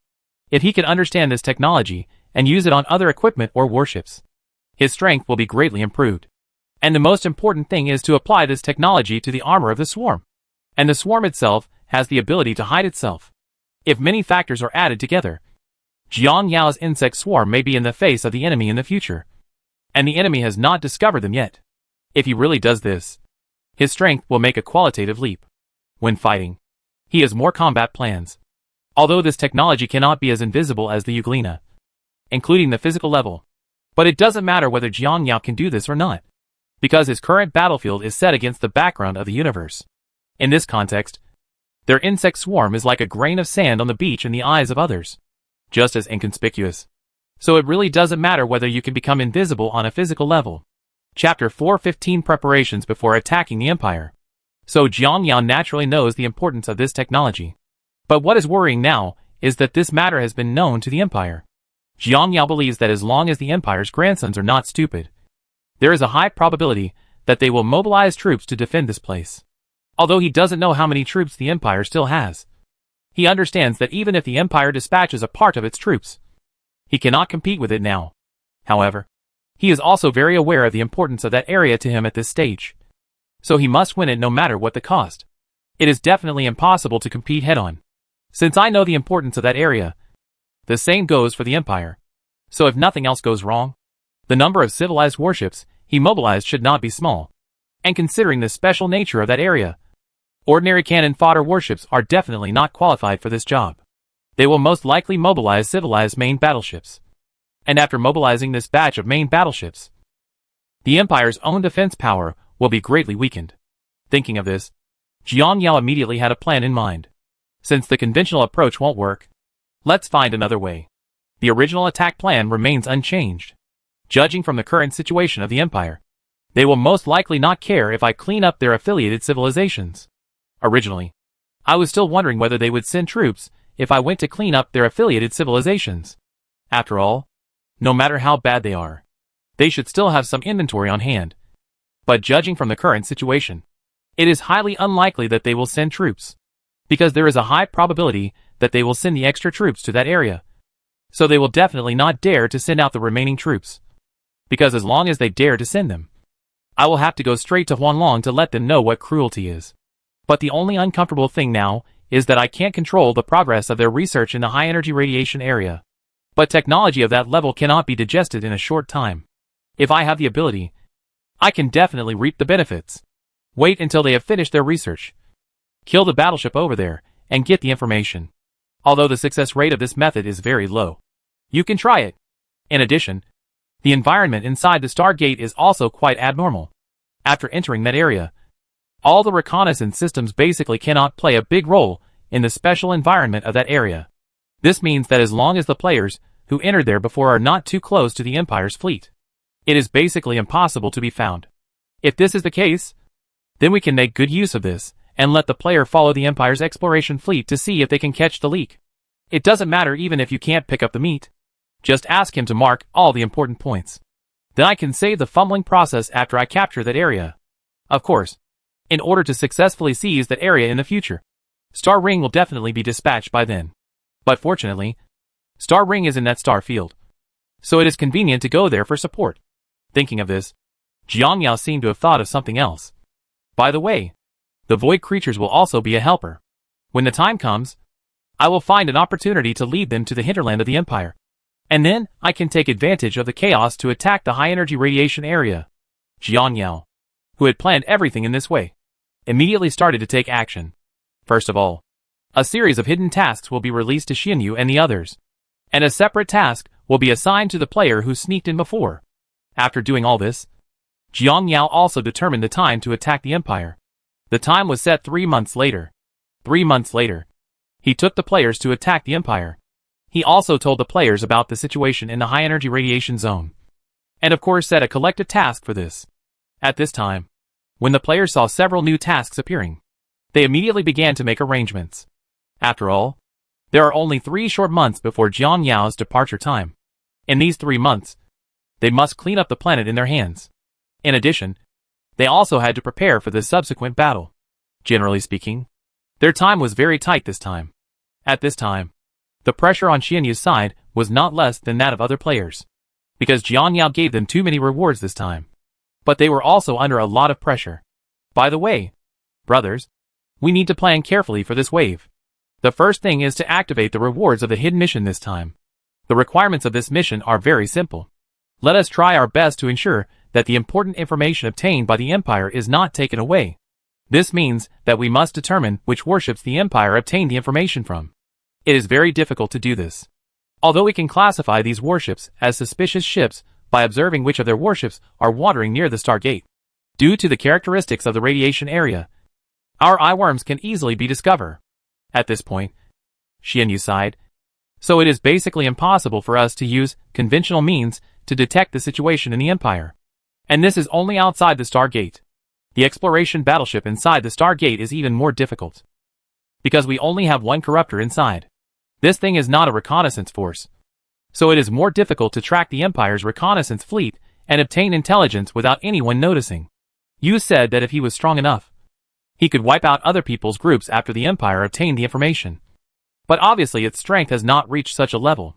What I'm worried about now is that after the Empire's exploration ships get enough information or get something valuable, they will slip back to the Empire directly. And then the problem will be big. After hearing what Xianyu said, everyone knew that this matter was very difficult. But the rewards were extremely generous, so they had to complete it no matter how difficult it was. Otherwise, let's set up an interception area on the outside. I'm afraid you're thinking too much upstairs. You set up the connection area for a purpose. If all the Empire's warships are here, it will be embarrassing if people come over and serve you a pot. Now we can only hope that the Empire can explore this place for a longer time, so that it will be easier to handle after the leader and the others get enough support. Because when the large force comes and kills them, it will be much easier to complete our mission. Come on. Don't think too much. If nothing else happens, we will definitely have a head-on confrontation with the Empire. After all, as long as people are not stupid, after obtaining an important item, their first reaction must be to send it back first. So when that period comes, we have to stop them by force. How about we call for rescue? Or we can hire a few people from the guild to come and help. As soon as this proposal came out, it was immediately rejected by everyone. I'm afraid you may not be thinking too much about the employment guild. If it was in the past, it would be fine. But now a new version will be open soon. And everyone knows that this is a profitable version. And we want them to give up this version and come to help us. Then the hiring fee is probably sky high. It's numb. This won't work, and that won't work either. It's going to be difficult now. Even though other guilds still have a lot of Zerg hosts here. However, if the scale of the combat bugs in the second stage does not reach a certain level, they will basically not be of much use when fighting the Empire's main formation. In this way, Xianyu and others discussed for several days, but could not come up with a good plan, which made them feel all kinds of uncomfortable. The hidden mission they triggered this time was too rich for them, with an evolution coupon for each person. And they also opened the next stage of evolution of the Thunder Beast to them. These 2 points alone are enough to make them excited. If they can successfully complete this mission, then they can leave other guilds far behind. But they know very well that the possibility of completing these 2 tasks is very low for them at this stage. And the tasks of this game are also different from other games. Other games may set the difficulty of the tasks to be very difficult, but it will try its best to let players complete it. But this game is completely different. Their difficulty is set very high, and they don't secretly encourage players to complete it. In other words, whether the player can complete the task or receive the reward purely depends on his personal strength. There is no minimum reward limit for the task in this game. He only has 2 choices, success or failure. Just like the previous mission is an example. In the end, the Imperial warship successfully escaped, so their mission was declared a failure, and naturally the rewards were lost. After the painful experience of the last mission, they did not want the mission to fail again this time. So at this time, they were also thinking of various ways to deal with this matter. But unfortunately, their number is really limited, and they are a bit unable to cope with this wave of tasks. And while Xianyu and the others were still worrying about this matter, the players had already begun to prepare for the attack. This time, because it spans a major version, everyone is discussing in their respective guilds the arrangement of troops, the use of resources, and many other details. Because they also know very well that this time, compared to before, the pressure of transportation and fighting will be much greater. After all, There will be a long battle after all. So they must be more prepared in all aspects. Because of safety considerations, Jiang Yao's insect nest is not going to be sent to the battlefield this time. His insect nest will only come after the players' battle is over to transport the players and the resources they collected. Therefore, the amount of resources carried by this wave of players is particularly important. Of course, in addition to resources, there are reserve units and other things that must be prepared and completed. Otherwise, there will be trouble without follow-up supplies. And this time Jiang Yao planned to divide the players into several blocks to attack from different directions. Because the coordinates of the affiliated civilizations he obtained were not together. This time Jiang Yao divided the combat area into 4 blocks for all directions of the empire. She planned to put 200,000 players into each block. These blocks just allocated 800,000 people. As for how players will operate each block, Jiang Yao will not interfere. But Jiang Yao also clearly told them that the coordinates he provided are not comprehensive. And it is easy for there to be other civilizations in various directions of these coordinates. If things go wrong, the players will fall into a situation where they will be besieged by several civilizations at the same time. Therefore, he also clearly told the players that before going to these areas, they must know the surrounding situation well before entering. Otherwise it will be very easy. Roll over. And the most important thing is that the attacks this time are aimed at destroying civilizations. The civilizations being attacked naturally know that if they cannot resist, they will most likely be doomed. So they will definitely take out some of their stuff that is at the bottom of the box. And these items will most likely cause a lot of damage to players. So be careful when attacking. All in all, Jiang Yao told the players everything he could think of before setting off. As for what will happen next, it is beyond Jiang Yao's control. Because he has more important tasks to do after the players start attacking. Get out there and get it done. After all, if he wanted to take back that area, he would need the help of void creatures. So he was going to take the risk to lure the void creatures here. When the time was up, Jiang Yao sent the players to their destination and then began to complete his work. And the players who were sent to the predetermined location also began to discuss strategies.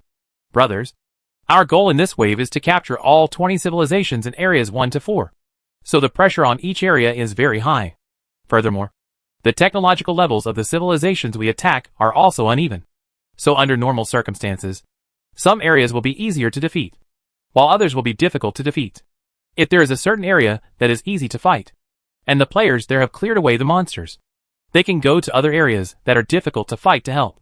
Of course, as for the spoils, everyone can discuss how to distribute them in advance. The other is the resource supply team. Since the leader has left now, we must keep the obtained resources ourselves. Although we can digest some of the resources immediately, it is very inconvenient to carry the extra resources on the road. So I propose that we put the resources in a safe galaxy and arrange for a group of players to garrison them. Of course, it's okay to use the garrison players as much as possible who were seriously injured in the battle and need a long time to recover. In this way, we can avoid the loss of combat power as much as possible. Of course, the most important thing for us in this battle is to avoid casualties as much as possible. Once we encounter residual health, we should retreat immediately and don't go up, because each of our guilds does not have many reserve units. Once these reserve units are used up, you will no longer be able to participate in this wave of activities.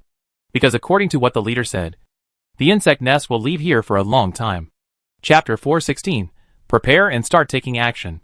Just like this, after the players discussed it, they immediately started taking action. For this time, the players knew very well that they had to be wretched and develop throughout the whole process, and could not waste time. In particular, you cannot invest with the wind and against the wind. Of course, for this battle, they also sorted out some possible problems, and the shortcomings of the current combination in advance as wartime reference. The first is that the overall strength of the players is scattered in various areas. Although there are 200,000 players in each area, the situation in the areas they need to attack is not clear. There are too many unknown things here, and various situations are likely to occur during the attack. And this time they face not only the Empire, but they may also encounter other civilizations besides the Empire, because Jiang Yao previously spread the situation of that battle to the entire universe. Moreover, Jiang Yao said that the transmission efficiency used is very fast, and this technology can only be received by civilizations that have mastered quantum communication technology.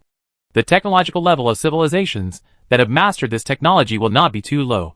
So even if the enemies of the Empire come, it will be a test for the players if they encounter some other civilizations.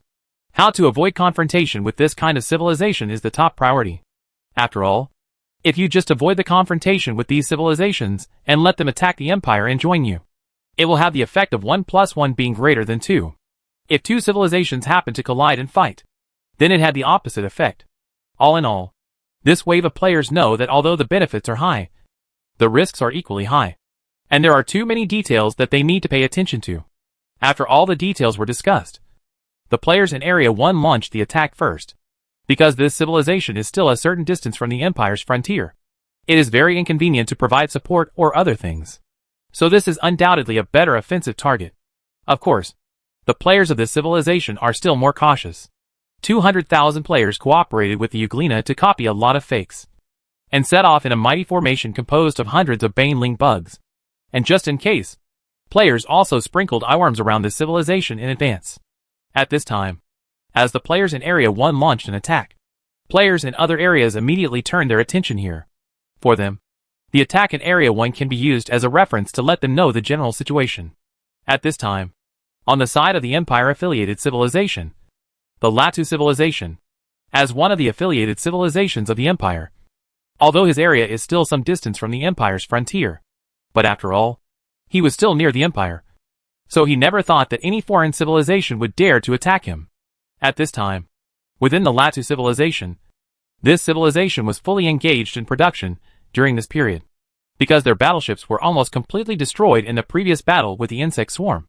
They are now stepping up production, and want to pull up their fleet as quickly as possible. For them, as long as they pull up the fleet and send it to the battlefield, they can gain a lot of benefits. The Empire's management method for these non-core subsidiary civilizations is very simple and crude. Every time the warships you send out participate in a war, you will receive corresponding rewards. This reward can be used to purchase some technology, which is somewhat similar to Jiang Yao's point system. Of course, the technology sold by the Empire also has certain restrictions. It will only sell some relatively backward technologies, while some more complete technologies will usually sell the core of manufacturing products instead of the entire set of technologies. Although these technologies are very weak for the Empire or other advanced civilizations, they are very attractive to low-level civilizations like Latu. After all, the Latu civilization is the same as many other affiliated civilizations. They are all civilizations that were forcibly raised in technological level after joining the Empire. One advantage of the Empire's doing this is that it can keep these civilizations firmly in its hands forever. First of all, the development of science is advancing steadily. Each stage requires the precipitation of time and countless times of research by countless people before we can get the answer. And the Empire uses this method to let these civilizations directly jump to several levels, which will cause a huge technological gap. They can make up for small technological gaps through reverse research. But once the technology becomes too big, it is basically impossible for them to make up for it. After all, you can easily jump over a small ditch, but there is nothing you can do about the vast sea. So once you accept the benefits of the Empire, it means that if you want to improve your technology or obtain higher technology, you can only purchase it through the Empire. Although the Imperials allowed you to improve your strength in a short period of time, they also ruined your future. Some people may think that obtaining higher technology does not mean that I cannot start research from the most basic technology again, with more advanced technology as a guide. My research direction will have a clear route. On the contrary, it is a good thing. Although there is nothing wrong with thinking this way in theory. Don't forget that these civilizations are all intelligent civilizations. They are intelligent civilizations with independent consciousness, not civilizations with collective consciousness. There are fundamental differences between these two civilizations. The first is an intelligent civilization with independent consciousness. Each individual has a variety of different ideas. They will be influenced by life or other aspects, and many trivial matters will also affect their judgment at the current stage. From a certain perspective, this biological characteristic makes it very difficult for him to promote the development of science and technology. Of course, nothing is absolute. Sometimes individuals with independent thinking will always come up with some fantastic things, or suddenly wake up and figure out a problem that has troubled them for a long time. Because once he does these things, he will definitely be sought after by thousands of people, and fame, money and other things will be at his fingertips. So from a certain perspective, desire is the best nourishment. Likewise, it is also a double-edged sword. Currently an uncontrollable double-edged sword. Desire brings progress to science and technology, allowing science and technology to reach a higher level. Desire can also limit the development of science and technology. To give a very simple analogy, when everyone is using smartphones, you are the only one who is still using the most old-fashioned talkie, which is the one with 2 wires connected to a paper cup. And you also want to improve this phone, such as improving the material of the wire, or the hardness of the cup, etc. Although through research in this area, you are very likely to develop the oldest telephone in the future. But it is undeniable that when everyone is using smartphones, they will not need your current research at all, or even your future research results, because for them, this is too backward. And if you have been focusing on research in this area, you are destined to be an outlier. What you study cannot create value for others. So this will mean that you do not have any financial support. Without any financial support, it is difficult to even guarantee your own food, clothing, housing, and transportation, let alone the large investment required for research. For researchers from the Latu civilization, this is an endless loop. If they want to build basic technology, it means that they need to start researching from the most useless things. However, researching these things is not only useless, but also wastes a lot of financial and material resources. While you can support these researchers in the short term, how long can you support them? Likewise, how long can you support it? The amount of your support must be very small, because the decision to support this matter cannot be decided by you alone. There are other people involved, and the decision needs to be negotiated by both parties. Even if the final plan is finalized, the amount of funds invested must be very low during the negotiations. Although researchers who engage in research in these areas with lower salaries can persist based on their love for civilization, pursuit of science and technology, and so on. But you can't expect his family to have the same awareness as him when they see other fellow researchers living very prosperous lives while they live frugally. This contrast came up all of a sudden. And when the contrast came up, the opinions of the family members would definitely influence the thoughts of these researchers. Even though he was as solid as a rock, he would definitely make 2 choices at this time. The first is to abandon all focused research, and the second is to choose compromise. Of course, there are many people who choose the first one, and these people are naturally great. But there are also many people who choose the second one, and there is nothing wrong with these people. Both sides have their own positions. But the biggest problem lies here. No matter how you play, some people will choose the second option, which means that the number of researchers who were originally engaged in this field of research will continue to decrease. When the number is reduced to a certain level, it will be time for a few researchers to perform a one-man show. Without more people scattered thinking and unrestrained thoughts, the progress of research will be greatly increased. And the difficulty of research will also increase exponentially. Even problems that might have been solved in 1 or 2 years before are now likely to be stuck for decades. But these researchers have been around for several decades. Although the level of science and technology has developed to their level, the lifespan of ordinary people is also very long. Under normal circumstances, they have a lifespan of close to 500 years. But even with such a long lifespan, they cannot withstand the torment of these decades. And due to long-term life constraints and the harm to the body caused by research itself, many researchers engaged in this field simply cannot reach this time. And as they are sent away, will the next group of people have the same strong will as them? Especially how many people who grew up in this era can retain the same will as them? This is difficult to determine. And it is also because of this reason that after several generations, they finally gave up the research on basic applied technology and chose to mess it up, because they have invested a lot of time and financial resources in this research. But the final result is completely useless because the empire can provide better. Then there will be no more. Hundreds or thousands of years of useless work has exhausted their patience. And they think that purchasing technology through the empire can also make them stronger. So why should they do such a thankless thing? Woolen cloth? In fact, the situation of this civilization is also the current situation of most affiliated civilizations in the empire. On the surface, they appear to be affiliated with the empire.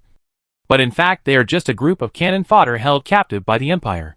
And this is what happens to independent consciousness when faced with this situation. Of course, similar to collective consciousness or shared consciousness. If they face the same situation, they will undoubtedly be much better off. But this is only relative. Both kinds of consciousness have their own biggest flaws.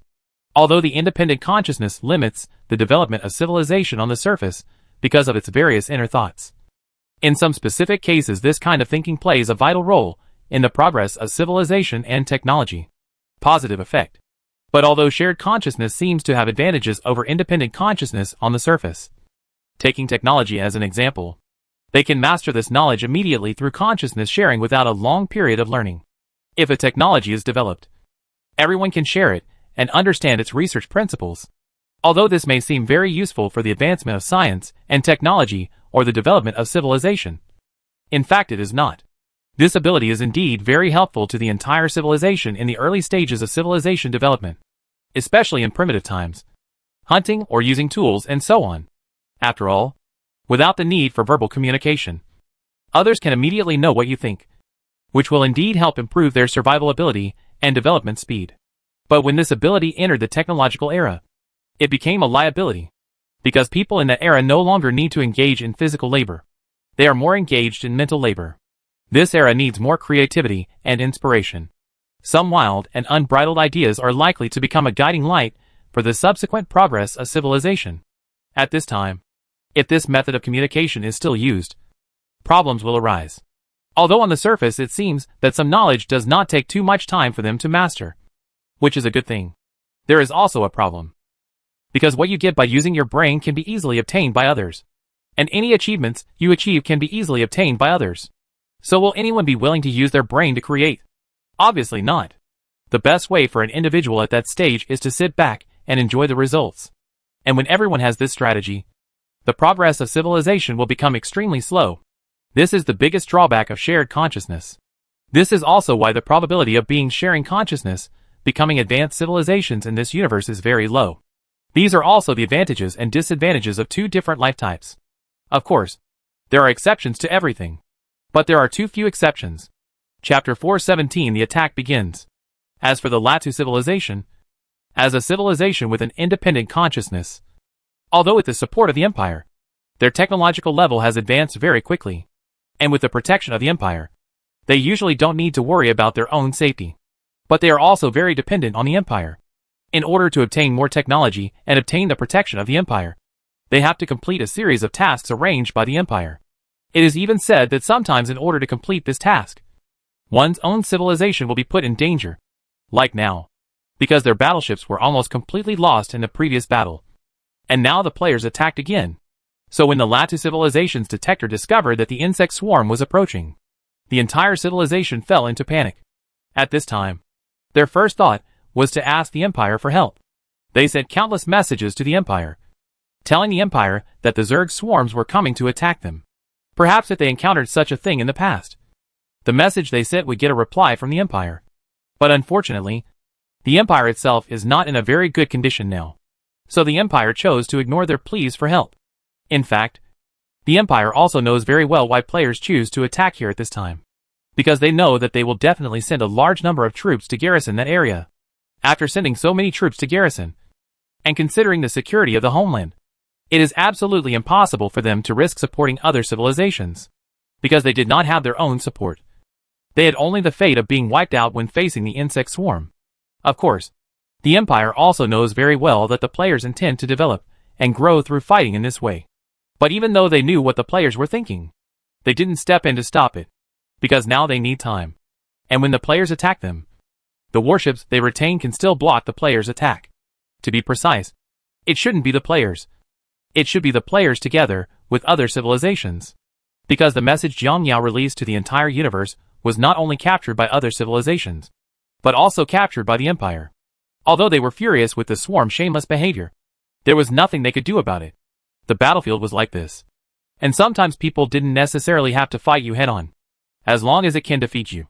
No matter whether this method is glorious or not, it is a good method.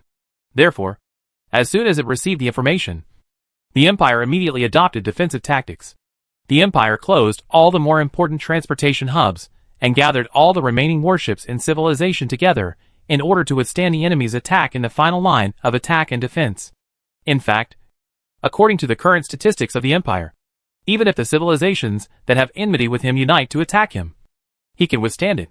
After all, the battlefield is in his base camp, where he has many complete defense systems, through which he can block the enemy. There are still some battleships left on the outside. With the cooperation of the two, it should not be a big problem to block the intruders from outside or completely destroy them. And the most important thing is that these civilizations are very afraid of each other, which means that it is absolutely impossible for them to unite. This undoubtedly reduced the pressure on the Empire. In fact, under normal circumstances, it would be too easy for the Empire to withstand these attacks. But as luck would have it, the insect swarm also came over and began to attack their affiliated civilization. In fact, he is not too afraid of other civilized empires. The only thing he is afraid of is this insect swarm. First of all, the strength of this insect swarm itself is not weak. The combat power of their main battle units is no worse than their battleships. The second most critical thing is that this group of Zerg has a variety of technologies in their hands. And this is what the Empire is really afraid of. This race is no better than other races. Everything they have is for war. Take the Corruptor, for example. In addition to improving its own defense and survivability, the only thing left is offense. Let's talk about banlings. Although this kind of insect has a very single ability, but it is undeniable that the lethality it can cause is terrifying. And this is where this group of bugs is so powerful. Although other civilizations may not be able to see anything fishy in the insect swarm, the Empire can. Take the banling bug as an example. The dark matter energy it produces after the explosion can be said to increase the application rate of the entire energy to more than 90%. The energy usage rate feels a bit incredible compared to the Empire. After all, the Empire's most advanced equipment could only use 85% of this energy, which was a full 5 percentage points lower than the banlings. This is what is most difficult for the Empire to accept. The final result of their huge equipment is not as efficient as the energy utilization of such a small banling. From a certain perspective, the evolution of this creature has exceeded their technological level. This is the most worrying thing, because the Empire cannot confirm whether this group of bugs will evolve again and gain more powerful abilities. And the most important thing is that this group of bugs is different from the previous bugs. This group of bugs uses all kinds of tricks, which are completely different from the previous fighting methods of bugs. In addition to having such a powerful strength, he also has such combat capabilities. These 2 points alone are enough to make the Empire feel troublesome. And the strange thing about these bugs is that among all the tactics, what they like to do most is all kinds of dirty tricks, such as attracting other civilizations or doing other things. In short, they will do whatever it takes to win. Although the bugs in the past would sacrifice a lot to win, most of them would compete with you on the frontal battlefield. Unlike this group of bugs, not only are they powerful, they will not fight you head-on. In every battle, routines are the main method, and the front is supplemented. The purpose is to use various advantages to reduce one's casualties. You must know that a group with strong reproductive ability and strength is also very careful. When these few points are combined, it is very difficult to defeat this ethnic group even if it is as powerful as the Empire. It is as if these bugs are now making trouble under their noses. Although he was very close to them, he did not dare to act, because God knows what tricks these bugs have waiting for you. And the most important thing is that warships from other civilizations are also coming here one after another. This also means that once you send your troops out, it will be a big problem if warships from other civilizations take this opportunity to attack you. After all, since people dare to send warships here, they will inevitably conduct reconnaissance here in advance. They will only send warships after confirming the information they want. Therefore, the Empire is sure that there are countless pairs of eyes hidden in its own area. They are all staring at themselves closely. Once they reveal any flaws, they will take action without mercy. In fact, the Empire also felt very aggrieved when faced with the current situation. You must know that no matter how bad he is still one of the best civilizations in the universe. Under normal circumstances, no civilization dares to play like this on his side. But now, because of these bugs, these civilizations dare to shit on his head. There was nothing they could do about it. The defeats in several consecutive large-scale battles caused them heavy losses. But for them now, it is very normal for such losses to occur. They have been in high positions for a long time, and have forgotten that being cautious can keep you alive. And arrogance will get you killed. From the first few battles, if the Empire had been careful, it would have been impossible for them to suffer such huge losses.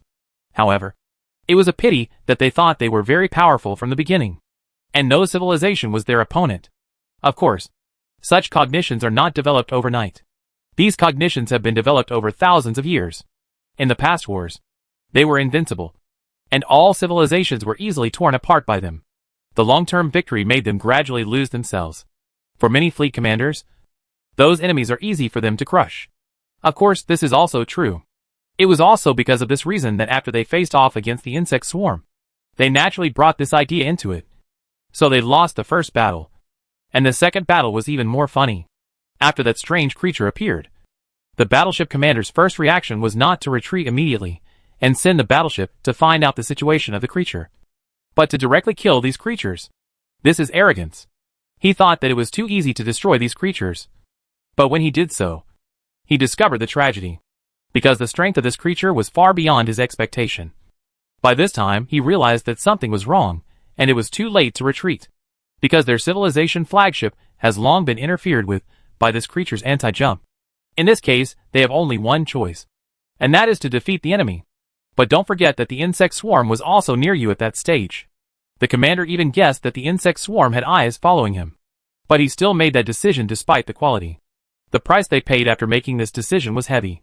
Especially at the last moment, when the insect swarm entered and started a three-party war again. Their losses in this wave were even greater. And the most critical thing was that in order to allow civilization to escape with their flagship, they directly sacrificed other warships. This is the price of their arrogance. And the consequences of this price are still continuing. Their subordinate civilization is also paying for their previous arrogant behavior. At this time, inside the Latu civilization, watching the dense swarms of insects rushing towards this side, the entire Latu civilization fell into panic. They tried their best to resist these insects, and they desperately called for help. But to no avail. The messages they sent to the Empire were like falling into the sea without any reply. With no reply for such a long time at such a distance, the people of Latu civilization had already guessed that they might have been abandoned by the Empire. Seeing that the Empire's path was unworkable, they could only use the various defense facilities in their hands to deal with the insect swarms. But it was obvious that they underestimated the combat capabilities of the insect swarms. In terms of space power, they gave it to the swarm to easily solve it. Then the swarm sent a lot of ground troops to start cleaning up their ground units. And what they don't know is that if the insect swarm hadn't wanted to obtain their information, these insects would have used some weapons of mass destruction on the entire planet to directly destroy the planet, instead of sending a group of ground combat units over. Ink slowly. Of course, there are still many things he doesn't know. But whether he knows these things is meaningless to him. Because after the insects in the sky cleared their various space combat units and defense facilities, they flew towards their home planet in a mighty manner. The people in Latu looked at the huge insects flying towards them in the distance. They were helpless and had no choice but to raise their weapons and fight against the insect swarm. But facing the huge corruptor, these people seemed too small. The attacks with various weapons in their hands are as indistinguishable as tickling the corrupted ones. A casual attack from the corruptor can wipe out a large area of them. Those huge aerial cities full of sci-fi feel. The corruptor can destroy them with just one strike. The special liquid sprayed by the corruptor covered the city and began to corrupt the city crazily. After it finished corrupting the city, the remaining liquid fell into the earth and began to corrupt the ground. It didn't take long for a bottomless pit to appear on the ground. All in all, every blow of the corruptor can leave very conspicuous traces on the planet. This is the power of the space arms. Although this level of arms does not have much effect on warships of the same level, once the target is changed to something else, its terrifying and destructive power can be seen immediately. Corruptors in various locations on the planet are destroying the planet wantonly. In just a few hours, this planet has become riddled with holes. This is truly riddled with holes. The special liquid sprayed by the corruptor can easily corrode to the core of the earth. Therefore, every attack by an incubator can cause irreparable damage to the entire planet. And players have a lot of incubators. In this way, under the attack of the players, in just a few hours, the planet finally began to fall apart due to too much corruption. Just like a balloon filled with water being popped instantly, the water inside spilled to the ground.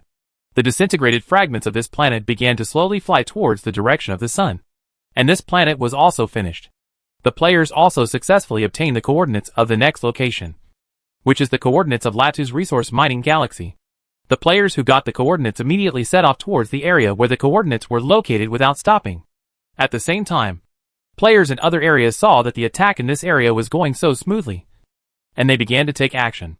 As the players started to act one by one civilization after another began to suffer.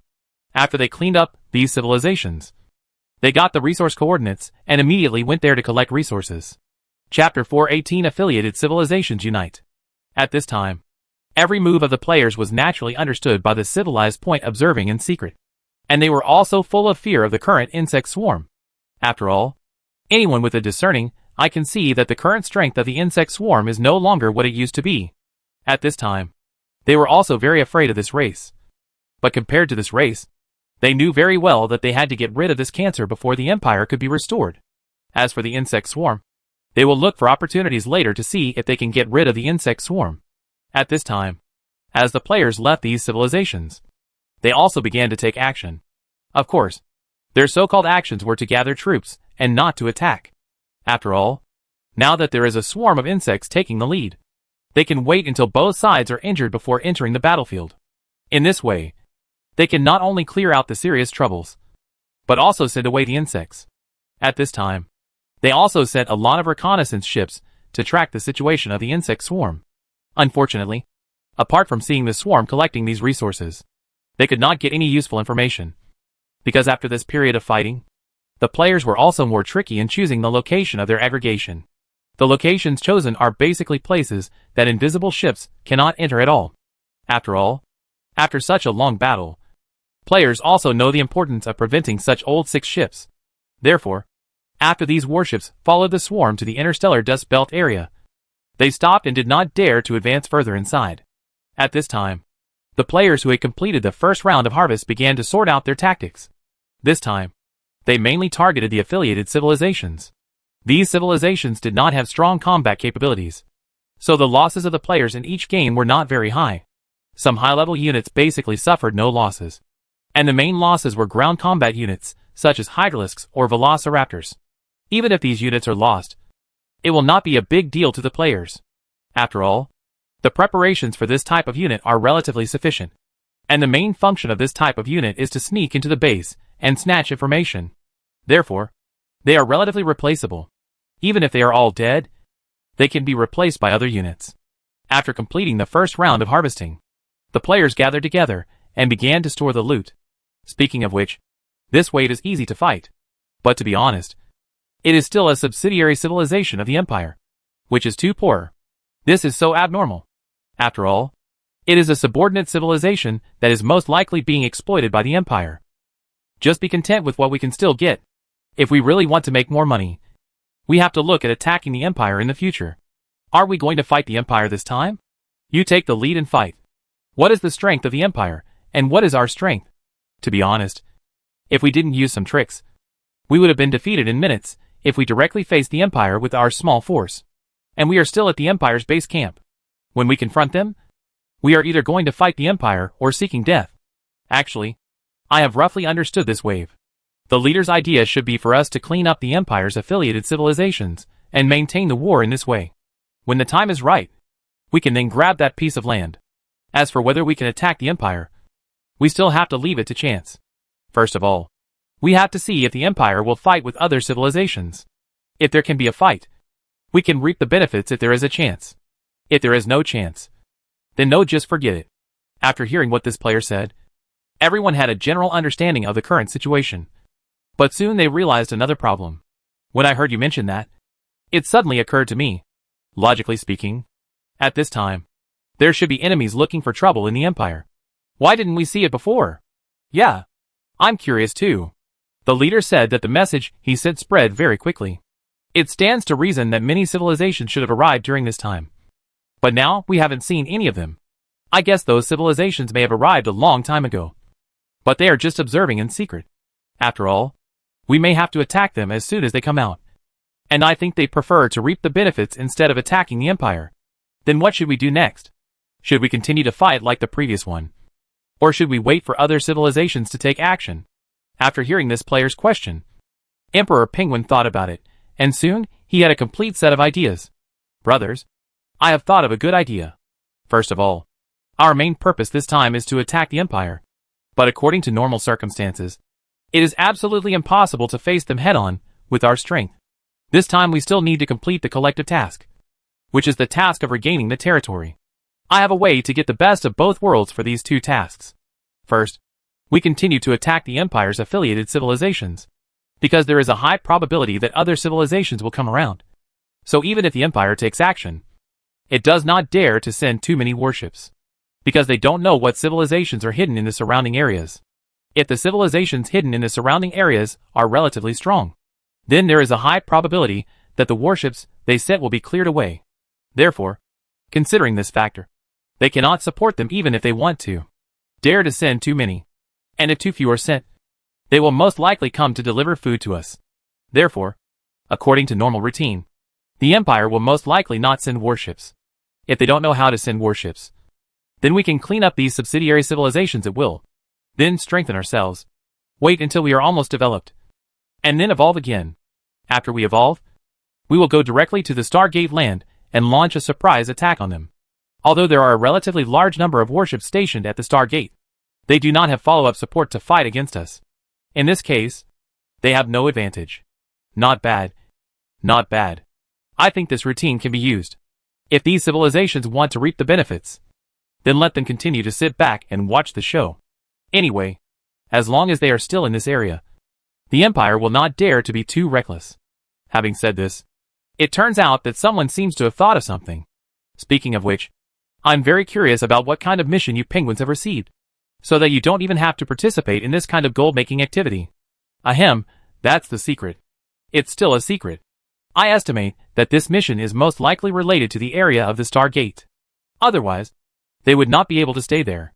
I'm afraid you're not stupid upstairs. The collective missions over the Stargate are all set out by them. It would be weird if the hidden mission they received has nothing to do with the Stargate. Oh, I still miss the past so much. I think if I received a hidden mission, I would be excited in the group for a long time, and then show off the content of the mission in various ways. But look at it now. Each one is more negative than the other. Yes, now I have received a hidden mission, and I haven't mentioned a word about the mission content or rewards. Don't you know that curiosity can make people uncomfortable? Meng Xian expresses all kinds of envy to the big guys. But if I were half as lucky as you, I wouldn't still be playing Hydralisk now. You upstairs, don't think too much. You are playing Hydralisk purely because you are unwilling to invest in it. It has nothing to do with luck. And then again, even if you find a problem in that area, I'm curious, can you go in and explore it in your situation? In the end, if you want to make big money, you still have to invest. People like Penguin have invested so much money, so they can seize opportunities when they encounter them. Just like this time. If it weren't for the fact that their troops are relatively good at all levels. It's also because of this reason that they could have been struggling in it for so long and finally found this position. If the same situation applies to other players, I guess there is a high probability that you will not dare to go in. In other words, you will not be able to seize the opportunity when it is placed in front of you. And if I remember correctly, the epic mission of eradicating the Empire was also triggered by the Emperor Penguins. At this time, the Emperor Penguins were not willing to invest and directly left a Moon Spirit Eyeworm there. The value of the Moon Spirit Eyeworm at that period was no lower than the current Thunder Beast. Anyway, this is the game. Only if you are willing to invest can you get rewards. Only if you are willing to invest can you seize the opportunity. Otherwise, you can only watch the opportunity slip away from you. Okay, brothers, please stop talking. We should hurry up and finish the other civilizations. Okay, let's go. Finish the task early to avoid a long night of dreams. Just like that, the players started taking action again. In fact, there is already a huge quarrel among the affiliated civilizations within the Empire. Because in just half a month, the 4 affiliated civilizations in different regions and their resource galaxies were all taken over by the insect swarm. And the most important thing is that the Empire chose to remain silent on this matter, which also made these affiliated civilizations realize how bad the Empire's situation is now, and also made it clear that they would most likely be abandoned by the Empire. As the saying goes, the lips are dead and the teeth are cold. At this time, these subordinate civilizations also understand that the next time a swarm of insects comes over, one or a few of their civilizations will suffer. Now there is a high probability that the Empire cannot count on it. If they want to survive, they can only save themselves. So many affiliated civilizations have united and gathered their remaining battleships and other combat units together. Of course, the purpose of their doing this is to resist the Zerg. When they did this, the Empire immediately asked them to stop this wave of operations. But unfortunately, the civilizations who were now worried about their own safety simply couldn't listen. For the operation of these subordinate civilizations under its own control, the Empire can only scold them for being very clever. Although the people under his command didn't know how the swarm found them, the Empire knew very well. The main way for the insect swarm to search for other civilizations is to salvage the wreckage of those warships after the war, and find its navigation trajectory by retrieving the data inside, so as to deduce the location of the civilization. Although this routine is very old-fashioned, it has a high success rate. After all, after the battle, there are always some battleships whose equipment has not been destroyed. As long as it is not destroyed, it will be easier to follow the clues. Of course, this method is very easy to avoid, because they only need to clean up these things before setting off, so that they can effectively prevent the insect swarm from following the clues. In other words, if you just need to be careful enough, if you just need to hide deeply enough, then many civilizations can actually avoid being hit this time. But now this group of civilizations actually want to unite to resist the insect swarm. Does this inappropriately create an opportunity for the insect swarm? Although they can clean up the information in the battleship and then start the war, don't forget that their dusty rush will leave traces in the galaxy. It is not easy for the insect swarm to follow the traces left behind. Naturally, other civilizations want to get this, but they are all afraid because they don't know who will be the next target. No civilization can guarantee that they will survive to the end. So the trick they can think of now is to bring in other civilizations. If they can withstand it, then it is the best. If they can't, then everyone will die together. At this time, basically all the affiliated civilizations of the Empire had this idea. This is also the fundamental reason why they can organize themselves. Of course, the Empire is too lazy to stop the operations of these cannon fodders, because for them, being able to explain the stakes to these cannon fodders is already giving them face. How dare they not listen? In the past, the Empire could have made them disappear based on this alone. Of course, for the current Empire, if they didn't want to listen, then they would simply let them go. Since they want to die, the Empire is naturally happy to let them use their remaining value. At this time, the troops that the players set off are about to reach their destination. By the way, brothers, I feel that something is not right here. At this moment, the players of the reconnaissance team at the front discovered something strange at their destination. What's wrong? Everyone asked after hearing the words of the Eyeworm team players. The situation is probably Jiangzi. When we attacked civilizations before, we could at least detect traces of warships around those civilizations. However, the number of these warships is not large, but at least there are some. This area here is completely different. We found a civilization over there, but we found no trace of the battleship over there. Could it be that their warships were completely consumed during the previous battle with us? No matter how much we consume, there will always be some left over. But it's outrageous that we don't even see one here now. I always feel that something is wrong here. Otherwise, brothers, let's retreat first. At this time, as soon as the player finished speaking, the player behind him immediately detected a large number of battleship signals. The Euglena player who detected something wrong immediately alerted everyone. But it was already too late, because when everyone received the message from the Euglena player and prepared to retreat, they suddenly discovered that the entire star field had been disrupted by the jump. Chapter 419 arranged by the enemy. The players who saw this scene at this time had no idea what was going on. Damn it. Brothers, Area 3 was ambushed. Brothers from other areas, please retreat quickly. I suspect these people are engaging in old tricks. Area No. 2 has also been attacked. Worry. What a Gildo battleship. Damn. It's a good thing our departure time for Area 1 is a little later than yours. Otherwise it would be too cold.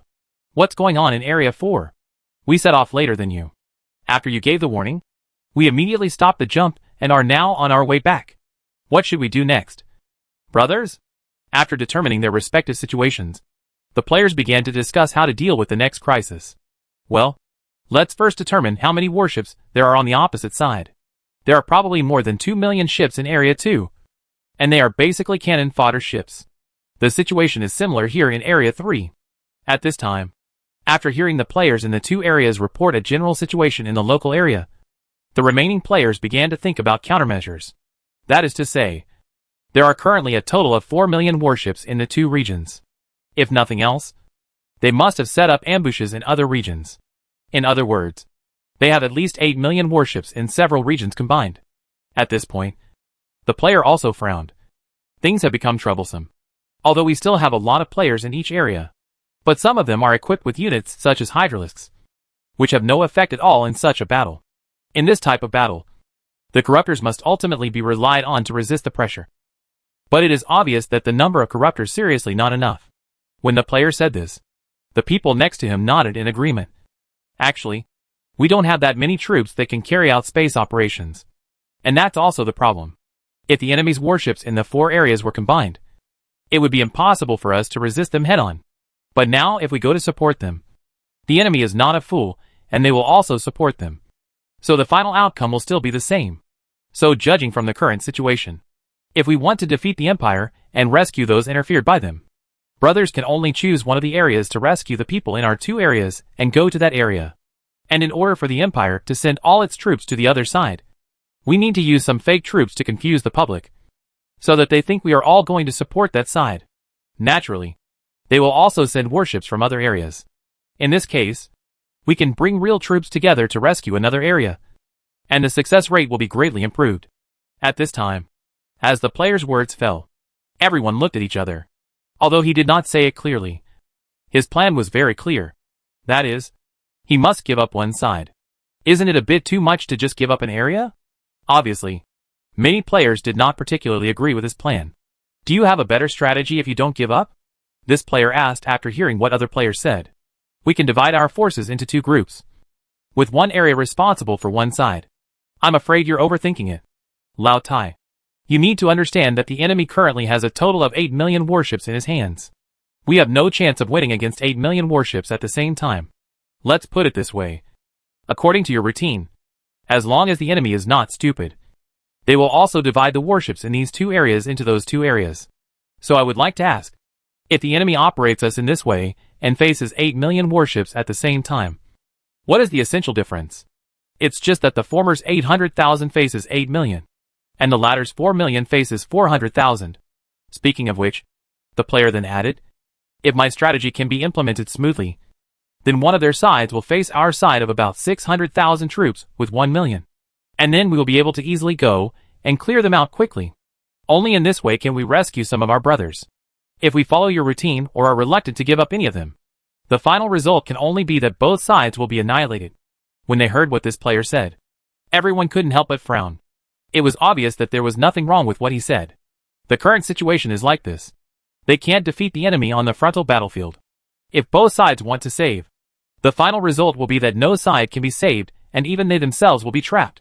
But it does feel a bit uncomfortable to give up on one side. Damn it. Why are these Doge coins so sinister? It's not that these guys were careless. During the first battle, they didn't make any preparations, so they let us succeed. But after the first battle ended, they also knew our plan, so they made preparations in advance, and we went straight into the situation without thinking about this issue before setting off. This led us to the current situation. Sure enough, you can't just invest as soon as you have an advantage. This is a typical investment with the wind and against the wind. And the most important thing is that Mr. Xianyu and his Thunder Beast are not here. So we are very passive in this battle. If their Thunder Beast is there, and they directly teleport, it will be a different situation. Damn it. After so many battles, I can finally see that super units, like that, play a vital role in the entire battle situation. Yes, there are many battles that rely on the teleportation of that unit to turn the tide of the battle. I have to admit that Krypton Gold can make you stronger. This is the eternal purpose of the game. If you feel that you have not changed if you are strong, then you must not have enough Krypton. Everyone, please stop talking. Let's decide which side to save first. Let's count the number of high-level soldiers on both sides. We mainly choose the side with more high-level soldiers to save them. In this way, after some statistics, the players decided to rescue the players in Area 2, while those in Area 3 had no choice but to give up. And just when everyone was about to do it, Tuto stopped them. Brothers, I have a good idea. When they heard Tuto say this, everyone also looked at him, waiting for his next words. I have a way. Although I can't guarantee that I can save 100% of the players in Area 3, I can at least save some of them. At this time, everyone's eyes could not help but light up when they heard Tuto's words, and they all came forward to ask how to operate. Natural Potato also explained its general operation mode to everyone. Naturally, this plan also became their implementation plan. So after everyone determined their respective division of labor, they immediately began to operate. After everything was ready, the players began to take action. Brothers in Area 3, you go and fight first. We will deal with the enemies in Area 2 and come over immediately. As soon as the plan started, Potato asked the players in Area 3 to wait and see, because there will be a lot of fakes coming to support them in the later stage. So in Area 3, fakes can be used to confuse the enemy's sight to buy more time. After all the fakes were dispatched, Todo immediately asked the players in Area 4 to continue heading to that area. When the players in Area 4 arrived at the designated location, just as Todo expected, they were also ambushed by the enemy. And the fakes in Area 3 are also in place. Boss, it's as you thought. All the enemy's warships in Area 1 have gone to Area 3. With the fakes in place, Todo also received intelligence from the frontline Euglena players for the first time. Hearing this, Todo nodded with satisfaction. The enemy is just as I thought. They will definitely go to support places where there are many fakes. Having said this, Potato looked at the people behind him and said, currently there are fakes in Area 3, and they can still hold on for a while. The players in Area 4 will last longer if they just go there. Next, we will give priority. Help Area 2. With that said, Potato led everyone in the direction of Area 2. When Potato and the others arrived at Area 2, they saw that Area 2 and the enemy were fighting fiercely. The wreckage of battleships and the corpses of insect swarms can be seen everywhere in the galaxy. At this time, the hydralisks in this area were basically all cold, and there were only 100,000 corruptors left in the insect swarm to deal with the enemy. At this time, the situation on the enemy's side was not much better. At present, half of their troops had been cleared by the players. While the two sides were still fighting fiercely, the appearance of Potato attracted the enemy's attention. With the emergence of this batch of resource insect swarms, the Empire's fleet naturally knew that they were going to be doomed, because this area has long been covered by their jump interference. It is impossible for them to retreat at this time, and they can only fight with the players. And the result of this hard work is naturally self-evident, faced with the combined efforts of the newly added army and the original troops. This fleet was finally defeated. After defeating this unit, the players destroyed all the surrounding jump jamming devices, and then immediately headed to Area 4 without stopping.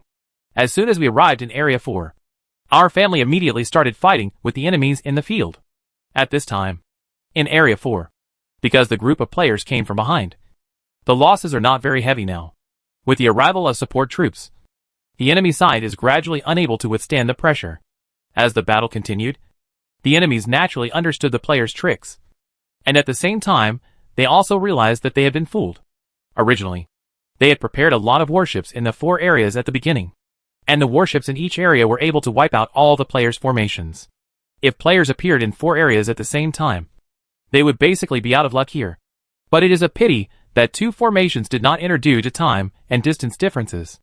After understanding the general situation, the tactical principle adopted by Potato was very simple. According to the previous player's plan, Area 3 will face 3 waves of enemies at the same time. These 3 waves of enemies are the enemies stationed in Areas 1 and 4 in advance. When a formation faces 3 waves of enemies at the same time, even if there are fakes to confuse the situation, it will not have much effect, because the number of enemies is here. So Potato asked the no for formation to continue to their previous position. In this case, the enemy would have formations in 3 areas fighting. If the fakes were sent to the no 3 area at this time, the enemy would most likely move the troops in the no 1 area. Send support. After the enemy turned their attention to Area 3, they immediately went to Area 2 and launched a surprise attack. After the enemy fought with the troops in Area 3, they found so many fakes. They could also guess that these were smoke bombs from the insect swarm. But by this time it was too late, because the group had already begun to attack Area 2. Cleaning up work. And when they finish clearing Area 2 and go to support Area 4, the enemy will naturally know that they are gone. Because if 3 areas go to crush 1 area, their area will only be cleared. At this time, in Area 3, although they have cleaned up all the enemy's fakes, the enemy has also delayed them for a long time because of the fakes. And now they want to change hands to support Area 4. Also very low, because the insect swarm in Area 3 would never give them this chance. They could only watch Area 4 being cleared by the players. After clearing Area No. 4, the players immediately set off towards the final Area No. 3. Although players were injured to varying degrees in several areas, don't forget that the recovery speed of the swarm is terrifying. In addition, they also carried ores. So through the continuous supply of these things, when the players came to the final Area No. 3, their status was basically full. At this time, The Imperial fleet had to face the players' support fleets from 3 areas at the same time, as well as some remaining bugs in this area. The whole situation turned into a 4-on-2 situation in an instant. Naturally, defeat in this 4-on-2 situation would happen sooner or later. And in order to reduce casualties, when the support troops arrived, the players in Area 3 immediately hid behind the formation to output. Therefore, after this wave of operations, Area 3 still retained some units. Although the players' plan for this battle went smoothly, it is undeniable that their losses were also heavy. Of the more than 800,000 troops, there were only 300,000 corruptors left, and the remaining Hydralisks totaled 200,000. This wave of players has lost almost half of their losses. But the only good thing is that these battleships are also produced by the Empire. So these battleships can also restore some blood to the players. This also makes the players feel a little better. Of course, after clearing these battleships, the players immediately launched an attack on the civilizations in these areas. After all, compared to the battleships, the revenue generated by these civilizations is the real majority. However, as a precaution, this time the players decided to clean up area by area as a group, and then split up to collect resources. Chapter 420. The Void Creatures are attracted. As the players' cleanup work began, they found that all aspects of the subsequent cleanup went extremely smoothly, and there was no such thing as other enemies joining in as they imagined. After all, the batch of battleships they destroyed before were already the last struggles of the affiliated civilization. As these warships were eliminated, not only did they expose their coordinates, but they also lost any defensive power, and then their status was naturally left to the players to easily control. In this way, the players cleaned up one civilization after another, and through these civilization players, they also made a lot of money. Although the previous battles caused them heavy losses, but now after so many ways of harvesting them, they have not only made up for the battle losses, but also a large number of players have reserved enough evolution points in their hands. In the later stage, they can easily take out the corruptors in their hands, advance to another stage. Not only that, even those players who are still using ground troops have harvested enough resources in this wave.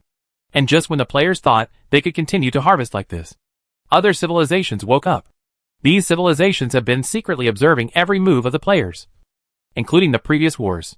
They recognize the strength of the players, but they are not afraid of the current players. After all, the number of units sent by the Zerg here is still too small. Although they are powerful, the numbers are here, so trying to defeat them based on the current situation of the insect swarm is tantamount to wishful thinking. Therefore, they do not have any worries about launching an attack again. And the most important thing is that the main target of their attack is not the insect swarm, but the resources of the affiliated civilizations and the Empire. Originally, they had been observing the insect swarm and had not taken action. Their main purpose was to see if the Empire would send warships to support them after such a wave of operations by the insect swarm. But when they saw that the insect swarm had wiped out a large number of the Empire's affiliated civilizations, but there was still no movement from the Empire, they knew that based on the current situation, there was a high probability that the Empire would not send troops to support them. The Empire will not send troops to support, which means that they cannot continue to let the insect swarm clean up some affiliated civilizations like this, because the resources of these affiliated civilizations are also in great need for them. So some of these civilizations hiding in the dark took action, and after they took action, they naturally exposed themselves. But there were so many civilizations taking action at the same time that they didn't care. After these civilizations appeared, they tacitly selected an area that they were responsible for, and then launched an attack. There have been no cases of other civilizations maliciously seizing territory or attacking other civilizations. Of course, this is understandable. After all, their main goal now is the Empire, and they will probably continue to get along in this way until the Empire is destroyed. But once the Empire is wiped out, it will be time for them to break up. At this time, as they joined, the players naturally played a few games with them. But these games basically involve players retreating and fighting at the same time. Because when these civilizations appear, players naturally know that they cannot defeat them in their current state. However, in order to protect resources, they can only continue to delay by retreating and fighting at the same time. At this time, the players' operations were naturally noticed by other civilizations. They just drove the players out of this star field and never paid attention to them again, because they didn't know where the Zerg's base camp was. And if they continued to follow the players, they might take you to the base camp, which would be a big problem. So they didn't chase the players too far. It's crazy. I didn't expect these civilizations to choose to take action at this time. Yes, these civilizations were too shady. They probably saw the Great War before. They waited until the war was over and confirmed that the Empire's affiliated civilization had no warships. And then, they came over to reap the benefits. These guys' leak-picking skills are top-notch. Holy crap. The civilization we harvested in that star field is only about 20% at most. The rest will be cleaned up by those people. It's us who work. And they enjoy it. It's uncomfortable to think about it. Although it is frustrating, there is nothing we can do about it. After all, we had expected this to happen at the beginning of the battle. It's just that what we didn't expect was that they would take action so quickly. Originally, we thought they would take action after we collected 40 to 50%. Who would have thought that this would only be about 20%? They just chose to take action. It shouldn't be said that they took action quickly, but that our speed of collecting resources was too slow. If we collected resources faster, maybe we could collect more. Brothers, what should we do next? What else can we do? Act according to the plan. When the leader comes back, we will go directly to support Xinyu and the others. But are we just going to give up here? Otherwise, what else do you want to do? Do you still want to take it back? Damn it. The place they finally conquered was missed by them. I can't bear to think about it. Okay. Don't worry about it. When the mission is completed and the rewards are obtained, we can go back to take revenge. Okay. After some discussion, although they were unwilling to do so, the players decided to act according to the plan. At this time, Jiang Yao was also on his way to the players. Of course, he brought a lot of little tails with him on the way here. For Jiang Yao, it is still very risky to attract monsters this time. After all, he is the one to operate it. If something goes wrong, it is very likely to overturn. So he was more careful this time. In short, after going through twists and turns, he finally succeeded in attracting the void creatures. When the void creatures came over, they immediately launched an attack on some of the surrounding affiliated civilizations. Because these affiliated civilizations still have some reserve resources in their hands. This has become the best nourishment for void creatures. Using these resources, they can produce small void creatures crazily. With the addition of these void creatures, the war situation on the Empire's side suddenly became chaotic.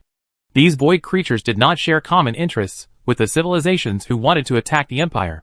Once these creatures discover civilization, they will destroy it as soon as possible no matter who it is.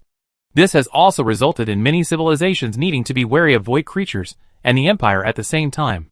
But the only good thing is that after they discover the characteristics of the void creatures, they continued to hide them. At this time, they were ready to wait until both the void creatures and the Empire were defeated before coming out. Compared to these civilizations, the current Empire is in dire straits. First, the Zerg attacked the affiliated civilizations to seize resources. Now, even the void creatures have changed, and the Empire has fought with them before, so they know how powerful they are. So the Empire knew very well that if it wanted to solve this trouble, it had to send a fleet to clean them up and nip them in the cradle before they had developed to a certain scale. But the current situation does not allow them to do this, because the surrounding civilizations are waiting for him to send troops out. Once they dare to send troops out to clean up the void creatures, they will have no choice but to wait to be besieged by the hidden civilization. Therefore, the Empire at this time also expressed extreme helplessness towards the current situation. They could only watch these void creatures continue to grow. At this time, both the Empire and other civilizations underestimated what this void creature could bring. The harm that comes. Although only the last of the 5 void biological mothers has been eliminated, it is basically unrealistic to support the output of the entire void biological system with just one mother. But don't forget that there are a total of 10 void creatures. Only 5 of them have reached this area before, and the remaining 5 are still in the original universe. The main reason is because they can't find the coordinates. And as it enters this universe, it immediately shares the accurate coordinates with other parent bodies. At this time, when void creatures were invading these affiliated civilizations, the remaining 5 mother bodies also came to this universe. And with their arrival, there were a total of 6 void creature mothers in the entire universe. The harm that a full 6 void biological mother bodies can bring is terrifying. Especially since all the civilizations present now choose to indulge in their behavior of cleaning up other affiliated civilizations to obtain resources. This is also the best time for void creatures to develop and grow. Firstly, their collection efficiency is much higher than that of insect swarms. So after wiping out a civilization, they can collect all the resources of this civilization in a very short time. After sending away this civilization, they can immediately go to the next area without stopping. Their operation method is extremely efficient. The main reason is that their numbers are here, and the civilization in the dark at this time does not realize the seriousness of the matter. Although Jiang Yao was very clear about the final result of such disorderly development of void creatures, he did not intend to expose this matter. To be precise, it should be that he does not intend to let other civilizations know about this matter. After all, the life and death of other civilizations actually has little to do with him. And he is not a so-called righteous man. He even said that from a certain perspective, he wished that these civilizations would die soon. Although the consequence of your doing this is that void creatures may develop disorderly in the future, this is not important to him. Anyway, the advantage of the insect swarm is that it has special bonuses when fighting against void creatures. And this is enough to protect itself. Rather than completely annihilating this creature, what Jiang Yao wants to see more is to maintain a delicate balance between himself and this creature in the future. Just like the situation with the previous cosmic insect swarm and void creature. Because only in this way can he curb the development of other civilizations to the greatest extent. And he can also use void creatures as a shield when encountering special situations. The risk of doing this is very high, but Jiang Yao has to do it this way. Currently, there are no so-called friendly forces among the insect swarms in the entire universe. Not only is there no Yongjun, but even many civilizations are eyeing him. Under such circumstances, strength alone is not enough for him to ensure his own safety. After all, you can deal with one civilization. But can you deal with 10 civilizations at the same time? Obviously this is impossible.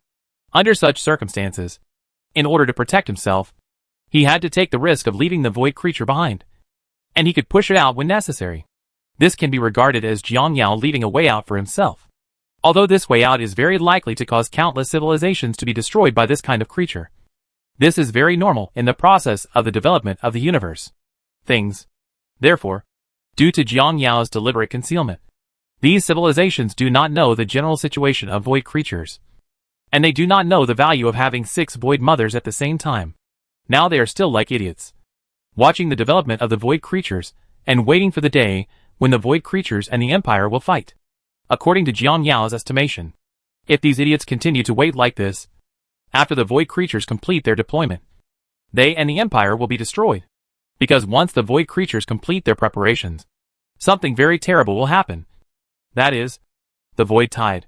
The void tide is a term used by the insect swarm for the explosive reproduction of void creatures. In the previous universe, the insect swarm and the void creatures were constantly fighting, because the two sides had never fought. The numbers of the void creatures and the insect swarm were maintained at a delicate balance point. Naturally, such a balance cannot be maintained forever. So at a certain period, the void creatures and the insect swarms experienced a brief state of non-competence. In this state, both races were frantically developing their own forces to prepare for the subsequent war, which led to the emergence of void tides and insect tides. Neither race lags behind the other in terms of production speed. Although the void creatures have fewer explosive units, their production speed is fast enough. The insect swarm has a huge number of arsenals for producing troops, so it does not lag behind the void creatures. When the insect tide of the insect swarm met the void tide of the void creatures, the two sides began an unprecedented war. Each race has its own advantages, and the battle ended in a draw. But after that battle, both groups knew that if they did this, it would be easy to overturn. After all, if such a large-scale battle fails, then the losing side will be attacked crazily by another race. After all, your condition is not very good at this stage, so it is easy for the enemy to take advantage of your illness and take advantage of you. Life. So after taking this factor into account, the two races returned to the previous stage of small-scale wars that consumed each other. After all, if there's a problem with this fighting method, they have the possibility of adjustment. So the risk is much lower than that of a large-scale one-time battle. So they chose the latter fighting method tacitly. Chapter 421 Return to the High-Energy Radiation Zone. And this is the general situation of the competition between insect swarms and void creatures in another universe. The situations of the two races are similar in many aspects. It is also for this reason that they maintain a delicate balance in the original universe. Both sides are very aware of the other's situation, and in order to prevent the other from uncontrollable factors, they fight through constant battles to consume the opponent's troops. This balance will be broken on the day when the resources of the universe are exhausted. But this will take a long time. So relatively speaking, the two races will still be in a balanced state in that universe. But now the situation is different. Now, this universe is first of all a swarm of insects that can compete with void creatures. But it has been suppressed so that it has no chance to develop at all. On the void creature side, because the other party knew very little about its situation, it chose to indulge. Such a wave of operations is very likely to cause the insect swarm to still be suppressed in various ways, while the void creature can take advantage of various opportunities and cognitive abilities. Gap develops. Whether it is void creatures or insect swarms, once they are given enough resources to develop, the disaster they can bring to the universe will be devastating. But now mainstream civilization only knows about the disasters caused by insect swarms, but not the disasters caused by void creatures. And Jiangyao deliberately concealed this matter. Through this, we can foresee in the future that void creatures will make most civilizations in this universe realize what despair is. Of course, this is also a good thing for Jiangyao, because only when the void creatures are strong enough, they will focus on the void creatures. By then, it will be a good time for their own development. At this time, after Jiangyao finished handling the matter, he led the players directly towards the high-energy radiation area. As for the situation here, he no longer needed to worry about it.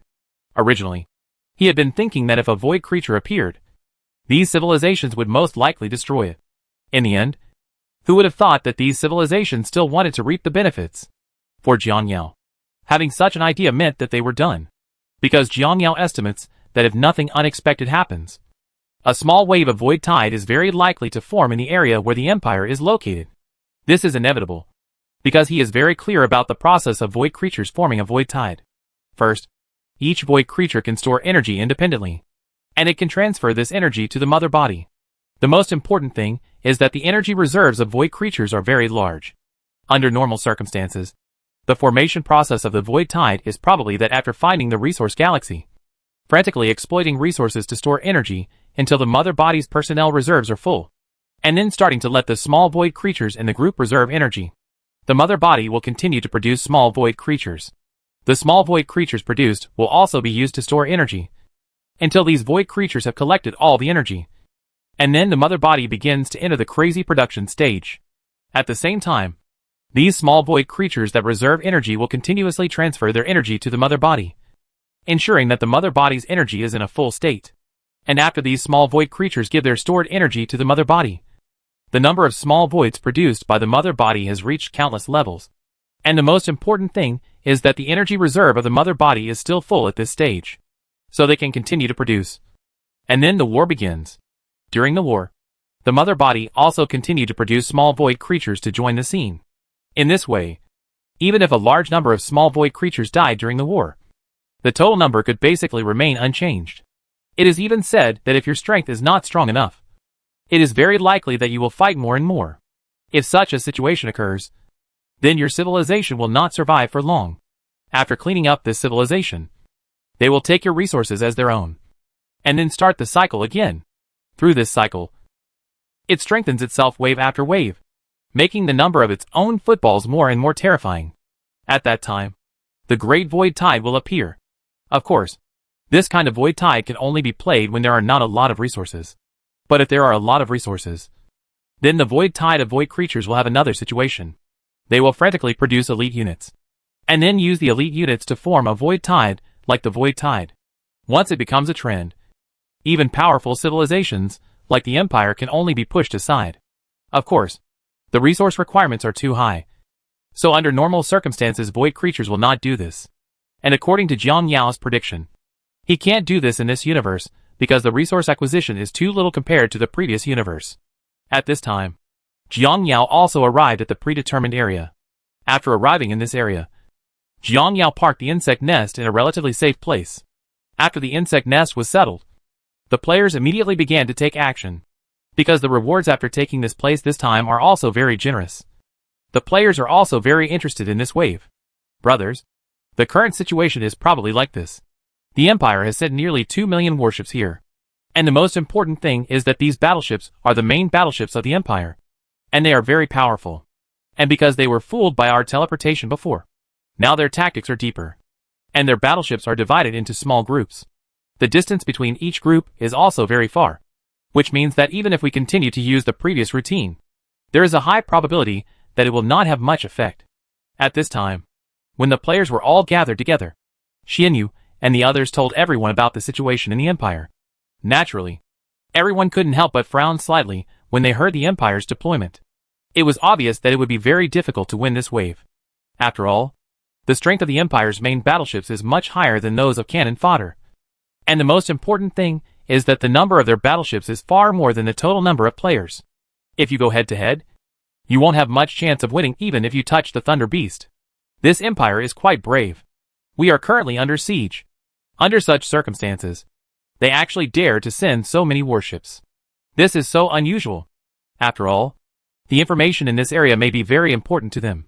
It is even said that as long as the technology inside is studied and understood, their current situation may be changed. So they will take risks. But I'm curious, as these technological relics are not of much help to our insect swarm. Why are we so persistent? Old man upstairs, you need to understand that this is a game. And what we received is just a mission in the game. Is the content and logic of the mission really so important? Shouldn't we be concerned about how to get the final reward of 1 million evolution points? Yes. Some of the daily tasks in the game are also very unreasonable. Why are these tasks repeated every day? Is this reasonable? It is obviously unreasonable. But why do you do it? Okay. Everyone, stop talking about these things. Now let's study how to fight the Empire. I think it's definitely not possible to do it head-on. I think you're farting upstairs. Damn it. I suspect you are provoking trouble. I think we can use the bomb bug plan. The first point is that the teleportation distance of the Ultralisk is very far. Although their battleships are relatively far apart, this does not prevent us from arranging the bomb bug. We can appropriately reduce the number of bombs each bomb bug carries, and then explode them in waves. Since they have no supplies, they will be consumed by us sooner or later. As the player finished speaking, everyone thought for a while, and then said, "This method of yours, I think there is something wrong with it. Although it is very feasible, you have to consider the cost. Not to mention the cost of these bugs. The cost of transmission alone is not something we can afford. Otherwise, let's try to use condensed matter banelings to cause trouble. They're small, and small waves are just suitable for condensed matter banelings to cause damage. The cost is not low. And they also have corresponding defense means that will greatly limit the destructive power of the condensed matter. Brothers, why do we have to use banelings? Besides banelings, we have many other tricks. Brothers, your thinking can't be too limited." At this point, the player added, "Based on the current situation, I think we can make a positive move. There are also skills to fighting the front. We released a lot of insect swarm hosts before leaving here, and now they have produced a lot of fighting locusts. We can use these fighting locusts with these combat locusts combined with copies of some military units. Our total number will become very exaggerated. With such an exaggerated total number, we can definitely fight against them. Of course, this isn't a fight to the death. We have to play tricks." "What's the trick?" At this moment, everyone asked curiously after hearing what the player said. "First of all, we need to know that there is a very special area on the other side of the Stargate.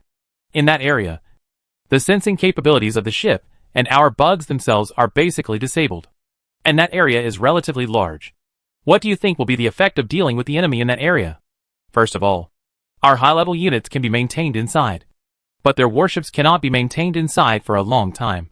We have a natural advantage over them. And the things inside are very important to them. But it is different for me. So when they know that a large number of our bugs have entered, they will definitely find a way to stop us. Because to us, it doesn't matter if we destroy these things. But to them, the things we destroy will definitely cause them great pain. So under such circumstances, they will definitely send a large number of warships to fight us in a disadvantageous environment. We can use guerrilla tactics to fight against them inside, which will make them uncomfortable. And the most important thing is that they have no supplies. So they can only forcefully consume us." After hearing what this player said, everyone understood his plan. He wanted to use that hard attack as a guise to let all the bugs enter that area, and then transfer the main battlefield from the outside to the inside. This method is indeed possible. At this point, the player seemed to have thought of something. "By the way, I remember that there was a person in the Xianyu Guild tracking the Imperial warships before? What is the situation now?" After hearing this person's question, Xianyu also roughly explained the situation to them. Currently, the Empire's exploration fleet has found a ruins. They have been studying the ruins there since they found the ruins. At this time, everyone couldn't help but light up when they heard what Xianyu said.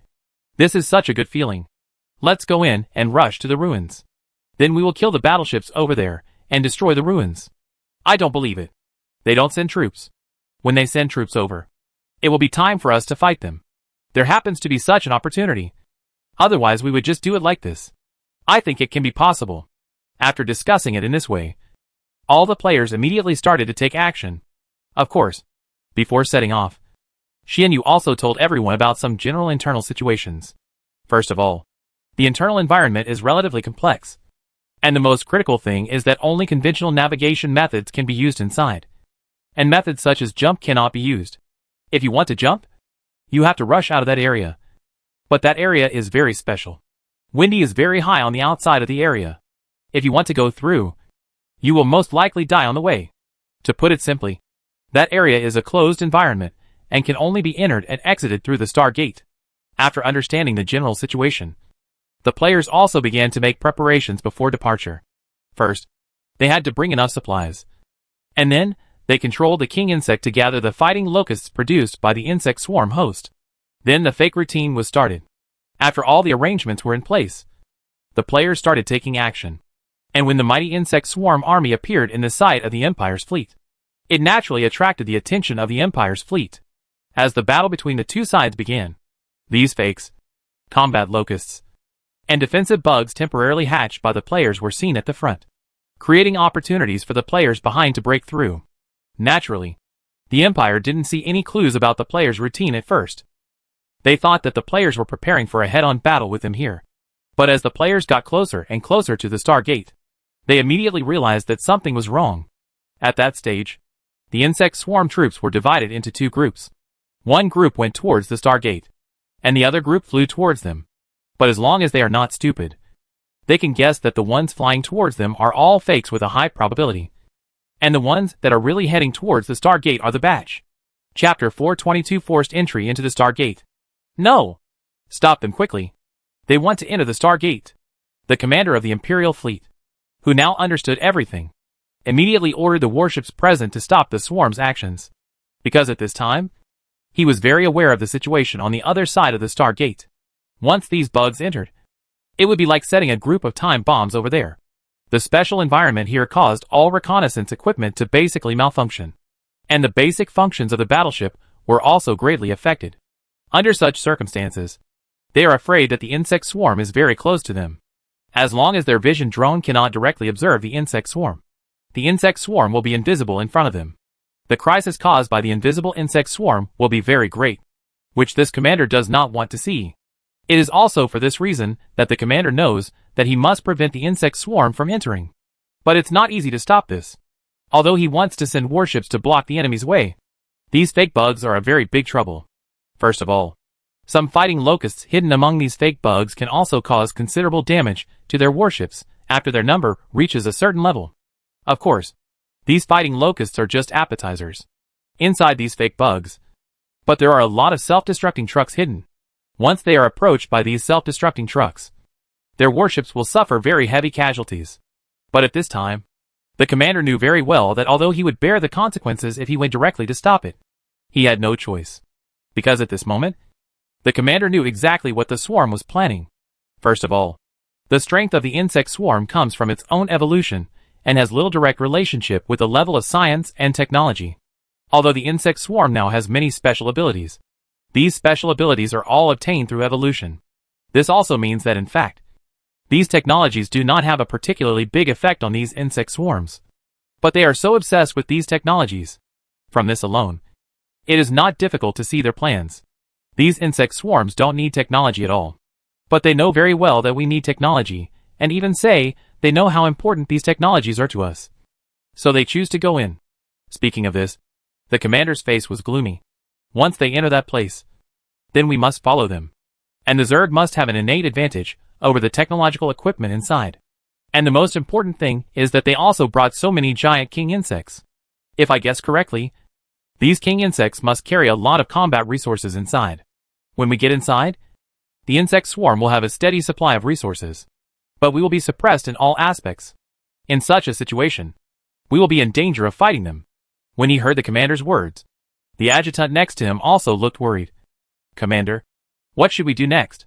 Having said this, the adjutant then added, "We can't be sure how many self-destructing bugs are hidden in their group of bugs. We just launched a total of 3 charges. And each time, they were easily defeated by their self-destructing bugs. Not only that, our battleships also suffered a lot of losses. If we continue to charge, I am worried." At this point, the adjutant hesitated to speak, but the commander naturally knew what he wanted to express. "I know the current situation very well. If we continue, we won't have to wait for the bugs to attack us. They will be able to completely consume our fleet with their self-annulling bugs alone. But now we have no choice but to charge hard.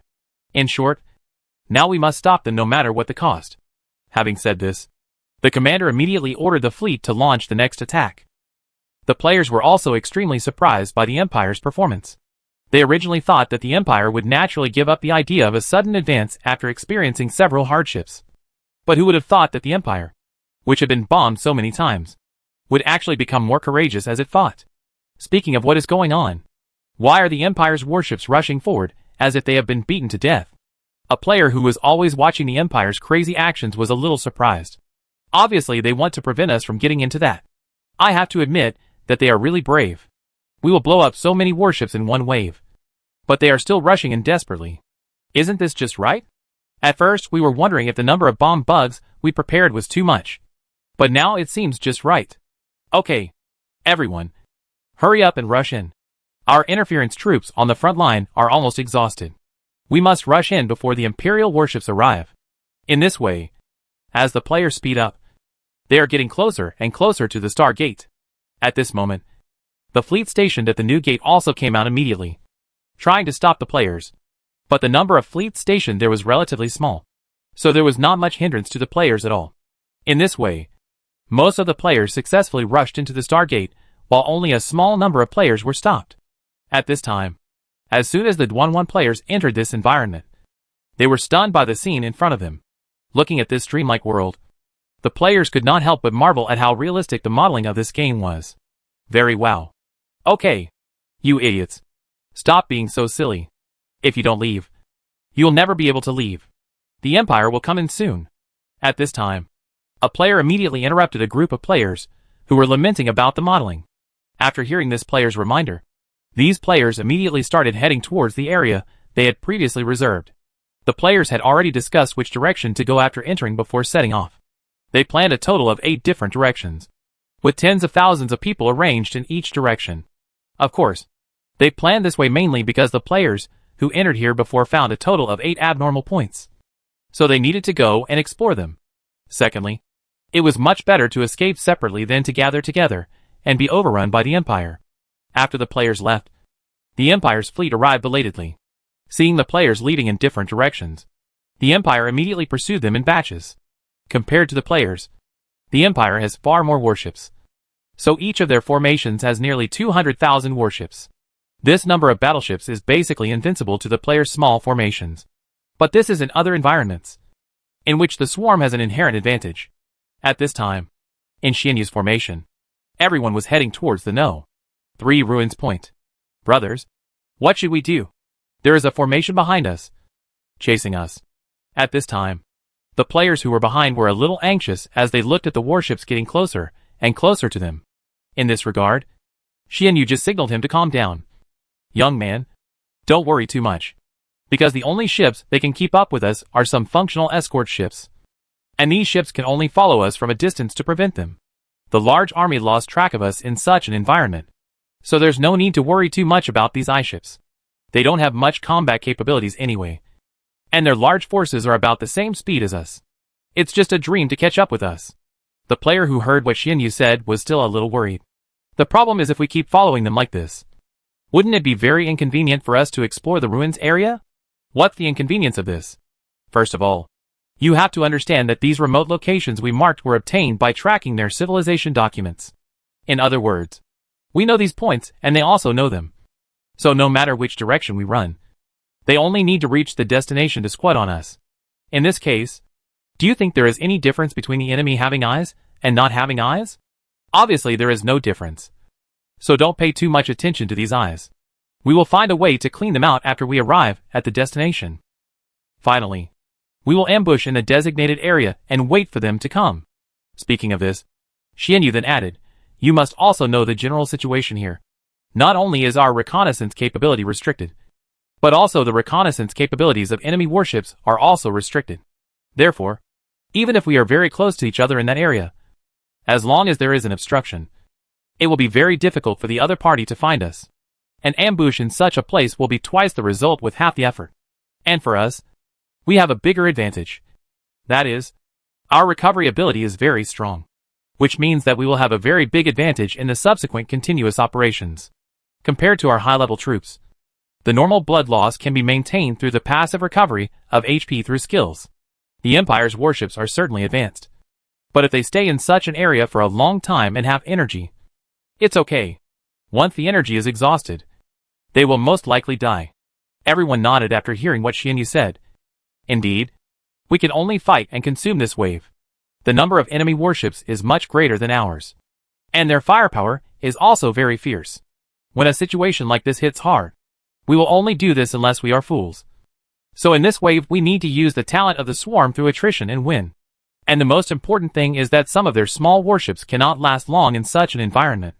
So we only need to wait for a few days until their small ships can no longer withstand it. And they will naturally retreat. As long as those small boats retreat, it will be very simple to deal with the larger ships that persist for a longer time. While everyone was still discussing, a player suddenly thought of a very good routine. Brothers, I suddenly thought of a good idea. First, the Empire comes to seize our territory. They must have an idea, and their goal is most likely to be some of the technology in the ruins.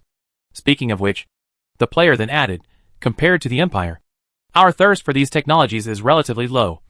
So for us, whether we can obtain these technologies is of little significance.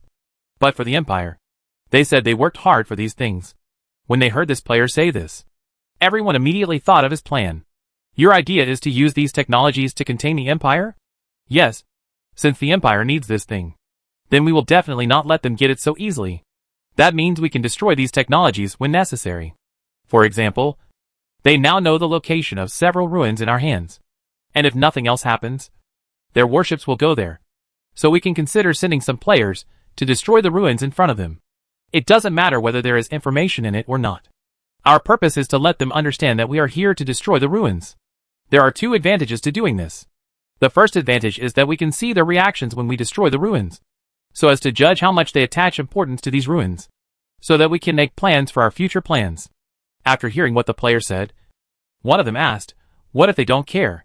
The possibility of not caring is very low, because they actually sent so many warships here under the premise that the current situation of their home planet is so bad.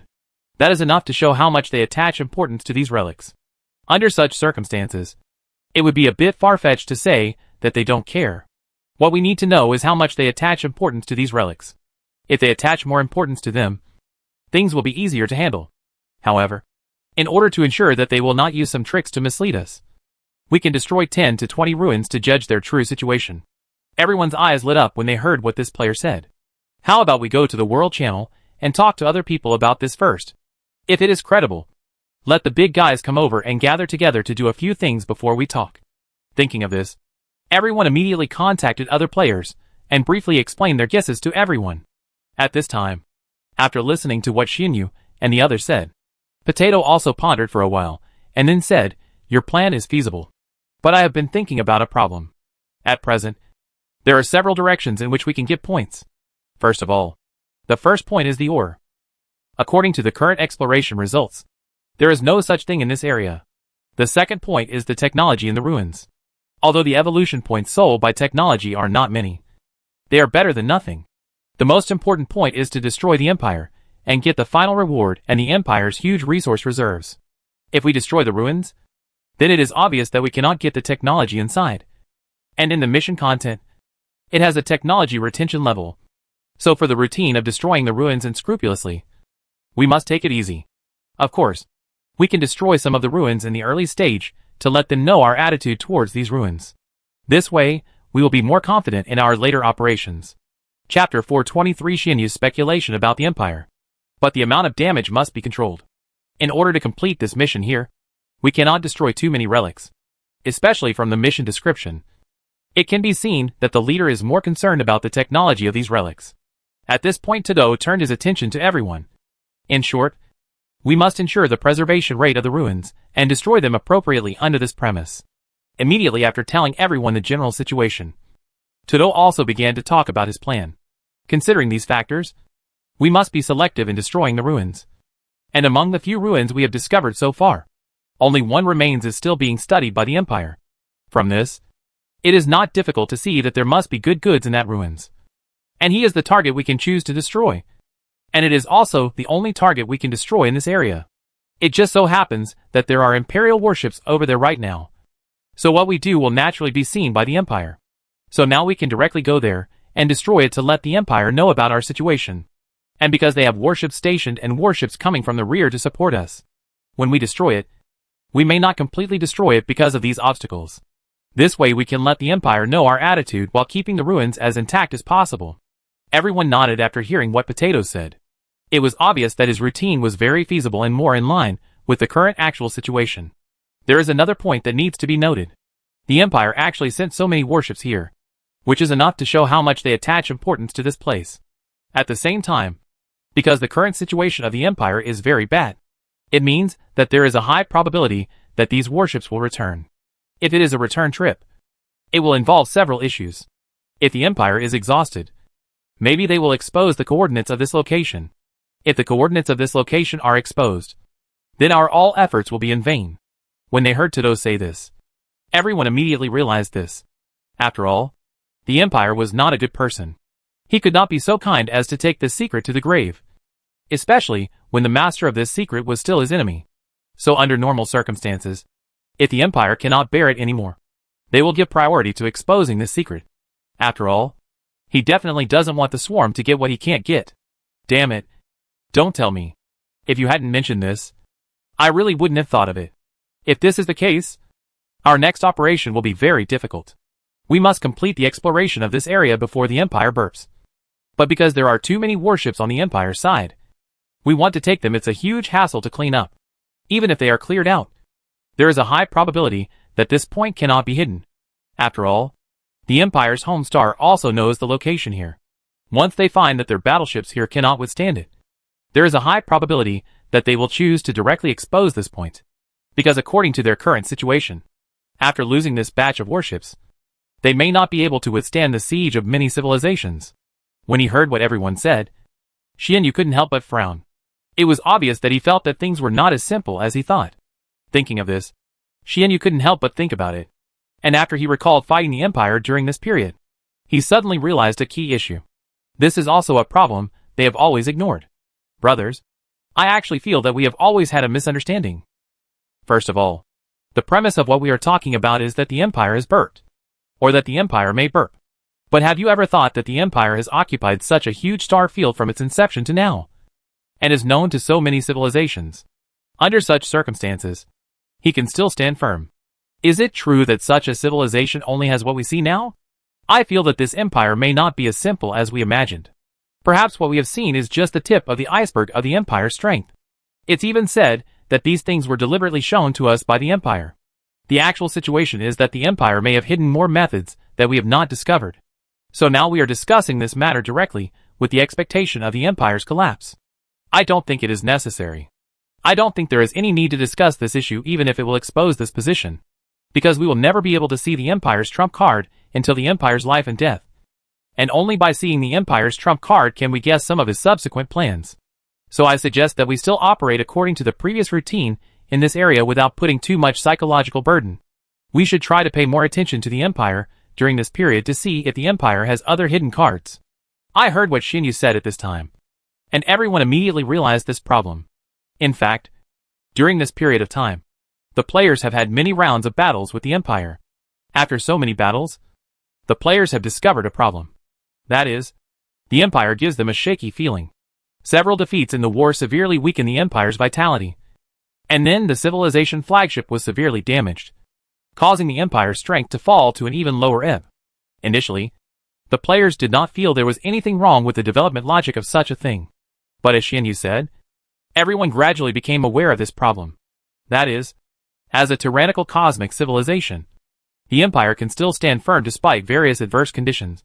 And it can overpower many civilizations. This alone is enough to show that the Empire is not simple. Although the Empire has lost a large number of warships in these battles, can such a huge empire really maintain the operation of the entire empire just by relying on these warships? Obviously the possibility of this is very low. Therefore, the possibility that Xianyu guessed is very high. And the Empire may have some more powerful means that it has not used.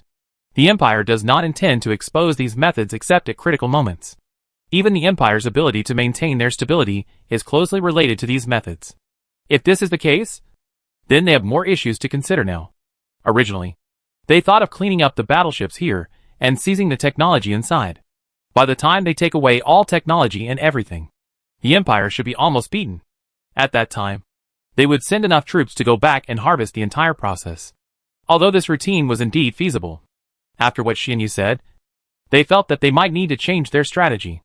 Immediately after, the players put forward various conjectures about the Empire, and these conjectures were all on the strong side. And the players were also thinking about how to deal with these conjectures in the future. After we had a general plan, our family turned our attention to this area. Okay, we have probably discussed the situation, and then we will clean up this area as planned.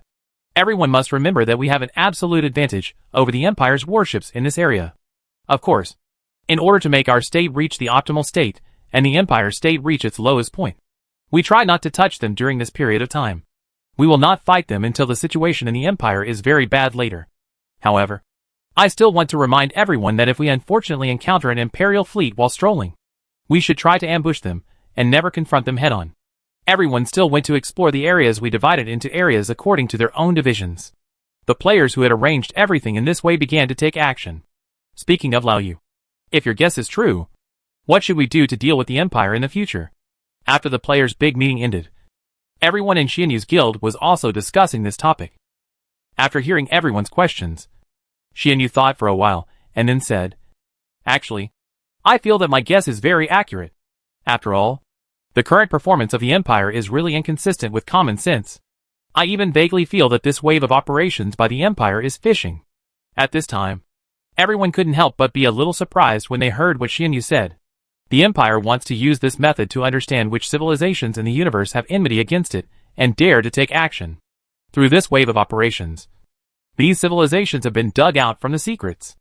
After digging out these civilizations, his subsequent cleanup work will be very convenient. I even seriously suspect that he intentionally injured the civilization flagship that time. At this time, everyone couldn't help but widen their eyes when they heard what Xianyu said. It was obvious that they were also shocked by Xianyu's idea. Deliberately injuring the civilized flagship? You know, we almost scrapped their warship last time. If their calculations were wrong and we really killed the battleship, wouldn't they? It's not unreasonable if you think so. After all, if you take out such an important thing and it gets overturned, wouldn't you be doomed? But that's the problem. If the Empire is able to afford this warship in its current situation, what about the loss? It is even said that the Empire has more than one civilized flagship in its hands. Under such conditions, do you think it is possible for them to sacrifice one civilized flagship? Hearing this, everyone still didn't understand what Xianyu meant. You mean, the Empire may have more civilization flagships in its hands? You can say that, but you only guessed half of it right. You should be able to understand it if I change an analogy. Suppose I have 100,000 yuan in my hand now. I took a 100 yuan and threw it on the ground. The purpose of this behavior was to lure some people around me. I even said that I could let him pick up the 100 yuan. The purpose of my 100 yuan was to lure some people around me. That's all it fishes out. As Xianyu finished speaking, everyone immediately guessed something terrible. You must have guessed that under normal circumstances we want to attract some people with something that is of high value and important in the eyes of others. So the prerequisite is that this thing is not important to me. That is to say, I have something in my hand that is worth 100 times and 1,000 times more than this thing. So I have the confidence to let this thing go. Because for me, who now has such an asset, throwing away this 100 yuan, it doesn't have a big impact on me. That is to say, if my guess is correct, the Empire may now have more powerful weapons in its hands. So powerful that they can ignore this civilized flagship. Otherwise, it is absolutely impossible for them to do so. At this time, as Xianyu's words fell, everyone couldn't help but look at each other. If your guess is true, then how should we fight against this Empire? You have to know that we can't even deal with the civilized flagship they have in their hands right now. If they have more powerful weapons, Wouldn't we? Hearing this, Xianyu couldn't help but sigh. After all, it's the final boss. If it's really as simple as we think. That's right. And I would also like to remind you first that what we have to face next is it's an era of data expansion. Data bloat? Xianyu nodded at this and then continued. Brothers, you must understand the previous battle. Their civilization flagship withstood the firepower of void creatures for half a month. And there were hundreds of millions of void creatures. To be able to withstand such a large amount of damage, you must have some idea of what their armor shield value is. So it is difficult to predict what kind of data a stronger battleship will have. This is why I say that we will enter an era of data expansion. Among the new monsters that will be officially launched in the future, there may be monsters with higher values. If we want to win among these monsters, we will have very high requirements for the overall coordination and evolution of our fleet. If this is really the case, isn't it because the official is forcing us to spend money? You must know that if the data continues to expand, the role of low-level corruptors will become smaller and smaller. Xianyu did not deny what the player said. You are right. But in my eyes, the reason why the planner did this is mainly to wipe the butt of the corruptor. For a long time before, all our arms were basically the first stage corruptors, because the overall cost of the arms at this stage is relatively low. And secondly, its damage and various data are relatively good. It is also called the king of cost performance. If I were a game planner, I wouldn't want to see this situation. Firstly, this situation is not conducive to the diversified development of arms. Secondly, everyone has locked all their targets on this arm, which means that the sales of other arms will decline. If everyone uses this cost-effective unit to clear various dungeons at a relatively low cost, then there will be no need for planning to consider launching subsequent units to make money. Chapter 424, Waiting for Opportunity and Preparing to Attack. That's why the planners came up with a trick to increase the attributes of these monsters and increase the index to limit the corruptors. Then it can open up more units with higher attributes. At this time, everyone couldn't help but admire Xianyu when they heard what he said. It was obvious that what he said made sense to everyone. Hearing what Xianyu said at this time, everyone roughly knew the next plan. In fact, after discussing it so much, they also had a certain understanding of the current situation. It was also for these reasons that Xianyu and his guild decided to temporarily change their operating strategy. Actually, through what we have talked about with other players before and now ourselves, it is not difficult to see that these technologies are quite important for leaders. Especially in this dungeon. We should not focus on how to destroy the Empire on the battleship. We should focus on how to acquire internal technology. To put it simply, we only focus on technology. As for other guilds who want to fight the Empire, let them do it slowly. Of course, the wave of actions we organized afterwards was essential, because we had to make our attitude clear to the Empire. In this case, they may put more energy and time on existing ruins, which will create more ruins for us to explore. And I have a hunch that the value of these technologies will definitely not be as low as the previous technologies. If this is the case, we can try to bring 1 or 2 technologies back to test the waters this time. If the selling price is high, then we will continue to develop technology. If the selling price is low, we will see what to do next. Other routes. At this time, when the players were still discussing how to operate in the future, it was on the Empire's side. At this time, the Empire was also extremely uncomfortable because of the entry of the insect swarm. Because the insect swarm was wandering around in this area, they might find the area they were exploring, and then come in and mess around with so many of them. All the hard work was in vain. If they are unlucky, they may encounter the possibility of the insect swarm stealing the fruits of their labor. So after taking this factor into consideration, the warships that entered later from the Empire all set off towards the area where the ruins are located. Because there must be something big in this ruin empire. But what makes them uncomfortable is that the defense power of this ruins is too exaggerated, and they cannot break through it in the short term. And just as they were trying their best to break through the ruins' defense as soon as possible, the players who had determined their plans also started to take action. When players come to this area, the first thing they see is a huge tower-shaped building floating in space. There were many warships parked near the building. Players who saw this scene naturally knew that these Imperial warships were now preparing to defend this place. This wave of Empire has brought all the battleships over. If this is the case, it will be quite difficult for us to break through. At this point, the player looked at Xianyu and others. By the way, can your Thunder Beast teleport here? After hearing this player's question, Xianyu thought for a moment and then replied, it is possible to teleport. But because the environment here is quite special, The energy consumption consumed by teleportation is very terrifying. I preliminary calculated that 1 million phagocytosis can only transport 50 hatchlings and 300 banlings. At this time, everyone was a little stunned when they heard Xianyu's words. It means that tens of millions are enough to send such a small amount. At this level, they basically didn't even take 2 steps before they concentrated their fire and killed them. This is troublesome. The number of teleportations is too small. And there are so many enemy warships. Under such circumstances, this teleportation is of no use at all. If we can't use teleportation, we can only force our way in. The fake ones copied by iWorm can only last in this area for a few hours. So it's unrealistic to expect these fake tricks. That is to say, if we want the Empire to fight in this area, we can only do it head-on except to ambush them. And now that all the Empire's warships are here, it is definitely impossible to ambush them. The most important thing is that the giant building is floating in the universe, and there are no bunkers around it. This means that once we go out, our whereabouts will be directly exposed. In the final analysis, it's impossible to play tricks. We can only force our way through this wave. While the players were still discussing, one player suddenly thought of a good idea. By the way, I have a good idea. All their warships are nestled here, which means that the defense of their Stargate is very weak. Otherwise, we send some people to the outside to destroy the Stargate first. In this case, their warships will definitely rush over to support. When their warships return to support, we will make another raid to see the situation. At this time, everyone's eyes lit up when they heard this player's suggestion. The credibility of this routine is very high. After all, even if they get the technology, they can only go back through the Stargate. So if the players destroy the Stargate, the Empire must find a way to stop it. At that time, they will also detach a group of fleets to station at the Stargate.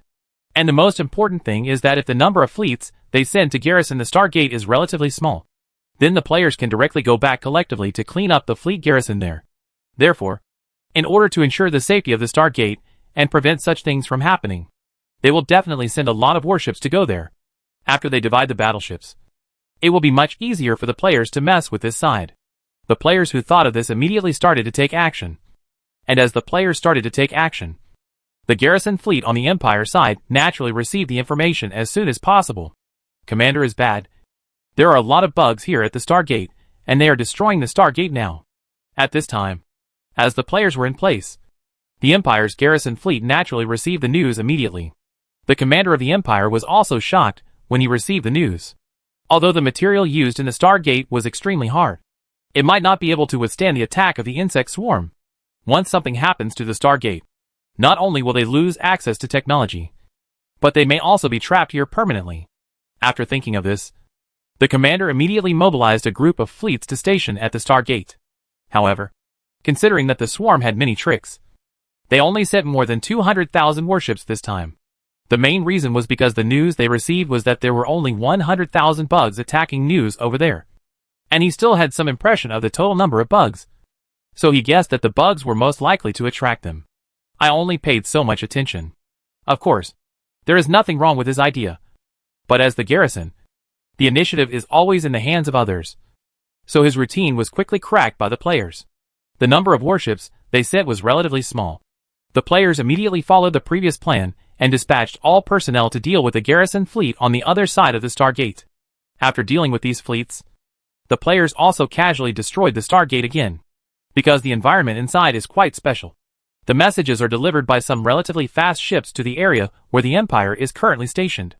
It is also for this reason that when the commander of the Empire received the news, their fleet had been completely wiped out, and it was now impossible to send troops to support. The commander of the Empire immediately thought of the bugs' tricks. They wanted to use this method to consume their fleet bit by bit. But even if he knew the enemy's tricks, he couldn't do anything about it. After all, they are now in a very passive state. After much deliberation, the commander of a country decided to send half of the fleet back to garrison. This also means that if they fight against the insect swarm, they will have no chance. Advantage. Because the total force was dispersed. Their losses would definitely not be small if they really fought against the insect swarm. But it didn't matter. Because for him, as long as he could bring out what was inside, all the sacrifices would be worth it. But it's clear that they far underestimated the gameplay of the swarm. After they divided the fleet into 2 groups, the players immediately stopped attacking. and then began to search around the galaxy for the location of other ruins. Judging from the current situation of the two formations on the Empire side, either one has more numbers than the players. It is unwise to fight under such circumstances. Therefore, players need to wait for the opportunity, and wait for the Empire's fleet to reach its lowest point before launching an attack. Because in this area, the Empire's warships must always open their shields to ensure the safety of their warships. This undoubtedly consumes a lot of personnel, so players only need to let them go for a while, and wait until the energy consumption of their battleships is almost exhausted before launching a surprise attack. During this period of time, players focus their energy and time on finding other relics. However, when the players started searching, they discovered that it was very difficult to find valuable relics in these areas. After this period of exploration, the players have a preliminary understanding of this ruins. First of all, the players don't know why this area is so special. But what players can be sure of is that there once existed a civilization here. But this civilization was eventually destroyed for unknown reasons. And the level of technological development of this civilization was very high. They have built a large number of space buildings in this galaxy. And some of these space buildings are in pieces, while others are still well preserved. Naturally, these well-preserved buildings have become the player's primary goal. After some searching, although the players found many such buildings, most of them were of little value. Some of the facilities inside these buildings were basically damaged, and the stored data was lost. Of course, this situation is the current situation of most relics. Of course, there are also some valuable relics in these relics. These relics are relatively well preserved, so it is very likely that relatively complete scientific and technological data are stored inside. Of course, this is not absolute. There may be some insignificant things stored inside some ruins. Whether you can get good stuff depends on luck. And it is also very difficult to bring out the things inside the ruins. Because if you want to get inside, players must break through the defenses of these ruins. And the defenses of these ruins are extremely strong. Players try their best to cause minimal damage to him. But this is understandable. After all, being able to be preserved for such a long period of time speaks volumes about its strength. It is for this reason that players have basically gained nothing during this period. First of all, the defense coefficient of the ruins itself is very high, and it will take a very long time to forcefully break it open, and it depends on luck after breaking it open. If you are not lucky, then it is very likely that there are some irrelevant technologies stored in it, and these technologies will not be sold for much money at all. Moreover, most of the technologies stored in the ruins here are basically useless. So most of the players were busy working blindly during this period of time. Only a handful of them have found a few useful items. And these items can't actually be sold for much money. The players, who had been struggling like this for a while, finally gave up on the search and turned their attention to the ruins where the Empire was stationed. The defense coefficient of a ruin is even more exaggerated. The Empire has been struggling there, and still has not destroyed its defense. And the most important thing is that the size of the ruin is obviously much larger than the ones that the players have found. Therefore, players generally believe that maybe only that piece of ruins is truly valuable. At this time, after several months of struggle, the Empire finally opened the door to this ruins. Naturally, after opening the defense, the Empire immediately sent warships to investigate the situation. The situation on the natural Empire side has also been clearly seen by the players, who have been monitoring them from the surrounding area. After knowing the news, the players gathered together and prepared to launch a wave of attacks. And the most important thing is that, after such a long period of struggle, the state of the Empire is not particularly good. So although there is still a certain gap in the numbers between the two sides in this wave, the players will have a higher probability of winning. At this time, within the Empire, players were actually expected to come, because they already know that their area has been exposed for a long time, and that group of bugs have not launched an attack. But they are just reaping the benefits. The Imperial commander, who has a thorough understanding of the current situation, naturally has a corresponding strategy. He plans to use the warships here as cannon fodder, and consume the enemy until the insect swarm has almost cleaned up their warships. Then it is estimated that there will not be many insects left in the insect swarm, and their warships stationed outside the Stargate can come directly to clean up the remaining insects. So basically this area will be safe. Chapter 425. The attack begins. At this time, after the players began to take action, the commanders on the Empire side also began to make arrangements. At this time, the commander of the Empire's fleet immediately ordered the warship stationed at the Stargate to rush here. The Stargate is still some distance away from us, and it will take several hours according to normal navigation. So we let them rush here now, The time is just right. Having said this, the commander looked at the adjutant on the side and asked, "What is the current status of our garrison fleet?" Upon hearing the commander's question, the adjutant quickly gave the commander an overview of the current situation. Because this area is quite special. Our main battleships consumed a total of 30% of their energy during this period. Now the energy reserve of each battleship is about 70%. The commander couldn't help but be a little surprised when the adjutant said this. 30% has been consumed in just a few months? The adjutant could only nod helplessly. Because the situation here is much more complicated than we expected. First of all, the materials and rays contained inside this area do not appear to be fundamentally different from those outside. But in fact, these things are not as simple as they appear on the surface. These things are very strange. They can cause damage to our battleships. And the most important thing is that we cannot transform this substance.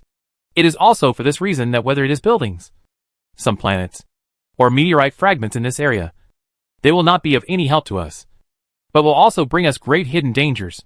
So during this period of time, our warships have used shields to resist some adverse factors from the outside world. This has also resulted in us consuming the warship's reserve energy during this period. After hearing the adjutant's words, the commander couldn't help but frown. I have some understanding of the situation outside. But what I really didn't expect was that so much energy was consumed to resist these things. The adjutant could only sigh helplessly. Actually, according to normal consumption, we don't need to consume so much energy at all. But the environment here is very strange. Our energy consumption was quite normal at first. But after staying here for a while, energy consumption began to gradually increase. Now, our daily energy consumption is nearly 10 times more than when we first came here. The commander also nodded after hearing what the adjutant said. They had no way of understanding the environment here. After all, the level of civilization and technology that once existed here was much higher than theirs. It is normal for them not to understand the methods of these advanced civilizations. Thinking of this, the commander couldn't help but feel a little lucky. But fortunately, we were able to decipher the ruins quickly enough. Otherwise, if this energy consumption continues to increase, I estimate that by then, there will be no need for insect swarms to attack us. And we ourselves may be wiped out by the environment here. Hearing the commander's words, the adjutant on the side also nodded in agreement. And while the two were still talking, the insect swarm had already appeared in their observation area. At this time, the commander of the insect swarm looking at the sky could not help but frown. As expected, the insect swarm was not greatly affected in such an environment. It looks like it might be a tough fight ahead. Having said this, the commander immediately ordered the fleet to attack the insect swarm. While attacking, he also began to pay attention to the location of the support troops.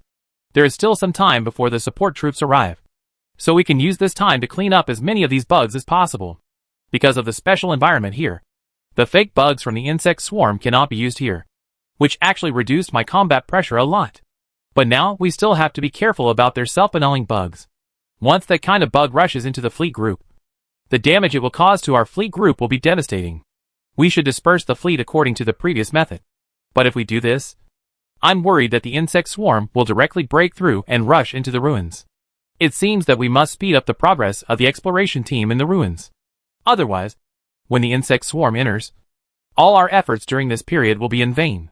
In this way, the commander was directing the battle while analyzing the current situation. Now they were only one step away from success. So at this juncture, he had to be careful to ensure nothing went wrong. But at this moment, he suddenly discovered that something seemed wrong with the situation over the insect swarm. "This is it?" he said, as he looked at the swarm of insects in the projection, with a puzzled look on his face. The opponent's general numbers are comparable, but only those giant beasts of the opponent did not appear on the battlefield. Could it be that the other party has hidden the giant beast and wants to catch us off guard at the critical moment? At this point, he immediately shook his head and rejected his idea. No, the possibility of this is very low. There are no bunkers in the area where I am currently that can block the figures of some giant beasts. In other words, as long as they appear here, they will definitely be discovered.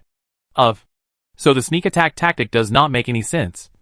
But the problem lies here. Since the sneak attack tactic is not feasible, then in such a battle, what is the point of sending the giant beasts away? Or are they preparing again? What? At this point, the commander seemed to have thought of something. Teleportation? If my sneak attack fails, then they can use that teleportation technology. Having said this, it shows that the commander is not sure about this situation. We have analyzed their teleportation technology. This technology has the same effect as the jumping technology. Essentially, this technology can be understood as a scaled-down version of the jump engine. Although we don't know how the swarm achieves this. Since it is this technology, it must have certain requirements for the space environment. But in the space environment here, there is a high probability that they will not be able to use this technology. Or even if they can use it, there will be many restrictions. So it is basically impossible to use teleportation technology. And the only one in the entire insect swarm that can use this technology is the giant thunder beast. Next, I only need to keep an eye on that thunder beast. That's it. Once that thunder beast appears, just focus the fire. At this time, while the commander was still thinking about these things, a shield wall composed of dense small insects suddenly appeared in the distance and flew towards them. And the moment he saw this small shield wall, he immediately guessed that those giant beasts were most likely hiding behind this wall. He also knows about this special kind of bug. Compared with those small fighting locusts, these bugs are a lot larger than those fighting locusts. And the most important thing is that they have very terrifying defenses. Ability. Normally, the insect swarm will use this insect as a means of defense, attaching to other combat bugs to improve their own defense. At this time, they used it as a shield wall to create conditions for the large-scale troops to advance. The commander was not surprised at all by the insect's operation, because they had thought about how the insect swarm might adopt such a routine when they were studying this insect before. Although the defensive capabilities of this kind of insect are strong enough, it is a pity that you are not qualified to withstand the attack of nearly 1,000,000 warships. At this point, the commander gave an order for all the warships to collectively turn on the insect wall. At this time, as his order was issued, all the warships immediately began to execute it. When the players on the front lines saw the opponent's actions, they knew that this was a good time to charge. So the swarm of insects fighting in the front immediately started to move towards, with all their strength.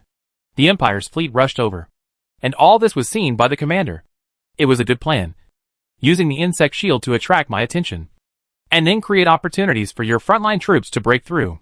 But have you ever thought about how much time you have to advance when faced with the concentrated fire of so many battleships? Having said this, the commander immediately set his sights on the insect wall. For him, he only needed to defeat the insect wall in a short time, and then get rid of the powerful units hiding behind. Then this time they basically won. For him, the biggest threat is those giant beasts, because the damage caused by those giant beasts to them is very exaggerated, especially if they are in scattered positions like they are now. If they are approached by a giant beast under such circumstances, the scattered area will become an excellent harvesting ground for the giant beast. Therefore, he must find a way to deal with the enemy's giant beast first. It is not difficult to deal with the enemy's giant beast. He only needs to use one routine, which is to focus fire directly.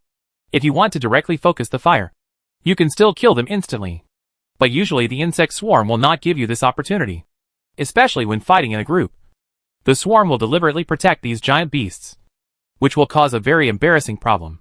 Even if they want to focus their fire, many times their attacks will be partially blocked by other bugs, giving the giant beasts time to escape.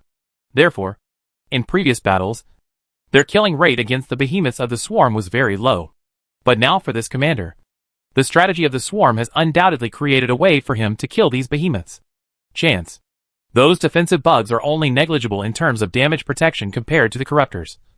So as long as those defensive bugs are dealt with, then focusing on their behemoths can basically clean them out. At this time, he also knew very well that after he cleared these giant beasts, the enemy's frontline troops would definitely rush into their fleet group. But it didn't matter even if they did, because in a fierce battle at close range, they are no weaker than the corruptors of the insect swarm. Therefore, the losses on both sides are basically the same. But without the help of those giant beasts, when their support troops arrive, the insect swarm will basically be here. And because of the special environment here, the insect swarm cannot escape even if it wants to. Just like this, under the commander's gaze, he saw that the small bugs that made up the shield wall were being cleared away at an extremely fast speed. And this city wall became thinner and thinner with the attacks of these warships. When the commander saw this scene, he couldn't help but sneer at the corner of his mouth. I'm thinking that the bugs may not have thought that I would abandon their frontline troops and choose to attack these giant beasts. This is a good way to let the giant beasts break through. But unfortunately, in our eyes, your giant beasts are more valuable to kill than those corruptors on the front line. If we want to kill these giant beasts of yours, What will happen even if all our warships here are destroyed? As long as there is no such thunder beast, you will not have any advantage in the subsequent battles. And after such a long battle, we can basically confirm that that level of Ultralisk must be a special case. And you cannot produce it on a large scale. We can even say that it is a unique mutation of your insect swarm. As long as this mutated thunder beast is dealt with, you will have no advantage at all if you deal with us like this. The commander, who had made up his mind in this way, stared closely at the shield wall of the insect swarm. At this time, the shield wall of the insect swarm was getting weaker and weaker. Countless insects on the edge began to gather towards the center point, hoping to support it for a while longer. But everything they did was in vain for the commander in front of them. It's useless, unless you have 10 times or 100 times more power, which may support you to rush here. But it is a pity that you are not very prepared to defend against insects. In this way, under the commander's gaze, this huge insect wall became smaller and smaller. At this moment, the commander seemed to realize that something was wrong. What's going on? If all the giant beasts of the opponent are hidden behind the insect wall, we should be able to see the giant beasts based on the current size of the insect wall. But why can't I see it now? At this time, the commander was staring at the increasingly smaller insect wall with a furrowed brow, and had a vague premonition in his heart. And just when he was still thinking about this problem, the next moment, he saw the one-eyed giant beast and many thunder beasts appearing in the area where they were at the same time. What? Looking at the sudden appearance of these giant beasts, the commander couldn't help but widen his eyes. It was obvious that he knew that he had made a mistake. First of all, he could confirm that his previous guess was correct. The insect swarm's teleportation technology was also disturbed in this environment. But even under the interference, the insect swarm still successfully completed the transmission. Looking at everything in front of him, combined with his previous guesses about the insect swarm, the commander seemed to understand something. The first is this routine about the enemy. He had thought before that the enemy might use this technology in such an environment. But because this technology would be hindered in such an environment, they would definitely not use it as smoothly as in previous battles. Chapter 426, the plan was successful. It is even very possible that it can be used, but the effect is not good. Or that the teleportation distance is too close, and the teleportation is of little value. Of course, after considering this situation, just in case, he divided the fleet into many squads and dispersed them in these areas. The purpose was to prevent emergencies. But he never thought that the insect swarm would directly teleport giant beasts like the thunder beast. Once these thunder beasts are teleported, it is very likely that some of the thunder beasts will be killed instantly by concentrated fire. Based on past battles, they know that the insect swarm also values these thunder beasts. And there is a high probability that they will not be able to do this. Make this decision. But the current situation is that the swarm actually made this decision. At this time, the commander had figured out the general tactics of the insect swarm. First of all, the technology of the insect swarm was interfered with here. According to his guess, he thought that there was a high probability that the teleportation could not be as long as before. Teleport? It is even possible that the number of transmissions may have been affected. Of course, there is nothing wrong with his guess. The number and distance of these units, such as Xianyu teleportation, have been greatly affected. Originally, the players did not plan to drop the Thunder Beast directly at the beginning, because the risk was too great. Once it was dropped, there was a high probability that it would be set on fire. Although the Thunder Beasts have rough skin and thick flesh, they still can't withstand such a large number of enemies for long. But after much thought, our family finally chose this routine. And the whole process is probably like this. At first, Xianyu and the others thought of directly using Thunder Beasts and Cyclops to carry out the charge. Use this method to rush forward, and then enter the ruins to deal with the enemy. What they wanted to do was use the small space in the ruins to fight the enemy. If they did this, no matter how many enemy warships there were, the insect swarm would still have an innate advantage. This was their original plan. But when they proposed this plan, one player questioned it. This player asked, "Can you ensure that there are relatively small spaces in the ruins? Is there a possibility that after entering, the entire ruins are hollow, and the internal space is quite huge?" After hearing this player's question, everyone woke up in an instant, because the possibility of this player's guess is very high. After all, they have never gone in. No one can guarantee that there are various passages in this giant ruins instead of a huge space.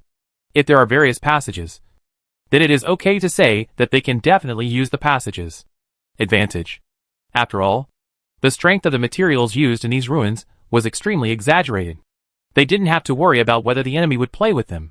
Instead, they chose to directly destroy the passage and overturn the table with them. But if what the player said happens and there is an open space as soon as you enter, then the enemy can really come and close the door and beat the dog. So after taking this factor into consideration, the players decided to adopt a relatively conservative strategy. That is to kill the enemy's first batch of troops outside with minimal losses. After killing this batch of troops, they can send some players in to take a look at the situation inside. If the situation goes bad, they can choose to retreat and then think of a strategy to fight the enemy's second wave of warships. Although the risk of this routine has been minimized, the players have also considered another issue, which is how to eliminate the enemy's garrison fleet with minimal losses. You must know that here they still imagine the use of teleporting bomb bugs in the past. Routines are not feasible, because the number of transmissions is limited, and the energy required for transmission is also limited.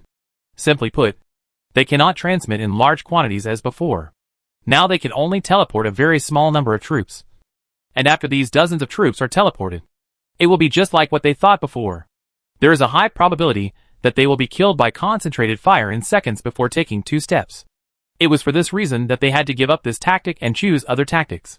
So after much deliberation, they chose the Thunder Beast. Of course, they also thought that if the Thunder Beast was teleported, it would most likely become the enemy's priority target. For them, the cost of losing a Thunder Beast is very heavy. In order to reduce losses as much as possible, the players racked their brains and came up with a perfect plan. First, let the Vanguard attack the enemy first, so that the enemy's attention will shift to the Vanguard. When the Vanguard is fighting, the first thing you can do is consume the status of the enemy warships, because players know very well that the enemy warships have been here for such a long time. So their status will definitely not be very good, and the battle between the two sides will be to a certain extent, exacerbating the drain on their status. At this moment, the Thunder Beast used the defensive bugs as a cover and began to charge forward, because the closer to the enemy's position in this area, the less energy consumed by the Thunder Beast's teleportation. You can put the saved energy on the amount of teleportation. Because Xianyu and the others directly teleported these high-value units in this wave, the quantity requirements were not very high. In this way, Xianyu and the others could ensure that after teleportation, they would still have the remaining energy to cope with the subsequent battles. Of course, the reason why the players took this approach was because once the insect wall composed of defensive bugs appeared, the Empire would most likely guess that their Thunder Beasts were hiding behind it. Therefore, they will definitely give priority to gathering the fire insect wall. When they gather the fire insect wall, this is the time when the players' frontline troops charge. Seizing this opportunity, their frontline troops can close a large distance with the Empire's troops, and they will not suffer any losses during the charge. And the players have already arranged the teleportation point for the Thunder Beast. So at this time, once the Thunder Beast is teleported, the Empire will give priority to gathering the Fire Thunder Beast. But at this time, the distance between the players and the Thunder Beast has also become closer. At this time, the Thunder Beast only needs to bear the damage for a while, and the players' large forces are in place to resist the damage to some seriously injured Thunder Beasts and create opportunities for them to evacuate. As for the other Thunder Beasts that have not been focused on fire, they can rush into the enemy's various fleet groups under the cover of the large force to clear them out.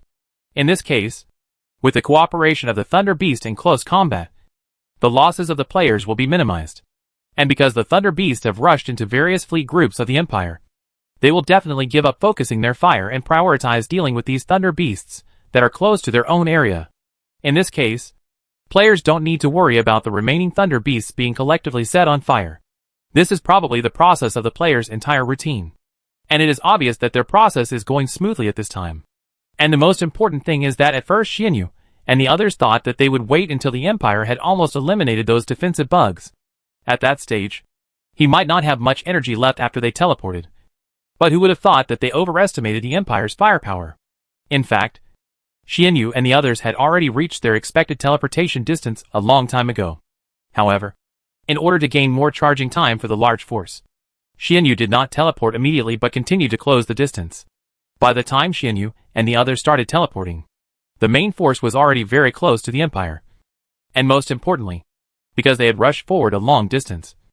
After using teleportation, Xianyu and the others' bites the energy surplus far exceeded expectations. This also allows him to be more confident in subsequent battles. At this moment, As these giant beasts appeared, the Imperial commander, who reacted immediately, ordered the warships to start focusing on each of the thunder beasts. Immediately afterwards, I saw countless artillery fire directed at Xianyu. Xianyu couldn't help but sneer when he saw this scene. That's great. Originally, we were worried that your concentration of fire on other thunder beasts would cause casualties to the thunder beasts. But who knew you would be better off? Just focus on me, and focus the fire as soon as you arrive. Speaking of this, Xianyu then added, but I can understand that you can do this. After all, in the previous battle, our performance was indeed a bit eye-catching. But haven't you ever thought about the statistics of my Thunder Beast? What's going on? First of all, although you have killed our Thunder Beast before, what you killed was the first stage Thunder Beast with 3.5 million health and 200,000 defense. If you want to kill him with this attribute, the efficiency will definitely be very high when focusing the fire. But now you are so blindly giving priority to me. I need to know that I am a 5th level Thunder Beast. My HP is 100 million. And my defense is a full 10 million. And I also have many passives. And the bonuses of these passives are several times higher than those of low-level Thunder Beasts. Under such circumstances, if you focus on me, it will be impossible to kill me instantly. And it will also be very difficult to kill me in a short time. After all, I'm not your cumbersome civilization flagship. Not only can I protect against high health, but I can also move around. I can avoid part of your damage by moving around. And I rely on many passive skills to deal with the rest of your damage. It's not difficult to withstand it. As he said this, Xianyu immediately began to rush towards the large troops coming from behind. At the same time, other Thunder Beasts also began to set off towards their respective scheduled fleet groups. At this time, when the commander of the Imperial fleet saw Xianyu's operation, he was also shocked. The reason is simply that Xianyu's moves are so good, especially his snakeskin movements. And the most important thing is that although the Thunder Beast is very big, it moves extremely flexibly and is incredibly fast. Under these conditions, the Thunder Beast managed to dodge a lot of attacks. And the Imperial commander also underestimated the defense of the Thunder Beast, because they had killed the players before. Thunder Beasts. So they used those Thunder Beasts as data reference. Although they had estimated that the defense or survivability of this Thunder Beast would be slightly higher than other Spirit Beasts. Who would have thought that the gap would be dozens of times higher? It was also because of this gap that he miscalculated. After a wave of operations, not only did this Thunder Beast not be killed instantly, but it also created opportunities for other Thunder Beasts to get closer. By the time he realized something was wrong and wanted to turn on the other Thunder Beasts, it was already too late. At this time, these Thunder Beasts had already rushed into their fleet group. And at the same time, the players' vanguard troops also rushed over. And when Xianyu got into the large army of players, he immediately turned around and took some of the players with him to fight back. As the players rushed into these fleet groups, the melee also began. With the cooperation of the Thunder Beast, the Empire had no advantage in the melee. In this way, with the cooperation of high damage units such as Thunder Beast and Cyclops, the total number of fleets in the Empire is declining sharply. And the most important thing is that in order to have a better experience in this version, many players have already upgraded their corruptor. So the damage done by players now is much higher than before. And this wave of players did not adopt the methods of the previous Baneling bugs. They changed the way they used the routine, which was to put all the Baneling bugs on the Spirit Beasts. Because after the Thunder Beasts rushed in the early stage, the large forces were definitely not in place. So when the Ultralisk is rampaging, these Banelings can also jump out and explode themselves. And when they first entered the arena, the players mainly wandered around and did not participate in attacks. Their purpose was to scatter these Banelings. So when these Thunder Beasts rushed into the enemy's fleet group, they first dealt them a continuous AoE damage. Immediately afterwards, the rear players arrived and started regular combat. This wave of operations by the players was obviously very successful. After a wave of routines, the Empire's warships were already seriously injured. If this situation continues, by the time the Empire's support warships arrive, this group of troops may be almost dead. At that time, the players will have the initiative to decide whether to fight or not. At this time, the Empire's commanders naturally thought of this. But even if he thought about it, it would be useless because he had already failed. Seeing that the number of his fleet was getting smaller and smaller, the commander couldn't help but reveal a wry smile. To be able to make such a big command error. In the final analysis, I underestimated you from the beginning. Or maybe I never thought about what good strategies you bugs could come up with in the first place. Thinking of this, He couldn't help but sigh. Indeed, the main reason for the defeat in this wave was not that his commanding ability was inferior to the players. It was even said that he was much better than the players in terms of combat arrangements. The main reason for this result is that he has never seen the insect swarm from the beginning to the end. In his perception, the insect swarm is just that. The current insect swarm seems to have gained a small amount of money. Household. Although he was rich, he couldn't shake off his ruffianism. So he never thought about the so-called tactics of the insect swarm. Chapter 427 successfully enter the ruins. Because of inherent cognitive problems, they still retain their original views on insects even after knowing that the insect swarm is different from what it used to be. This situation is not unique within the Empire. They once fought against swarms of insects. For them, although the number of insects at that time was huge, their combat effectiveness was very weak. Fighting against creatures of this level was not a challenge at all for the Empire at that time. The biggest difficulty was simply dealing with the insect sea tactics. But this so-called sea of insects tactic is very simple to deal with. The gap in technology makes killing these bugs just like a joke. Although there are powerful individuals among the swarm, the number of these individuals is very rare. And these are the strongest combatants among the Zerg. But compared with their civilization flagships, and even some super flagships, their strength is still to a certain extent difference. This also makes them instinctively compare the insect swarm with some other civilizations with low technological levels. And this kind of understanding has continued to the present. The inherent understanding brought to them by the insect swarm makes it possible that even now, the insect swarm has undergone earth-shaking changes, but their understanding has not changed. In other words, they think that they have changed their views on the swarms long ago. But in fact, deep down in their hearts, their views on the swarms are still the same as before. This is like a person with a prominent life experience. When he meets a beggar for the first time, he may look down on the beggar. But when he meets him again one day, the beggar will be on an equal footing with him. He most likely cannot believe this kind of thing, and he will not agree with it from the bottom of his heart. This is also the truest thought in the hearts of many commanders in the Empire. It takes time to change this perception. And now it is obvious that the Empire does not have so much time to change these things, because their overall situation is not as good as you think. At this time, inside the Empire's home star, a group of high-level officials from the Empire were gathering together to discuss the next plan. What's the situation outside now? An old man asked at this time.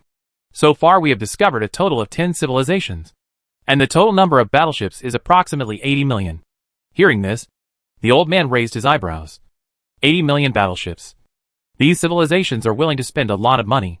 The old man, who seemed to have thought of something, then asked, "Have you noticed that the other party has sent a civilized flagship-level warship?" "Not so far. But we can't rule out that they park these warships in a certain area and jump over when necessary." Hearing this, the old man nodded. It seems that they are quite careful. But that's normal. After all, they have no idea how many cards we have. Under such circumstances, they will definitely not put all their money on the line. Just as the old man finished speaking, another person asked, "According to the current situation, even if we use all our defensive forces, it is still a little difficult to resist their attack. After all, they have so many known battleships. And there are also some deeper hidden civilizations. It is unknown how many battleships they have brought. So we need to face more battleships than what we see in front of us. And the most important thing is the strange creatures. Their production speed is extremely exaggerated, although their strength is not that strong. It is undeniable that they will be a big obstacle in subsequent battles."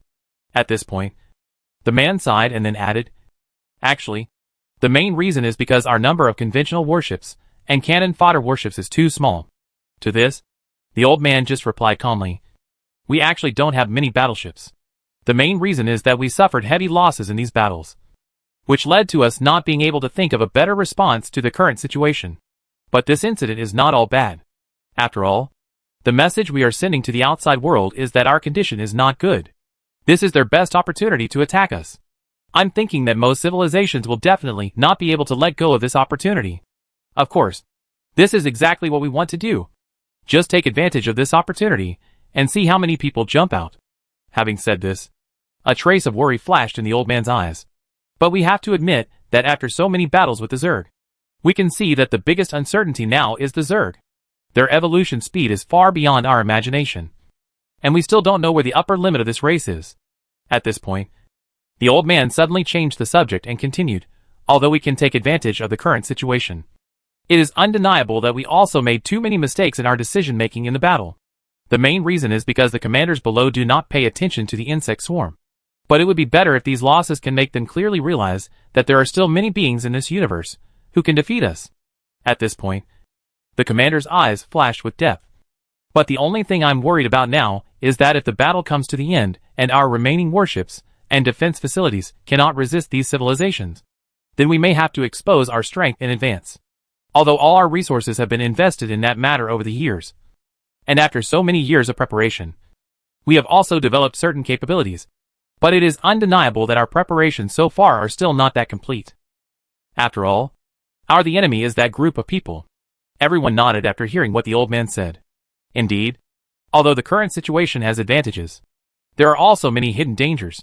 The most critical thing is that there are too many enemies surrounding them. It would be very difficult to wipe out such a huge number of them all based on their current layout. In other words, they are very likely to reveal their trump card at a critical moment. And once this trump card is exposed, the consequences will be very serious. After all, they are also very aware that there are countless pairs of big bosses on their side who are staring at their own eyes. The reason why they are staring at themselves so closely is simply because they don't want their side to develop and become a new big boss. So once what they come up with exceeds their plans for their side, there is a high probability that they will take action to eliminate them. This is also a hidden danger that the Empire needs to face now. In fact, according to normal circumstances, if there were not those few ways of mistakes, they would basically be in trouble now.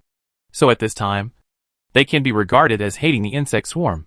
Let's just wait and see what happens. When the enemy attacks later, we will make a decision based on the situation. For a long time, I only heard the old man say slowly. After hearing what the old man said, a younger commander echoed, "Yes. The current situation can only be like this. It would be best if you cannot expose your strength. But if you have to expose your strength in the end, then we have no choice but to be exposed." At this point, just when the younger commander was about to say something, he suddenly received a message. And when he saw the content of the message, his expression changed involuntarily. "What's wrong?" the old man asked curiously after noticing his sudden change of expression. Half of the fleet on the other side of the ruins was wiped out by the swarm of insects. And now the remaining half is rushing towards the ruins. After destroying half of the fleet, there are still about 500,000 troops left in the insect swarm, which means that they are very likely to be wiped out along with the other half. At this moment, hearing the commander's words, the old man's expression changed. It seems that things are in trouble. I didn't expect the insect swarm to have such strength. What should we do next? Send warships to support or just say, "Don't worry"? After that battle, although the insect swarm has suffered relatively few losses, there is a high probability that their condition will not be very good. So under such circumstances, they will not directly engage our second fleet. There is a high probability that they will choose to avoid the edge temporarily, and then wait until their condition is almost restored before coming back to fight. In this way, we will have enough time to respond. And now that the exploration team has entered the ruins, there will be one soon. Result?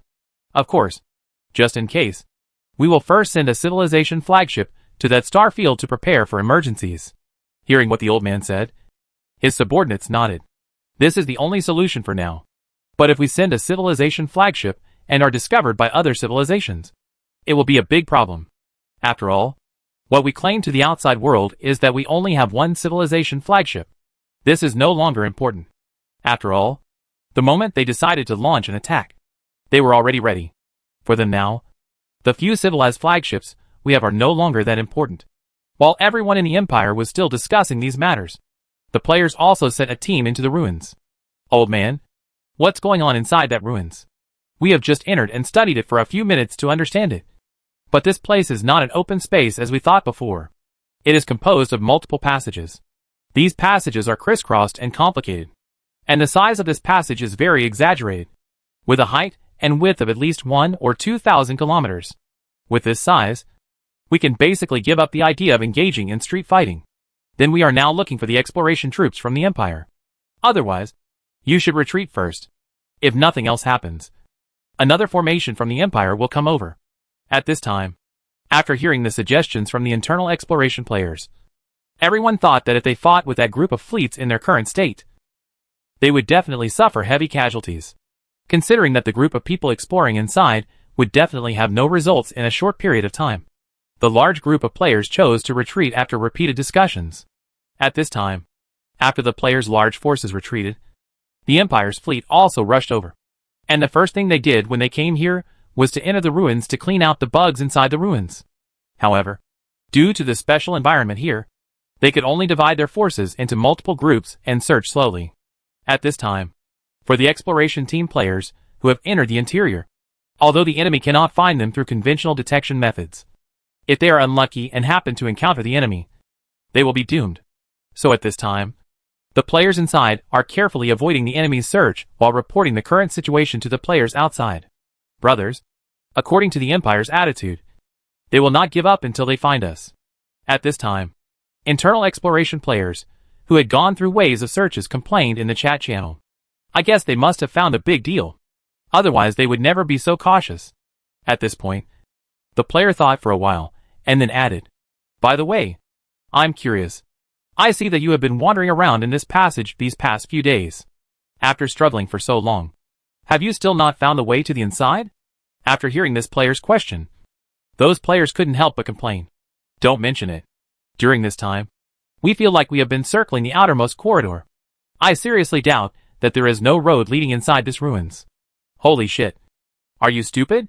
If there is no way, you don't know how to just destroy the corridor and find one. Upstairs, we have thought of your method a long time ago. But unfortunately, this method is not feasible at all, because the hardness of the material used in this ruins is beyond your imagination. We sprayed on a wall for a long time. It turned out that the wall was nothing. The final result of the hard work was that nothing happened to the wall. We were almost discovered by the Empire's search fleet. To be honest, judging from the hardness of the wall of this ruin, I felt that there must be something very important in it." At this time, I heard what this player said, and another exploring player was a little worried about the situation inside. "Well, I feel that there is always something wrong in here. I remember that when I first entered here, I suddenly felt something in my heart. Feeling of fear. Usually, when a bug feels this way, it is usually because there is a potential danger that may threaten his life. That's why he feels this way. A second-stage corruptor like me, even when facing the Imperial Civilization flagship, I never felt this way. But I actually had this feeling when I first entered here." At this time, as the player's voice fell, other exploring players also discovered that something was wrong. "Holy shit. Do you feel this way too? Here I go. I felt the same way when I first came in. But I thought it might be a system bug, so I didn't pay much attention to it. I also thought it was a system bug at the time. But now it seems it is not. If that's the case, then isn't the area we're in dangerous? It's hard to say. Anyway, let's be careful. If we feel this way, there is a high probability that there are very powerful weapons in this ruins." Chapter 428, Being Taken Advantage of Again. After hearing what this player said, the other people nodded. But soon, they seemed to have discovered something important. "Old Tai, after hearing what you said, I suddenly remembered something. If the weapon inside can make us feel this way, then it means that the power of this weapon is very powerful. What do you think it would be like if we got this weapon and slightly modified it to fight the Empire? Think about it. We didn't feel this way when we were facing the Imperial Civilization before. But now we actually have this feeling. Can we understand that from a certain perspective? The weapons hidden in this are more powerful than the Empire's civilized flagship. I guess so. If we really get this weapon, I'm afraid we won't be afraid even if the Empire dispatches a civilized flagship. Brothers, it's better not to think so much. We are still circling outside this maze.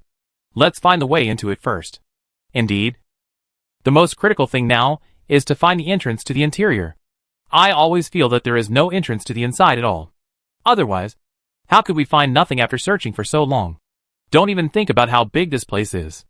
I estimate that the areas we are looking for are less than 1% of the entire building. If we really want to explore it completely, we don't know how long we will stay here. The more reliable plan now is to find the Empire's exploration troops. Although we will most likely save a lot of effort by finding the Empire's exploration troops. Finding them in such a large place is no different from finding a needle in a haystack. At this time, while several people were still discussing, a player suddenly discovered something. "Brothers, look over there. There seems to be a problem over there." The author saw the player immediately flying towards the area where the problem was found. Following his actions at this moment, the other people followed him one after another. When everyone arrived in that area, They immediately saw the clues. As soon as they arrived here, everyone saw a crack in the wall in front of them. Although the crack was very inconspicuous. It was even said that you couldn't notice it as long as you were a little farther away. The wall here is actually cracked. It's unscientific. The materials used in the buildings here are very strong. How could they possibly crack? When such a large building was built, I guess it must have been contracted out to a lot of people. And some of these people inevitably like to cut corners. So it ended up like this. You idiot upstairs. This is a game. Have you ever seen anyone cutting corners in a game? Okay. Everyone. Stop arguing. It doesn't matter what the situation is. The most important thing for us now is to follow this crack to break the wall. My enemy. If that's the case, let's act quickly. Otherwise we'll be in trouble when the Empire's fleet arrives. In this way, everyone was talking while launching an attack on the wall. Although the wall had cracks, the players had to admit that even so, it was still very difficult for them to break through the wall.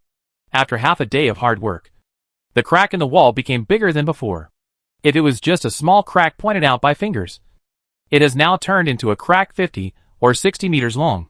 Damn, this thing is too hard. After working for a long time, a player couldn't help complaining. Yes, this strength is obviously unscientific. I can understand you saying that it is a hole, and we can't break it apart. But there are cracks in it. We have worked so hard all morning, and only have such a small effect. I've been working on it for so long, and almost half of my energy consumption was consumed. And finally, I was able to open such a small crack. And you can see from this crack that this wall is extremely thick. This is so uncomfortable. Do you still have any ore? I don't have much ore. I guess I won't be able to work for long before I have to stop eating. I still have a little here. Let me borrow some for you to use first. Remember to return it to me when the time comes. Who among us is following whom? You can just give this little ore as a gift to me. You're thinking about eating peaches. These are all tickets, and I'm giving them to you. Do you want me to give you two big-eared bastards? Damn it. We've been working together for so long. Isn't it possible that our relationship isn't worth the ore from these pieces of shit? For this question, please don't use questions. Please use affirmative sentences. Damn it. Can you stop yelling and destroy it quickly? Girl, we have hundreds of thousands of eyes staring at you. Not just to see you bickering. At this time, while a few people were still chatting and spanking, many players began to urge them to work on the public screen. Damn it. Can you guys stop pushing me? We've been working all morning and can't even take a breath when we have a break at work. Yes, even if you hire a cow, you can't go through such trouble. The most important thing is that we don't have wages yet. And I feel uncomfortable being squeezed by you. Of course, complaints are complaints. And these people still know that they must speed up their progress and destroy the wall before the Imperial fleet discovers this place. Just like that, they started working again. Damn it. Brothers, after a busy day at this moment, one of the players was recovering his energy. While he was recovering his energy, he suddenly discovered an Imperial warship in the distance heading towards them. Come flying. After seeing this scene, this player had no idea that they had been exposed. At this time, several people who were busy heard the player shout and subconsciously raised their heads and looked over. Holy crap! The Empire's fleet. Mad. We've been discovered. Damn. You caught us so quickly. You don't even think about how many warships they have sent in. The probability of finding us based on their numbers is very high. It's numb. What should we do now? He's taking advantage of us twice in a row. I can't bear it. Brothers, let's go up and fight with him. Let's fight like a hammer. We are the only ones who go up there and deliver them. So retreat quickly. As the saying goes, if you keep the green hills, you won't have to worry about running out of firewood. In the worst case, we can go back and fight with other players to take over this place. I'm very reluctant. If we were given another day or two, I guess we would be able to open this place. Who would have thought? Okay. Stop complaining and withdraw quickly, or you won't be able to withdraw even if you want to. Taking into account the current situation where the enemy was outnumbered, and we were outnumbered. Although they were very reluctant, they still chose to retreat. At this time, on the Empire side, when they saw this crack, they immediately stopped chasing the players, and then put all their attention on this crack. In fact, the situation on the Empire side is basically the same as that of the players. Although they entered here very early, their exploration progress in this area has been very low. The main reason is because it is relatively complicated. First of all, The channels are crisscrossed. But no matter how crisscrossed they are crisscrossed on the periphery, and do not extend to the inside. At first, the Empire wanted to find a way to the interior directly. But after a long search, they found nothing. In the later stage, they also had the same idea as the players, directly destroying the outer walls of the passage and taking shortcuts in this way. But unfortunately, the strength of these outer walls was beyond their imagination. According to their calculations, if the warships focus their fire, it will take them at least a month to cause some damage to the outer wall, as long as cracks are opened on the surface. Subsequent damage will be much easier. The problem lies here as well. Under normal circumstances, 1 month is not much time for them. But the current situation is quite special. After all, apart from them, there is a group of swarms of insects here that are eyeing them. They can take a month to slowly break through the outer wall. But it is obvious that that group of worms will never give them this chance. So in the end, they had no choice but to continue looking for a way to the inside. As for this area, the Empire itself doesn't know what is actually inside, because various interference reasons make it impossible for them to detect the true situation inside. So for them, this is also a gamble in a sense. After all, it is still possible that there is nothing inside. But they believe that this possibility is very low, because the defense index of this building is geometrically improved compared to other buildings. Under normal circumstances, such a hard building must have some important things stored inside it. Otherwise, there would be no reason for people to spend so many resources to manufacture this thing. Of course, it is very difficult to find a way to the interior in such a large area. So the Empire has gained nothing during this period. But even in this situation where they found nothing, they actually saw the bugs break open the wall, and a big crack had been made, which was naturally good news for them. So they immediately seized the place and started destroying it as quickly as possible. They knew very well that they just needed to get through this place before the large insect swarm arrived, because after getting through this place, they can go in and explore.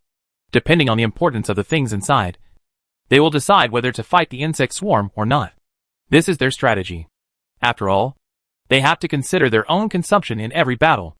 If the things inside are very important to them and must be preserved, then it is not impossible for them to fight against the bugs.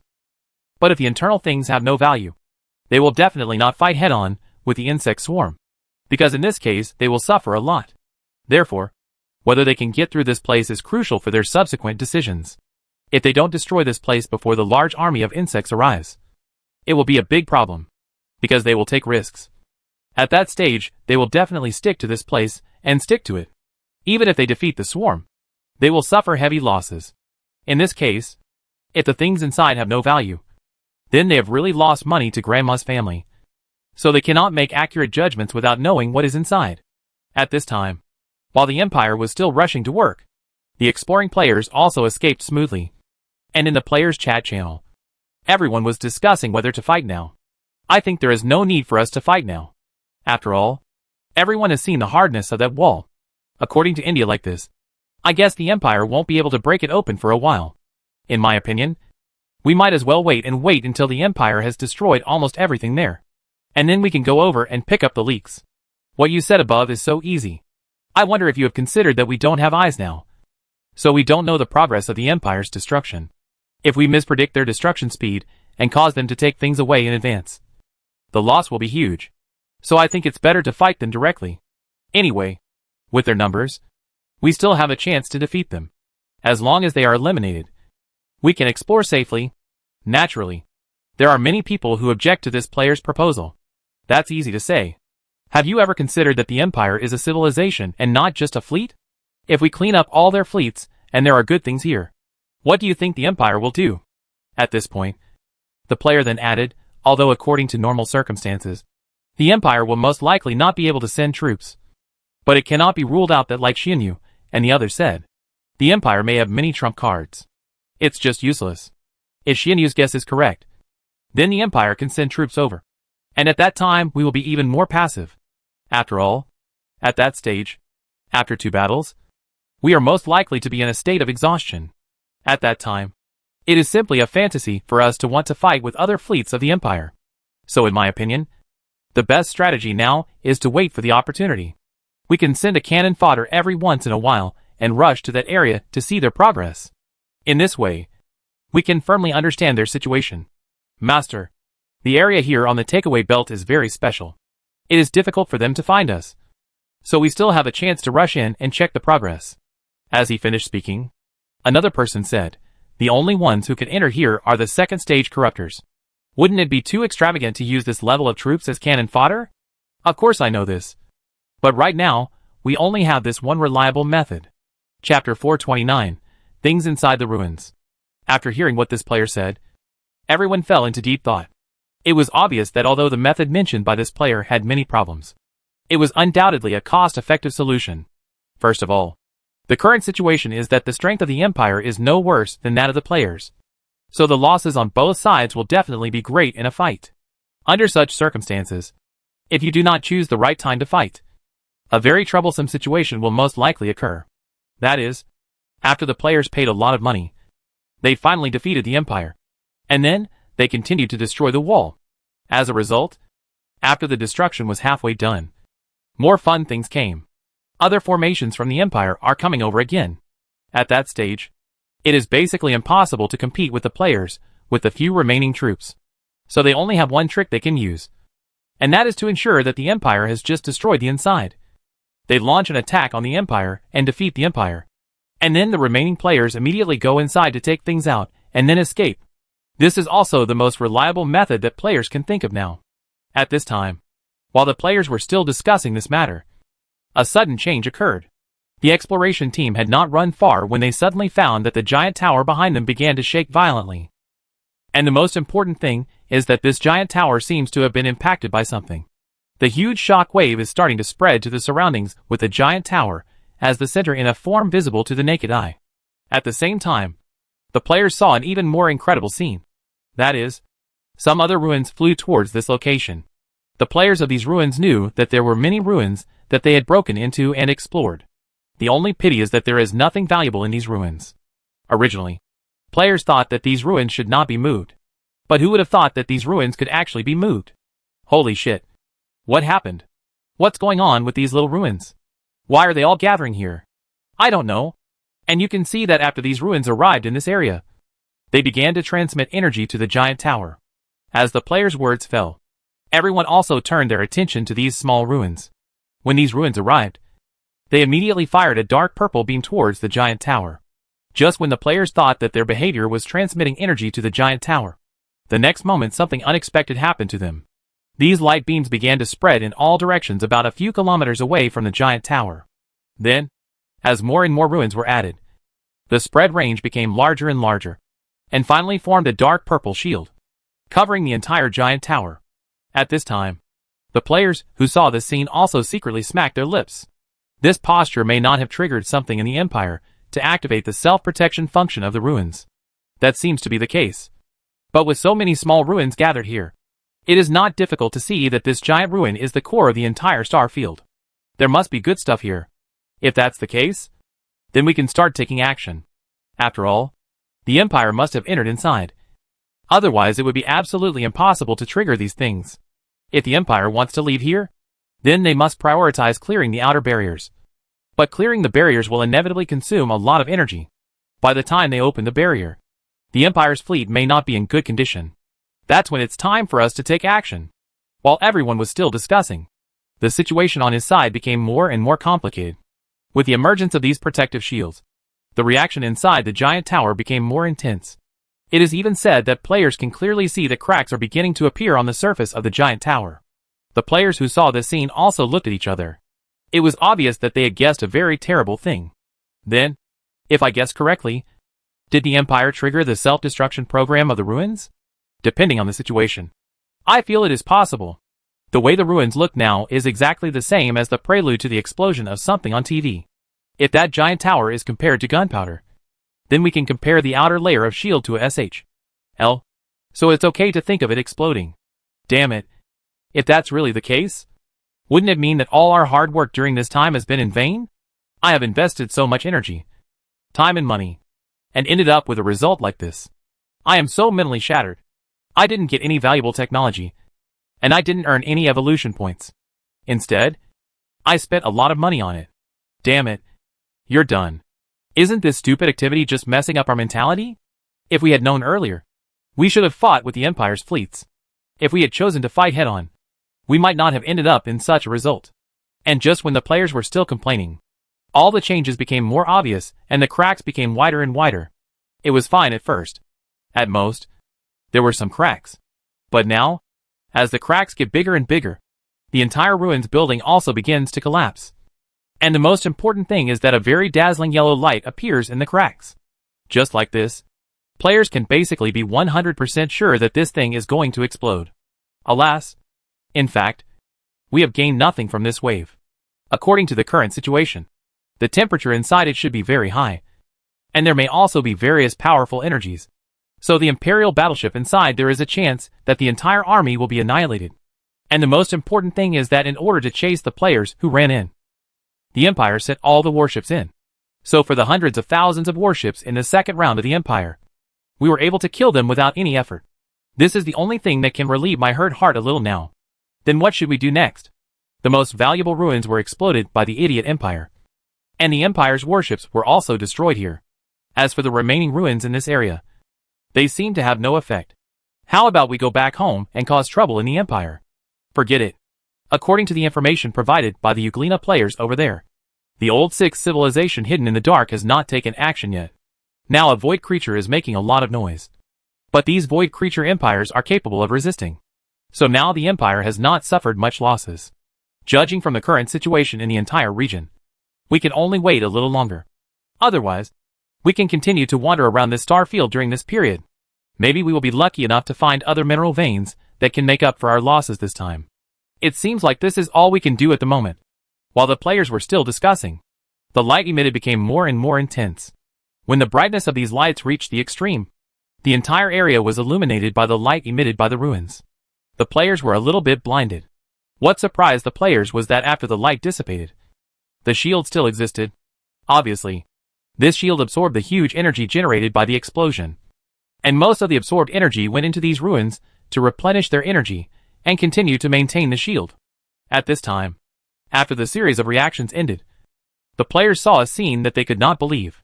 Because there is a very huge giant creature inside that shield. This creature has a total length of more than 1,000 kilometers. And the overall feeling is like a salamander.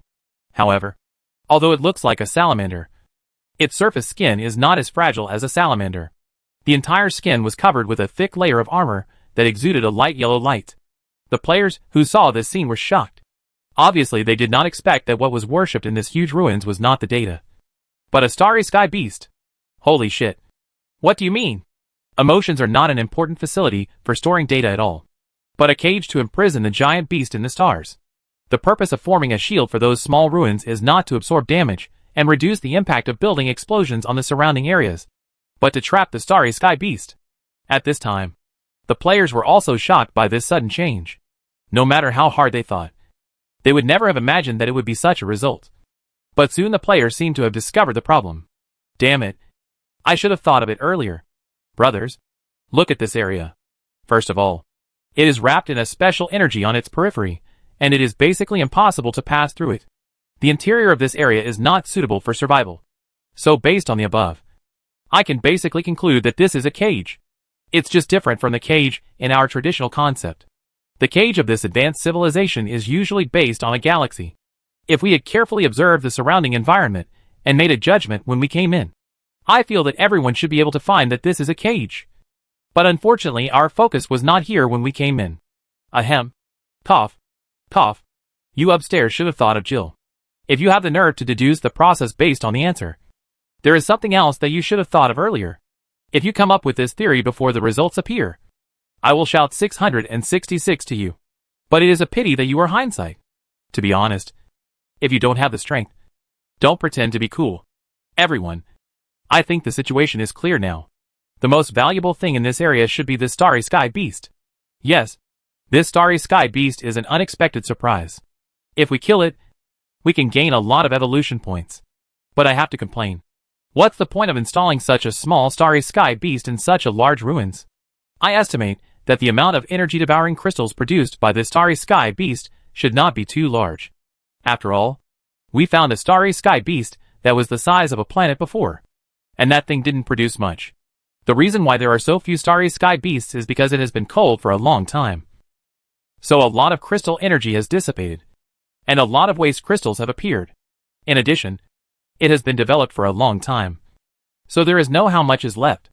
If this one is fresh, I estimate that the output will not be less than the Starry Sky Beast we developed before. It's a good relationship. Generally speaking, this wave is not without income. As expected, after we deal with this Starry Sky Beast, we can make up for the losses. In that case, let's take action. Plan the tactics first. First of all, the role of the people on the periphery who trap the Starry Sky Beasts is to trap them. We can destroy these instruments one by one. In this way, the defensive shield will be lifted, and we can directly battle with the Starry Beast. Although the Starry Sky Beast is of average size, no matter how bad it is still a Starry Sky Beast, so its combat power should not be too weak. In order to avoid excessive damage when we fight it, we can consider preparing more banlings. After hearing this player's suggestion, other players also agreed. Looking at it jumping and bumping inside the protective shield, we can infer that the current condition of this thing should not be too bad. So in order to ensure that it is foolproof, this explosion the number of insects must be raised. The main thing is that this Starry Sky Beast is not slower than us, so it is impossible to fight gorillas. The pressure on the front row will be greater. If conditions permit, we can add some 4th-stage cockroaches. After some discussion, the players determined the battle plan against the Starry Sky Beast, and when the plan was finalized, the players immediately started taking action. First, the players left this area, then returned to the insect nest to replenish the battle damage, and then purchased a large number of banlings. After replenishing the banlings, they killed them non-stop and started destroying these small ruins. Although the hardness of these small ruins is very high, they were quickly destroyed in the face of collective attacks from players. And just as the players thought, all these ruins do not need to be destroyed. It is only necessary to destroy part of the ruins to leave a gap in the complete shield. There is a high probability that the Starry Sky Beast will rush out from this gap. But players have already deployed a large number of banlings in this gap, which means that as long as the Starry Sky Beast rushes over, it will be blown up to pieces. After arranging all this, the players gathered together and stared closely at the Starry Sky Beast that was getting closer and closer to the gap. At this time, as the Starry Sky Beast gets closer and closer to the gap, the players present are becoming more and more nervous. Brothers, get ready. In the early stage, directly invest half of the energy phagocytosis to release big skills, and strive to cooperate with the banlings to cause heavy damage to the Starry Sky Beast in the first round, and then start to accompany him to consume. If the situation is not right, retreat and recover. All in all, this wave of our fight with them will mainly be a war of attrition. If we carry it head-on, even if it is such a small Starry Sky Beast, our losses will be very heavy. Chapter 430 The Starry Sky Monster with Incredible Strength. At this time, while the players were still discussing, the Starry Sky Beast was already very close to the players. Brothers, get ready. It's coming soon. The banlings are ready to explode. The energy-devouring skills of all combat units begin to charge and prepare for launch. Brothers Cockroach and Thunder Beast are prepared to resist injuries. This giant beast in the starry sky has been trapped in this area for who knows how many years, and it has not suffered any injuries. This alone is enough to show that this starry sky is not what we thought. So simple. Although its current condition is most likely to be very poor, it is undeniable that no matter how bad its condition is, it is infinitely stronger than our strength. Therefore, once the injury-resistant brothers find that something is wrong, they will report it immediately. Especially for Thunder Beast players, I estimate that its first target may be you, because you are a bit big. When the time comes, you should pay attention to your health bar, and then the logistics team will also be prepared. Once the Thunder Beast tells its damage number, the logistics team remembers to calculate the amount of damage this star beast will inflict on the roaches and corruptors as soon as possible, so that we can prepare in advance. Okay. Receive. Don't worry. It's fine. The next moment the players spoke, the starry sky beast had already rushed to the gap, and the moment it appeared, the players immediately launched an attack. Immediately afterwards, the banlings exploded first, and as a large number of banlings exploded, the entire area was enveloped in a strong light, and the starry sky beast that had just escaped was also drowned by this light. Immediately before the light dissipated, the players immediately began to take action. I saw that all the players' skills had been charged up long ago, and the next moment I saw countless attacks flying towards the explosion area. 500,000 players carry high-level units, and the simultaneous attacks of these units are extremely destructive. and after countless attacks hit the starry sky beast. The next moment, the explosions caused by these attacks once again submerged the starry sky beast. In 2 consecutive waves of attacks, the players used all their strength. And this level of attack is also the strongest in the history of players. For players, even if the starry sky beast is not instantly killed after such a wave of operations, its condition will definitely not be much better after it has withstood so many attacks at this moment. And most importantly, players know very well that this starry sky beast has been trapped in a cage for who knows how many years. Under such circumstances, its condition must have been extremely bad. So due to various reasons, this starry sky beast was basically finished. What's going on? Brothers? Why is there no movement? By the way, has it been killed by us instantly? It should be possible. After all, more than 1,000 banlings carry half of the energy consumption of all our combat units. With so many things combined, I don't think I can handle this starry beast even if it is in cowhide. Actually, I feel that our investment cost for this starry sky beast is too high. It is not in very good condition, and we have invested so much. I feel it is a bit of a waste. I also feel that this time we have to admit that we are making a mountain out of a molehill. At this time, while the players were still talking about it, a discordant voice attracted their attention. Brothers, there is a saying I don't know whether to say or not. I don't know if you have heard of the law of smoke without harm. Also, don't set up flag too early. You are wondering. The aftermath of the first attack has not dissipated. Of course, this is not the most important thing. The most important thing is not only the aftermath of the attack, but also the corpse of the starry sky beast. Didn't see any? Under such circumstances, are you really a man who raises the flag like crazy? Damn it. I'm afraid you're not sure Ligia upstairs. Don't you think Mata can hope for something good? And you can't understand what a real man can't understand when you speak human language. Let's understand. How can a starry sky beast in extremely poor condition resist an attack of our level? How can it resist? With its head or with its dreams? At this moment, as the players' words fell, a heartbreaking situation happened. Because the next moment, the starry sky beast rushed out from the chaotic aftermath of the attack. And when the players saw the scene, their expressions changed drastically. Because according to the players' expectations, if a wave of attacks of their level continued, even if they couldn't kill the starry sky beast, no matter how bad it was, they wouldn't be able to kill it. It can make it crippled. But now when they saw the starry sky behemoth rushing out, the situation was completely different from what they expected. Because the starry sky behemoth at this moment was okay after enduring so many attacks from the players. That's right. It's not a big deal. It's even said that all the players' attacks on it have no effect on it at all. Just like all the things the players just arranged have no effect. At this time, the players who saw this scene were also dumbfounded. Damn it. You damn crow-mouth. Can you hope for something better? Drunk? Good things don't work and bad things happen. What the hell should I do? What should we do?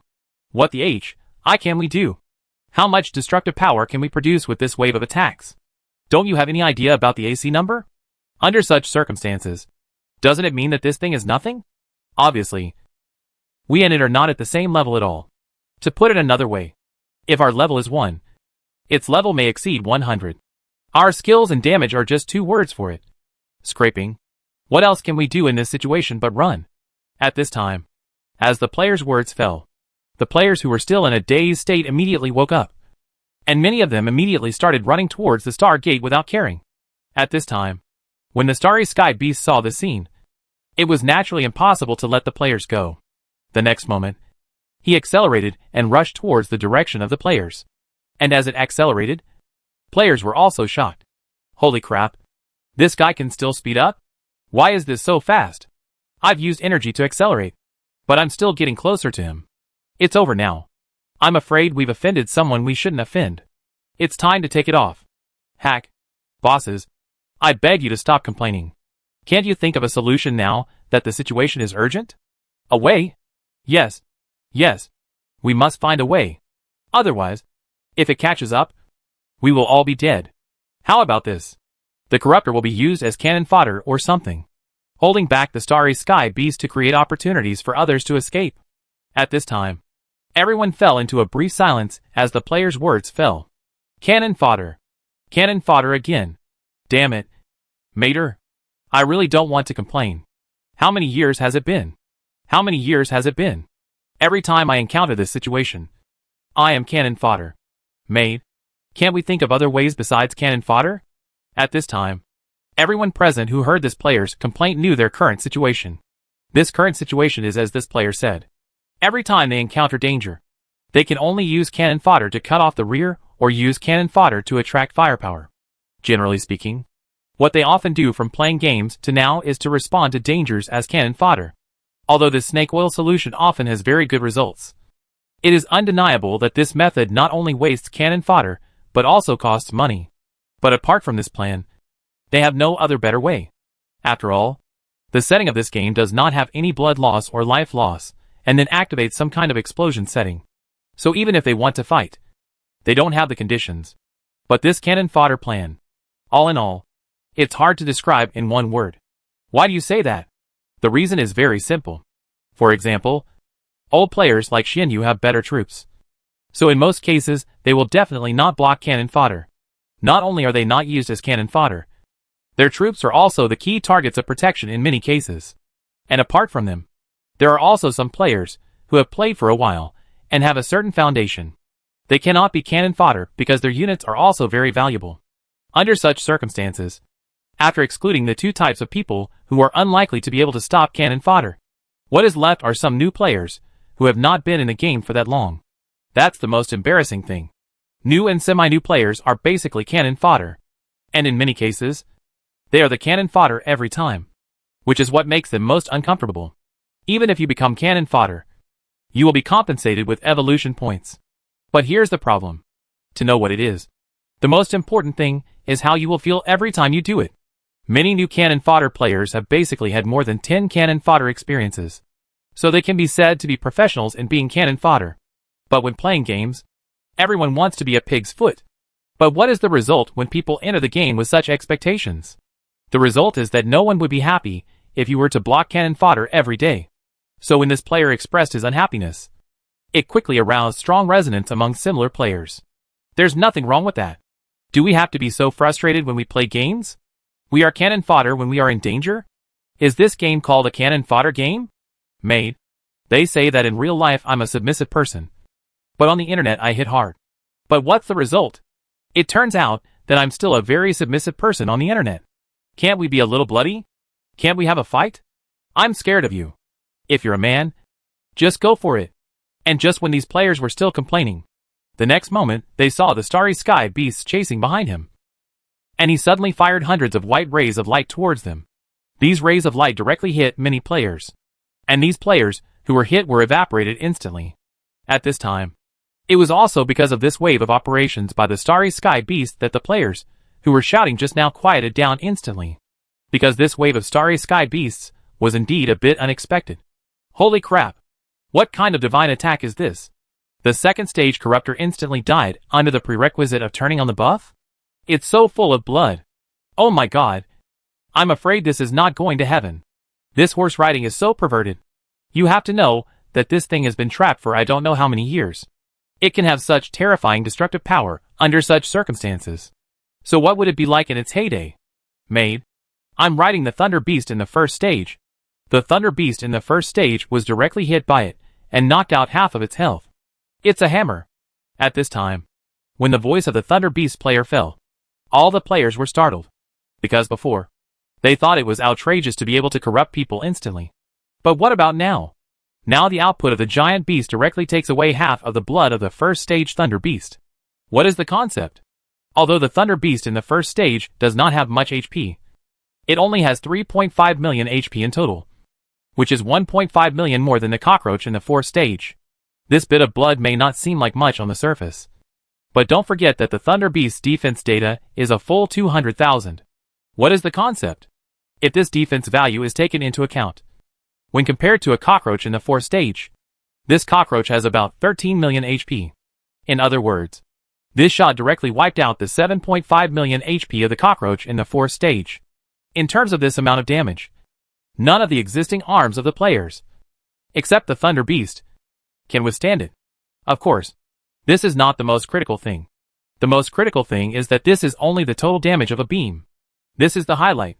You must know that this thing is more than 100 beams of light in one operation, which means that the total damage of this move is multiplied by 100. It's self-evident how exaggerated this is. And the most important thing is not how high the damage of this skill is. The most important thing is that in the eyes of the players, the skill he just used is obviously that kind of small skill. In other words, if everyone can understand it, the most used skill of this guy just now is the E skill. If you know that an E skill can produce this kind of DPS, then I would like to ask, what is the concept of its ultimate Q skill? There is another point that cannot be ignored. Although the size of 1,000 kilometers is considered small among the starry behemoths, being small also has its advantages. The small advantage is that people can run fast. This speed is slightly higher than the player's corruptors, which is enough to illustrate the problem. In other words, this starry sky beast takes into account defense, output, and speed at the same time. As game fans, players naturally know how outrageous this is. You must know that in a normal game, the data is biased. For example, if the enemy is very fast, then the normal routine should be that his attack or defense will be very low. The planning is of course done for the sake of balance. Although this situation will be slowly balanced among some high-level enemies, no matter how the planning is balanced, some shortcomings will remain. In other words, balance it with a ratio of 1 to 2. If you balance it like this, then no matter how you play this monster, it will have advantages and disadvantages. And only in this way can the balance of the game be maintained. But now what about this game? This thing is obviously a fish that slipped through the net after 9 years of planning. It takes into account attack, defense, and the most important thing is speed. It is a boss-level creature, and its basic HP is high enough. That is to say, not only the defense is exaggerated, but the blood volume is also exaggerated. With this combination, players can only evaluate this starry sky beast in 4 words. Perfect monster. In other games, this would basically be an urban management level NPC. Chapter 431 Escape. At this time, after seeing the powerful power of the starry sky beast, the players who knew they were invincible also began to flee crazily. However, it is obvious that although the players can run fast enough, they are not as fast as the starry sky beasts. So it is very easy for the starry sky beasts to catch up with them. So now players can only focus on leaving this special area and jumping directly. But obviously there is still a long way to go before leaving here. So they must solve the problem along the way. Brothers, judging from the current distance, if we want to escape from here, it will take at least about 5 hours. In other words, we will have to face the starry sky monster for 5 hours of pursuit. Let alone 5 hours based on its strength. Even if it takes an hour or 2. I think we will all be cold. So what should we do in the current situation? At this time, everyone present heard the player's words, and naturally knew that the situation was urgent. Brothers, I have a slightly more reliable method. This routine is that we divide our troops into 5 groups, and run towards different areas. Finally, we circle back to the Star Gate to meet up. There is only one starry sky beast, so even if he pursues it, he will only choose one of the teams in the end. So the rest of the team is safe. And the most important thing is that this team can also be divided into 5 groups in the later stage, and then continue to divide the infinite Matryoshka dolls. In the end, this starry sky beast will probably be able to kill only a very small number of players. At this time, the players who were running away couldn't help but their eyes lit up when they heard this player's suggestion. It was obvious that the feasibility of this plan was quite high. After thinking of this, everyone nodded and agreed to this method. Brothers, although we don't know the situation of this giant starry sky beast, through the previous wave of attacks, I discovered that the target of this giant starry sky beast is selective. First of all, the targets he chose were high-value units such as the Thunder Beast, the Cyclops, and the 4th-stage Cockroach.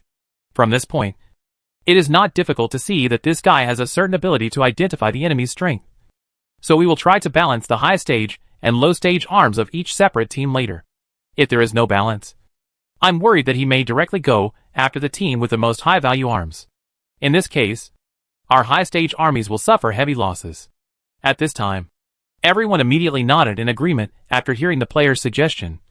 And then, they immediately began to divide into teams. Because the situation in the environment they were in was relatively urgent at this time, they just hastily put the high-level troops into OK's simple assignment.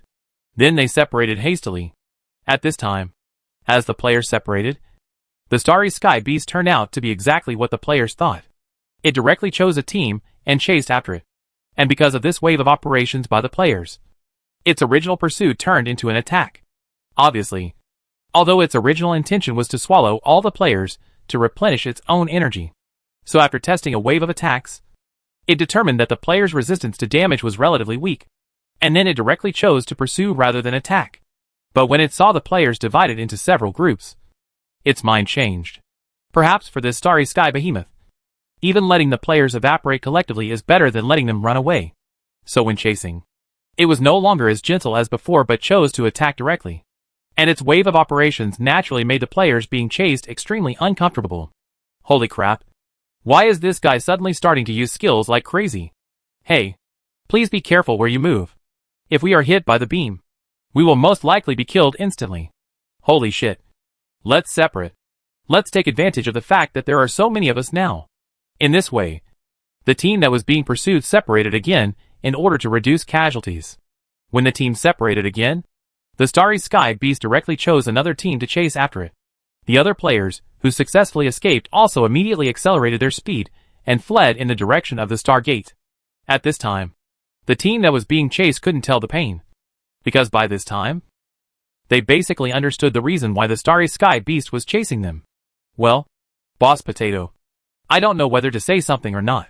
The frightened players in the team, who were being chased all the way, finally couldn't help but speak. What? Tuato asked subconsciously after hearing this player's words. Well, I said, is there a possibility?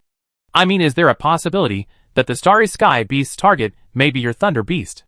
Of course, boss. I never meant for you to die heroically. At this time, the players' potatoes couldn't help but frown when they heard this. What the hell? The target of this starry beast is me. Not us? Yes, boss. Haven't you noticed? You were the only thunder beast in the team before we separated in the last wave. But after we separated, the starry sky beast chose to chase us without any hesitation. The reason is that there is a thunder beast in our team. Thunder beast. Your statement is not unreasonable. If so, I should attract the thunder beast alone. In this case, I can at least save you. At this moment, as Tua finished speaking, everyone couldn't help but cast admiring glances at him. After all, if a normal person encountered this kind of situation, he would definitely want to lure a few more people into the water. But Tuto did not hesitate to choose to lure away the starry beast after knowing the general situation. You must know that they hold the second stage of the thunder beast. The value of this thunder beast is very high. But for the sake of others, he chose to let go of this thunder beast without hesitation. Okay, everyone. If this is the case, if I continue to stay here, it will only bring greater danger to you. So let's just say goodbye. I'm going to lure away the starry sky beast first. You can join the main force as soon as possible. After making the decision like this, Potato broke away from the large army and moved at full speed in another direction. At this time, Starry Sky Giant said that after seeing the thunder beast leaving, he immediately changed direction and chased Potato. At this time, everyone felt uncomfortable watching Potato choose to sacrifice himself for everyone. Although at this time, they really wanted to go up and fight this starry beast. But they knew that if they acted impulsively, the Potato's sacrifice would be in vain. So at this time, even though everyone was very reluctant to leave them, they still resolutely chose to leave. What everyone didn't know at this time was that although it seemed that Tutua had chosen to sacrifice for everyone, in fact they might never have imagined that Tutua had never thought of it this way. At this moment, he was running away while cursing the giant starry sky beast for being an idiot and why it was staring at him. First of all, no matter how bad Tua is, he is still the president of a guild. After playing games for so many years, his observation skills are extremely sharp. In fact, he realized something was wrong from the very beginning. When everyone separated, he knew that if the starry sky beast didn't chase the salted fish, there was a high probability that it would come to him and cause trouble. Sure enough, this starry sky beast chose him just as he thought. Of course, he could also guess the reason why the starry sky beast chose him. Although Xianyu's thunder beast was more valuable than him, the problem was that Xianyu, the fish, can run very fast with a thunder beast on its head. When the Ultralisk evolves, all attributes will be greatly improved, one of which includes speed.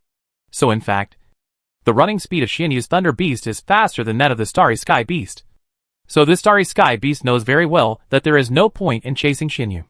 So when everyone separated for the first time, the starry sky beast chose his side. After choosing his side, they separated for the second time. This time, the few remaining thunder beasts in the separated team also separated. After this wave separated, the starry sky beast chased him without hesitation. Just as he thought.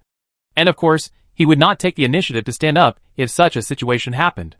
As the saying goes, it is the rule to support others even if they die. But who would have thought that someone would take the initiative to bring up this issue? If he still pretends not to know, then it will be a big problem. At this stage, all he could do was lose some money to the Thunder Beast and gain some fame. So he made the previous operation. His ability to operate in this way was purely forced by circumstances and had nothing to do with his own wishes. This is the most distressing thing. The most important thing is that even in the end, he still chose to struggle. The general idea is that he took the initiative to leave the army. The reason why he did this was not because he died heroically. Although it seemed to outsiders that he died heroically, he still had some doubts about the actual situation. He wanted to give the Starry Sky Beast a choice. This choice is whether the Starry Sky Beast is willing to give up the entire forest for himself. The result is also quite heartbreaking. This stupid Starry Sky Beast really has a soft spot for me. It really gave up the entire forest for him. Just like that, Tudor ran away while cursing his mother. Maid, doesn't this idiot know how to calculate its value? That group definitely has more meat and energy than me. Why are you so persistent? Maid, don't you know how to consider cost effectiveness? At this moment, Potato was cursing all the way as he watched the Starry Sky Beast getting closer and closer to him. But no matter how he cursed the Starry Sky Beast, it was still the same as before. Ignoring the large army, they focused on him. Mad? No! I can't just die like this. This crap is so expensive, and I won't be willing to die like this. I have to work hard to test the data, and use my small size and flexibility to deal with it. It is best to get some useful data to prepare for the later attack on this thing. In this case, at least in the future, if the killing mission of this Starry Sky Beast is triggered, our guild will have a certain advantage. In this way, my death of the Thunder Beast will not be in vain. At this time, Tudo, who had made up his mind, found the opportunity and immediately turned around and rushed towards the Starry Sky Beast.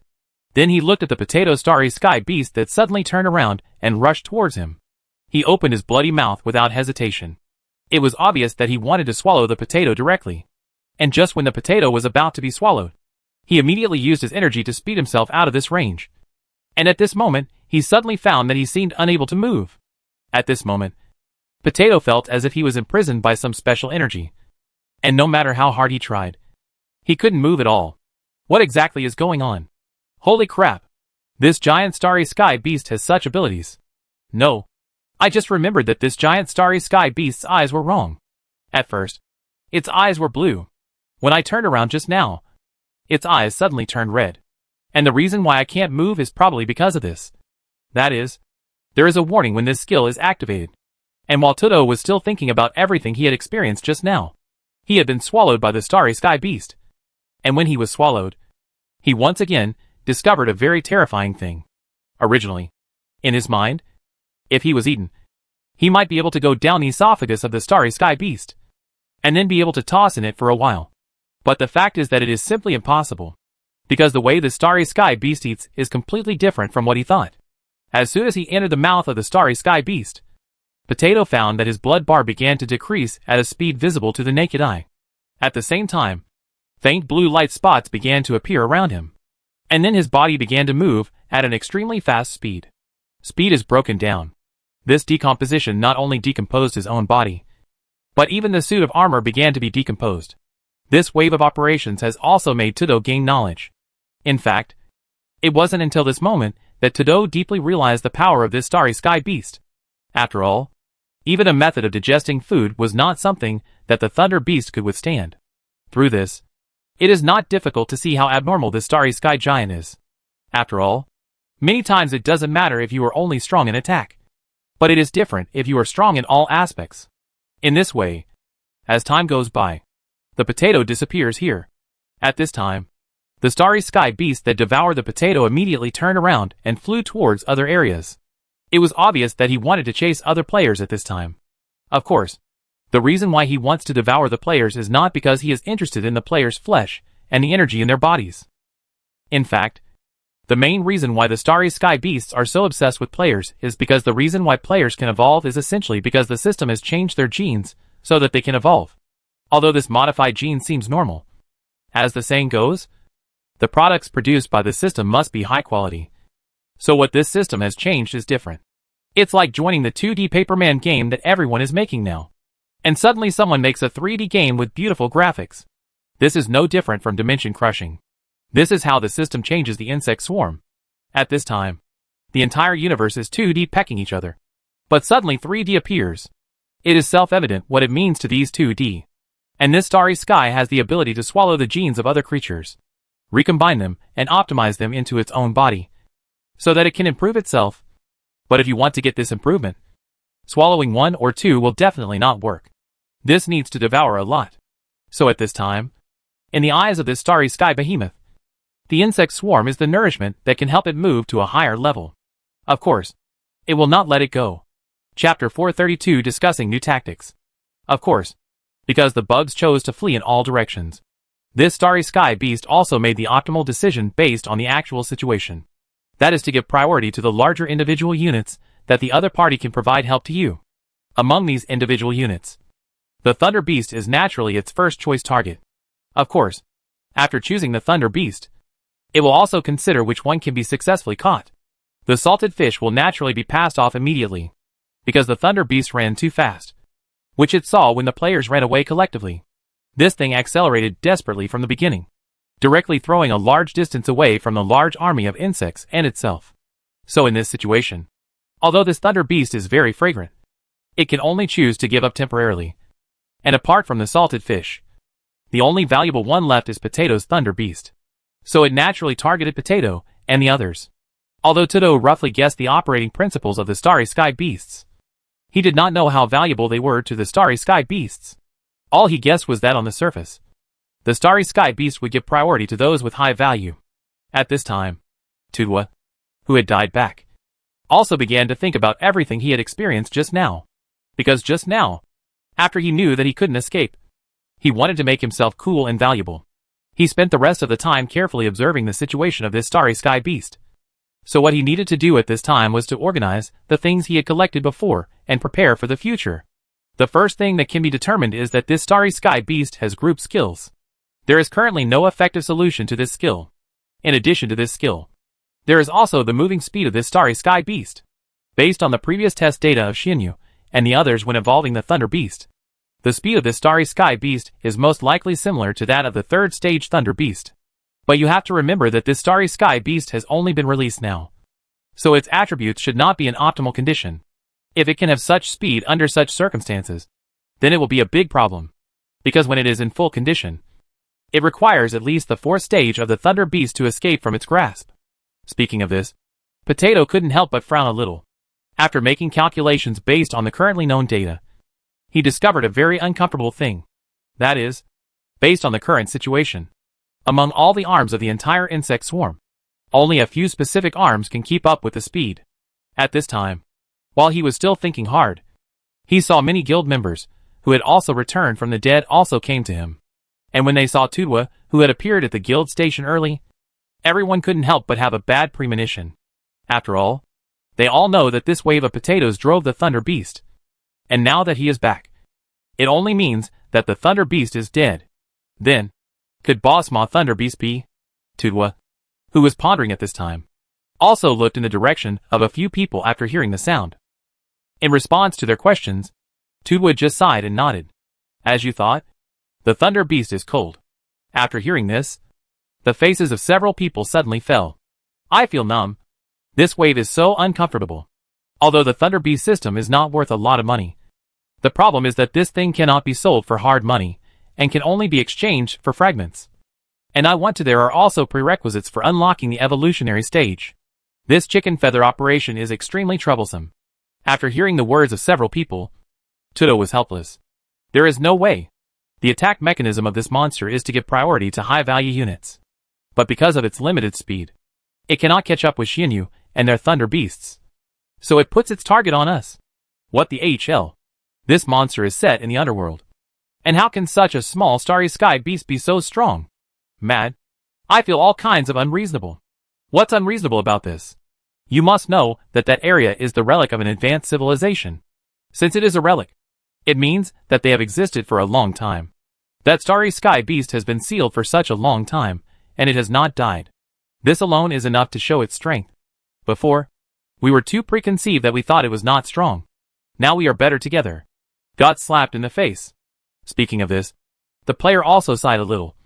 It doesn't matter if the other units are cool. But now that the Thunder Beast is cool, it's really uncomfortable. All the fragments from the previous activities that the players should have sold have been sold. And there has been no announcement of distribution in the near future. News about the Thunder Beast's quota. That means even if we have the fragments, we can't redeem them. At this time, after hearing everyone's words, Todo also knew that their current situation was not so good. Okay, brothers, don't complain. No matter how strong your troops are in this type of game, the fact is that they will always burp sometimes. What we need to consider now is not the death of the Ultralisk. What we need to consider is what to do next. First of all, the sacrifice of this wave of Thunder Beasts is not in vain. I still got a lot of useful information through it. We can use this information to formulate a plan against the Star Beasts. At this time, when they heard Todo's words, everyone quickly asked what was going on.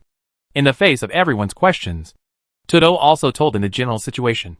First of all, it goes without saying the damage of this Starry Sky Beast. A first-level Thunder Beast will lose 1.7 million blood if it is hit by that small light. And our second-stage Thunder Beast will lose at least more than 500,000 blood if it is hit. The third phase is about 200,000. The fourth phase is about 120,000. And the fifth phase is 40,000. Of course, this is just a case of taking all the damage from one beam. Don't forget that guy can fire more than 100 beams at a time. That means even Xianyu and his Thunder Beasts will suffer at least more than 4 million in one wave. According to the attributes of Xianyu and his Thunder Beasts, they can withstand about 25 rounds of beam skill output in total. But the beam skill used by the Starry Sky Beast is obviously a small skill for clearing the field. That is to say, he also has a big skill with higher damage. And it is unknown how much damage this big skill can cause to us. So I conservatively estimate that a wave of Thunder Beasts of this level like Xianyu and others will cause 30 million. And this data is relatively conservative. The real situation may be much higher. At this time, everyone couldn't help but secretly click their tongues after hearing Potato's calculation. Indeed, this kind of data is too terrifying. Although on the surface it seems that the Thunder Beast at Xianyu's stage only received about 40,000 damage from one shot. For Xianyu and the others with 100 million blood, they were only hit by a beam of light. Basically, it's not painful or itchy. But don't forget that the defense value of the Thunder Beast has reached 10 million. And the various passive skills are also LV5, which is not at the same level as their second stage LV2 passive skill improvement. Therefore, with the blessing of so many conditions, they can barely hold it for a few rounds. This is the most critical thing. In other words, players who want to kill this Starry Sky Beast not only need a large number of Thunder Beasts, but also at least only the 5th stage will do. This is basically impossible. After all, it is very difficult for their guild to catch up with the Thunder Beast in Xianyu's hands, let alone other guilds. But if the Thunder Beast is not used, if the damage of the Starry Sky Beast is converted to other arms, the final result will be an instant kill. Except for the Thunder Beast. They currently have no unit in their hands that can withstand this blow. Although many soldiers have enough health after evolution, their defense is dozens of times worse than that of the Ultralisk. So their calculated damage when hit is dozens of times higher than that of the Ultralisk. So now they have only one way to deal with this powerful Starry Sky Beast. And that is kiting. So you probably know the general situation. From the defense and health point of view, we basically have no chance of winning against this Starry Sky Beast. So you still need to put the target on the kite. But it is also very difficult to kite it because of the speed problem. According to my estimation, we have to reach at least the speed of the 4th-stage Thunder Beast to compete with it. But you also know that although the Thunder Beast looks bulky on the surface, it is ridiculously fast. Because after the evolution of the Thunder Beast, in many stages it will only improve the basic attributes and not increase the skills. And all the improvements in these evolutions are placed on the basic attributes. This is also the reason why the increase in the base attributes of the Thunder Beast after evolution is so exaggerated. So in general, it is basically impossible for many conventional arms to reach the speed of the Thunder Beast. Of course, there are exceptions, such as the 7th-stage Mulosaurus. At this time, as Todo's words fell, everyone could not help but frown. Everyone present knew what the 7th-stage alien dragon meant to them. Simply put, it is a sky-high price dragon. If there are no evolution scrolls for the alien dragons at this stage, It is basically unrealistic to have a large number of them. Just as Tudwa finished speaking, a player directly pointed out the problem of using alien dragons to fight against the starry sky behemoths. If we want to compete with this starry sky behemoth, then we need to consider increasing the number of mutant dragons. Although the strength of this level is not low, it is undeniable that the mutant dragons at this stage are better than the corruptors at the same stage. The attributes are just a little bit different. If you give up various attributes such as output, defense, and basic blood volume just for speed, it will obviously be a loss. And most guilds are now pursuing cost effectiveness. Even if it is useful at this stage, few guilds are willing to evolve based on this cost effectiveness. At this time, Tudo, who heard this player, nodded. Indeed, he knew very well that it was basically impossible to popularize this unit on a large scale. But since he proposed this plan, he naturally had a perfect plan for this matter. Of course, I understand what you said very well, and your concerns are normal. But through my previous battle with that starry sky beast, I discovered a problem. That is, when the starry sky beast chooses a target, it will give priority to high-value troops instead of quantity. At this point Tudo raised his head and looked at everyone. It's also because of this reason that even if I left the main army, this idiot still chased me. So I have a perfect plan for this.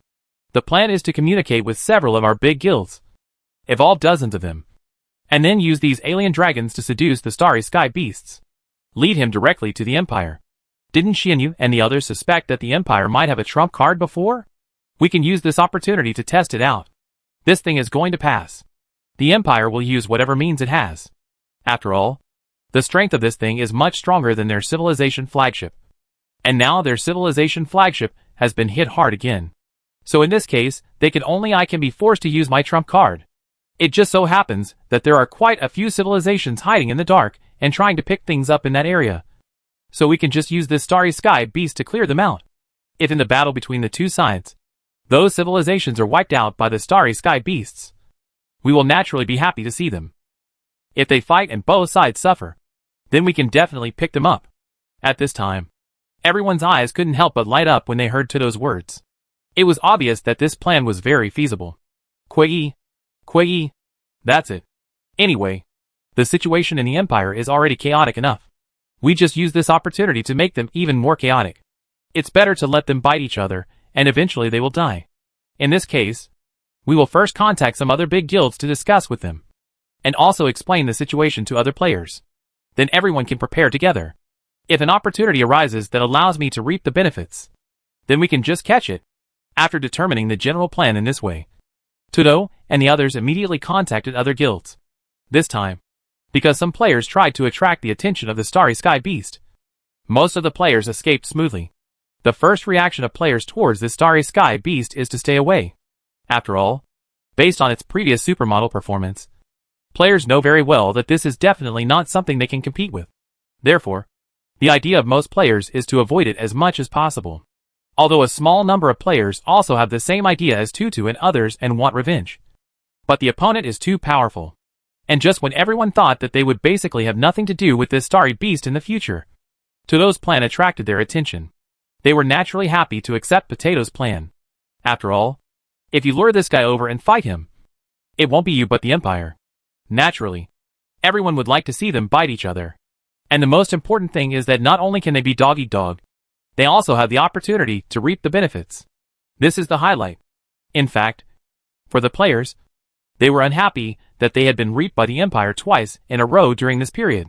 After all, when a player is tricked by an NPC, their first reaction is to kill the ignorant NPC. So the current situation is that if it were not for the strength of the Empire, they would have taken action long ago. And naturally they would not let go of such a good opportunity now. Chapter 433, Plan to divert disaster to the east. If that's the case, then I think we can make a move. Yes. Otherwise, because the cost of evolution of that thing is too high. So we collectively put it together. After all, if the plan succeeds, everyone can enjoy it. So it is a bit unfair to them to only let a few guilds participate.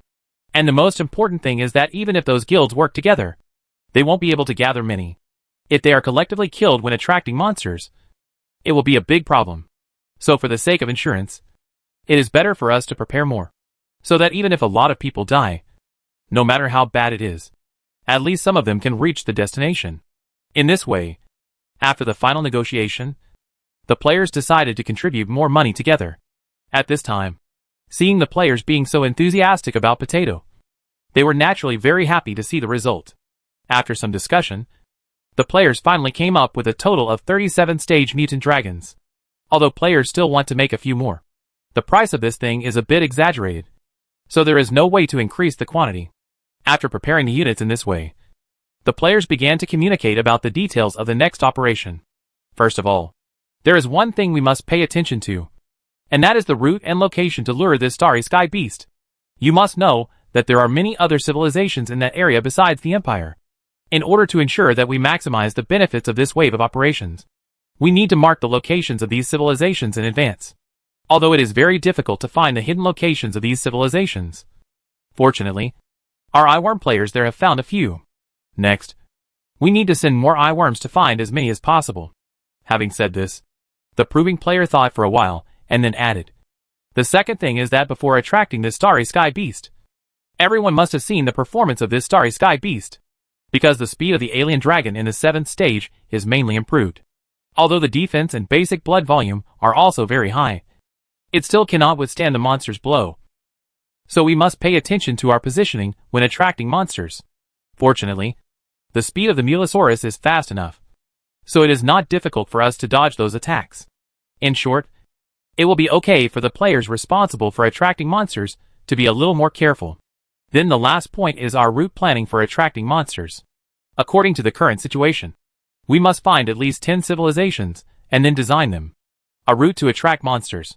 Based on what we know about this starry sky beast, we can basically determine a few points. The first point is that the starry sky beast has a soft spot for highly evolved arms, and it also has the intention of destroying some other things. But when facing highly evolved arms, it will first choose to deal with the highly evolved arms, and then deal with the things it finds. So we only need to take it around the hidden locations of these civilizations, and then it will definitely notice these civilizations. After we deal with our alien dragons, it may come over to deal with these civilizations, and such a wave of routines will lead us to the strange alien dragon must be cleansed. So we, the alien dragons, must be careful about the position of the whitewash. First of all, the Empire is now equivalent to a shrunken turtle, and their position cannot be moved. Therefore, we can choose the position where the alien dragon is whitewashed near a relatively strong civilization. Once the starry sky beast has eliminated our alien dragon, it will immediately launch an attack on the civilization next to it. That is, this stronger civilization will be our last stop for attracting monsters. Everyone nodded after hearing this. And then, the eyeworm team set off after arranging all the details. This time, the number of eyeworms sent by the players was unprecedentedly large. And with the help of Jiangyao, many civilizations hidden in the Empire area were quickly found. When these hidden civilizations were found, players immediately began to plan routes. Although it was unclear what the technological level of these civilizations was, players also had their own identification methods. That is, whose flagship is bigger, its technological level may be higher than other civilizations. So in this way, players can successfully filter out the approximate location of the last stop.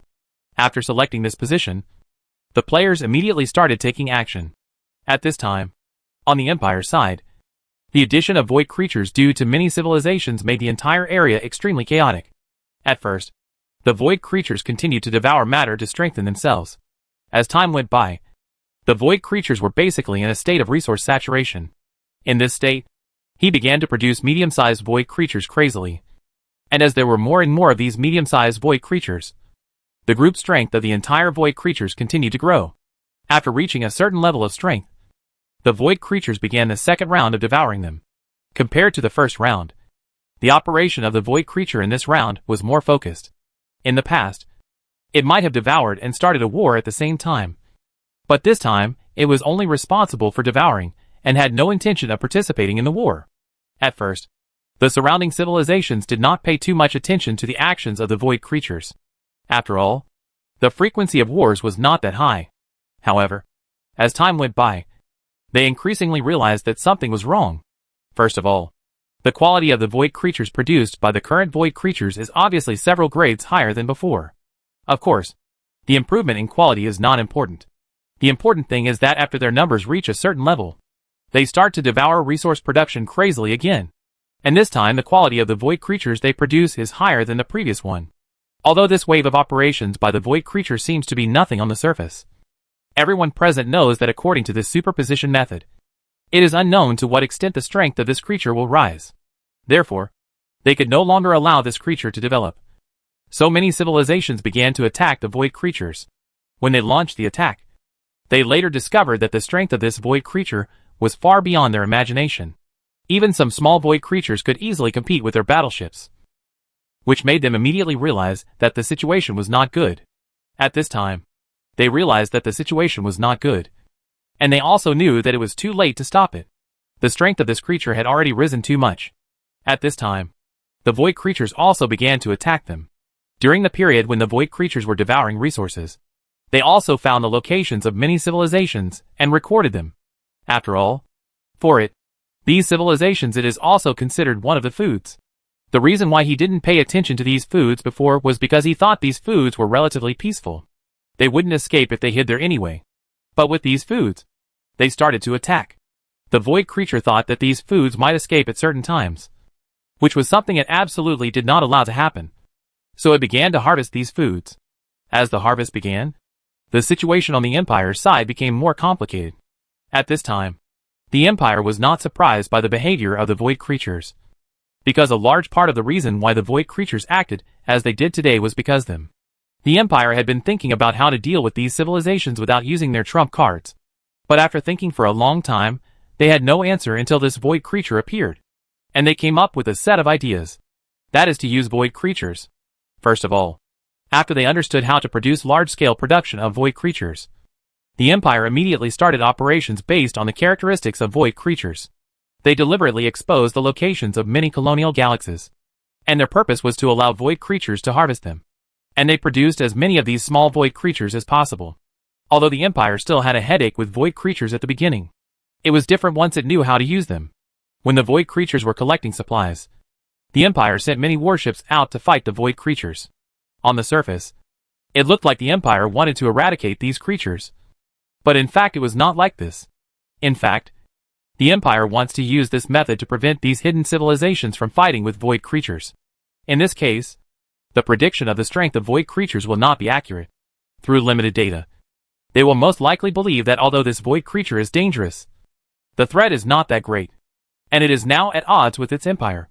So under such circumstances, they are still happy to be a scapegoat.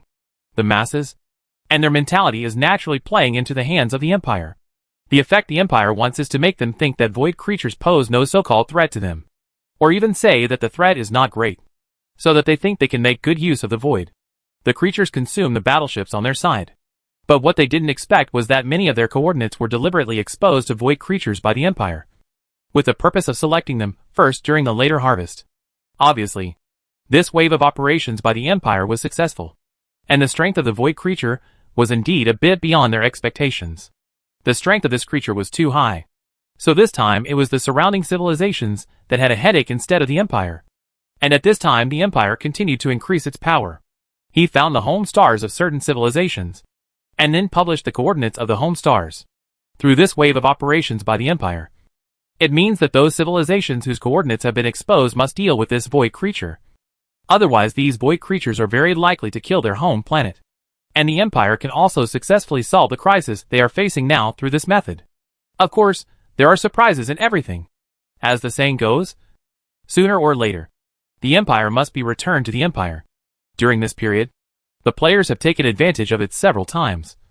But this time it is time for the players to teach the Empire a good lesson.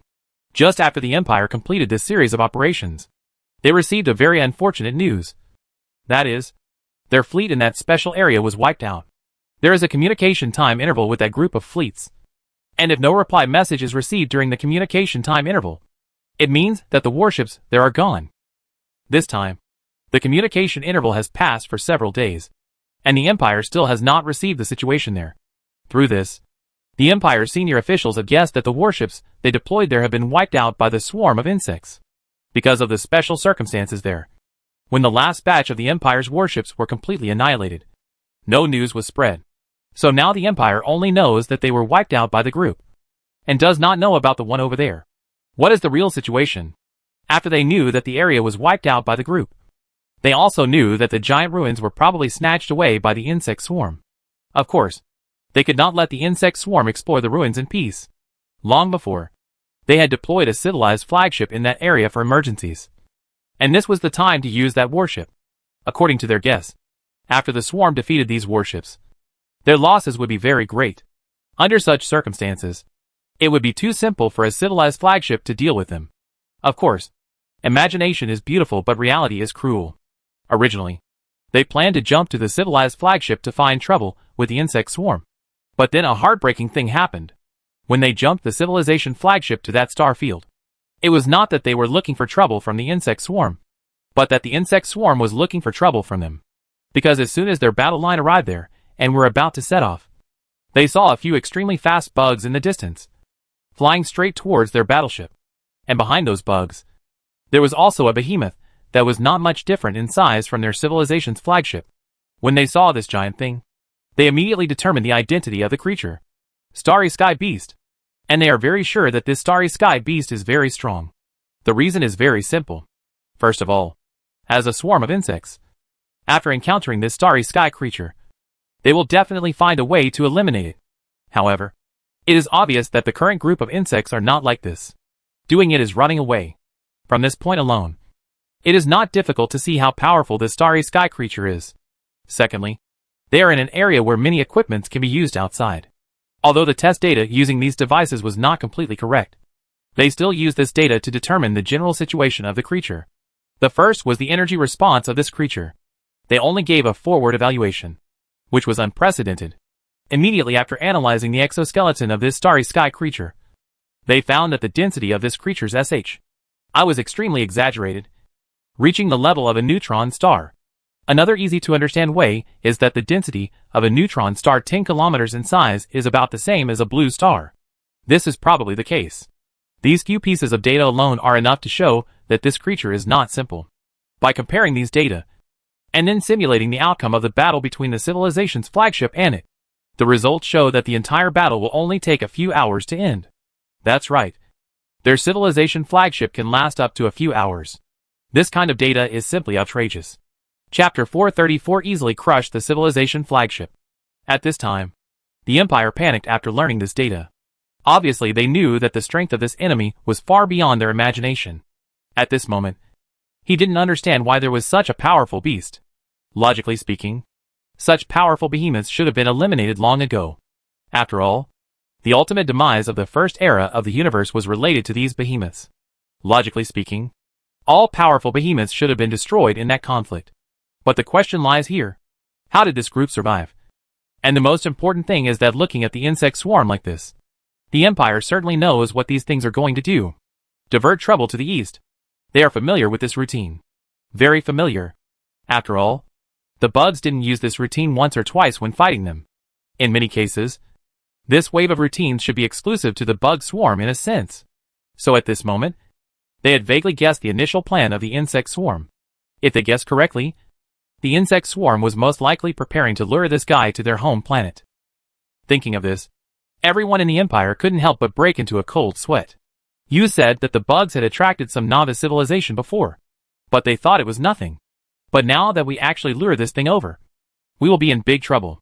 But even if they knew they were in serious trouble, they had nothing to do, because it was impossible for their civilization flagship to defeat this giant beast with all its strength. And at this time, they had no choice but to fight against this Starry Sky Beast, because the bugs have already lured this thing over. And this giant beast has already targeted their civilization flagship. So even though they didn't want to, they had to fight this giant beast. At this time, as the civilization flagship of the Empire launched an attack, the battle between the Empire and the Starry Sky Beast began. Although the civilization flagship of the Empire cannot defeat this Starry Sky Behemoth, it is undeniable that no matter how bad it is still the flagship of civilization, and its strength cannot be underestimated. Moreover, after the Empire understood the situation after confronting this thing, it directly output full power. So the Empire's main gun began to charge energy as soon as the game opened. And at the same time, many other turrets of the civilization flagship also moved towards this Starry Sky giant. The beast attacked. At this time, seeing the Empire's civilized flagship open fire, the Starry Sky Beast launched an attack on the civilized flagship without hesitation. The next moment, countless beams of light were seen flying straight towards the Empire's civilized flagship. Fortunately, the Empire's civilized flagship's defense was strong enough, so it could easily withstand this attack. At this moment, the Empire's super weapon had been charged, and the next moment a thick beam of light flew towards the starry sky beast. At this time, as the beam ended, the next moment I saw the slightest crack on the case of this starry sky beast, but it quickly recovered. Although this blow has no effect, the players can naturally see from the scene just now that the Empire's main cannon can still cause certain damage to this starry sky beast, although the damage is limited. Of course, through this, the players have once again increased the strength of this giant beast. They know very well how strong the Empire's civilized flagship is. What is the result of a full blow from a battleship of this strength? The result was a scrape for this giant beast. Of course, through the performance of the behemoth just now, the players have collected another important data. That is, in addition to the functions they know, this starry behemoth also has super recovery capabilities. In fact, for players, even if you know its situation now, it will not be of much use. But now players can collect intelligence and prepare in advance. To put it simply, players will most likely fight this giant beast in the future, so they need to know the information about this starry sky beast in advance. So from another perspective, what they are doing now can be regarded as preparing for the future in advance. In this way, players were paying attention to the battle between the Empire and the starry sky beasts, while recording important information. At this time, as the battle progressed, the Empire's warships gradually fell into a disadvantage. Players who were frustrated by the Empire's encounter could only express their sympathy for them for 3 seconds. In fact, the Empire, a civilized flagship, was an unexpected surprise from a certain perspective. Originally, the purpose of the players at the beginning was just to lure the starry sky beast to the hinterland of the Empire. But who would have thought that they were just about to set off? But the fun happened. The Empire directly jumped over the civilization flagship. This wave of operations also made players unable to react for a while. But the first thing they have to do after they wake up is very simple.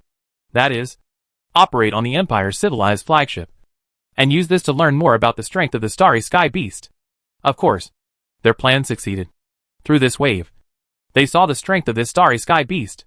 After understanding the strength of the starry sky beast, the players' understanding of it was refreshed again. In the past, they thought that the Empire's civilization flagship was very strong. But now it seems that it is even compared to this starry sky beast, not even qualified to carry shoes. It was also for this reason that they knew how outrageous their decision was at that time. Damn it. I have to say that this starry sky beast is a bit too strong. Yes, look at the Empire's civilized flagship.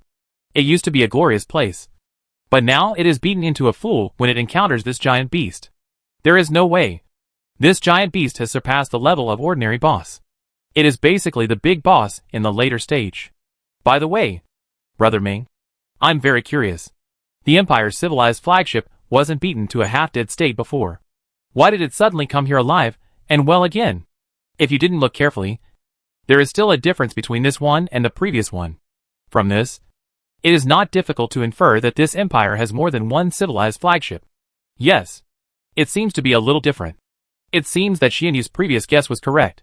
But if they have the goods, why didn't they jump over this one when their ship was so miserable that time? I don't know about that. But I guess they might be trying to hide their strength. Isn't the Empire the strongest in the universe? What kind of strength is it hiding? Mad. I want to know everything, and I'm just a little salted fish eating melon here. Don't ask me about the specific situation. Go ask the planner. In this way, the players ate melon, watched the show, and talked at the same time. This battle this time was an eye-opener for the players. Through this wave of battles, they could see the true combat power of the civilization's flagship. First of all, the firepower of each of the countless turrets on the battleship is not weak. In addition, there is also the output of the main gun. In addition to these basics, there are many small fighters inside the civilized flagship. The strength of these fighters is not weak. According to players' estimates, the strength of these fighters can basically compete with ordinary corruptors, which shows how high their technological level is. The most important thing is that this small fighter is not only powerful but also small in size. So a civilized flagship can carry nearly 100,000 ships. Not to mention anything else. Just these 100,000 fighter planes can form a powerful formation. And with the cooperation of the civilized flagship, It is not an exaggeration to say that a ship can become an army if it is used on this civilized flagship. Of course, even if the configuration of the civilization flagship is so complete, it is still not enough to see in front of the starry sky beast. The first is that although its shield is very powerful in the eyes of players, it is still too weak for the starry sky beast. During the battle, I saw the starry sky beast opening its bloody mouth and then spitting out a dark red beam of light. The next moment, the beam of light hit the civilized flagship. Immediately after the civilization flagship, the shield that once made the players feel helpless was shattered by one shot. Not only that, those small fighter planes seemed to be restrained by something, and could not move within a certain distance of this starry sky beast. Immediately afterwards, these battleships began to be disassembled. Such a scene made the players look stunned for a while. Potato naturally knows about this skill of the starry sky beast. And the most important thing is that he has experienced it. You know, at that time, even his Thunder Beast was disintegrated by this guy's skill, let alone these small aircraft. What surprised him was not the high damage of this skill, but the large range of this skill. According to the preliminary estimates of the players, the range of this skill is at least 1,000 kilometers, which means that the range of 1,000 kilometers of the starry sky beast can be understood as an absolute restricted area. My dear, is this starry sky beast so exaggerated? At this time, a player couldn't help but sigh after witnessing the starry sky beast's heaven-defying ability. As his words fell, another person said, "This is not the point. The point is, haven't you discovered that this starry sky beast still has many abilities that have not been restored?" At this time, everyone looked at him after hearing his words. Seeing the eyes of everyone looking at him, the player then added, "Think carefully about the previous battle. The first time we fought the starry sky beast, we were within a dangerous range of it. According to the normal routine, I was thinking that it must use this skill, but it was obvious that it did not use it at that time. And now, he has actually started to use it. From this, it is not difficult to infer that when it came out, it was not used but unable to be used. But what about now? I guess the reason why this happened is that it was still in a weak stage when it was released. But now its strength is being restored bit by bit as time goes by. That is to say, if nothing unexpected happens, in the future we will also see more of what this starry beast is capable of." At this time, after hearing what this player said, everyone thought that this was really the case. If this is the case, then what kind of strength will this starry sky beast be when it fully recovers? I don't know, but I imagine it must be very scary. To summarize briefly, this starry sky beast is not something we can compete with at this stage. I have reason to suspect that this may be the final boss set by the official for us. It is simply a dream to challenge a boss of this level with our current strength. It will even be difficult to wait until later. If we really want to kill it, I guess we need to wait until all of us are Leviathans. Possible. It's even said that this Leviathan has to evolve through several stages. At this time, everyone agreed with what this player said. Of course, they also know very well that judging from their own situation, it will take a lot of time to reach that level. So now their method of operating this giant beast is very simple. That is, run away when they encounter it. After all, if you can't fight and don't run, it's really a bit heartless to carry on. At this time, while the players were still discussing how to deal with this boss, the battle between it and the flagship of the Empire's civilization was coming to an end, because the shield of the civilization flagship was broken. Although the hull of the civilization flagship has strong defensive capabilities, it is a pity that the armor defense of the civilization flagship is like paper in the face of the powerful firepower of this starry sky beast. It was penetrated by the starry sky beast in 3 strikes, and 5 divided by 2. At this time, as the battleship was destroyed, the starry sky beast flew in front of the battleship, then opened its bloody mouth and bit towards the battleship. And the players looked at each other a little bit when they saw the starry sky monster eating battleships, like eating spicy strips. This battleship is also in the recipe for this thing? It looks like it depends on the situation. What should we do next? Keep attracting monsters. I think it doesn't seem to care about us now. This is not easy. If you let an alien dragon go over and spit on it, and then run away, it will most likely come. How about trying this? As he said this, he saw one of the alien dragons in the monster-inducing team break away from the team and fly towards the starry sky beast that was eating. After calculating the approximate distance, he saw this player aiming at the starry sky beast. The next moment, he saw only one round. The skill flew by. Although the alien dragon's attack hit the starry sky beast as if it was a joke, It still successfully attracted the Starry Sky Beast's attention. The Starry Sky Beast roared angrily, and then chased the alien dragon with its head. Seeing the operation of this Starry Sky Beast, the alien dragon player was also frightened. And then, he immediately turned around and ran away. Damn it! This horse riding attracts the monster thieves, and makes them excited. Typical crazy temptation on the verge of death. Brothers, run quickly. They are catching up. Just like this, I saw the player who was attracting the monsters running towards the direction of the team that attracted the monsters while yelling. By the way, brothers, how do we bring this Starry Sky Beast to where the Empire is? We have to jump to get past the area where the Empire is. Although our alien dragons at this stage already possess this ability. The question is, will this Starry Sky Beast do it? But when they heard this player asking the question, everyone realized that they seemed to have ignored a very important question from the beginning. Damn it. I admit that you tested me on this question. What's going on? If this thing can't jump, can't we just use the jump to slowly crawl over with it? How about we try a group jump first to see if it can catch up? If it can't, we will jump back and use the jump to slowly lead it over. Well, that's all I can do for now. Chapter 435 successfully lured the Starry Sky Beast over. Just like that, the players who had made up their minds immediately started taking action. I saw the alien dragon team immediately started jumping. And as the alien dragon team disappeared behind this star field, the figure of this Starry Sky Beast also disappeared in this star field like the alien dragon. Through this, it is not difficult to see that this Starry Sky Beast has the ability to jump. And his performance naturally made the players breathe a sigh of relief. It was obvious that their previous worries were unnecessary. Now that the Starry Sky Beast has passed towards the Empire according to the players' ideas, the next thing will be easier to handle. When they arrived at the Empire, the alien dragon team took the Starry Sky Beasts for a walk, allowing the Starry Sky Beasts to remember the locations of all civilizations. Then this team completed its mission. Everything is going according to the players' plan. Obviously, if nothing unexpected happens, this wave of operations by the players can basically be concluded. At this time, the players breathed a sigh of relief. But Jiang Yao was different. Because when Jiang Yao saw the performance of this Starry Sky Beast, he couldn't help but be frightened and broke into a cold sweat.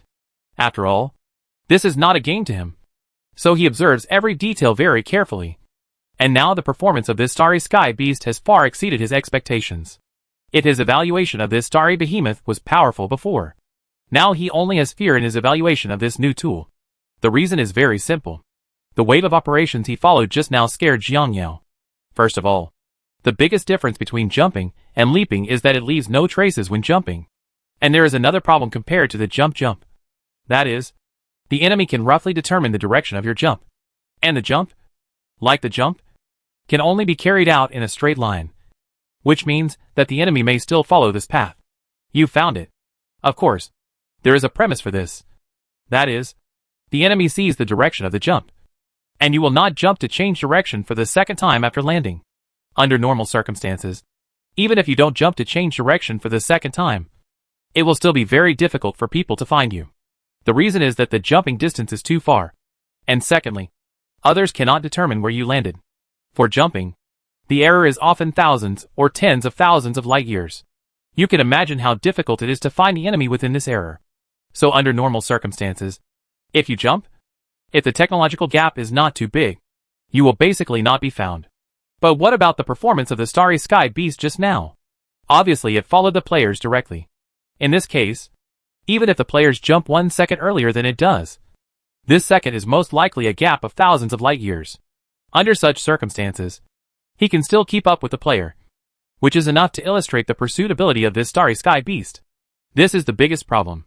If it has such a powerful pursuit ability, it means that once its nest is exposed, it is simply a fantasy to escape.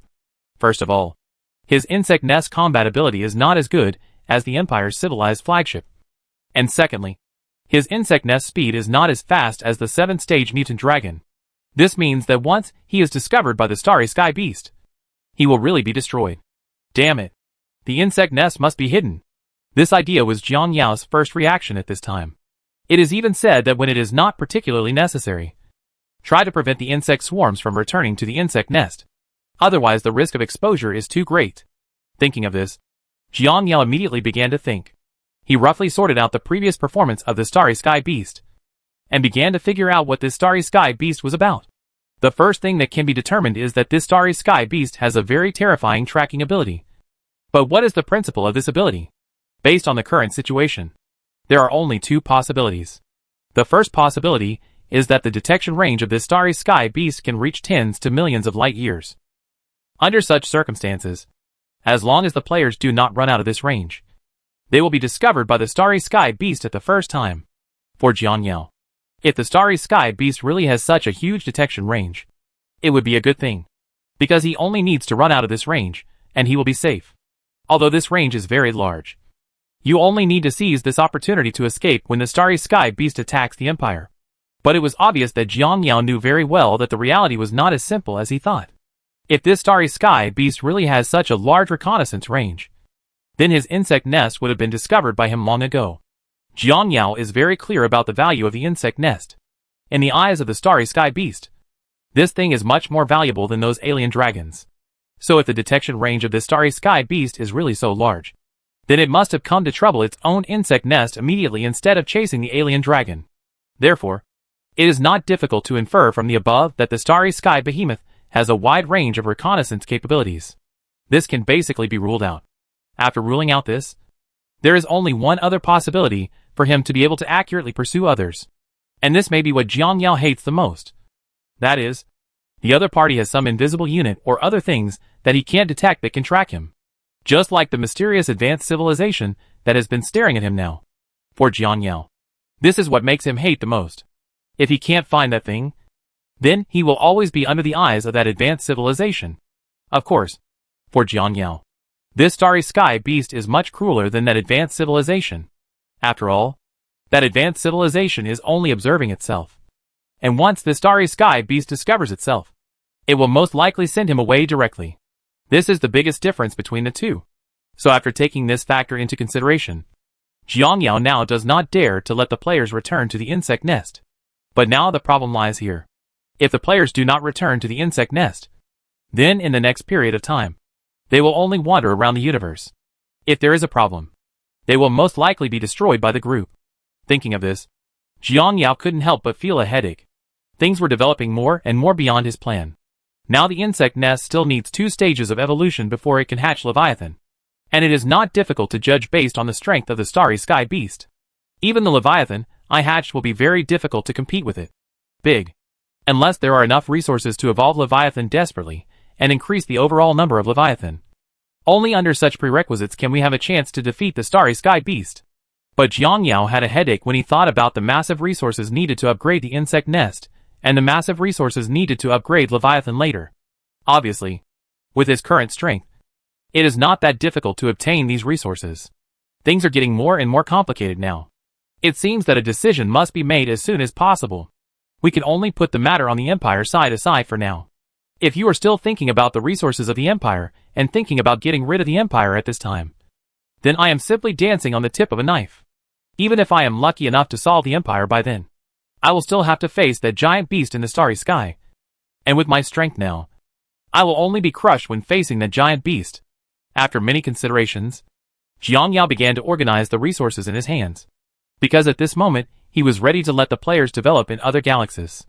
All in all, his current idea is that he and the players can be separated. As long as he is separated from the players. It doesn't matter whether there are bugs in the player group being targeted by the starry sky beast. Because even if they are targeted, at most the insect swarm on the player's side will be wiped out. And their own insect nest will not be affected in any way. But this will involve a problem. That is, your current defense capabilities will be extremely weak. After all, judging from the current situation, although my own insect nest has certain combat capabilities, its combat capabilities are far inferior to those of the Empire's civilized flagship. Even such a powerful single combat unit as the Empire's civilized flagship can be beaten to death by those void creatures. So once your cordyceps encounters a situation similar to this, it will be in danger. But at this time, Jiang Yao knew very well that he had to make this decision. Although from the time the game was launched to the present, Jiang Yao has been intentionally or unintentionally training players' independent harvesting abilities. But it is undeniable that no matter how hard he trains, players often still need to go through the insect nest for supplies. And there will be a lot of battle losses every time. Under such circumstances, Allowing players to develop independently in this universe is also a big test for them. So after considering this, Jiang Yao decided to use half of his existing resources as later supplies for the players. Of course, he also knew that doing this would put a lot of pressure on himself.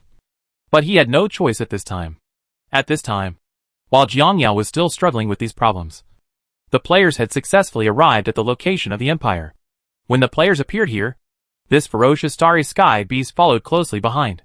And when the players saw this starry sky beast following them, they immediately began to patrol the mountains with the starry sky beast according to their previous plan. The entire operation process was as planned by the players. After patrolling the last mountain, the players chose to fight the starry sky beast. And then naturally they were killed instantly as expected. Next, after the Allosaurus has completed its mission, the only players left behind are the eyeworm players. At this time, the invisible eyeworm players kept a safe distance from the starry sky beast and brought live broadcast to others. As the destruction of the starry sky beast began, players closely watched his every move. For the players, now they need to collect as much combat data as possible on this starry sky beast. At this time, this starry sky beast has lived up to the expectations of the players and killed everyone in these civilizations. Even if these civilizations use civilization flagships, they will only be crushed. Not to mention that they don't have a civilization flagship in their hands now. Therefore, these civilizations can only be cleaned up one by starry sky snipers. Compared with these, what we are really worried about at this time is the Empire. You must know that this is his hometown, and they are no better than those civilizations. For those civilizations, it doesn't matter even if all their warships here are cleaned up by the starry sky beasts. Anyway, as long as your core is still there, everything will be fine. But things are different here in the Empire. The Empire must finally go head-to-head with this starry beast. This is the most troublesome, and it is within the Empire at this time. Damn it. Bugs. It's all those bugs. I have long said that those bugs should be eliminated directly. You have to study them. Now they are fine. They have brought us such a big hidden danger. The strength of this starry sky beast has obviously reached the pinnacle level of cosmic civilization. Under such circumstances, our losses against him will definitely not be small, and all our trump cards will probably be exposed to you. After we expose our trump card, you must also know very well what we will face next. And the most important thing is that even if we repel the starry sky beast, we still have to face the attacks of some top civilizations. This also means that we need to face 2 super civilization attacks at the same time. Do you think our trump cards can block it? At this moment, an old man in the conference room was furious. Unlike others, his first reaction after the insect swarm entered the universe was to wipe out the whole race. Later, because this race had very strong research value, they did not eradicate it, but left many samples. However, the progress of research is extremely slow, so over the years, they have not made any breakthrough progress in the research of insect swarms. Not only that, it has also brought them such great hidden dangers. For this old man, if these people had listened to him and wiped out this race directly, then the current situation would not have happened. Of course, he could only have this idea without knowing the relationship between Jiang Yao and the Queen. Not knowing this information, he instinctively believed that the reason why the insect swarm would develop again was mainly related to the Queen's escape. And the most important thing is that they also know that the Queen's escape is definitely not as simple as it seems on the surface. There is a high probability that there are other advanced civilizations behind the scenes. Otherwise, trying to escape from their hands with their defensive strength is simply nonsense. Okay, things have happened, and blaming them now has no effect. Now we need to consider how to deal with the problems at hand. How else can we deal with it? Just use our cards to fight this starry sky beast. This method is inappropriate. Once these trump cards are used, we will face more than 2 of the top forces in the universe at the same time. 2? Do you really think there are only 1 or 2 top forces that are watching us? Although the other forces don't care about these things on the surface. Who can guarantee that they really don't care? Chapter 436 The Empire and the Starry Sky Behemoth begin a war. At this time, after some discussion, the Empire decided to use its trump card. But this was also subject to the premise that they must abandon their existing base and wander around the universe. It is a very sad thing for them. You must know how brilliant they were in the past. But because of such an incident, they were forced to throw away all their accumulation over the years. Of course, they also know very well that once they use their trump card, they must do so. Otherwise their life will be really difficult. As the old man said, even if they use their trump cards now, they may only be able to fight this starry sky beast at a 50-50 draw. Even if they are lucky enough to win at that time, they will still face attacks from those civilizations. Although on the surface, only one or two of those civilizations are closely following the development progress of civilizations like theirs. But no one can guarantee that other civilizations will have no ideas. Moreover, taking a step back, even those two civilizations are not something they can compete with now. Of course, although the mass migration of all people is very difficult for other civilizations, it is very simple for them. After technology has developed to their level, large-scale immigration like this can be implemented in a day or two at most if you really want to do it. And they had planned for this matter a long time ago. They had considered what they should do if the things they secretly operated were discovered one day in the future and they were forced to escape. To this end, they have also put together a set of exclusive plans to prepare for the story. And now this plan can be used. After making the decision, they immediately asked their men to execute it. At this time, they no longer needed to hide it. After they were almost ready, this starry sky beast's attack on other civilizations was coming to an end. In this attack, these surrounding civilizations were basically wiped out. As for some civilizations that had not been found by the players, they were easily found by this starry sky beast. Some of these civilizations thought about whether this giant beast would have the ability to track. So they let their warships fend for themselves there. Some unexpected civilizations have allowed happy warships to return to their home planet. Obviously, these warships returning to their home star are very likely to bring terrible disasters to their home star. Although among their civilizations, some have long since separated from their mothers and chosen to live in space facilities similar to fortresses. But as long as those warships exist within the space facility, they still cannot escape the pursuit of this starry sky beast. In general, although this battle seems to be coming to an end on the surface, it will have many extensions in the future, and this extension is bound to cause a bloody storm in the universe. At this time, after the starry sky beasts had solved all the surrounding civilizations, he then set his sights on the Empire. In fact, he knew very well about this civilization that the opponent's strength was not weak, because there are only 10 civilized flagships parked here in the Empire at the moment, and these warships are one of the Empire's hidden beacons. The Empire claims to the outside world that it only has one civilized flagship. To be precise, it should not be external, but both internal and external. Only a very few people in the entire Empire know the actual number of civilized flagships in the Empire, except for those that everyone knows. The others were secretly created by the Empire, and they paid a lot for these civilization flagships. Of course, these civilization flagships can only be regarded as one of his trump cards. Open. And it's the worst trump card. In addition to these civilization flagships, there are tens of thousands of large mechas in the Empire. Each of these mechas has reached a height of 1 kilometer. Now this height is considered huge among mechas. After all, mechas usually only range from 10 to 100 meters. And these mechas are the second trump card in the hands of the Empire. Although under normal circumstances the strength of mechas is incomparable to that of battleships, the advantage of mechas is that their manufacturing costs are relatively low. Although the firepower they exert is much lower than that of battleships. Under the same resource cost, the overall firepower of mechas is much higher than that of battleships. But these mechas of the Empire are not as simple as they appear on the surface. Their strength is extremely exaggerated. It is even said that only about 100 of them can destroy their civilization flagship. The technological level of this kind of mecha has reached the ultimate level of mecha technology. Not only does it take into account defensive maneuverability and firepower, the most important thing is that the mecha's criticized battery life has also been solved. Generally speaking, this kind of mecha is a nearly perfect creation, and tens of thousands of mechas are equivalent to 100 more civilized flagships for the Empire. Of course, the technology of this kind of mecha is not owned by the Empire. The reason why the Empire is able to manufacture such mecha is because they discovered the remains of a mecha civilization during an exploration. By analyzing the technology inside, they finally obtained the complete technology tree of this mecha. Compared with their civilization flagship, the cost of this kind of mecha is obviously much lower. In their future plans, they are preparing to use these mechas as main battle units to compete with those civilizations. But had to take it out. Of course, in addition to these mechas, the Empire also has more powerful weapons. It was a battleship. This battleship was much larger than the civilized flagship. The overall length of the battleship reached 2,000 kilometers. Compared with other battleships, This battleship gives people a very strange feeling. The entire battleship is in an oval shape. In the center of the battleship is a huge muzzle with a diameter of about 50 kilometers. This warship is very different from other warships with sharp angles. It feels like this warship is more random than carefully designed. When this battleship appeared, it immediately attracted the attention of the Starry Sky Beast. It was even said that when it saw the battleship, it instinctively slowed down its progress.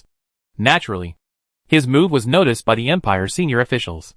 It seems that the Starry Sky Beast should know this battleship. It's very normal to be able to recognize this warship. After all, this warship itself is used to deal with him. Of course, through this, we can basically confirm that this Starry Sky Beast is most likely a legacy from the past. It's just that I'm a little worried now about whether I can defeat this Starry Beast just with this Star Destroyer. Speaking of which, the old man added, although we have been repairing this warship since we obtained it. So far this warship has only been repaired about 60%. Although the battleship can now be used, its limitations are very large. If we want to completely repair this battleship, we must obtain part of the Star Destroyer technology. Seeing what the old man said, the person next to him sighed. This kind of technology was top secret even in that era. We are lucky to be able to find a relatively well-preserved Star Destroyer. If we want, it's incredibly difficult to acquire technology. Everyone knew what this man said. In fact, for the Empire, they are very satisfied with being able to find this battleship. And the most important thing is that they can use existing technology to repair this battleship to this point, which is already considered good. Of course, it is also because this battleship has many flaws.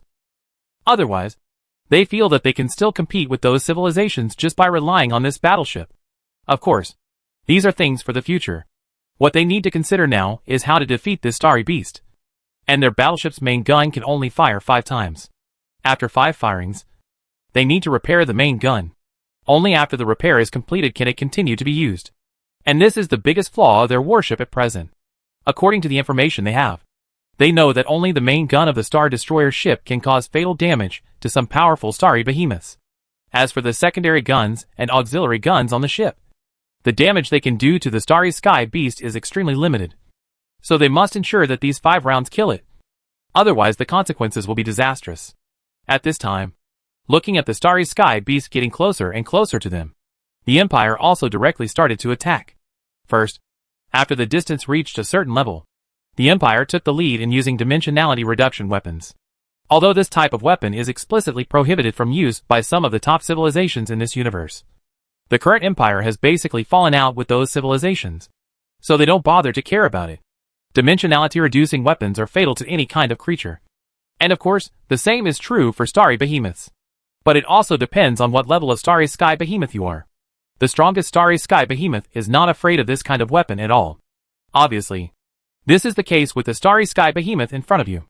When the dimensionality reduction weapon took effect around him, everything around it began to become 2-dimensional, and the planets and meteorites turned into a picture without thickness. However, only the Starry Sky Beast was not affected by it. Any impact. At this moment, the behemoth in the starry sky is like a lone boat floating on the horizontal surface, forming a sharp contrast with the surrounding calm water. At this time, on the Empire's side, they were not surprised when they saw the scene. After all, they had already heard about the strength of this Starry Sky Behemoth. After acquiring this battleship, they retrieved information on the battleship's internal layoffs and learned that even a warship of this level could compete with the Starry Sky Behemoth in a 1v1 situation. The winning rate will not exceed 20%. Although on the surface it seems that this has nothing to do with whether the Starry Sky Beast can resist dimensional weapons. In fact it is not, because the main gun of this battleship is also a dimensional weapon. It's just that unlike the dimensional weapons they project, the weapons used by the main cannon are more powerful. If the dimensional weapons they use are compared to a trolley, then the weapons used by the main gun of this battleship are like a hover car. This is probably the difference. Although the two are both vehicles, their use of technology is completely different. After seeing that its dimension device failed, the Empire immediately began to charge the main gun of this battleship. And as the battleship charged up, the Starry Sky Beast seemed to be aware of the danger. It opened its bloody mouth and spit out a beam of light directed at the Star Destroyer. Of course, the power of the Star Destroyer ship is not only its weapons, but its defensive capabilities are also equally powerful. The attack of this Starry Sky Beast hit the surface of the battleship. Although it caused a certain amount of damage to the battleship, the damage was limited. At this time, when the players saw this scene, they couldn't help but widen their eyes. At this time, the players were shocked and speechless by what happened today. They originally thought that the Empire might only have 1 or 2 civilized flagships. But who knew that the Empire took out a full 10 ships today? And the most important thing is that the Empire also brought out large-scale mechas that they have never seen before. Of course, judging from the shapes of these mechas, players can guess that the combat power of these mechas must be very explosive. And what surprised them most was that the warship in the hands of the Empire, which was bigger than the flagship of civilization, was actually able to withstand a blow from the starry sky beast. You must know that even the civilized flagship cannot withstand this blow. From this, it is not difficult to see that the strength of this battleship is far higher than those of the civilized flagship. And what players don't understand the most is that according to normal rules, a warship of this level should have a shield system. But that powerful and edgeless warship backfired because it did not have a shield system. This makes the players extremely confused. But through this, the players can still see how exaggerated the armor defense capabilities of this battleship are. While they were still marveling, the battle here had entered a fierce stage. This battleship had a very long storage time. During this period, the Empire sent out their civilized flagship and these mechas. Go and hold back this starry beast. And because of the addition of these warships, the starry sky beast tried to target that warship several times without success. Although during this period the starry sky beast had successfully destroyed 2 civilization flagships. But for it, as long as it does not destroy the warship that threatens it the most, the crisis will not be resolved. So at this moment, it is trying its best to break through the siege of these mecha warships and attack that warship. But it is obvious that it is very difficult for it to do this. Although it can imprison approaching warships and mechas around it. This is not absolute. Although it can imprison the player's thunder beasts, its effect is minimal against the civilization's flagship. As for those combat mechas, they are even more useless. Because those mechas were originally designed to target their starry behemoths. So the mechas have the technology to resist this ability. Chapter 437 The Empire slipped away. Because there is no restriction on this ability. These mechas can fight this starry sky beast at close range. And what surprised the players the most was that these mechas were actually able to cause some damage to this starry sky beast. Although these damages are negligible to the starry sky beasts, it is not difficult to see from this alone that the strength of these mechas is extraordinary. And the most important thing is that these mechas can also resist the beam ability of the starry sky beast. Although they do not resist it many times. Even one attack from the starry sky beast is enough to show how powerful the mecha is. Got it. As for the performance of these mechas, the players naturally saw it. And at this time, they understood it clearly. The Empire they knew before was only a rarity. If the Empire showed its true strength, it would only take a few mechas to deal with them. Damn it. This game planner is probably out of his mind. The expansion of this value is too outrageous. It's like you were fighting a monster with a health bar of only 100 before. And suddenly someone changed your health bar to 100,000. And the attack was increased by 100 times. Other games have a turning point for numerical expansion. But this game is better. It pulls it up for you directly. The planning is too willful. I seriously doubt that the person who designed these monsters is probably a spy hired by the company next door.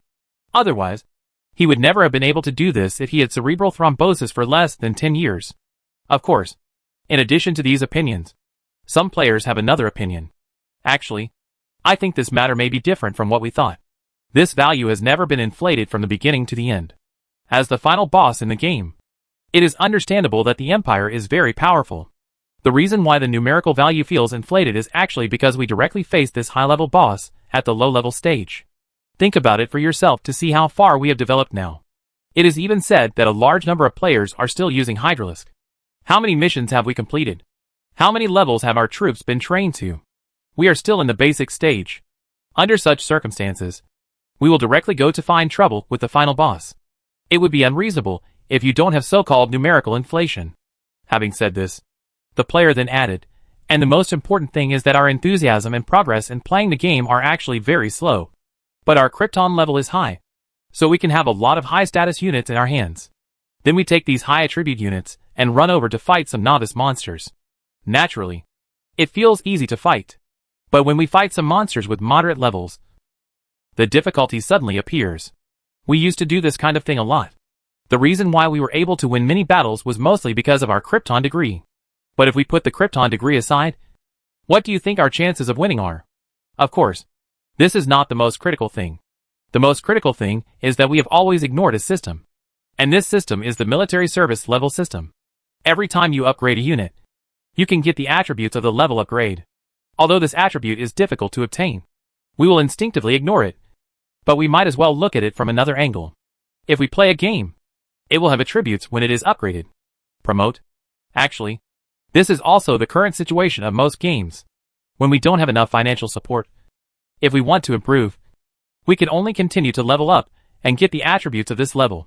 This is a very normal operation.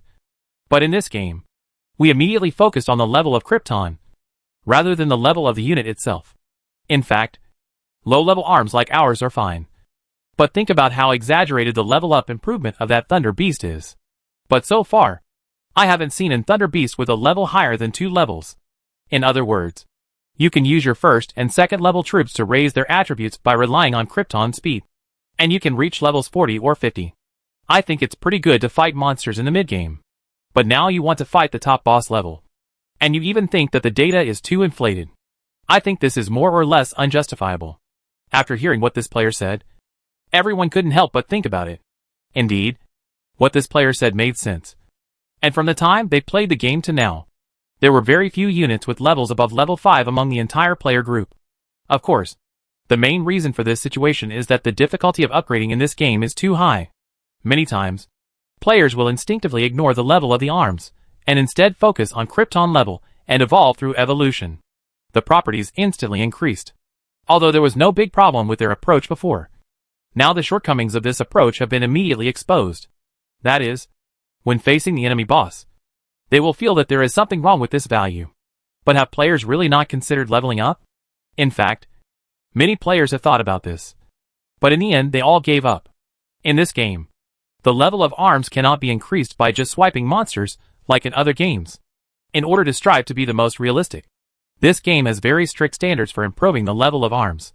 After testing by players, they have probably mastered the routine of upgrading arms. First of all, the easiest ones are the first level and the second level. These 2 levels can be upgraded by just killing monsters. Although it sounds simple, it is very difficult to operate.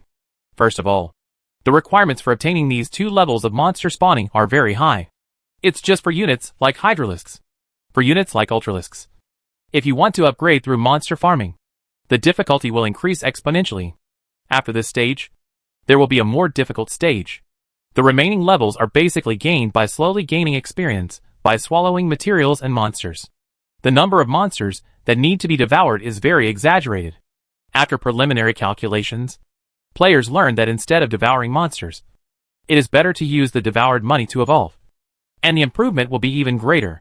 Therefore, taking all factors into consideration, directly pulling the scale is the most cost-effective way. Although what the player said is very one-sided, it is also a fact that players have collectively recognized now. That is, as everyone makes money together, no one will pay attention to improvement. Level up. What you said makes some sense. But the fact is that compared to devouring to increase the level, I think it will be cheaper to evolve directly. Of course, what you said is not wrong. After all, devouring and raising the level itself consumes a lot of resources. And these troops may burp at any time. So if you raise the level and then die, the loss will be serious. But I say this just to let everyone understand that we are still newcomers from the beginning to the end. Don't think about challenging the Empire at this stage. Although the rewards given by the Empire mission are very good, you have also seen that it is also very difficult to conquer the Empire. After all, giving you mission rewards worth hundreds of millions in one go definitely requires a lot of prerequisites.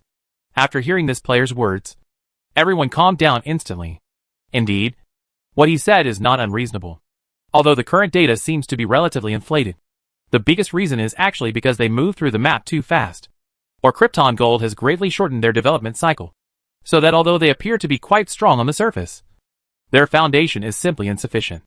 We have indeed developed too fast during this period, and many foundations have not been laid at all. I remember that when the server was first launched, we used all kinds of strategies to win the war. This stage is the correct way to open the game. But later on, as the version was updated, more and more Krypton Gold was earned. We have gradually become a competition of attributes rather than a comparison of technology and strategy. And some technical anchors, like the past, have gradually withdrawn from the stage. The situation of the Empire this time is a good example. Based on the strength of the Empire, I estimate that even if we have stronger troops in the future, it will still be very difficult to defeat it head-on. So at that stage, what we need more is to use various strategies to bridge the attribute gap. At this time, while the players were still in the Hour of the Sage, the battle between the Empire and the Starry Sky Beast was coming to an end. Because of the interference of civilized flagships and mechas on the Empire side, the battleship's main gun successfully hit the Starry Sky Beast, and when the main cannon was fired, the players were amazed by the damage it caused.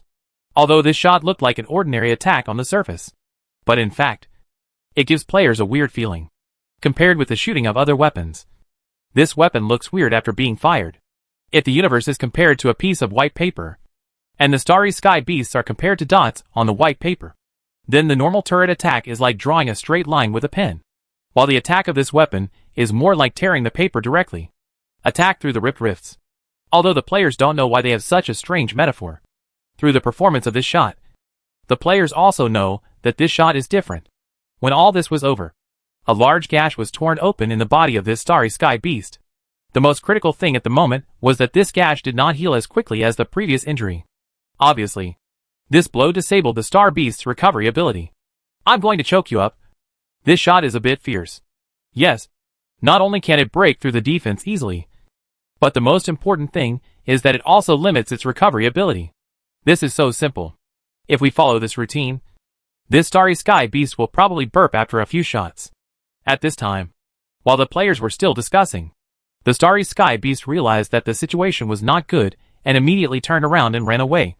And the Empire naturally did not pursue its escape. After all, the Empire is not stupid. Their warship can only fire 5 rounds at most. That is to say, after 5 rounds, they will really be finished. And they have no idea how many rounds this Starry Sky Beast can take. And if this Starry Sky Behemoth can withstand 6 rounds or more, then they basically have no chance of fighting this wave. And originally they thought they would fight the Starry Sky Behemoth. But now they see the Starry Sky Behemoth run away. Naturally, they followed the donkey's path downhill. The Starry Sky Beast escaped, and the Empire did not dare to stay here too long. So the Empire took its fleet and disappeared into this universe. At this time, the players looked at Li Su's Empire and were silent for a long time. Through this wave of operations by the Empire, the players could basically conclude that they were planning to run away. Although it is unclear why they chose to run away after winning, the players instinctively thought that this matter might not be as simple as they seemed on the surface. Well, I don't know why the Empire did this, but I think that since they left in such a hurry, a lot of things should have been left behind. How about we go in and take advantage of them? After a long time, some players finally couldn't stand it. Live Temptation made this suggestion. It's no problem to conquer, but I think since the Empire has chosen to escape, there must be a deeper reason. So just in case, we will send some king insects and cheap troops there. In this case, even if there is an accident, our losses will not be too great. After determining the general idea in this way, the players immediately began to take action. The Empire left in a hurry this time, so they still left a lot of important things here, including some ores. And these ores have become the main collection objects for players. For this wave, the players can be considered to have made an unexpected windfall. At this time, Jian Yao, who was watching the players collecting resources, was staring at the area closely, because Jian Yao had vaguely guessed a terrible thing. If the Empire can be considered one of the most powerful civilizations in this universe, then the biggest enemy they face now is that giant starry beast. It is not difficult to see from what just happened that the warship of the Empire can cause great damage to the Starry Sky Beast. It is even said that it is not difficult for that warship to kill the Starry Sky Beast. Why did the Empire, which had already achieved victory under such circumstances, run away and escape in such a hurry?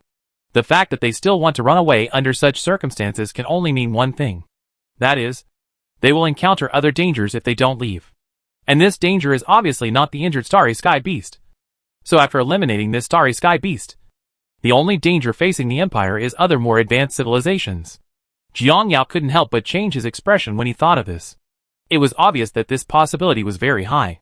And the most important thing is that although Jiang Yao doesn't know what it is like to secretly monitor his own civilization, but judging from what the Empire has shown, Jiang Yao believes that no matter which civilization takes action, it may not be able to defeat the Empire.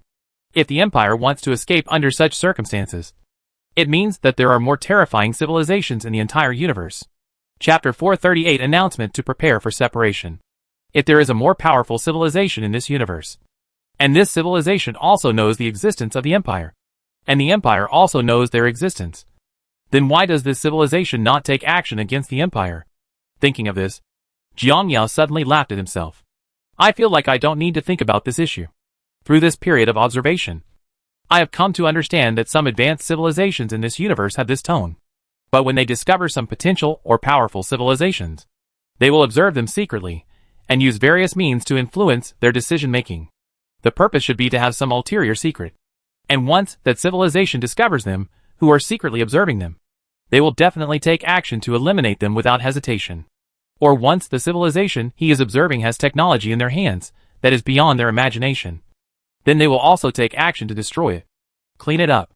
Although the things that the Empire brought out in the past were powerful, they did not pose a threat to those civilizations. However, after being attacked by the starry sky beasts, the new weapons that the Empire had brought out had obviously exceeded the bottom line of those civilizations.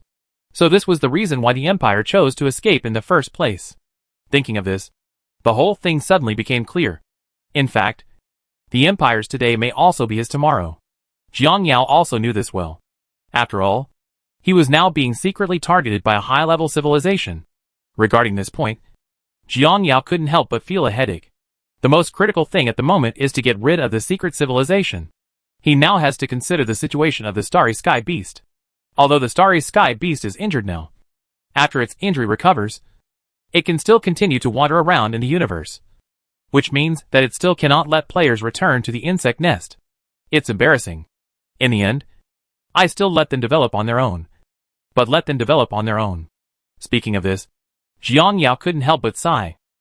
Forget it. Looking forward and looking too far will put you in a dilemma. Let's make an announcement.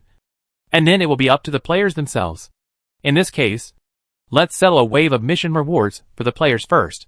After all, the mission that diverted the Empire's attention is considered completed now that things have developed here. I just used this opportunity to mention the overall strength of the players, so that their operations will be relatively simple.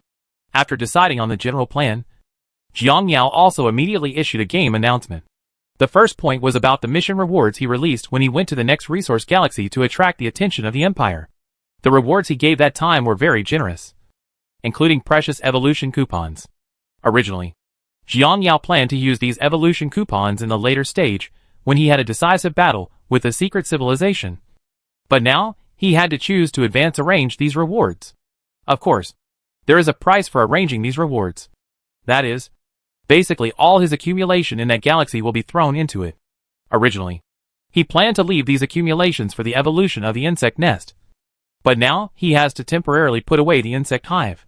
Nest evolution is put aside. In addition to the distribution of this reward, there are also announcements about players' own development. The content of this announcement is probably that the leader suspects that the Starry Sky Beast may have a special ability that can locate the bugs.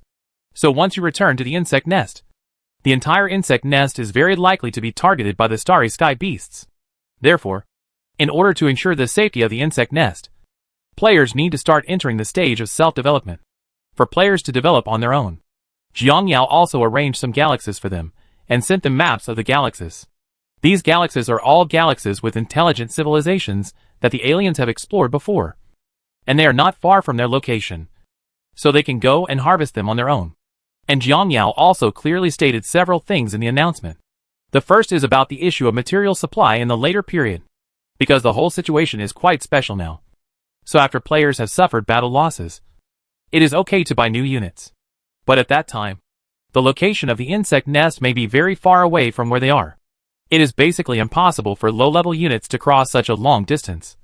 So if they really need supplies at that stage, they may only be able to choose high-level military types for supply. Therefore, players need to plan in advance how many reserve units they will prepare. Secondly, there is the issue of resource handover. Because the insect nest has temporarily closed the resource handover function due to security considerations. That is to say, during that period of time, the resources collected by players need to be reserved by themselves and handed over later. Of course, resources will be lost in this way, so players need to operate this point themselves. Followed by some details on resource transportation. Now you can only go to the insect nest but not return. So players can take out all the resources they have stored in the insect nest as a strategic supply in the early stage. At this time, with the appearance of this announcement, the entire player group was in an uproar. Obviously, this wave of unexpected announcements has made players aware of the seriousness of the situation. First of all, in the next period of time, they will have to develop without supplies. As for whether they can develop well, it is purely a question of it depends on their personal abilities. And Jiang Yao also mentioned that this batch of their troops is very likely to be targeted by the Starry Sky Beast. And the Starry Sky Beast has the ability to lock the position of their troops. Which means that this batch of their troops. In fact, we are in an unsafe state now. Damn it. Brothers, did you read that announcement? The information revealed in this announcement is a bit fierce. If the Starry Sky Beast can really lock our position, then if our troops continue to gather like this, the risk factor will increase geometrically. Although the leader also said that this is only in his speculation stage, he does not rule out the possibility that it really exists. So I personally feel that it is definitely impossible for us to continue to act collectively as we are now. We try to separate ourselves as much as possible. Once we are discovered by the Starry Sky Beast, we can also notify other players in advance so that they can prepare to run away in advance. And in the next period of time, we need to rely on the military units themselves for development. This wave of activities feels more like a wave of activities to test the strength of the guild. If the guild is strong, it will definitely be able to make a lot of money through the galaxy coordinates provided by the leader. But if you can't even make it through civilization alone, then after this wave of activities is over, you will not only not be able to earn evolution points, but you will also most likely end up spending a lot of money on them. For small guilds, I personally suggest that you can form a group when necessary and jointly assist in attacking civilization. In this way, the battle losses can be minimized. After all, don't forget, this time we won't be able to get supplies in time due to our tactics. But this operation is also very likely to end up in one pot. All in all, you must use your own discretion when it comes to wealth and danger.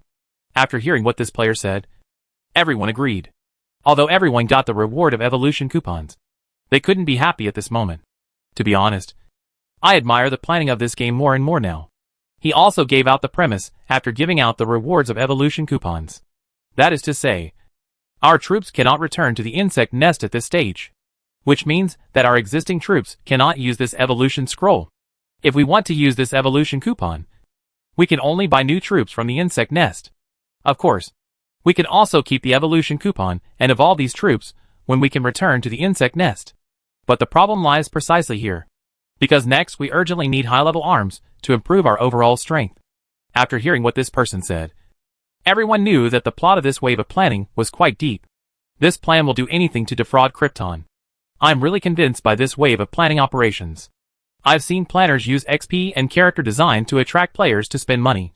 But I've never seen a planner directly use tasks to attract players to spend money. This wave of operations can be considered unprecedented. To be honest, I'm still a little afraid that gamers will give up collectively. So even planners don't dare to do such a thing. This is typical of being confident. Damn it. I am now a corruptor in the 3rd stage. I originally wanted to rely on this evolution scroll to reach the 4th stage. But now it seems I have to save it first. 66,666 upstairs. You are willing to use evolution coupons for the 3rd stage corruptor martyr? You are really smart. Damn it. Do you think everyone is a rich man with a 5th and 6th level corruptor in his hands? To be honest with you upstairs, with your intelligence, I really can't figure out why you can get this award. I feel so unfair. Yes, you don't even know how much an evolution coupon is worth. But if you sell this coupon, I estimate that you can at least buy a 5th stage corruptor. And you can also hold it in your hand. Keep this 3rd stage corruptor. I'm laughing so hard. Let's see which guild is the smartest one. It's absolutely amazing. It is recommended that the guild should test the intelligence when recruiting people in the future. Otherwise these smart people can make him pay tens of millions with just a few random operations. So I often say that these salty fish players who follow to reap the benefits will never feel the pain of the liver emperor bosses in the guild. But if they work hard together for a period of time, they will never be able to do such incredible things. Well, let's not discuss smart things upstairs. In the next period of time, we need to develop ourselves. Have you guys thought about the troops you will develop? Do you still need to think about it? I am the host of the Insect Swarm. This thing has zero cost under certain circumstances. And the most important thing is that we are fighting long-term operations in the later period. We are extremely short of resources and other aspects. At this time, I feel that the benefits are not as good as adding some combat units. The insect swarm host is large. In fact, based on the current situation, there are many guilds thinking about this matter without even needing this joke. First of all, in large-scale and high-intensity battles, the insect swarm host does not have much advantage compared to other arms. But for these small-scale operations or some sustained operations, the insect swarm host has an absolute advantage.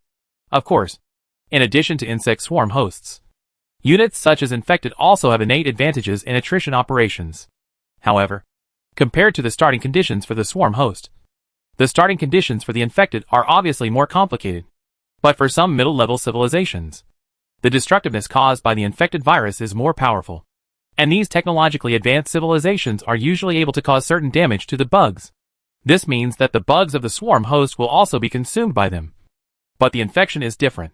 This type of virus is very difficult for civilization at this stage to break. All in all, both breeds have their own advantages and disadvantages. If an infected person is used, it will be a problem for him to sneak into these civilizations. After all, if you want to sneak into this kind of technological civilization without anyone noticing, it's not that difficult at all. But once you successfully infiltrate, you will enter a welfare period in the following days. And you can send this civilization away without spending a single soldier. On the other hand, the insect swarm host does not need to consider the problem of infiltration. It only needs to secretly produce insects crazily, and then let these insects continue to consume the civilization until all the vitality of the civilization has been dealt with. Of course, the shortcomings of this wave of operations are also obvious. First of all, if you want to produce a large number of bugs, relying solely on the insect host to slowly devour materials and convert them into energy for production will be very inefficient. Therefore, in order to increase efficiency, players must use ore. In this case, the demand for ore will be very large. And during the battle, these fighting locusts will suffer a large number of casualties, which means that they need to continuously invest resources to replenish them. So the consumption of their resources will be very large after a set of wars. And they also need to consider a problem. That is, they cannot replenish resources at any time like before. Therefore, every bit of their resources must be spent sparingly. Under such circumstances, large resource consumers, like the insect swarm host, will be subject to various restrictions when using them. Taking into account the advantages and disadvantages of each type of arms, players are also entangled in various ways. After all, their material supplies are not very abundant now. First of all, although they all have reserves of these ores, this amount is far from enough to support subsequent consumption. So they had no choice but to buy high-priced ores. But later, even if all the high-priced ores were sold out, many guilds still felt that they were not enough. Chapter 439 Alien Civilization. This time's mission is also relatively rushed for the players. In fact, under normal circumstances, if this wave of operations is really going to be carried out, Jiangyao will most likely prepare long in advance. Arrange some tasks in advance so that players can accumulate a certain amount. And then the ores will not be exchanged for energy for the time being. In this way, the players will be better prepared when they set off. And the later operations will be easier. However, this wave did have to be done this way because the incident happened suddenly. Although Jiangyao went to settle the rewards of the mission to the players in advance, these things can only be a drop in the bucket. At this time, on the player's side, inside a small guild, brothers, although the preparations for this wave are not very complete, it is basically enough. It will be our time to show off our skills in the next period of time. Although we have prepared 2 swarm hosts, we try not to use them unless absolutely necessary. Our main purpose is to send infected people and cockroaches to them. In this way, our consumption in each battle will be greatly reduced. Speaking of which, the president then added, currently, all planets have been allocated, and we have been allocated a total of 2 planets. Whether these 2 planets have resources will determine our future profits. Of course, in order to deal with emergencies, I also made a plan. First of all, our planet is located relatively close to the scattered area. In other words, if our 2 planets don't have much mining value, then we can change hands and enter the Sanran area to work as mercenaries to earn some extra money. Because this event is quite special, the Sanran side has also been divided into many groups. And a large part of these groups do not have strong combat capabilities. there will definitely be a huge demand for mercenaries. And because the units cannot be supplied in this wave, the price of mercenaries has been raised very high. Of course, being a mercenary is nothing compared to the income from extracting resources or attacking civilization. But this is the path we can choose in our worst-case scenario. As for the resource storage for this event, we still have to leave it to the iWorm players. Every time we go to an area, you need to find a suitable place to store resources as quickly as possible in the surrounding area. Remember that this place must be hidden, and the lower the temperature, the better, because we may harvest a large number of organisms. These organisms need to be preserved, so extremely low temperatures are required. In short, you should try your best to communicate with us as much as possible about the follow-up operations, as well as the combatants. Currently, our initial approach to attacking civilization is to prioritize the corrupted ones to harass and attract their attention, and then take advantage of the chaos to put the infected where they are needed. All combatants have time to practice your moves. Don't every time there is a war, I just rush. Also, the coordination of the lineup is also crucial, especially how to safely evacuate the troops with residual health. This is also what we need to pay attention to. For this reason, I specially introduced 2 cockroaches in the 4th stage to cover the troops with residual health when necessary. Evacuate. At this time, everyone in the guild was quietly listening to the president's arrangements. In fact, similar situations to this guild also occurred in other guilds. Each guild was sorting out its supplies before departure and its subsequent tactical arrangements. After about 2 days, the players who were ready drove the newly purchased units out of the insect nest and set off towards the target location. At this time, those players who were still harvesting from the Empire had basically harvested almost all the resources from the Empire, so they also left with the large forces of their guilds. After the players left, Jiang Yao also checked the star map and determined his next target point. Although Jiang Yao was also worried about the situation on the player's side, he now had to concentrate on dealing with the troubles on his side. Although Jiang Yao himself has many reserve arms, the number of these arms is still too small. Secondly, these units can only be controlled by brain worms, and the actual combat experience of these brain worms is still too poor. Although the black worms in their hands have some combat capabilities, this strength can basically be ignored. So in general, Jiang Yao's strength may be weaker than that of the players. Just like this, after Jiang Yao and the players had left, everything here came to an end, and players have officially entered the era of independent development. During this period of time, Jiang Yao also sorted out his experiences. From the time he left the original planet and wandered in the universe, he had experienced a lot in such a long time.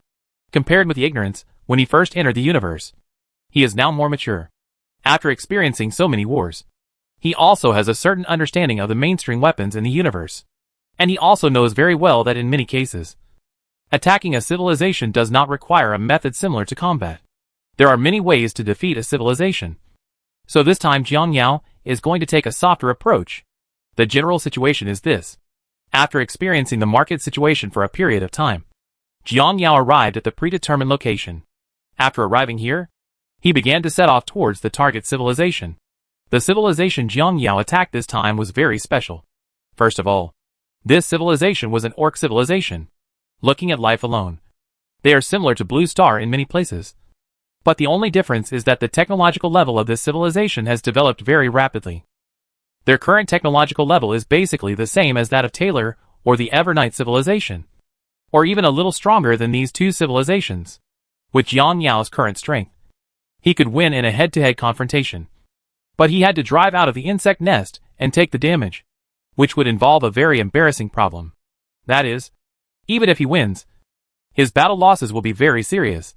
And whether the resources of this planet or its surrounding colonial planets can make up for his losses, or how much he can earn need to be considered. So after careful consideration, he decided to adopt a method that could minimize the risk. First, Jiang Yao checked the planet's network. Through this network, he roughly understood some of the situation of the planet.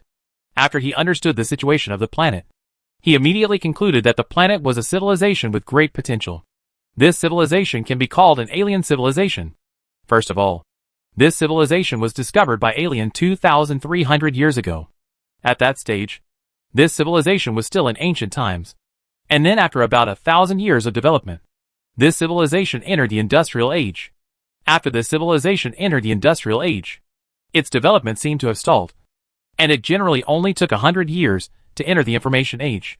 After entering the Information Age, it took them another 100 years to complete the great cause of exploring the surrounding stars. It was also from this moment that they officially entered the universe. In just over 200 years, they have jumped from the Industrial Age to the Cosmic Age. Even people like Jiangyao, who have witnessed the development of so many civilizations, find this speed of technological progress a bit incredible. It only took 800 or 900 years to reach the middle level of technology in the universe. If we give this civilization some more time, it is not impossible to become the top civilization in the universe.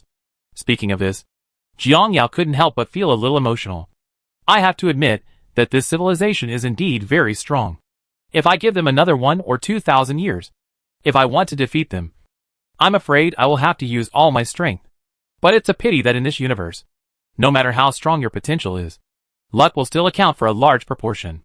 At this point, Jiangyao glanced at the location of the planet and immediately began to make arrangements. Jiangyao himself estimated that this civilization would only need a few soldiers to take them all away. Although their technological level is very high, and they are relatively complete in all aspects. Through the observation of Euglena, Jiangyao has basically figured out the situation of this civilization.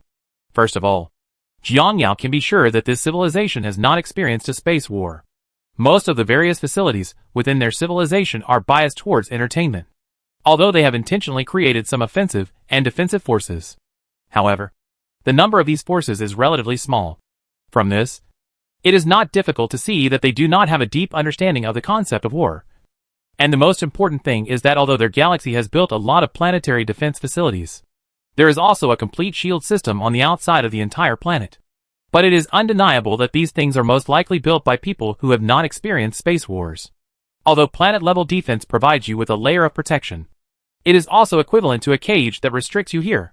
If a problem occurs, you can only passively defend and have no other way out. In fact, for most civilizations, if they often experience wars, they will distribute resources across various planets, ensure that the support of each planet will be balanced, and then the defense capabilities on the home planet will be stronger. In this way, even if the home planet is breached, they can move to other planets to continue fighting. Even if some civilizations often experience wars, after understanding the cruelty of war, they will give priority to researching maintenance warships, such as support ships. After the research on this type of warship is completed, assets will begin to be transferred to space. Because the civilization at that stage knew very well how fragile the planet was in a cosmic war. If you put all your wealth on the planet, you would most likely be wiped out by others. And although the planet is where you live, it is also your cage. Once trapped in this cage, you may be wiped out in battle. Therefore, the civilization of that period will most likely be transferred to some space facilities. Once they encounter danger, they can leave at any time. Of course, it is very difficult to do this. After all, the maintenance of battleships is a very troublesome thing. Especially when you are away from home and have no resources to supply. It is even more difficult to maintain warships under such circumstances. Therefore, if you want to do this, you must have warships such as giant creations or support ships. Although the civilization in front of us can be considered to have a relatively high technological level, it is obvious that they are the type that has not experienced war. He didn't know anything about the rules for surviving stably in the universe after entering the universe. Not only did he spend a lot of resources to build a planetary defense system, but most of the battleships were geared towards living. The number of combat warships is small, and there are also few ship manufacturing factories. Once a long battle occurs, they are very likely to be short of supplies. Regarding the performance of this civilization, Jiangyao didn't know how to complain for a while. Under such circumstances, they were able to develop to such a technological level so quickly without the baptism of war. This talent can be said to be the strongest among all the civilizations Jiangyao has encountered so far. Jiangyao's way of dealing with this kind of civilization was simply not too simple. First, he sent out 10 infected people. Next, he directly put these infected people into a state of suspended animation, and then threw them to that planet. At this time, inside the alien civilization, the staff of their astronomical observation system started their day, as usual. Inside the observatory, the staff are busy with their work. At this time, in a corner of the observation station, two men were chatting without a word. Mikhail, I heard that you recently purchased a new small spaceship? After hearing what Lauren said next to him, Mikhail also nodded. with a trace of helplessness flashing across his expression. Yes, it was okay for me to use the second-hand spaceship in the past. But now I consider that I won't be the only one to use it. So I replaced it. Lawrence couldn't help but his eyes lit up when he heard his words. Are you planning to get married? Congratulations. Hey, congratulations. What are you congratulating? The cost of getting married is too high now. Not only does it require a spaceship, but more importantly, the woman also requires me to buy a house in the Space City. Now I am worried about this matter. Woolen cloth. Lawrence was also shocked when he heard what he said. Buy a house in Space City? Oh my god. You really want to buy it. I guess you may not be able to pay it back in your lifetime. Mikhail also nodded to this. Yes. Who in the entire alien planet doesn't know that every inch of Space City is very valuable? When the Space City was still under construction, the pre-sale houses there were sold at sky-high prices. Although the construction of the Space City has been completed now, and a lot of residential areas have been expanded, and some houses have been built, the price is still high. At this point, Mikhail's eyes also flashed with confusion. Hey, our job seems like a guaranteed job. But in fact, we may not even be able to afford a house after a lifetime of hard work. Ahem. Cough. You're thinking too much. Don't talk about a house. I guess it's hard for you to buy a toilet in Space City. Chapter 442 People in Civilization. But when he heard Mikhail's complaint, Lawrence had a different view. Hey, Mikhail, let me just talk about you. We can still barely make ends meet if we work at this job for the rest of our lives. Unexpectedly, as soon as he finished speaking, Mikhail interjected. But it's really difficult for you to live a good life. Apart from other things, it's okay to have enough food and clothing. But your situation is quite special. Hearing this, Lawrence also nodded. Yes, if I just find a good location inside the planet to buy, then it will be quite easy with my income. But once the distance is put into the Space City, it will be difficult. And not only is the price of this space layer high, but the maintenance costs in the future are also very high. After all, you have to pay a part every month, including maintenance funds for the house, maintenance funds for the space layer, and a series of other expenses, including these expenses and the funds to purchase a house in Space City.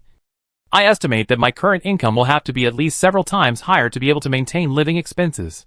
At this time, when he heard Lawrence's words, Mikhail put his head close to him and whispered to him with a sly look on his face, in your current situation, if you can't get the money again, I guess you will have to worry about it. It might be yellow. Lawrence was helpless after hearing what he said. Well, I've been mentally prepared for this. But now I think about it, I'm still a little reluctant. If I had known I had studied business, maybe now it's another situation. As he finished speaking, Mikhail whispered, actually, there is still hope for this matter. As he spoke, Mikhail pointed at himself. You must have heard about my situation. Actually, by doing this, we can use our current status to make a little extra money. At this point, Mikhail glanced at him. How about it? Do you want to consider working with me? With your connections, mine, and the convenience of our identities, we can do it in less than a year. Buy a house with full payment at will in Space City. Upon hearing his suggestion, Lawrence waved his hand quickly. Spare me. Other things can be discussed. But this is the only thing I can never do. To be honest, it's my limit to turn a blind eye to what you do. It's absolutely impossible for you to ask me to do this with you. At this time, Mikhail was also a little helpless when he heard Lawrence's words. I say you are just conservative. Look at the people here. At least 80% of them have some kind of little girl. Many of these people have even lower incomes than you. But their lives are better than yours. I said, why do you insist on doing so? As long as you use a little bit of your privilege, all the difficulties you face will no longer be difficulties. And then again, we are just ordinary people in the final analysis. No matter what we do, there will be no change for this planet or this civilization. Instead of living in such poverty every day, why not go make yourself a little better? Although he was very moved by Mikhail's words at this time, Lawrence was a principled person. Although many people around him are doing shady things secretly, he still adheres to his principles. At this moment, Lawrence, who was looking at the resolute attitude, thought that Mikhail was about to say something. But suddenly the picture on their monitor caught Mikhail's attention. At this moment, Mikhail looked a little confused as he looked at a dozen disruptors floating slowly in space. What on earth is such a big thing? Mikhail said with some confusion and started the scanning system. Scan function activated. Start scanning. The scan is over, and the results are as follows. Preliminary judgment is that the target is a living body. Analysis of the materials that make up life shows that 97% of the elements are unknown and 3% of the elements are known. Target vital signs judgment. Judgment result. Death. At this moment, Macau and Lawrence looked at the results of the scanner with a flash of surprise. At this time, they all knew what this scan data meant. More than 97% of the constituent substances are unknown. This is not as simple as a number. This means that if these dead unknown creatures are obtained, their biotechnology will most likely advance again. At this time, both of them saw the value of these unknown creatures. What Lawrence sees is how much change and contribution these creatures will bring to the biotechnology of the entire civilization in the future. What Macau saw was how much wealth this thing would make if sold to those rich grandpas. Although he also knew very well that it didn't matter if he usually used meteorite fragments or strange space objects. But if something of this level was discovered, his life would most likely be over. Although this thing is very risky, he also knows very well that if he succeeds in doing this, he will be really prosperous. This kind of thing is not only very useful for civilization, but also very useful for some rich grandpas. In order to get these things, those grandpas would definitely charge sky-high prices. But while he was still thinking about how to do this, Lawrence next to him was about to report the news. At this moment, Macau was also startled when he saw the movement in his hand. Without any time to think about it, he immediately stepped forward to stop Lawrence's movement. Macau, what are you doing? Looking at Macau's actions, Lawrence looked confused and randomly thought of a possibility. Macau, you are crazy. Don't you know how valuable this kind of thing is? It's okay for you to secretly do something that analyzes matter more than 99% of the time. But now you actually dare to do this. The resolution of this thing is only 3%. And it's still a living thing. This level of thing is the highest level even after civilization. If 10 of them are discovered, you won't be able to kill them. After hearing Lawrence's words, Macau naturally knew what this thing meant. Deputy Director Lau, I certainly know what you said. But do you know the value of this thing? I mean selling it to grandpas who are also rich. How much is it worth? I can tell you. 1 billion. No. At least tens of billions. Can you understand how much wealth this is? We only get 4,000 per month now, which is just a little higher than the average income level of the entire civilization. With such value, even if we started working as primitive people, we might not be able to earn enough until now. Hearing Macau's words, Lawrence was naturally very clear. Especially when he said tens of billions just now. Lawrence felt his heart stop. The impact of this number was also very big for him. But fortunately, reason defeated desire in the end. I know what you said. But no matter what you do, you can't do it. Lawrence, listen to me. Just this one vote. Just this one vote. As long as this one vote is done, then we will not have to worry about food and drink in this life. No. Absolutely not. You'd better give up. Lawrence said, and was about to start the communication. But he was hugged by Macau just in the middle of the action. Lawrence, don't be impulsive. Listen to me. You don't need to do anything about this. Just pretend you didn't see it, and leave it to me to operate it. That way, even if something goes wrong, the higher-ups won't be able to check it out. To your head. As long as you report back a little later. I guarantee that I will share at least 100 million with you when the matter is completed. No. No matter what you say today, I will not agree to it. Boss. Big brother. This matter is easy for you. Think about the situation you are facing now. Aren't you short of money? As long as this vote is passed, you will have everything. Besides, you don't need to take any risks in this matter. You just need to pretend that you don't know. And do you think it can be operated by just the two of us? Let me tell you this. If this matter really wants to operate our system, everyone must join in. If something happens, we will all be together. And with everyone involved. Do you think this will still be exposed? But when he heard Macau say this, Lawrence suddenly felt a little moved. Sometimes it's like this. If a few people are doing a big thing alone, you may be afraid. But when you find that everyone around you is doing it, it's different. The most important thing is that some of them are still your leaders. Thinking of this, Lawrence also began to evaluate the risks of this matter. To put it bluntly, he now knew very well that if something happened to him if he participated, it would definitely be related to him. No matter what he says now, no matter how extravagant it is, he will definitely suffer. At this time, The small changes in Lawrence's expression were naturally noticed by Macau. Having been around for many years, he naturally knew that this thing might happen now. So he immediately struck while the iron was hot and said, "And even if this matter is reported, it will not do you any good. Once you report this matter, you will offend everyone here.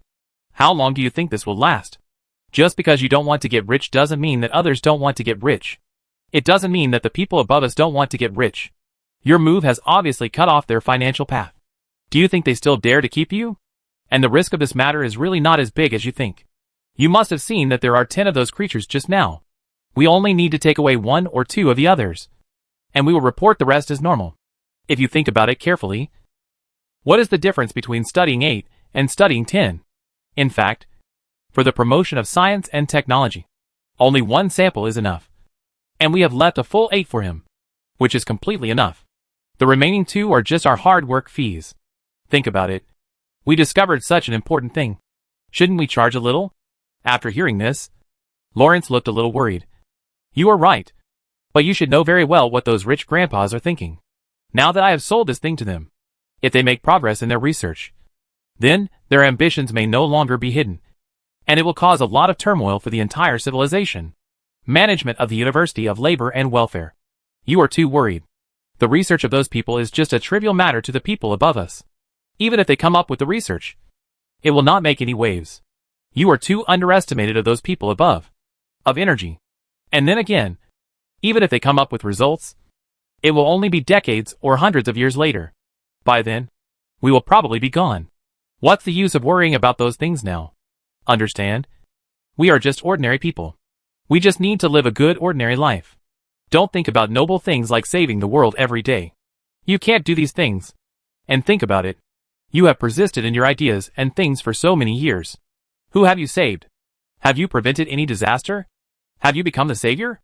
You are still an unknown little shrimp until now. Face the reality.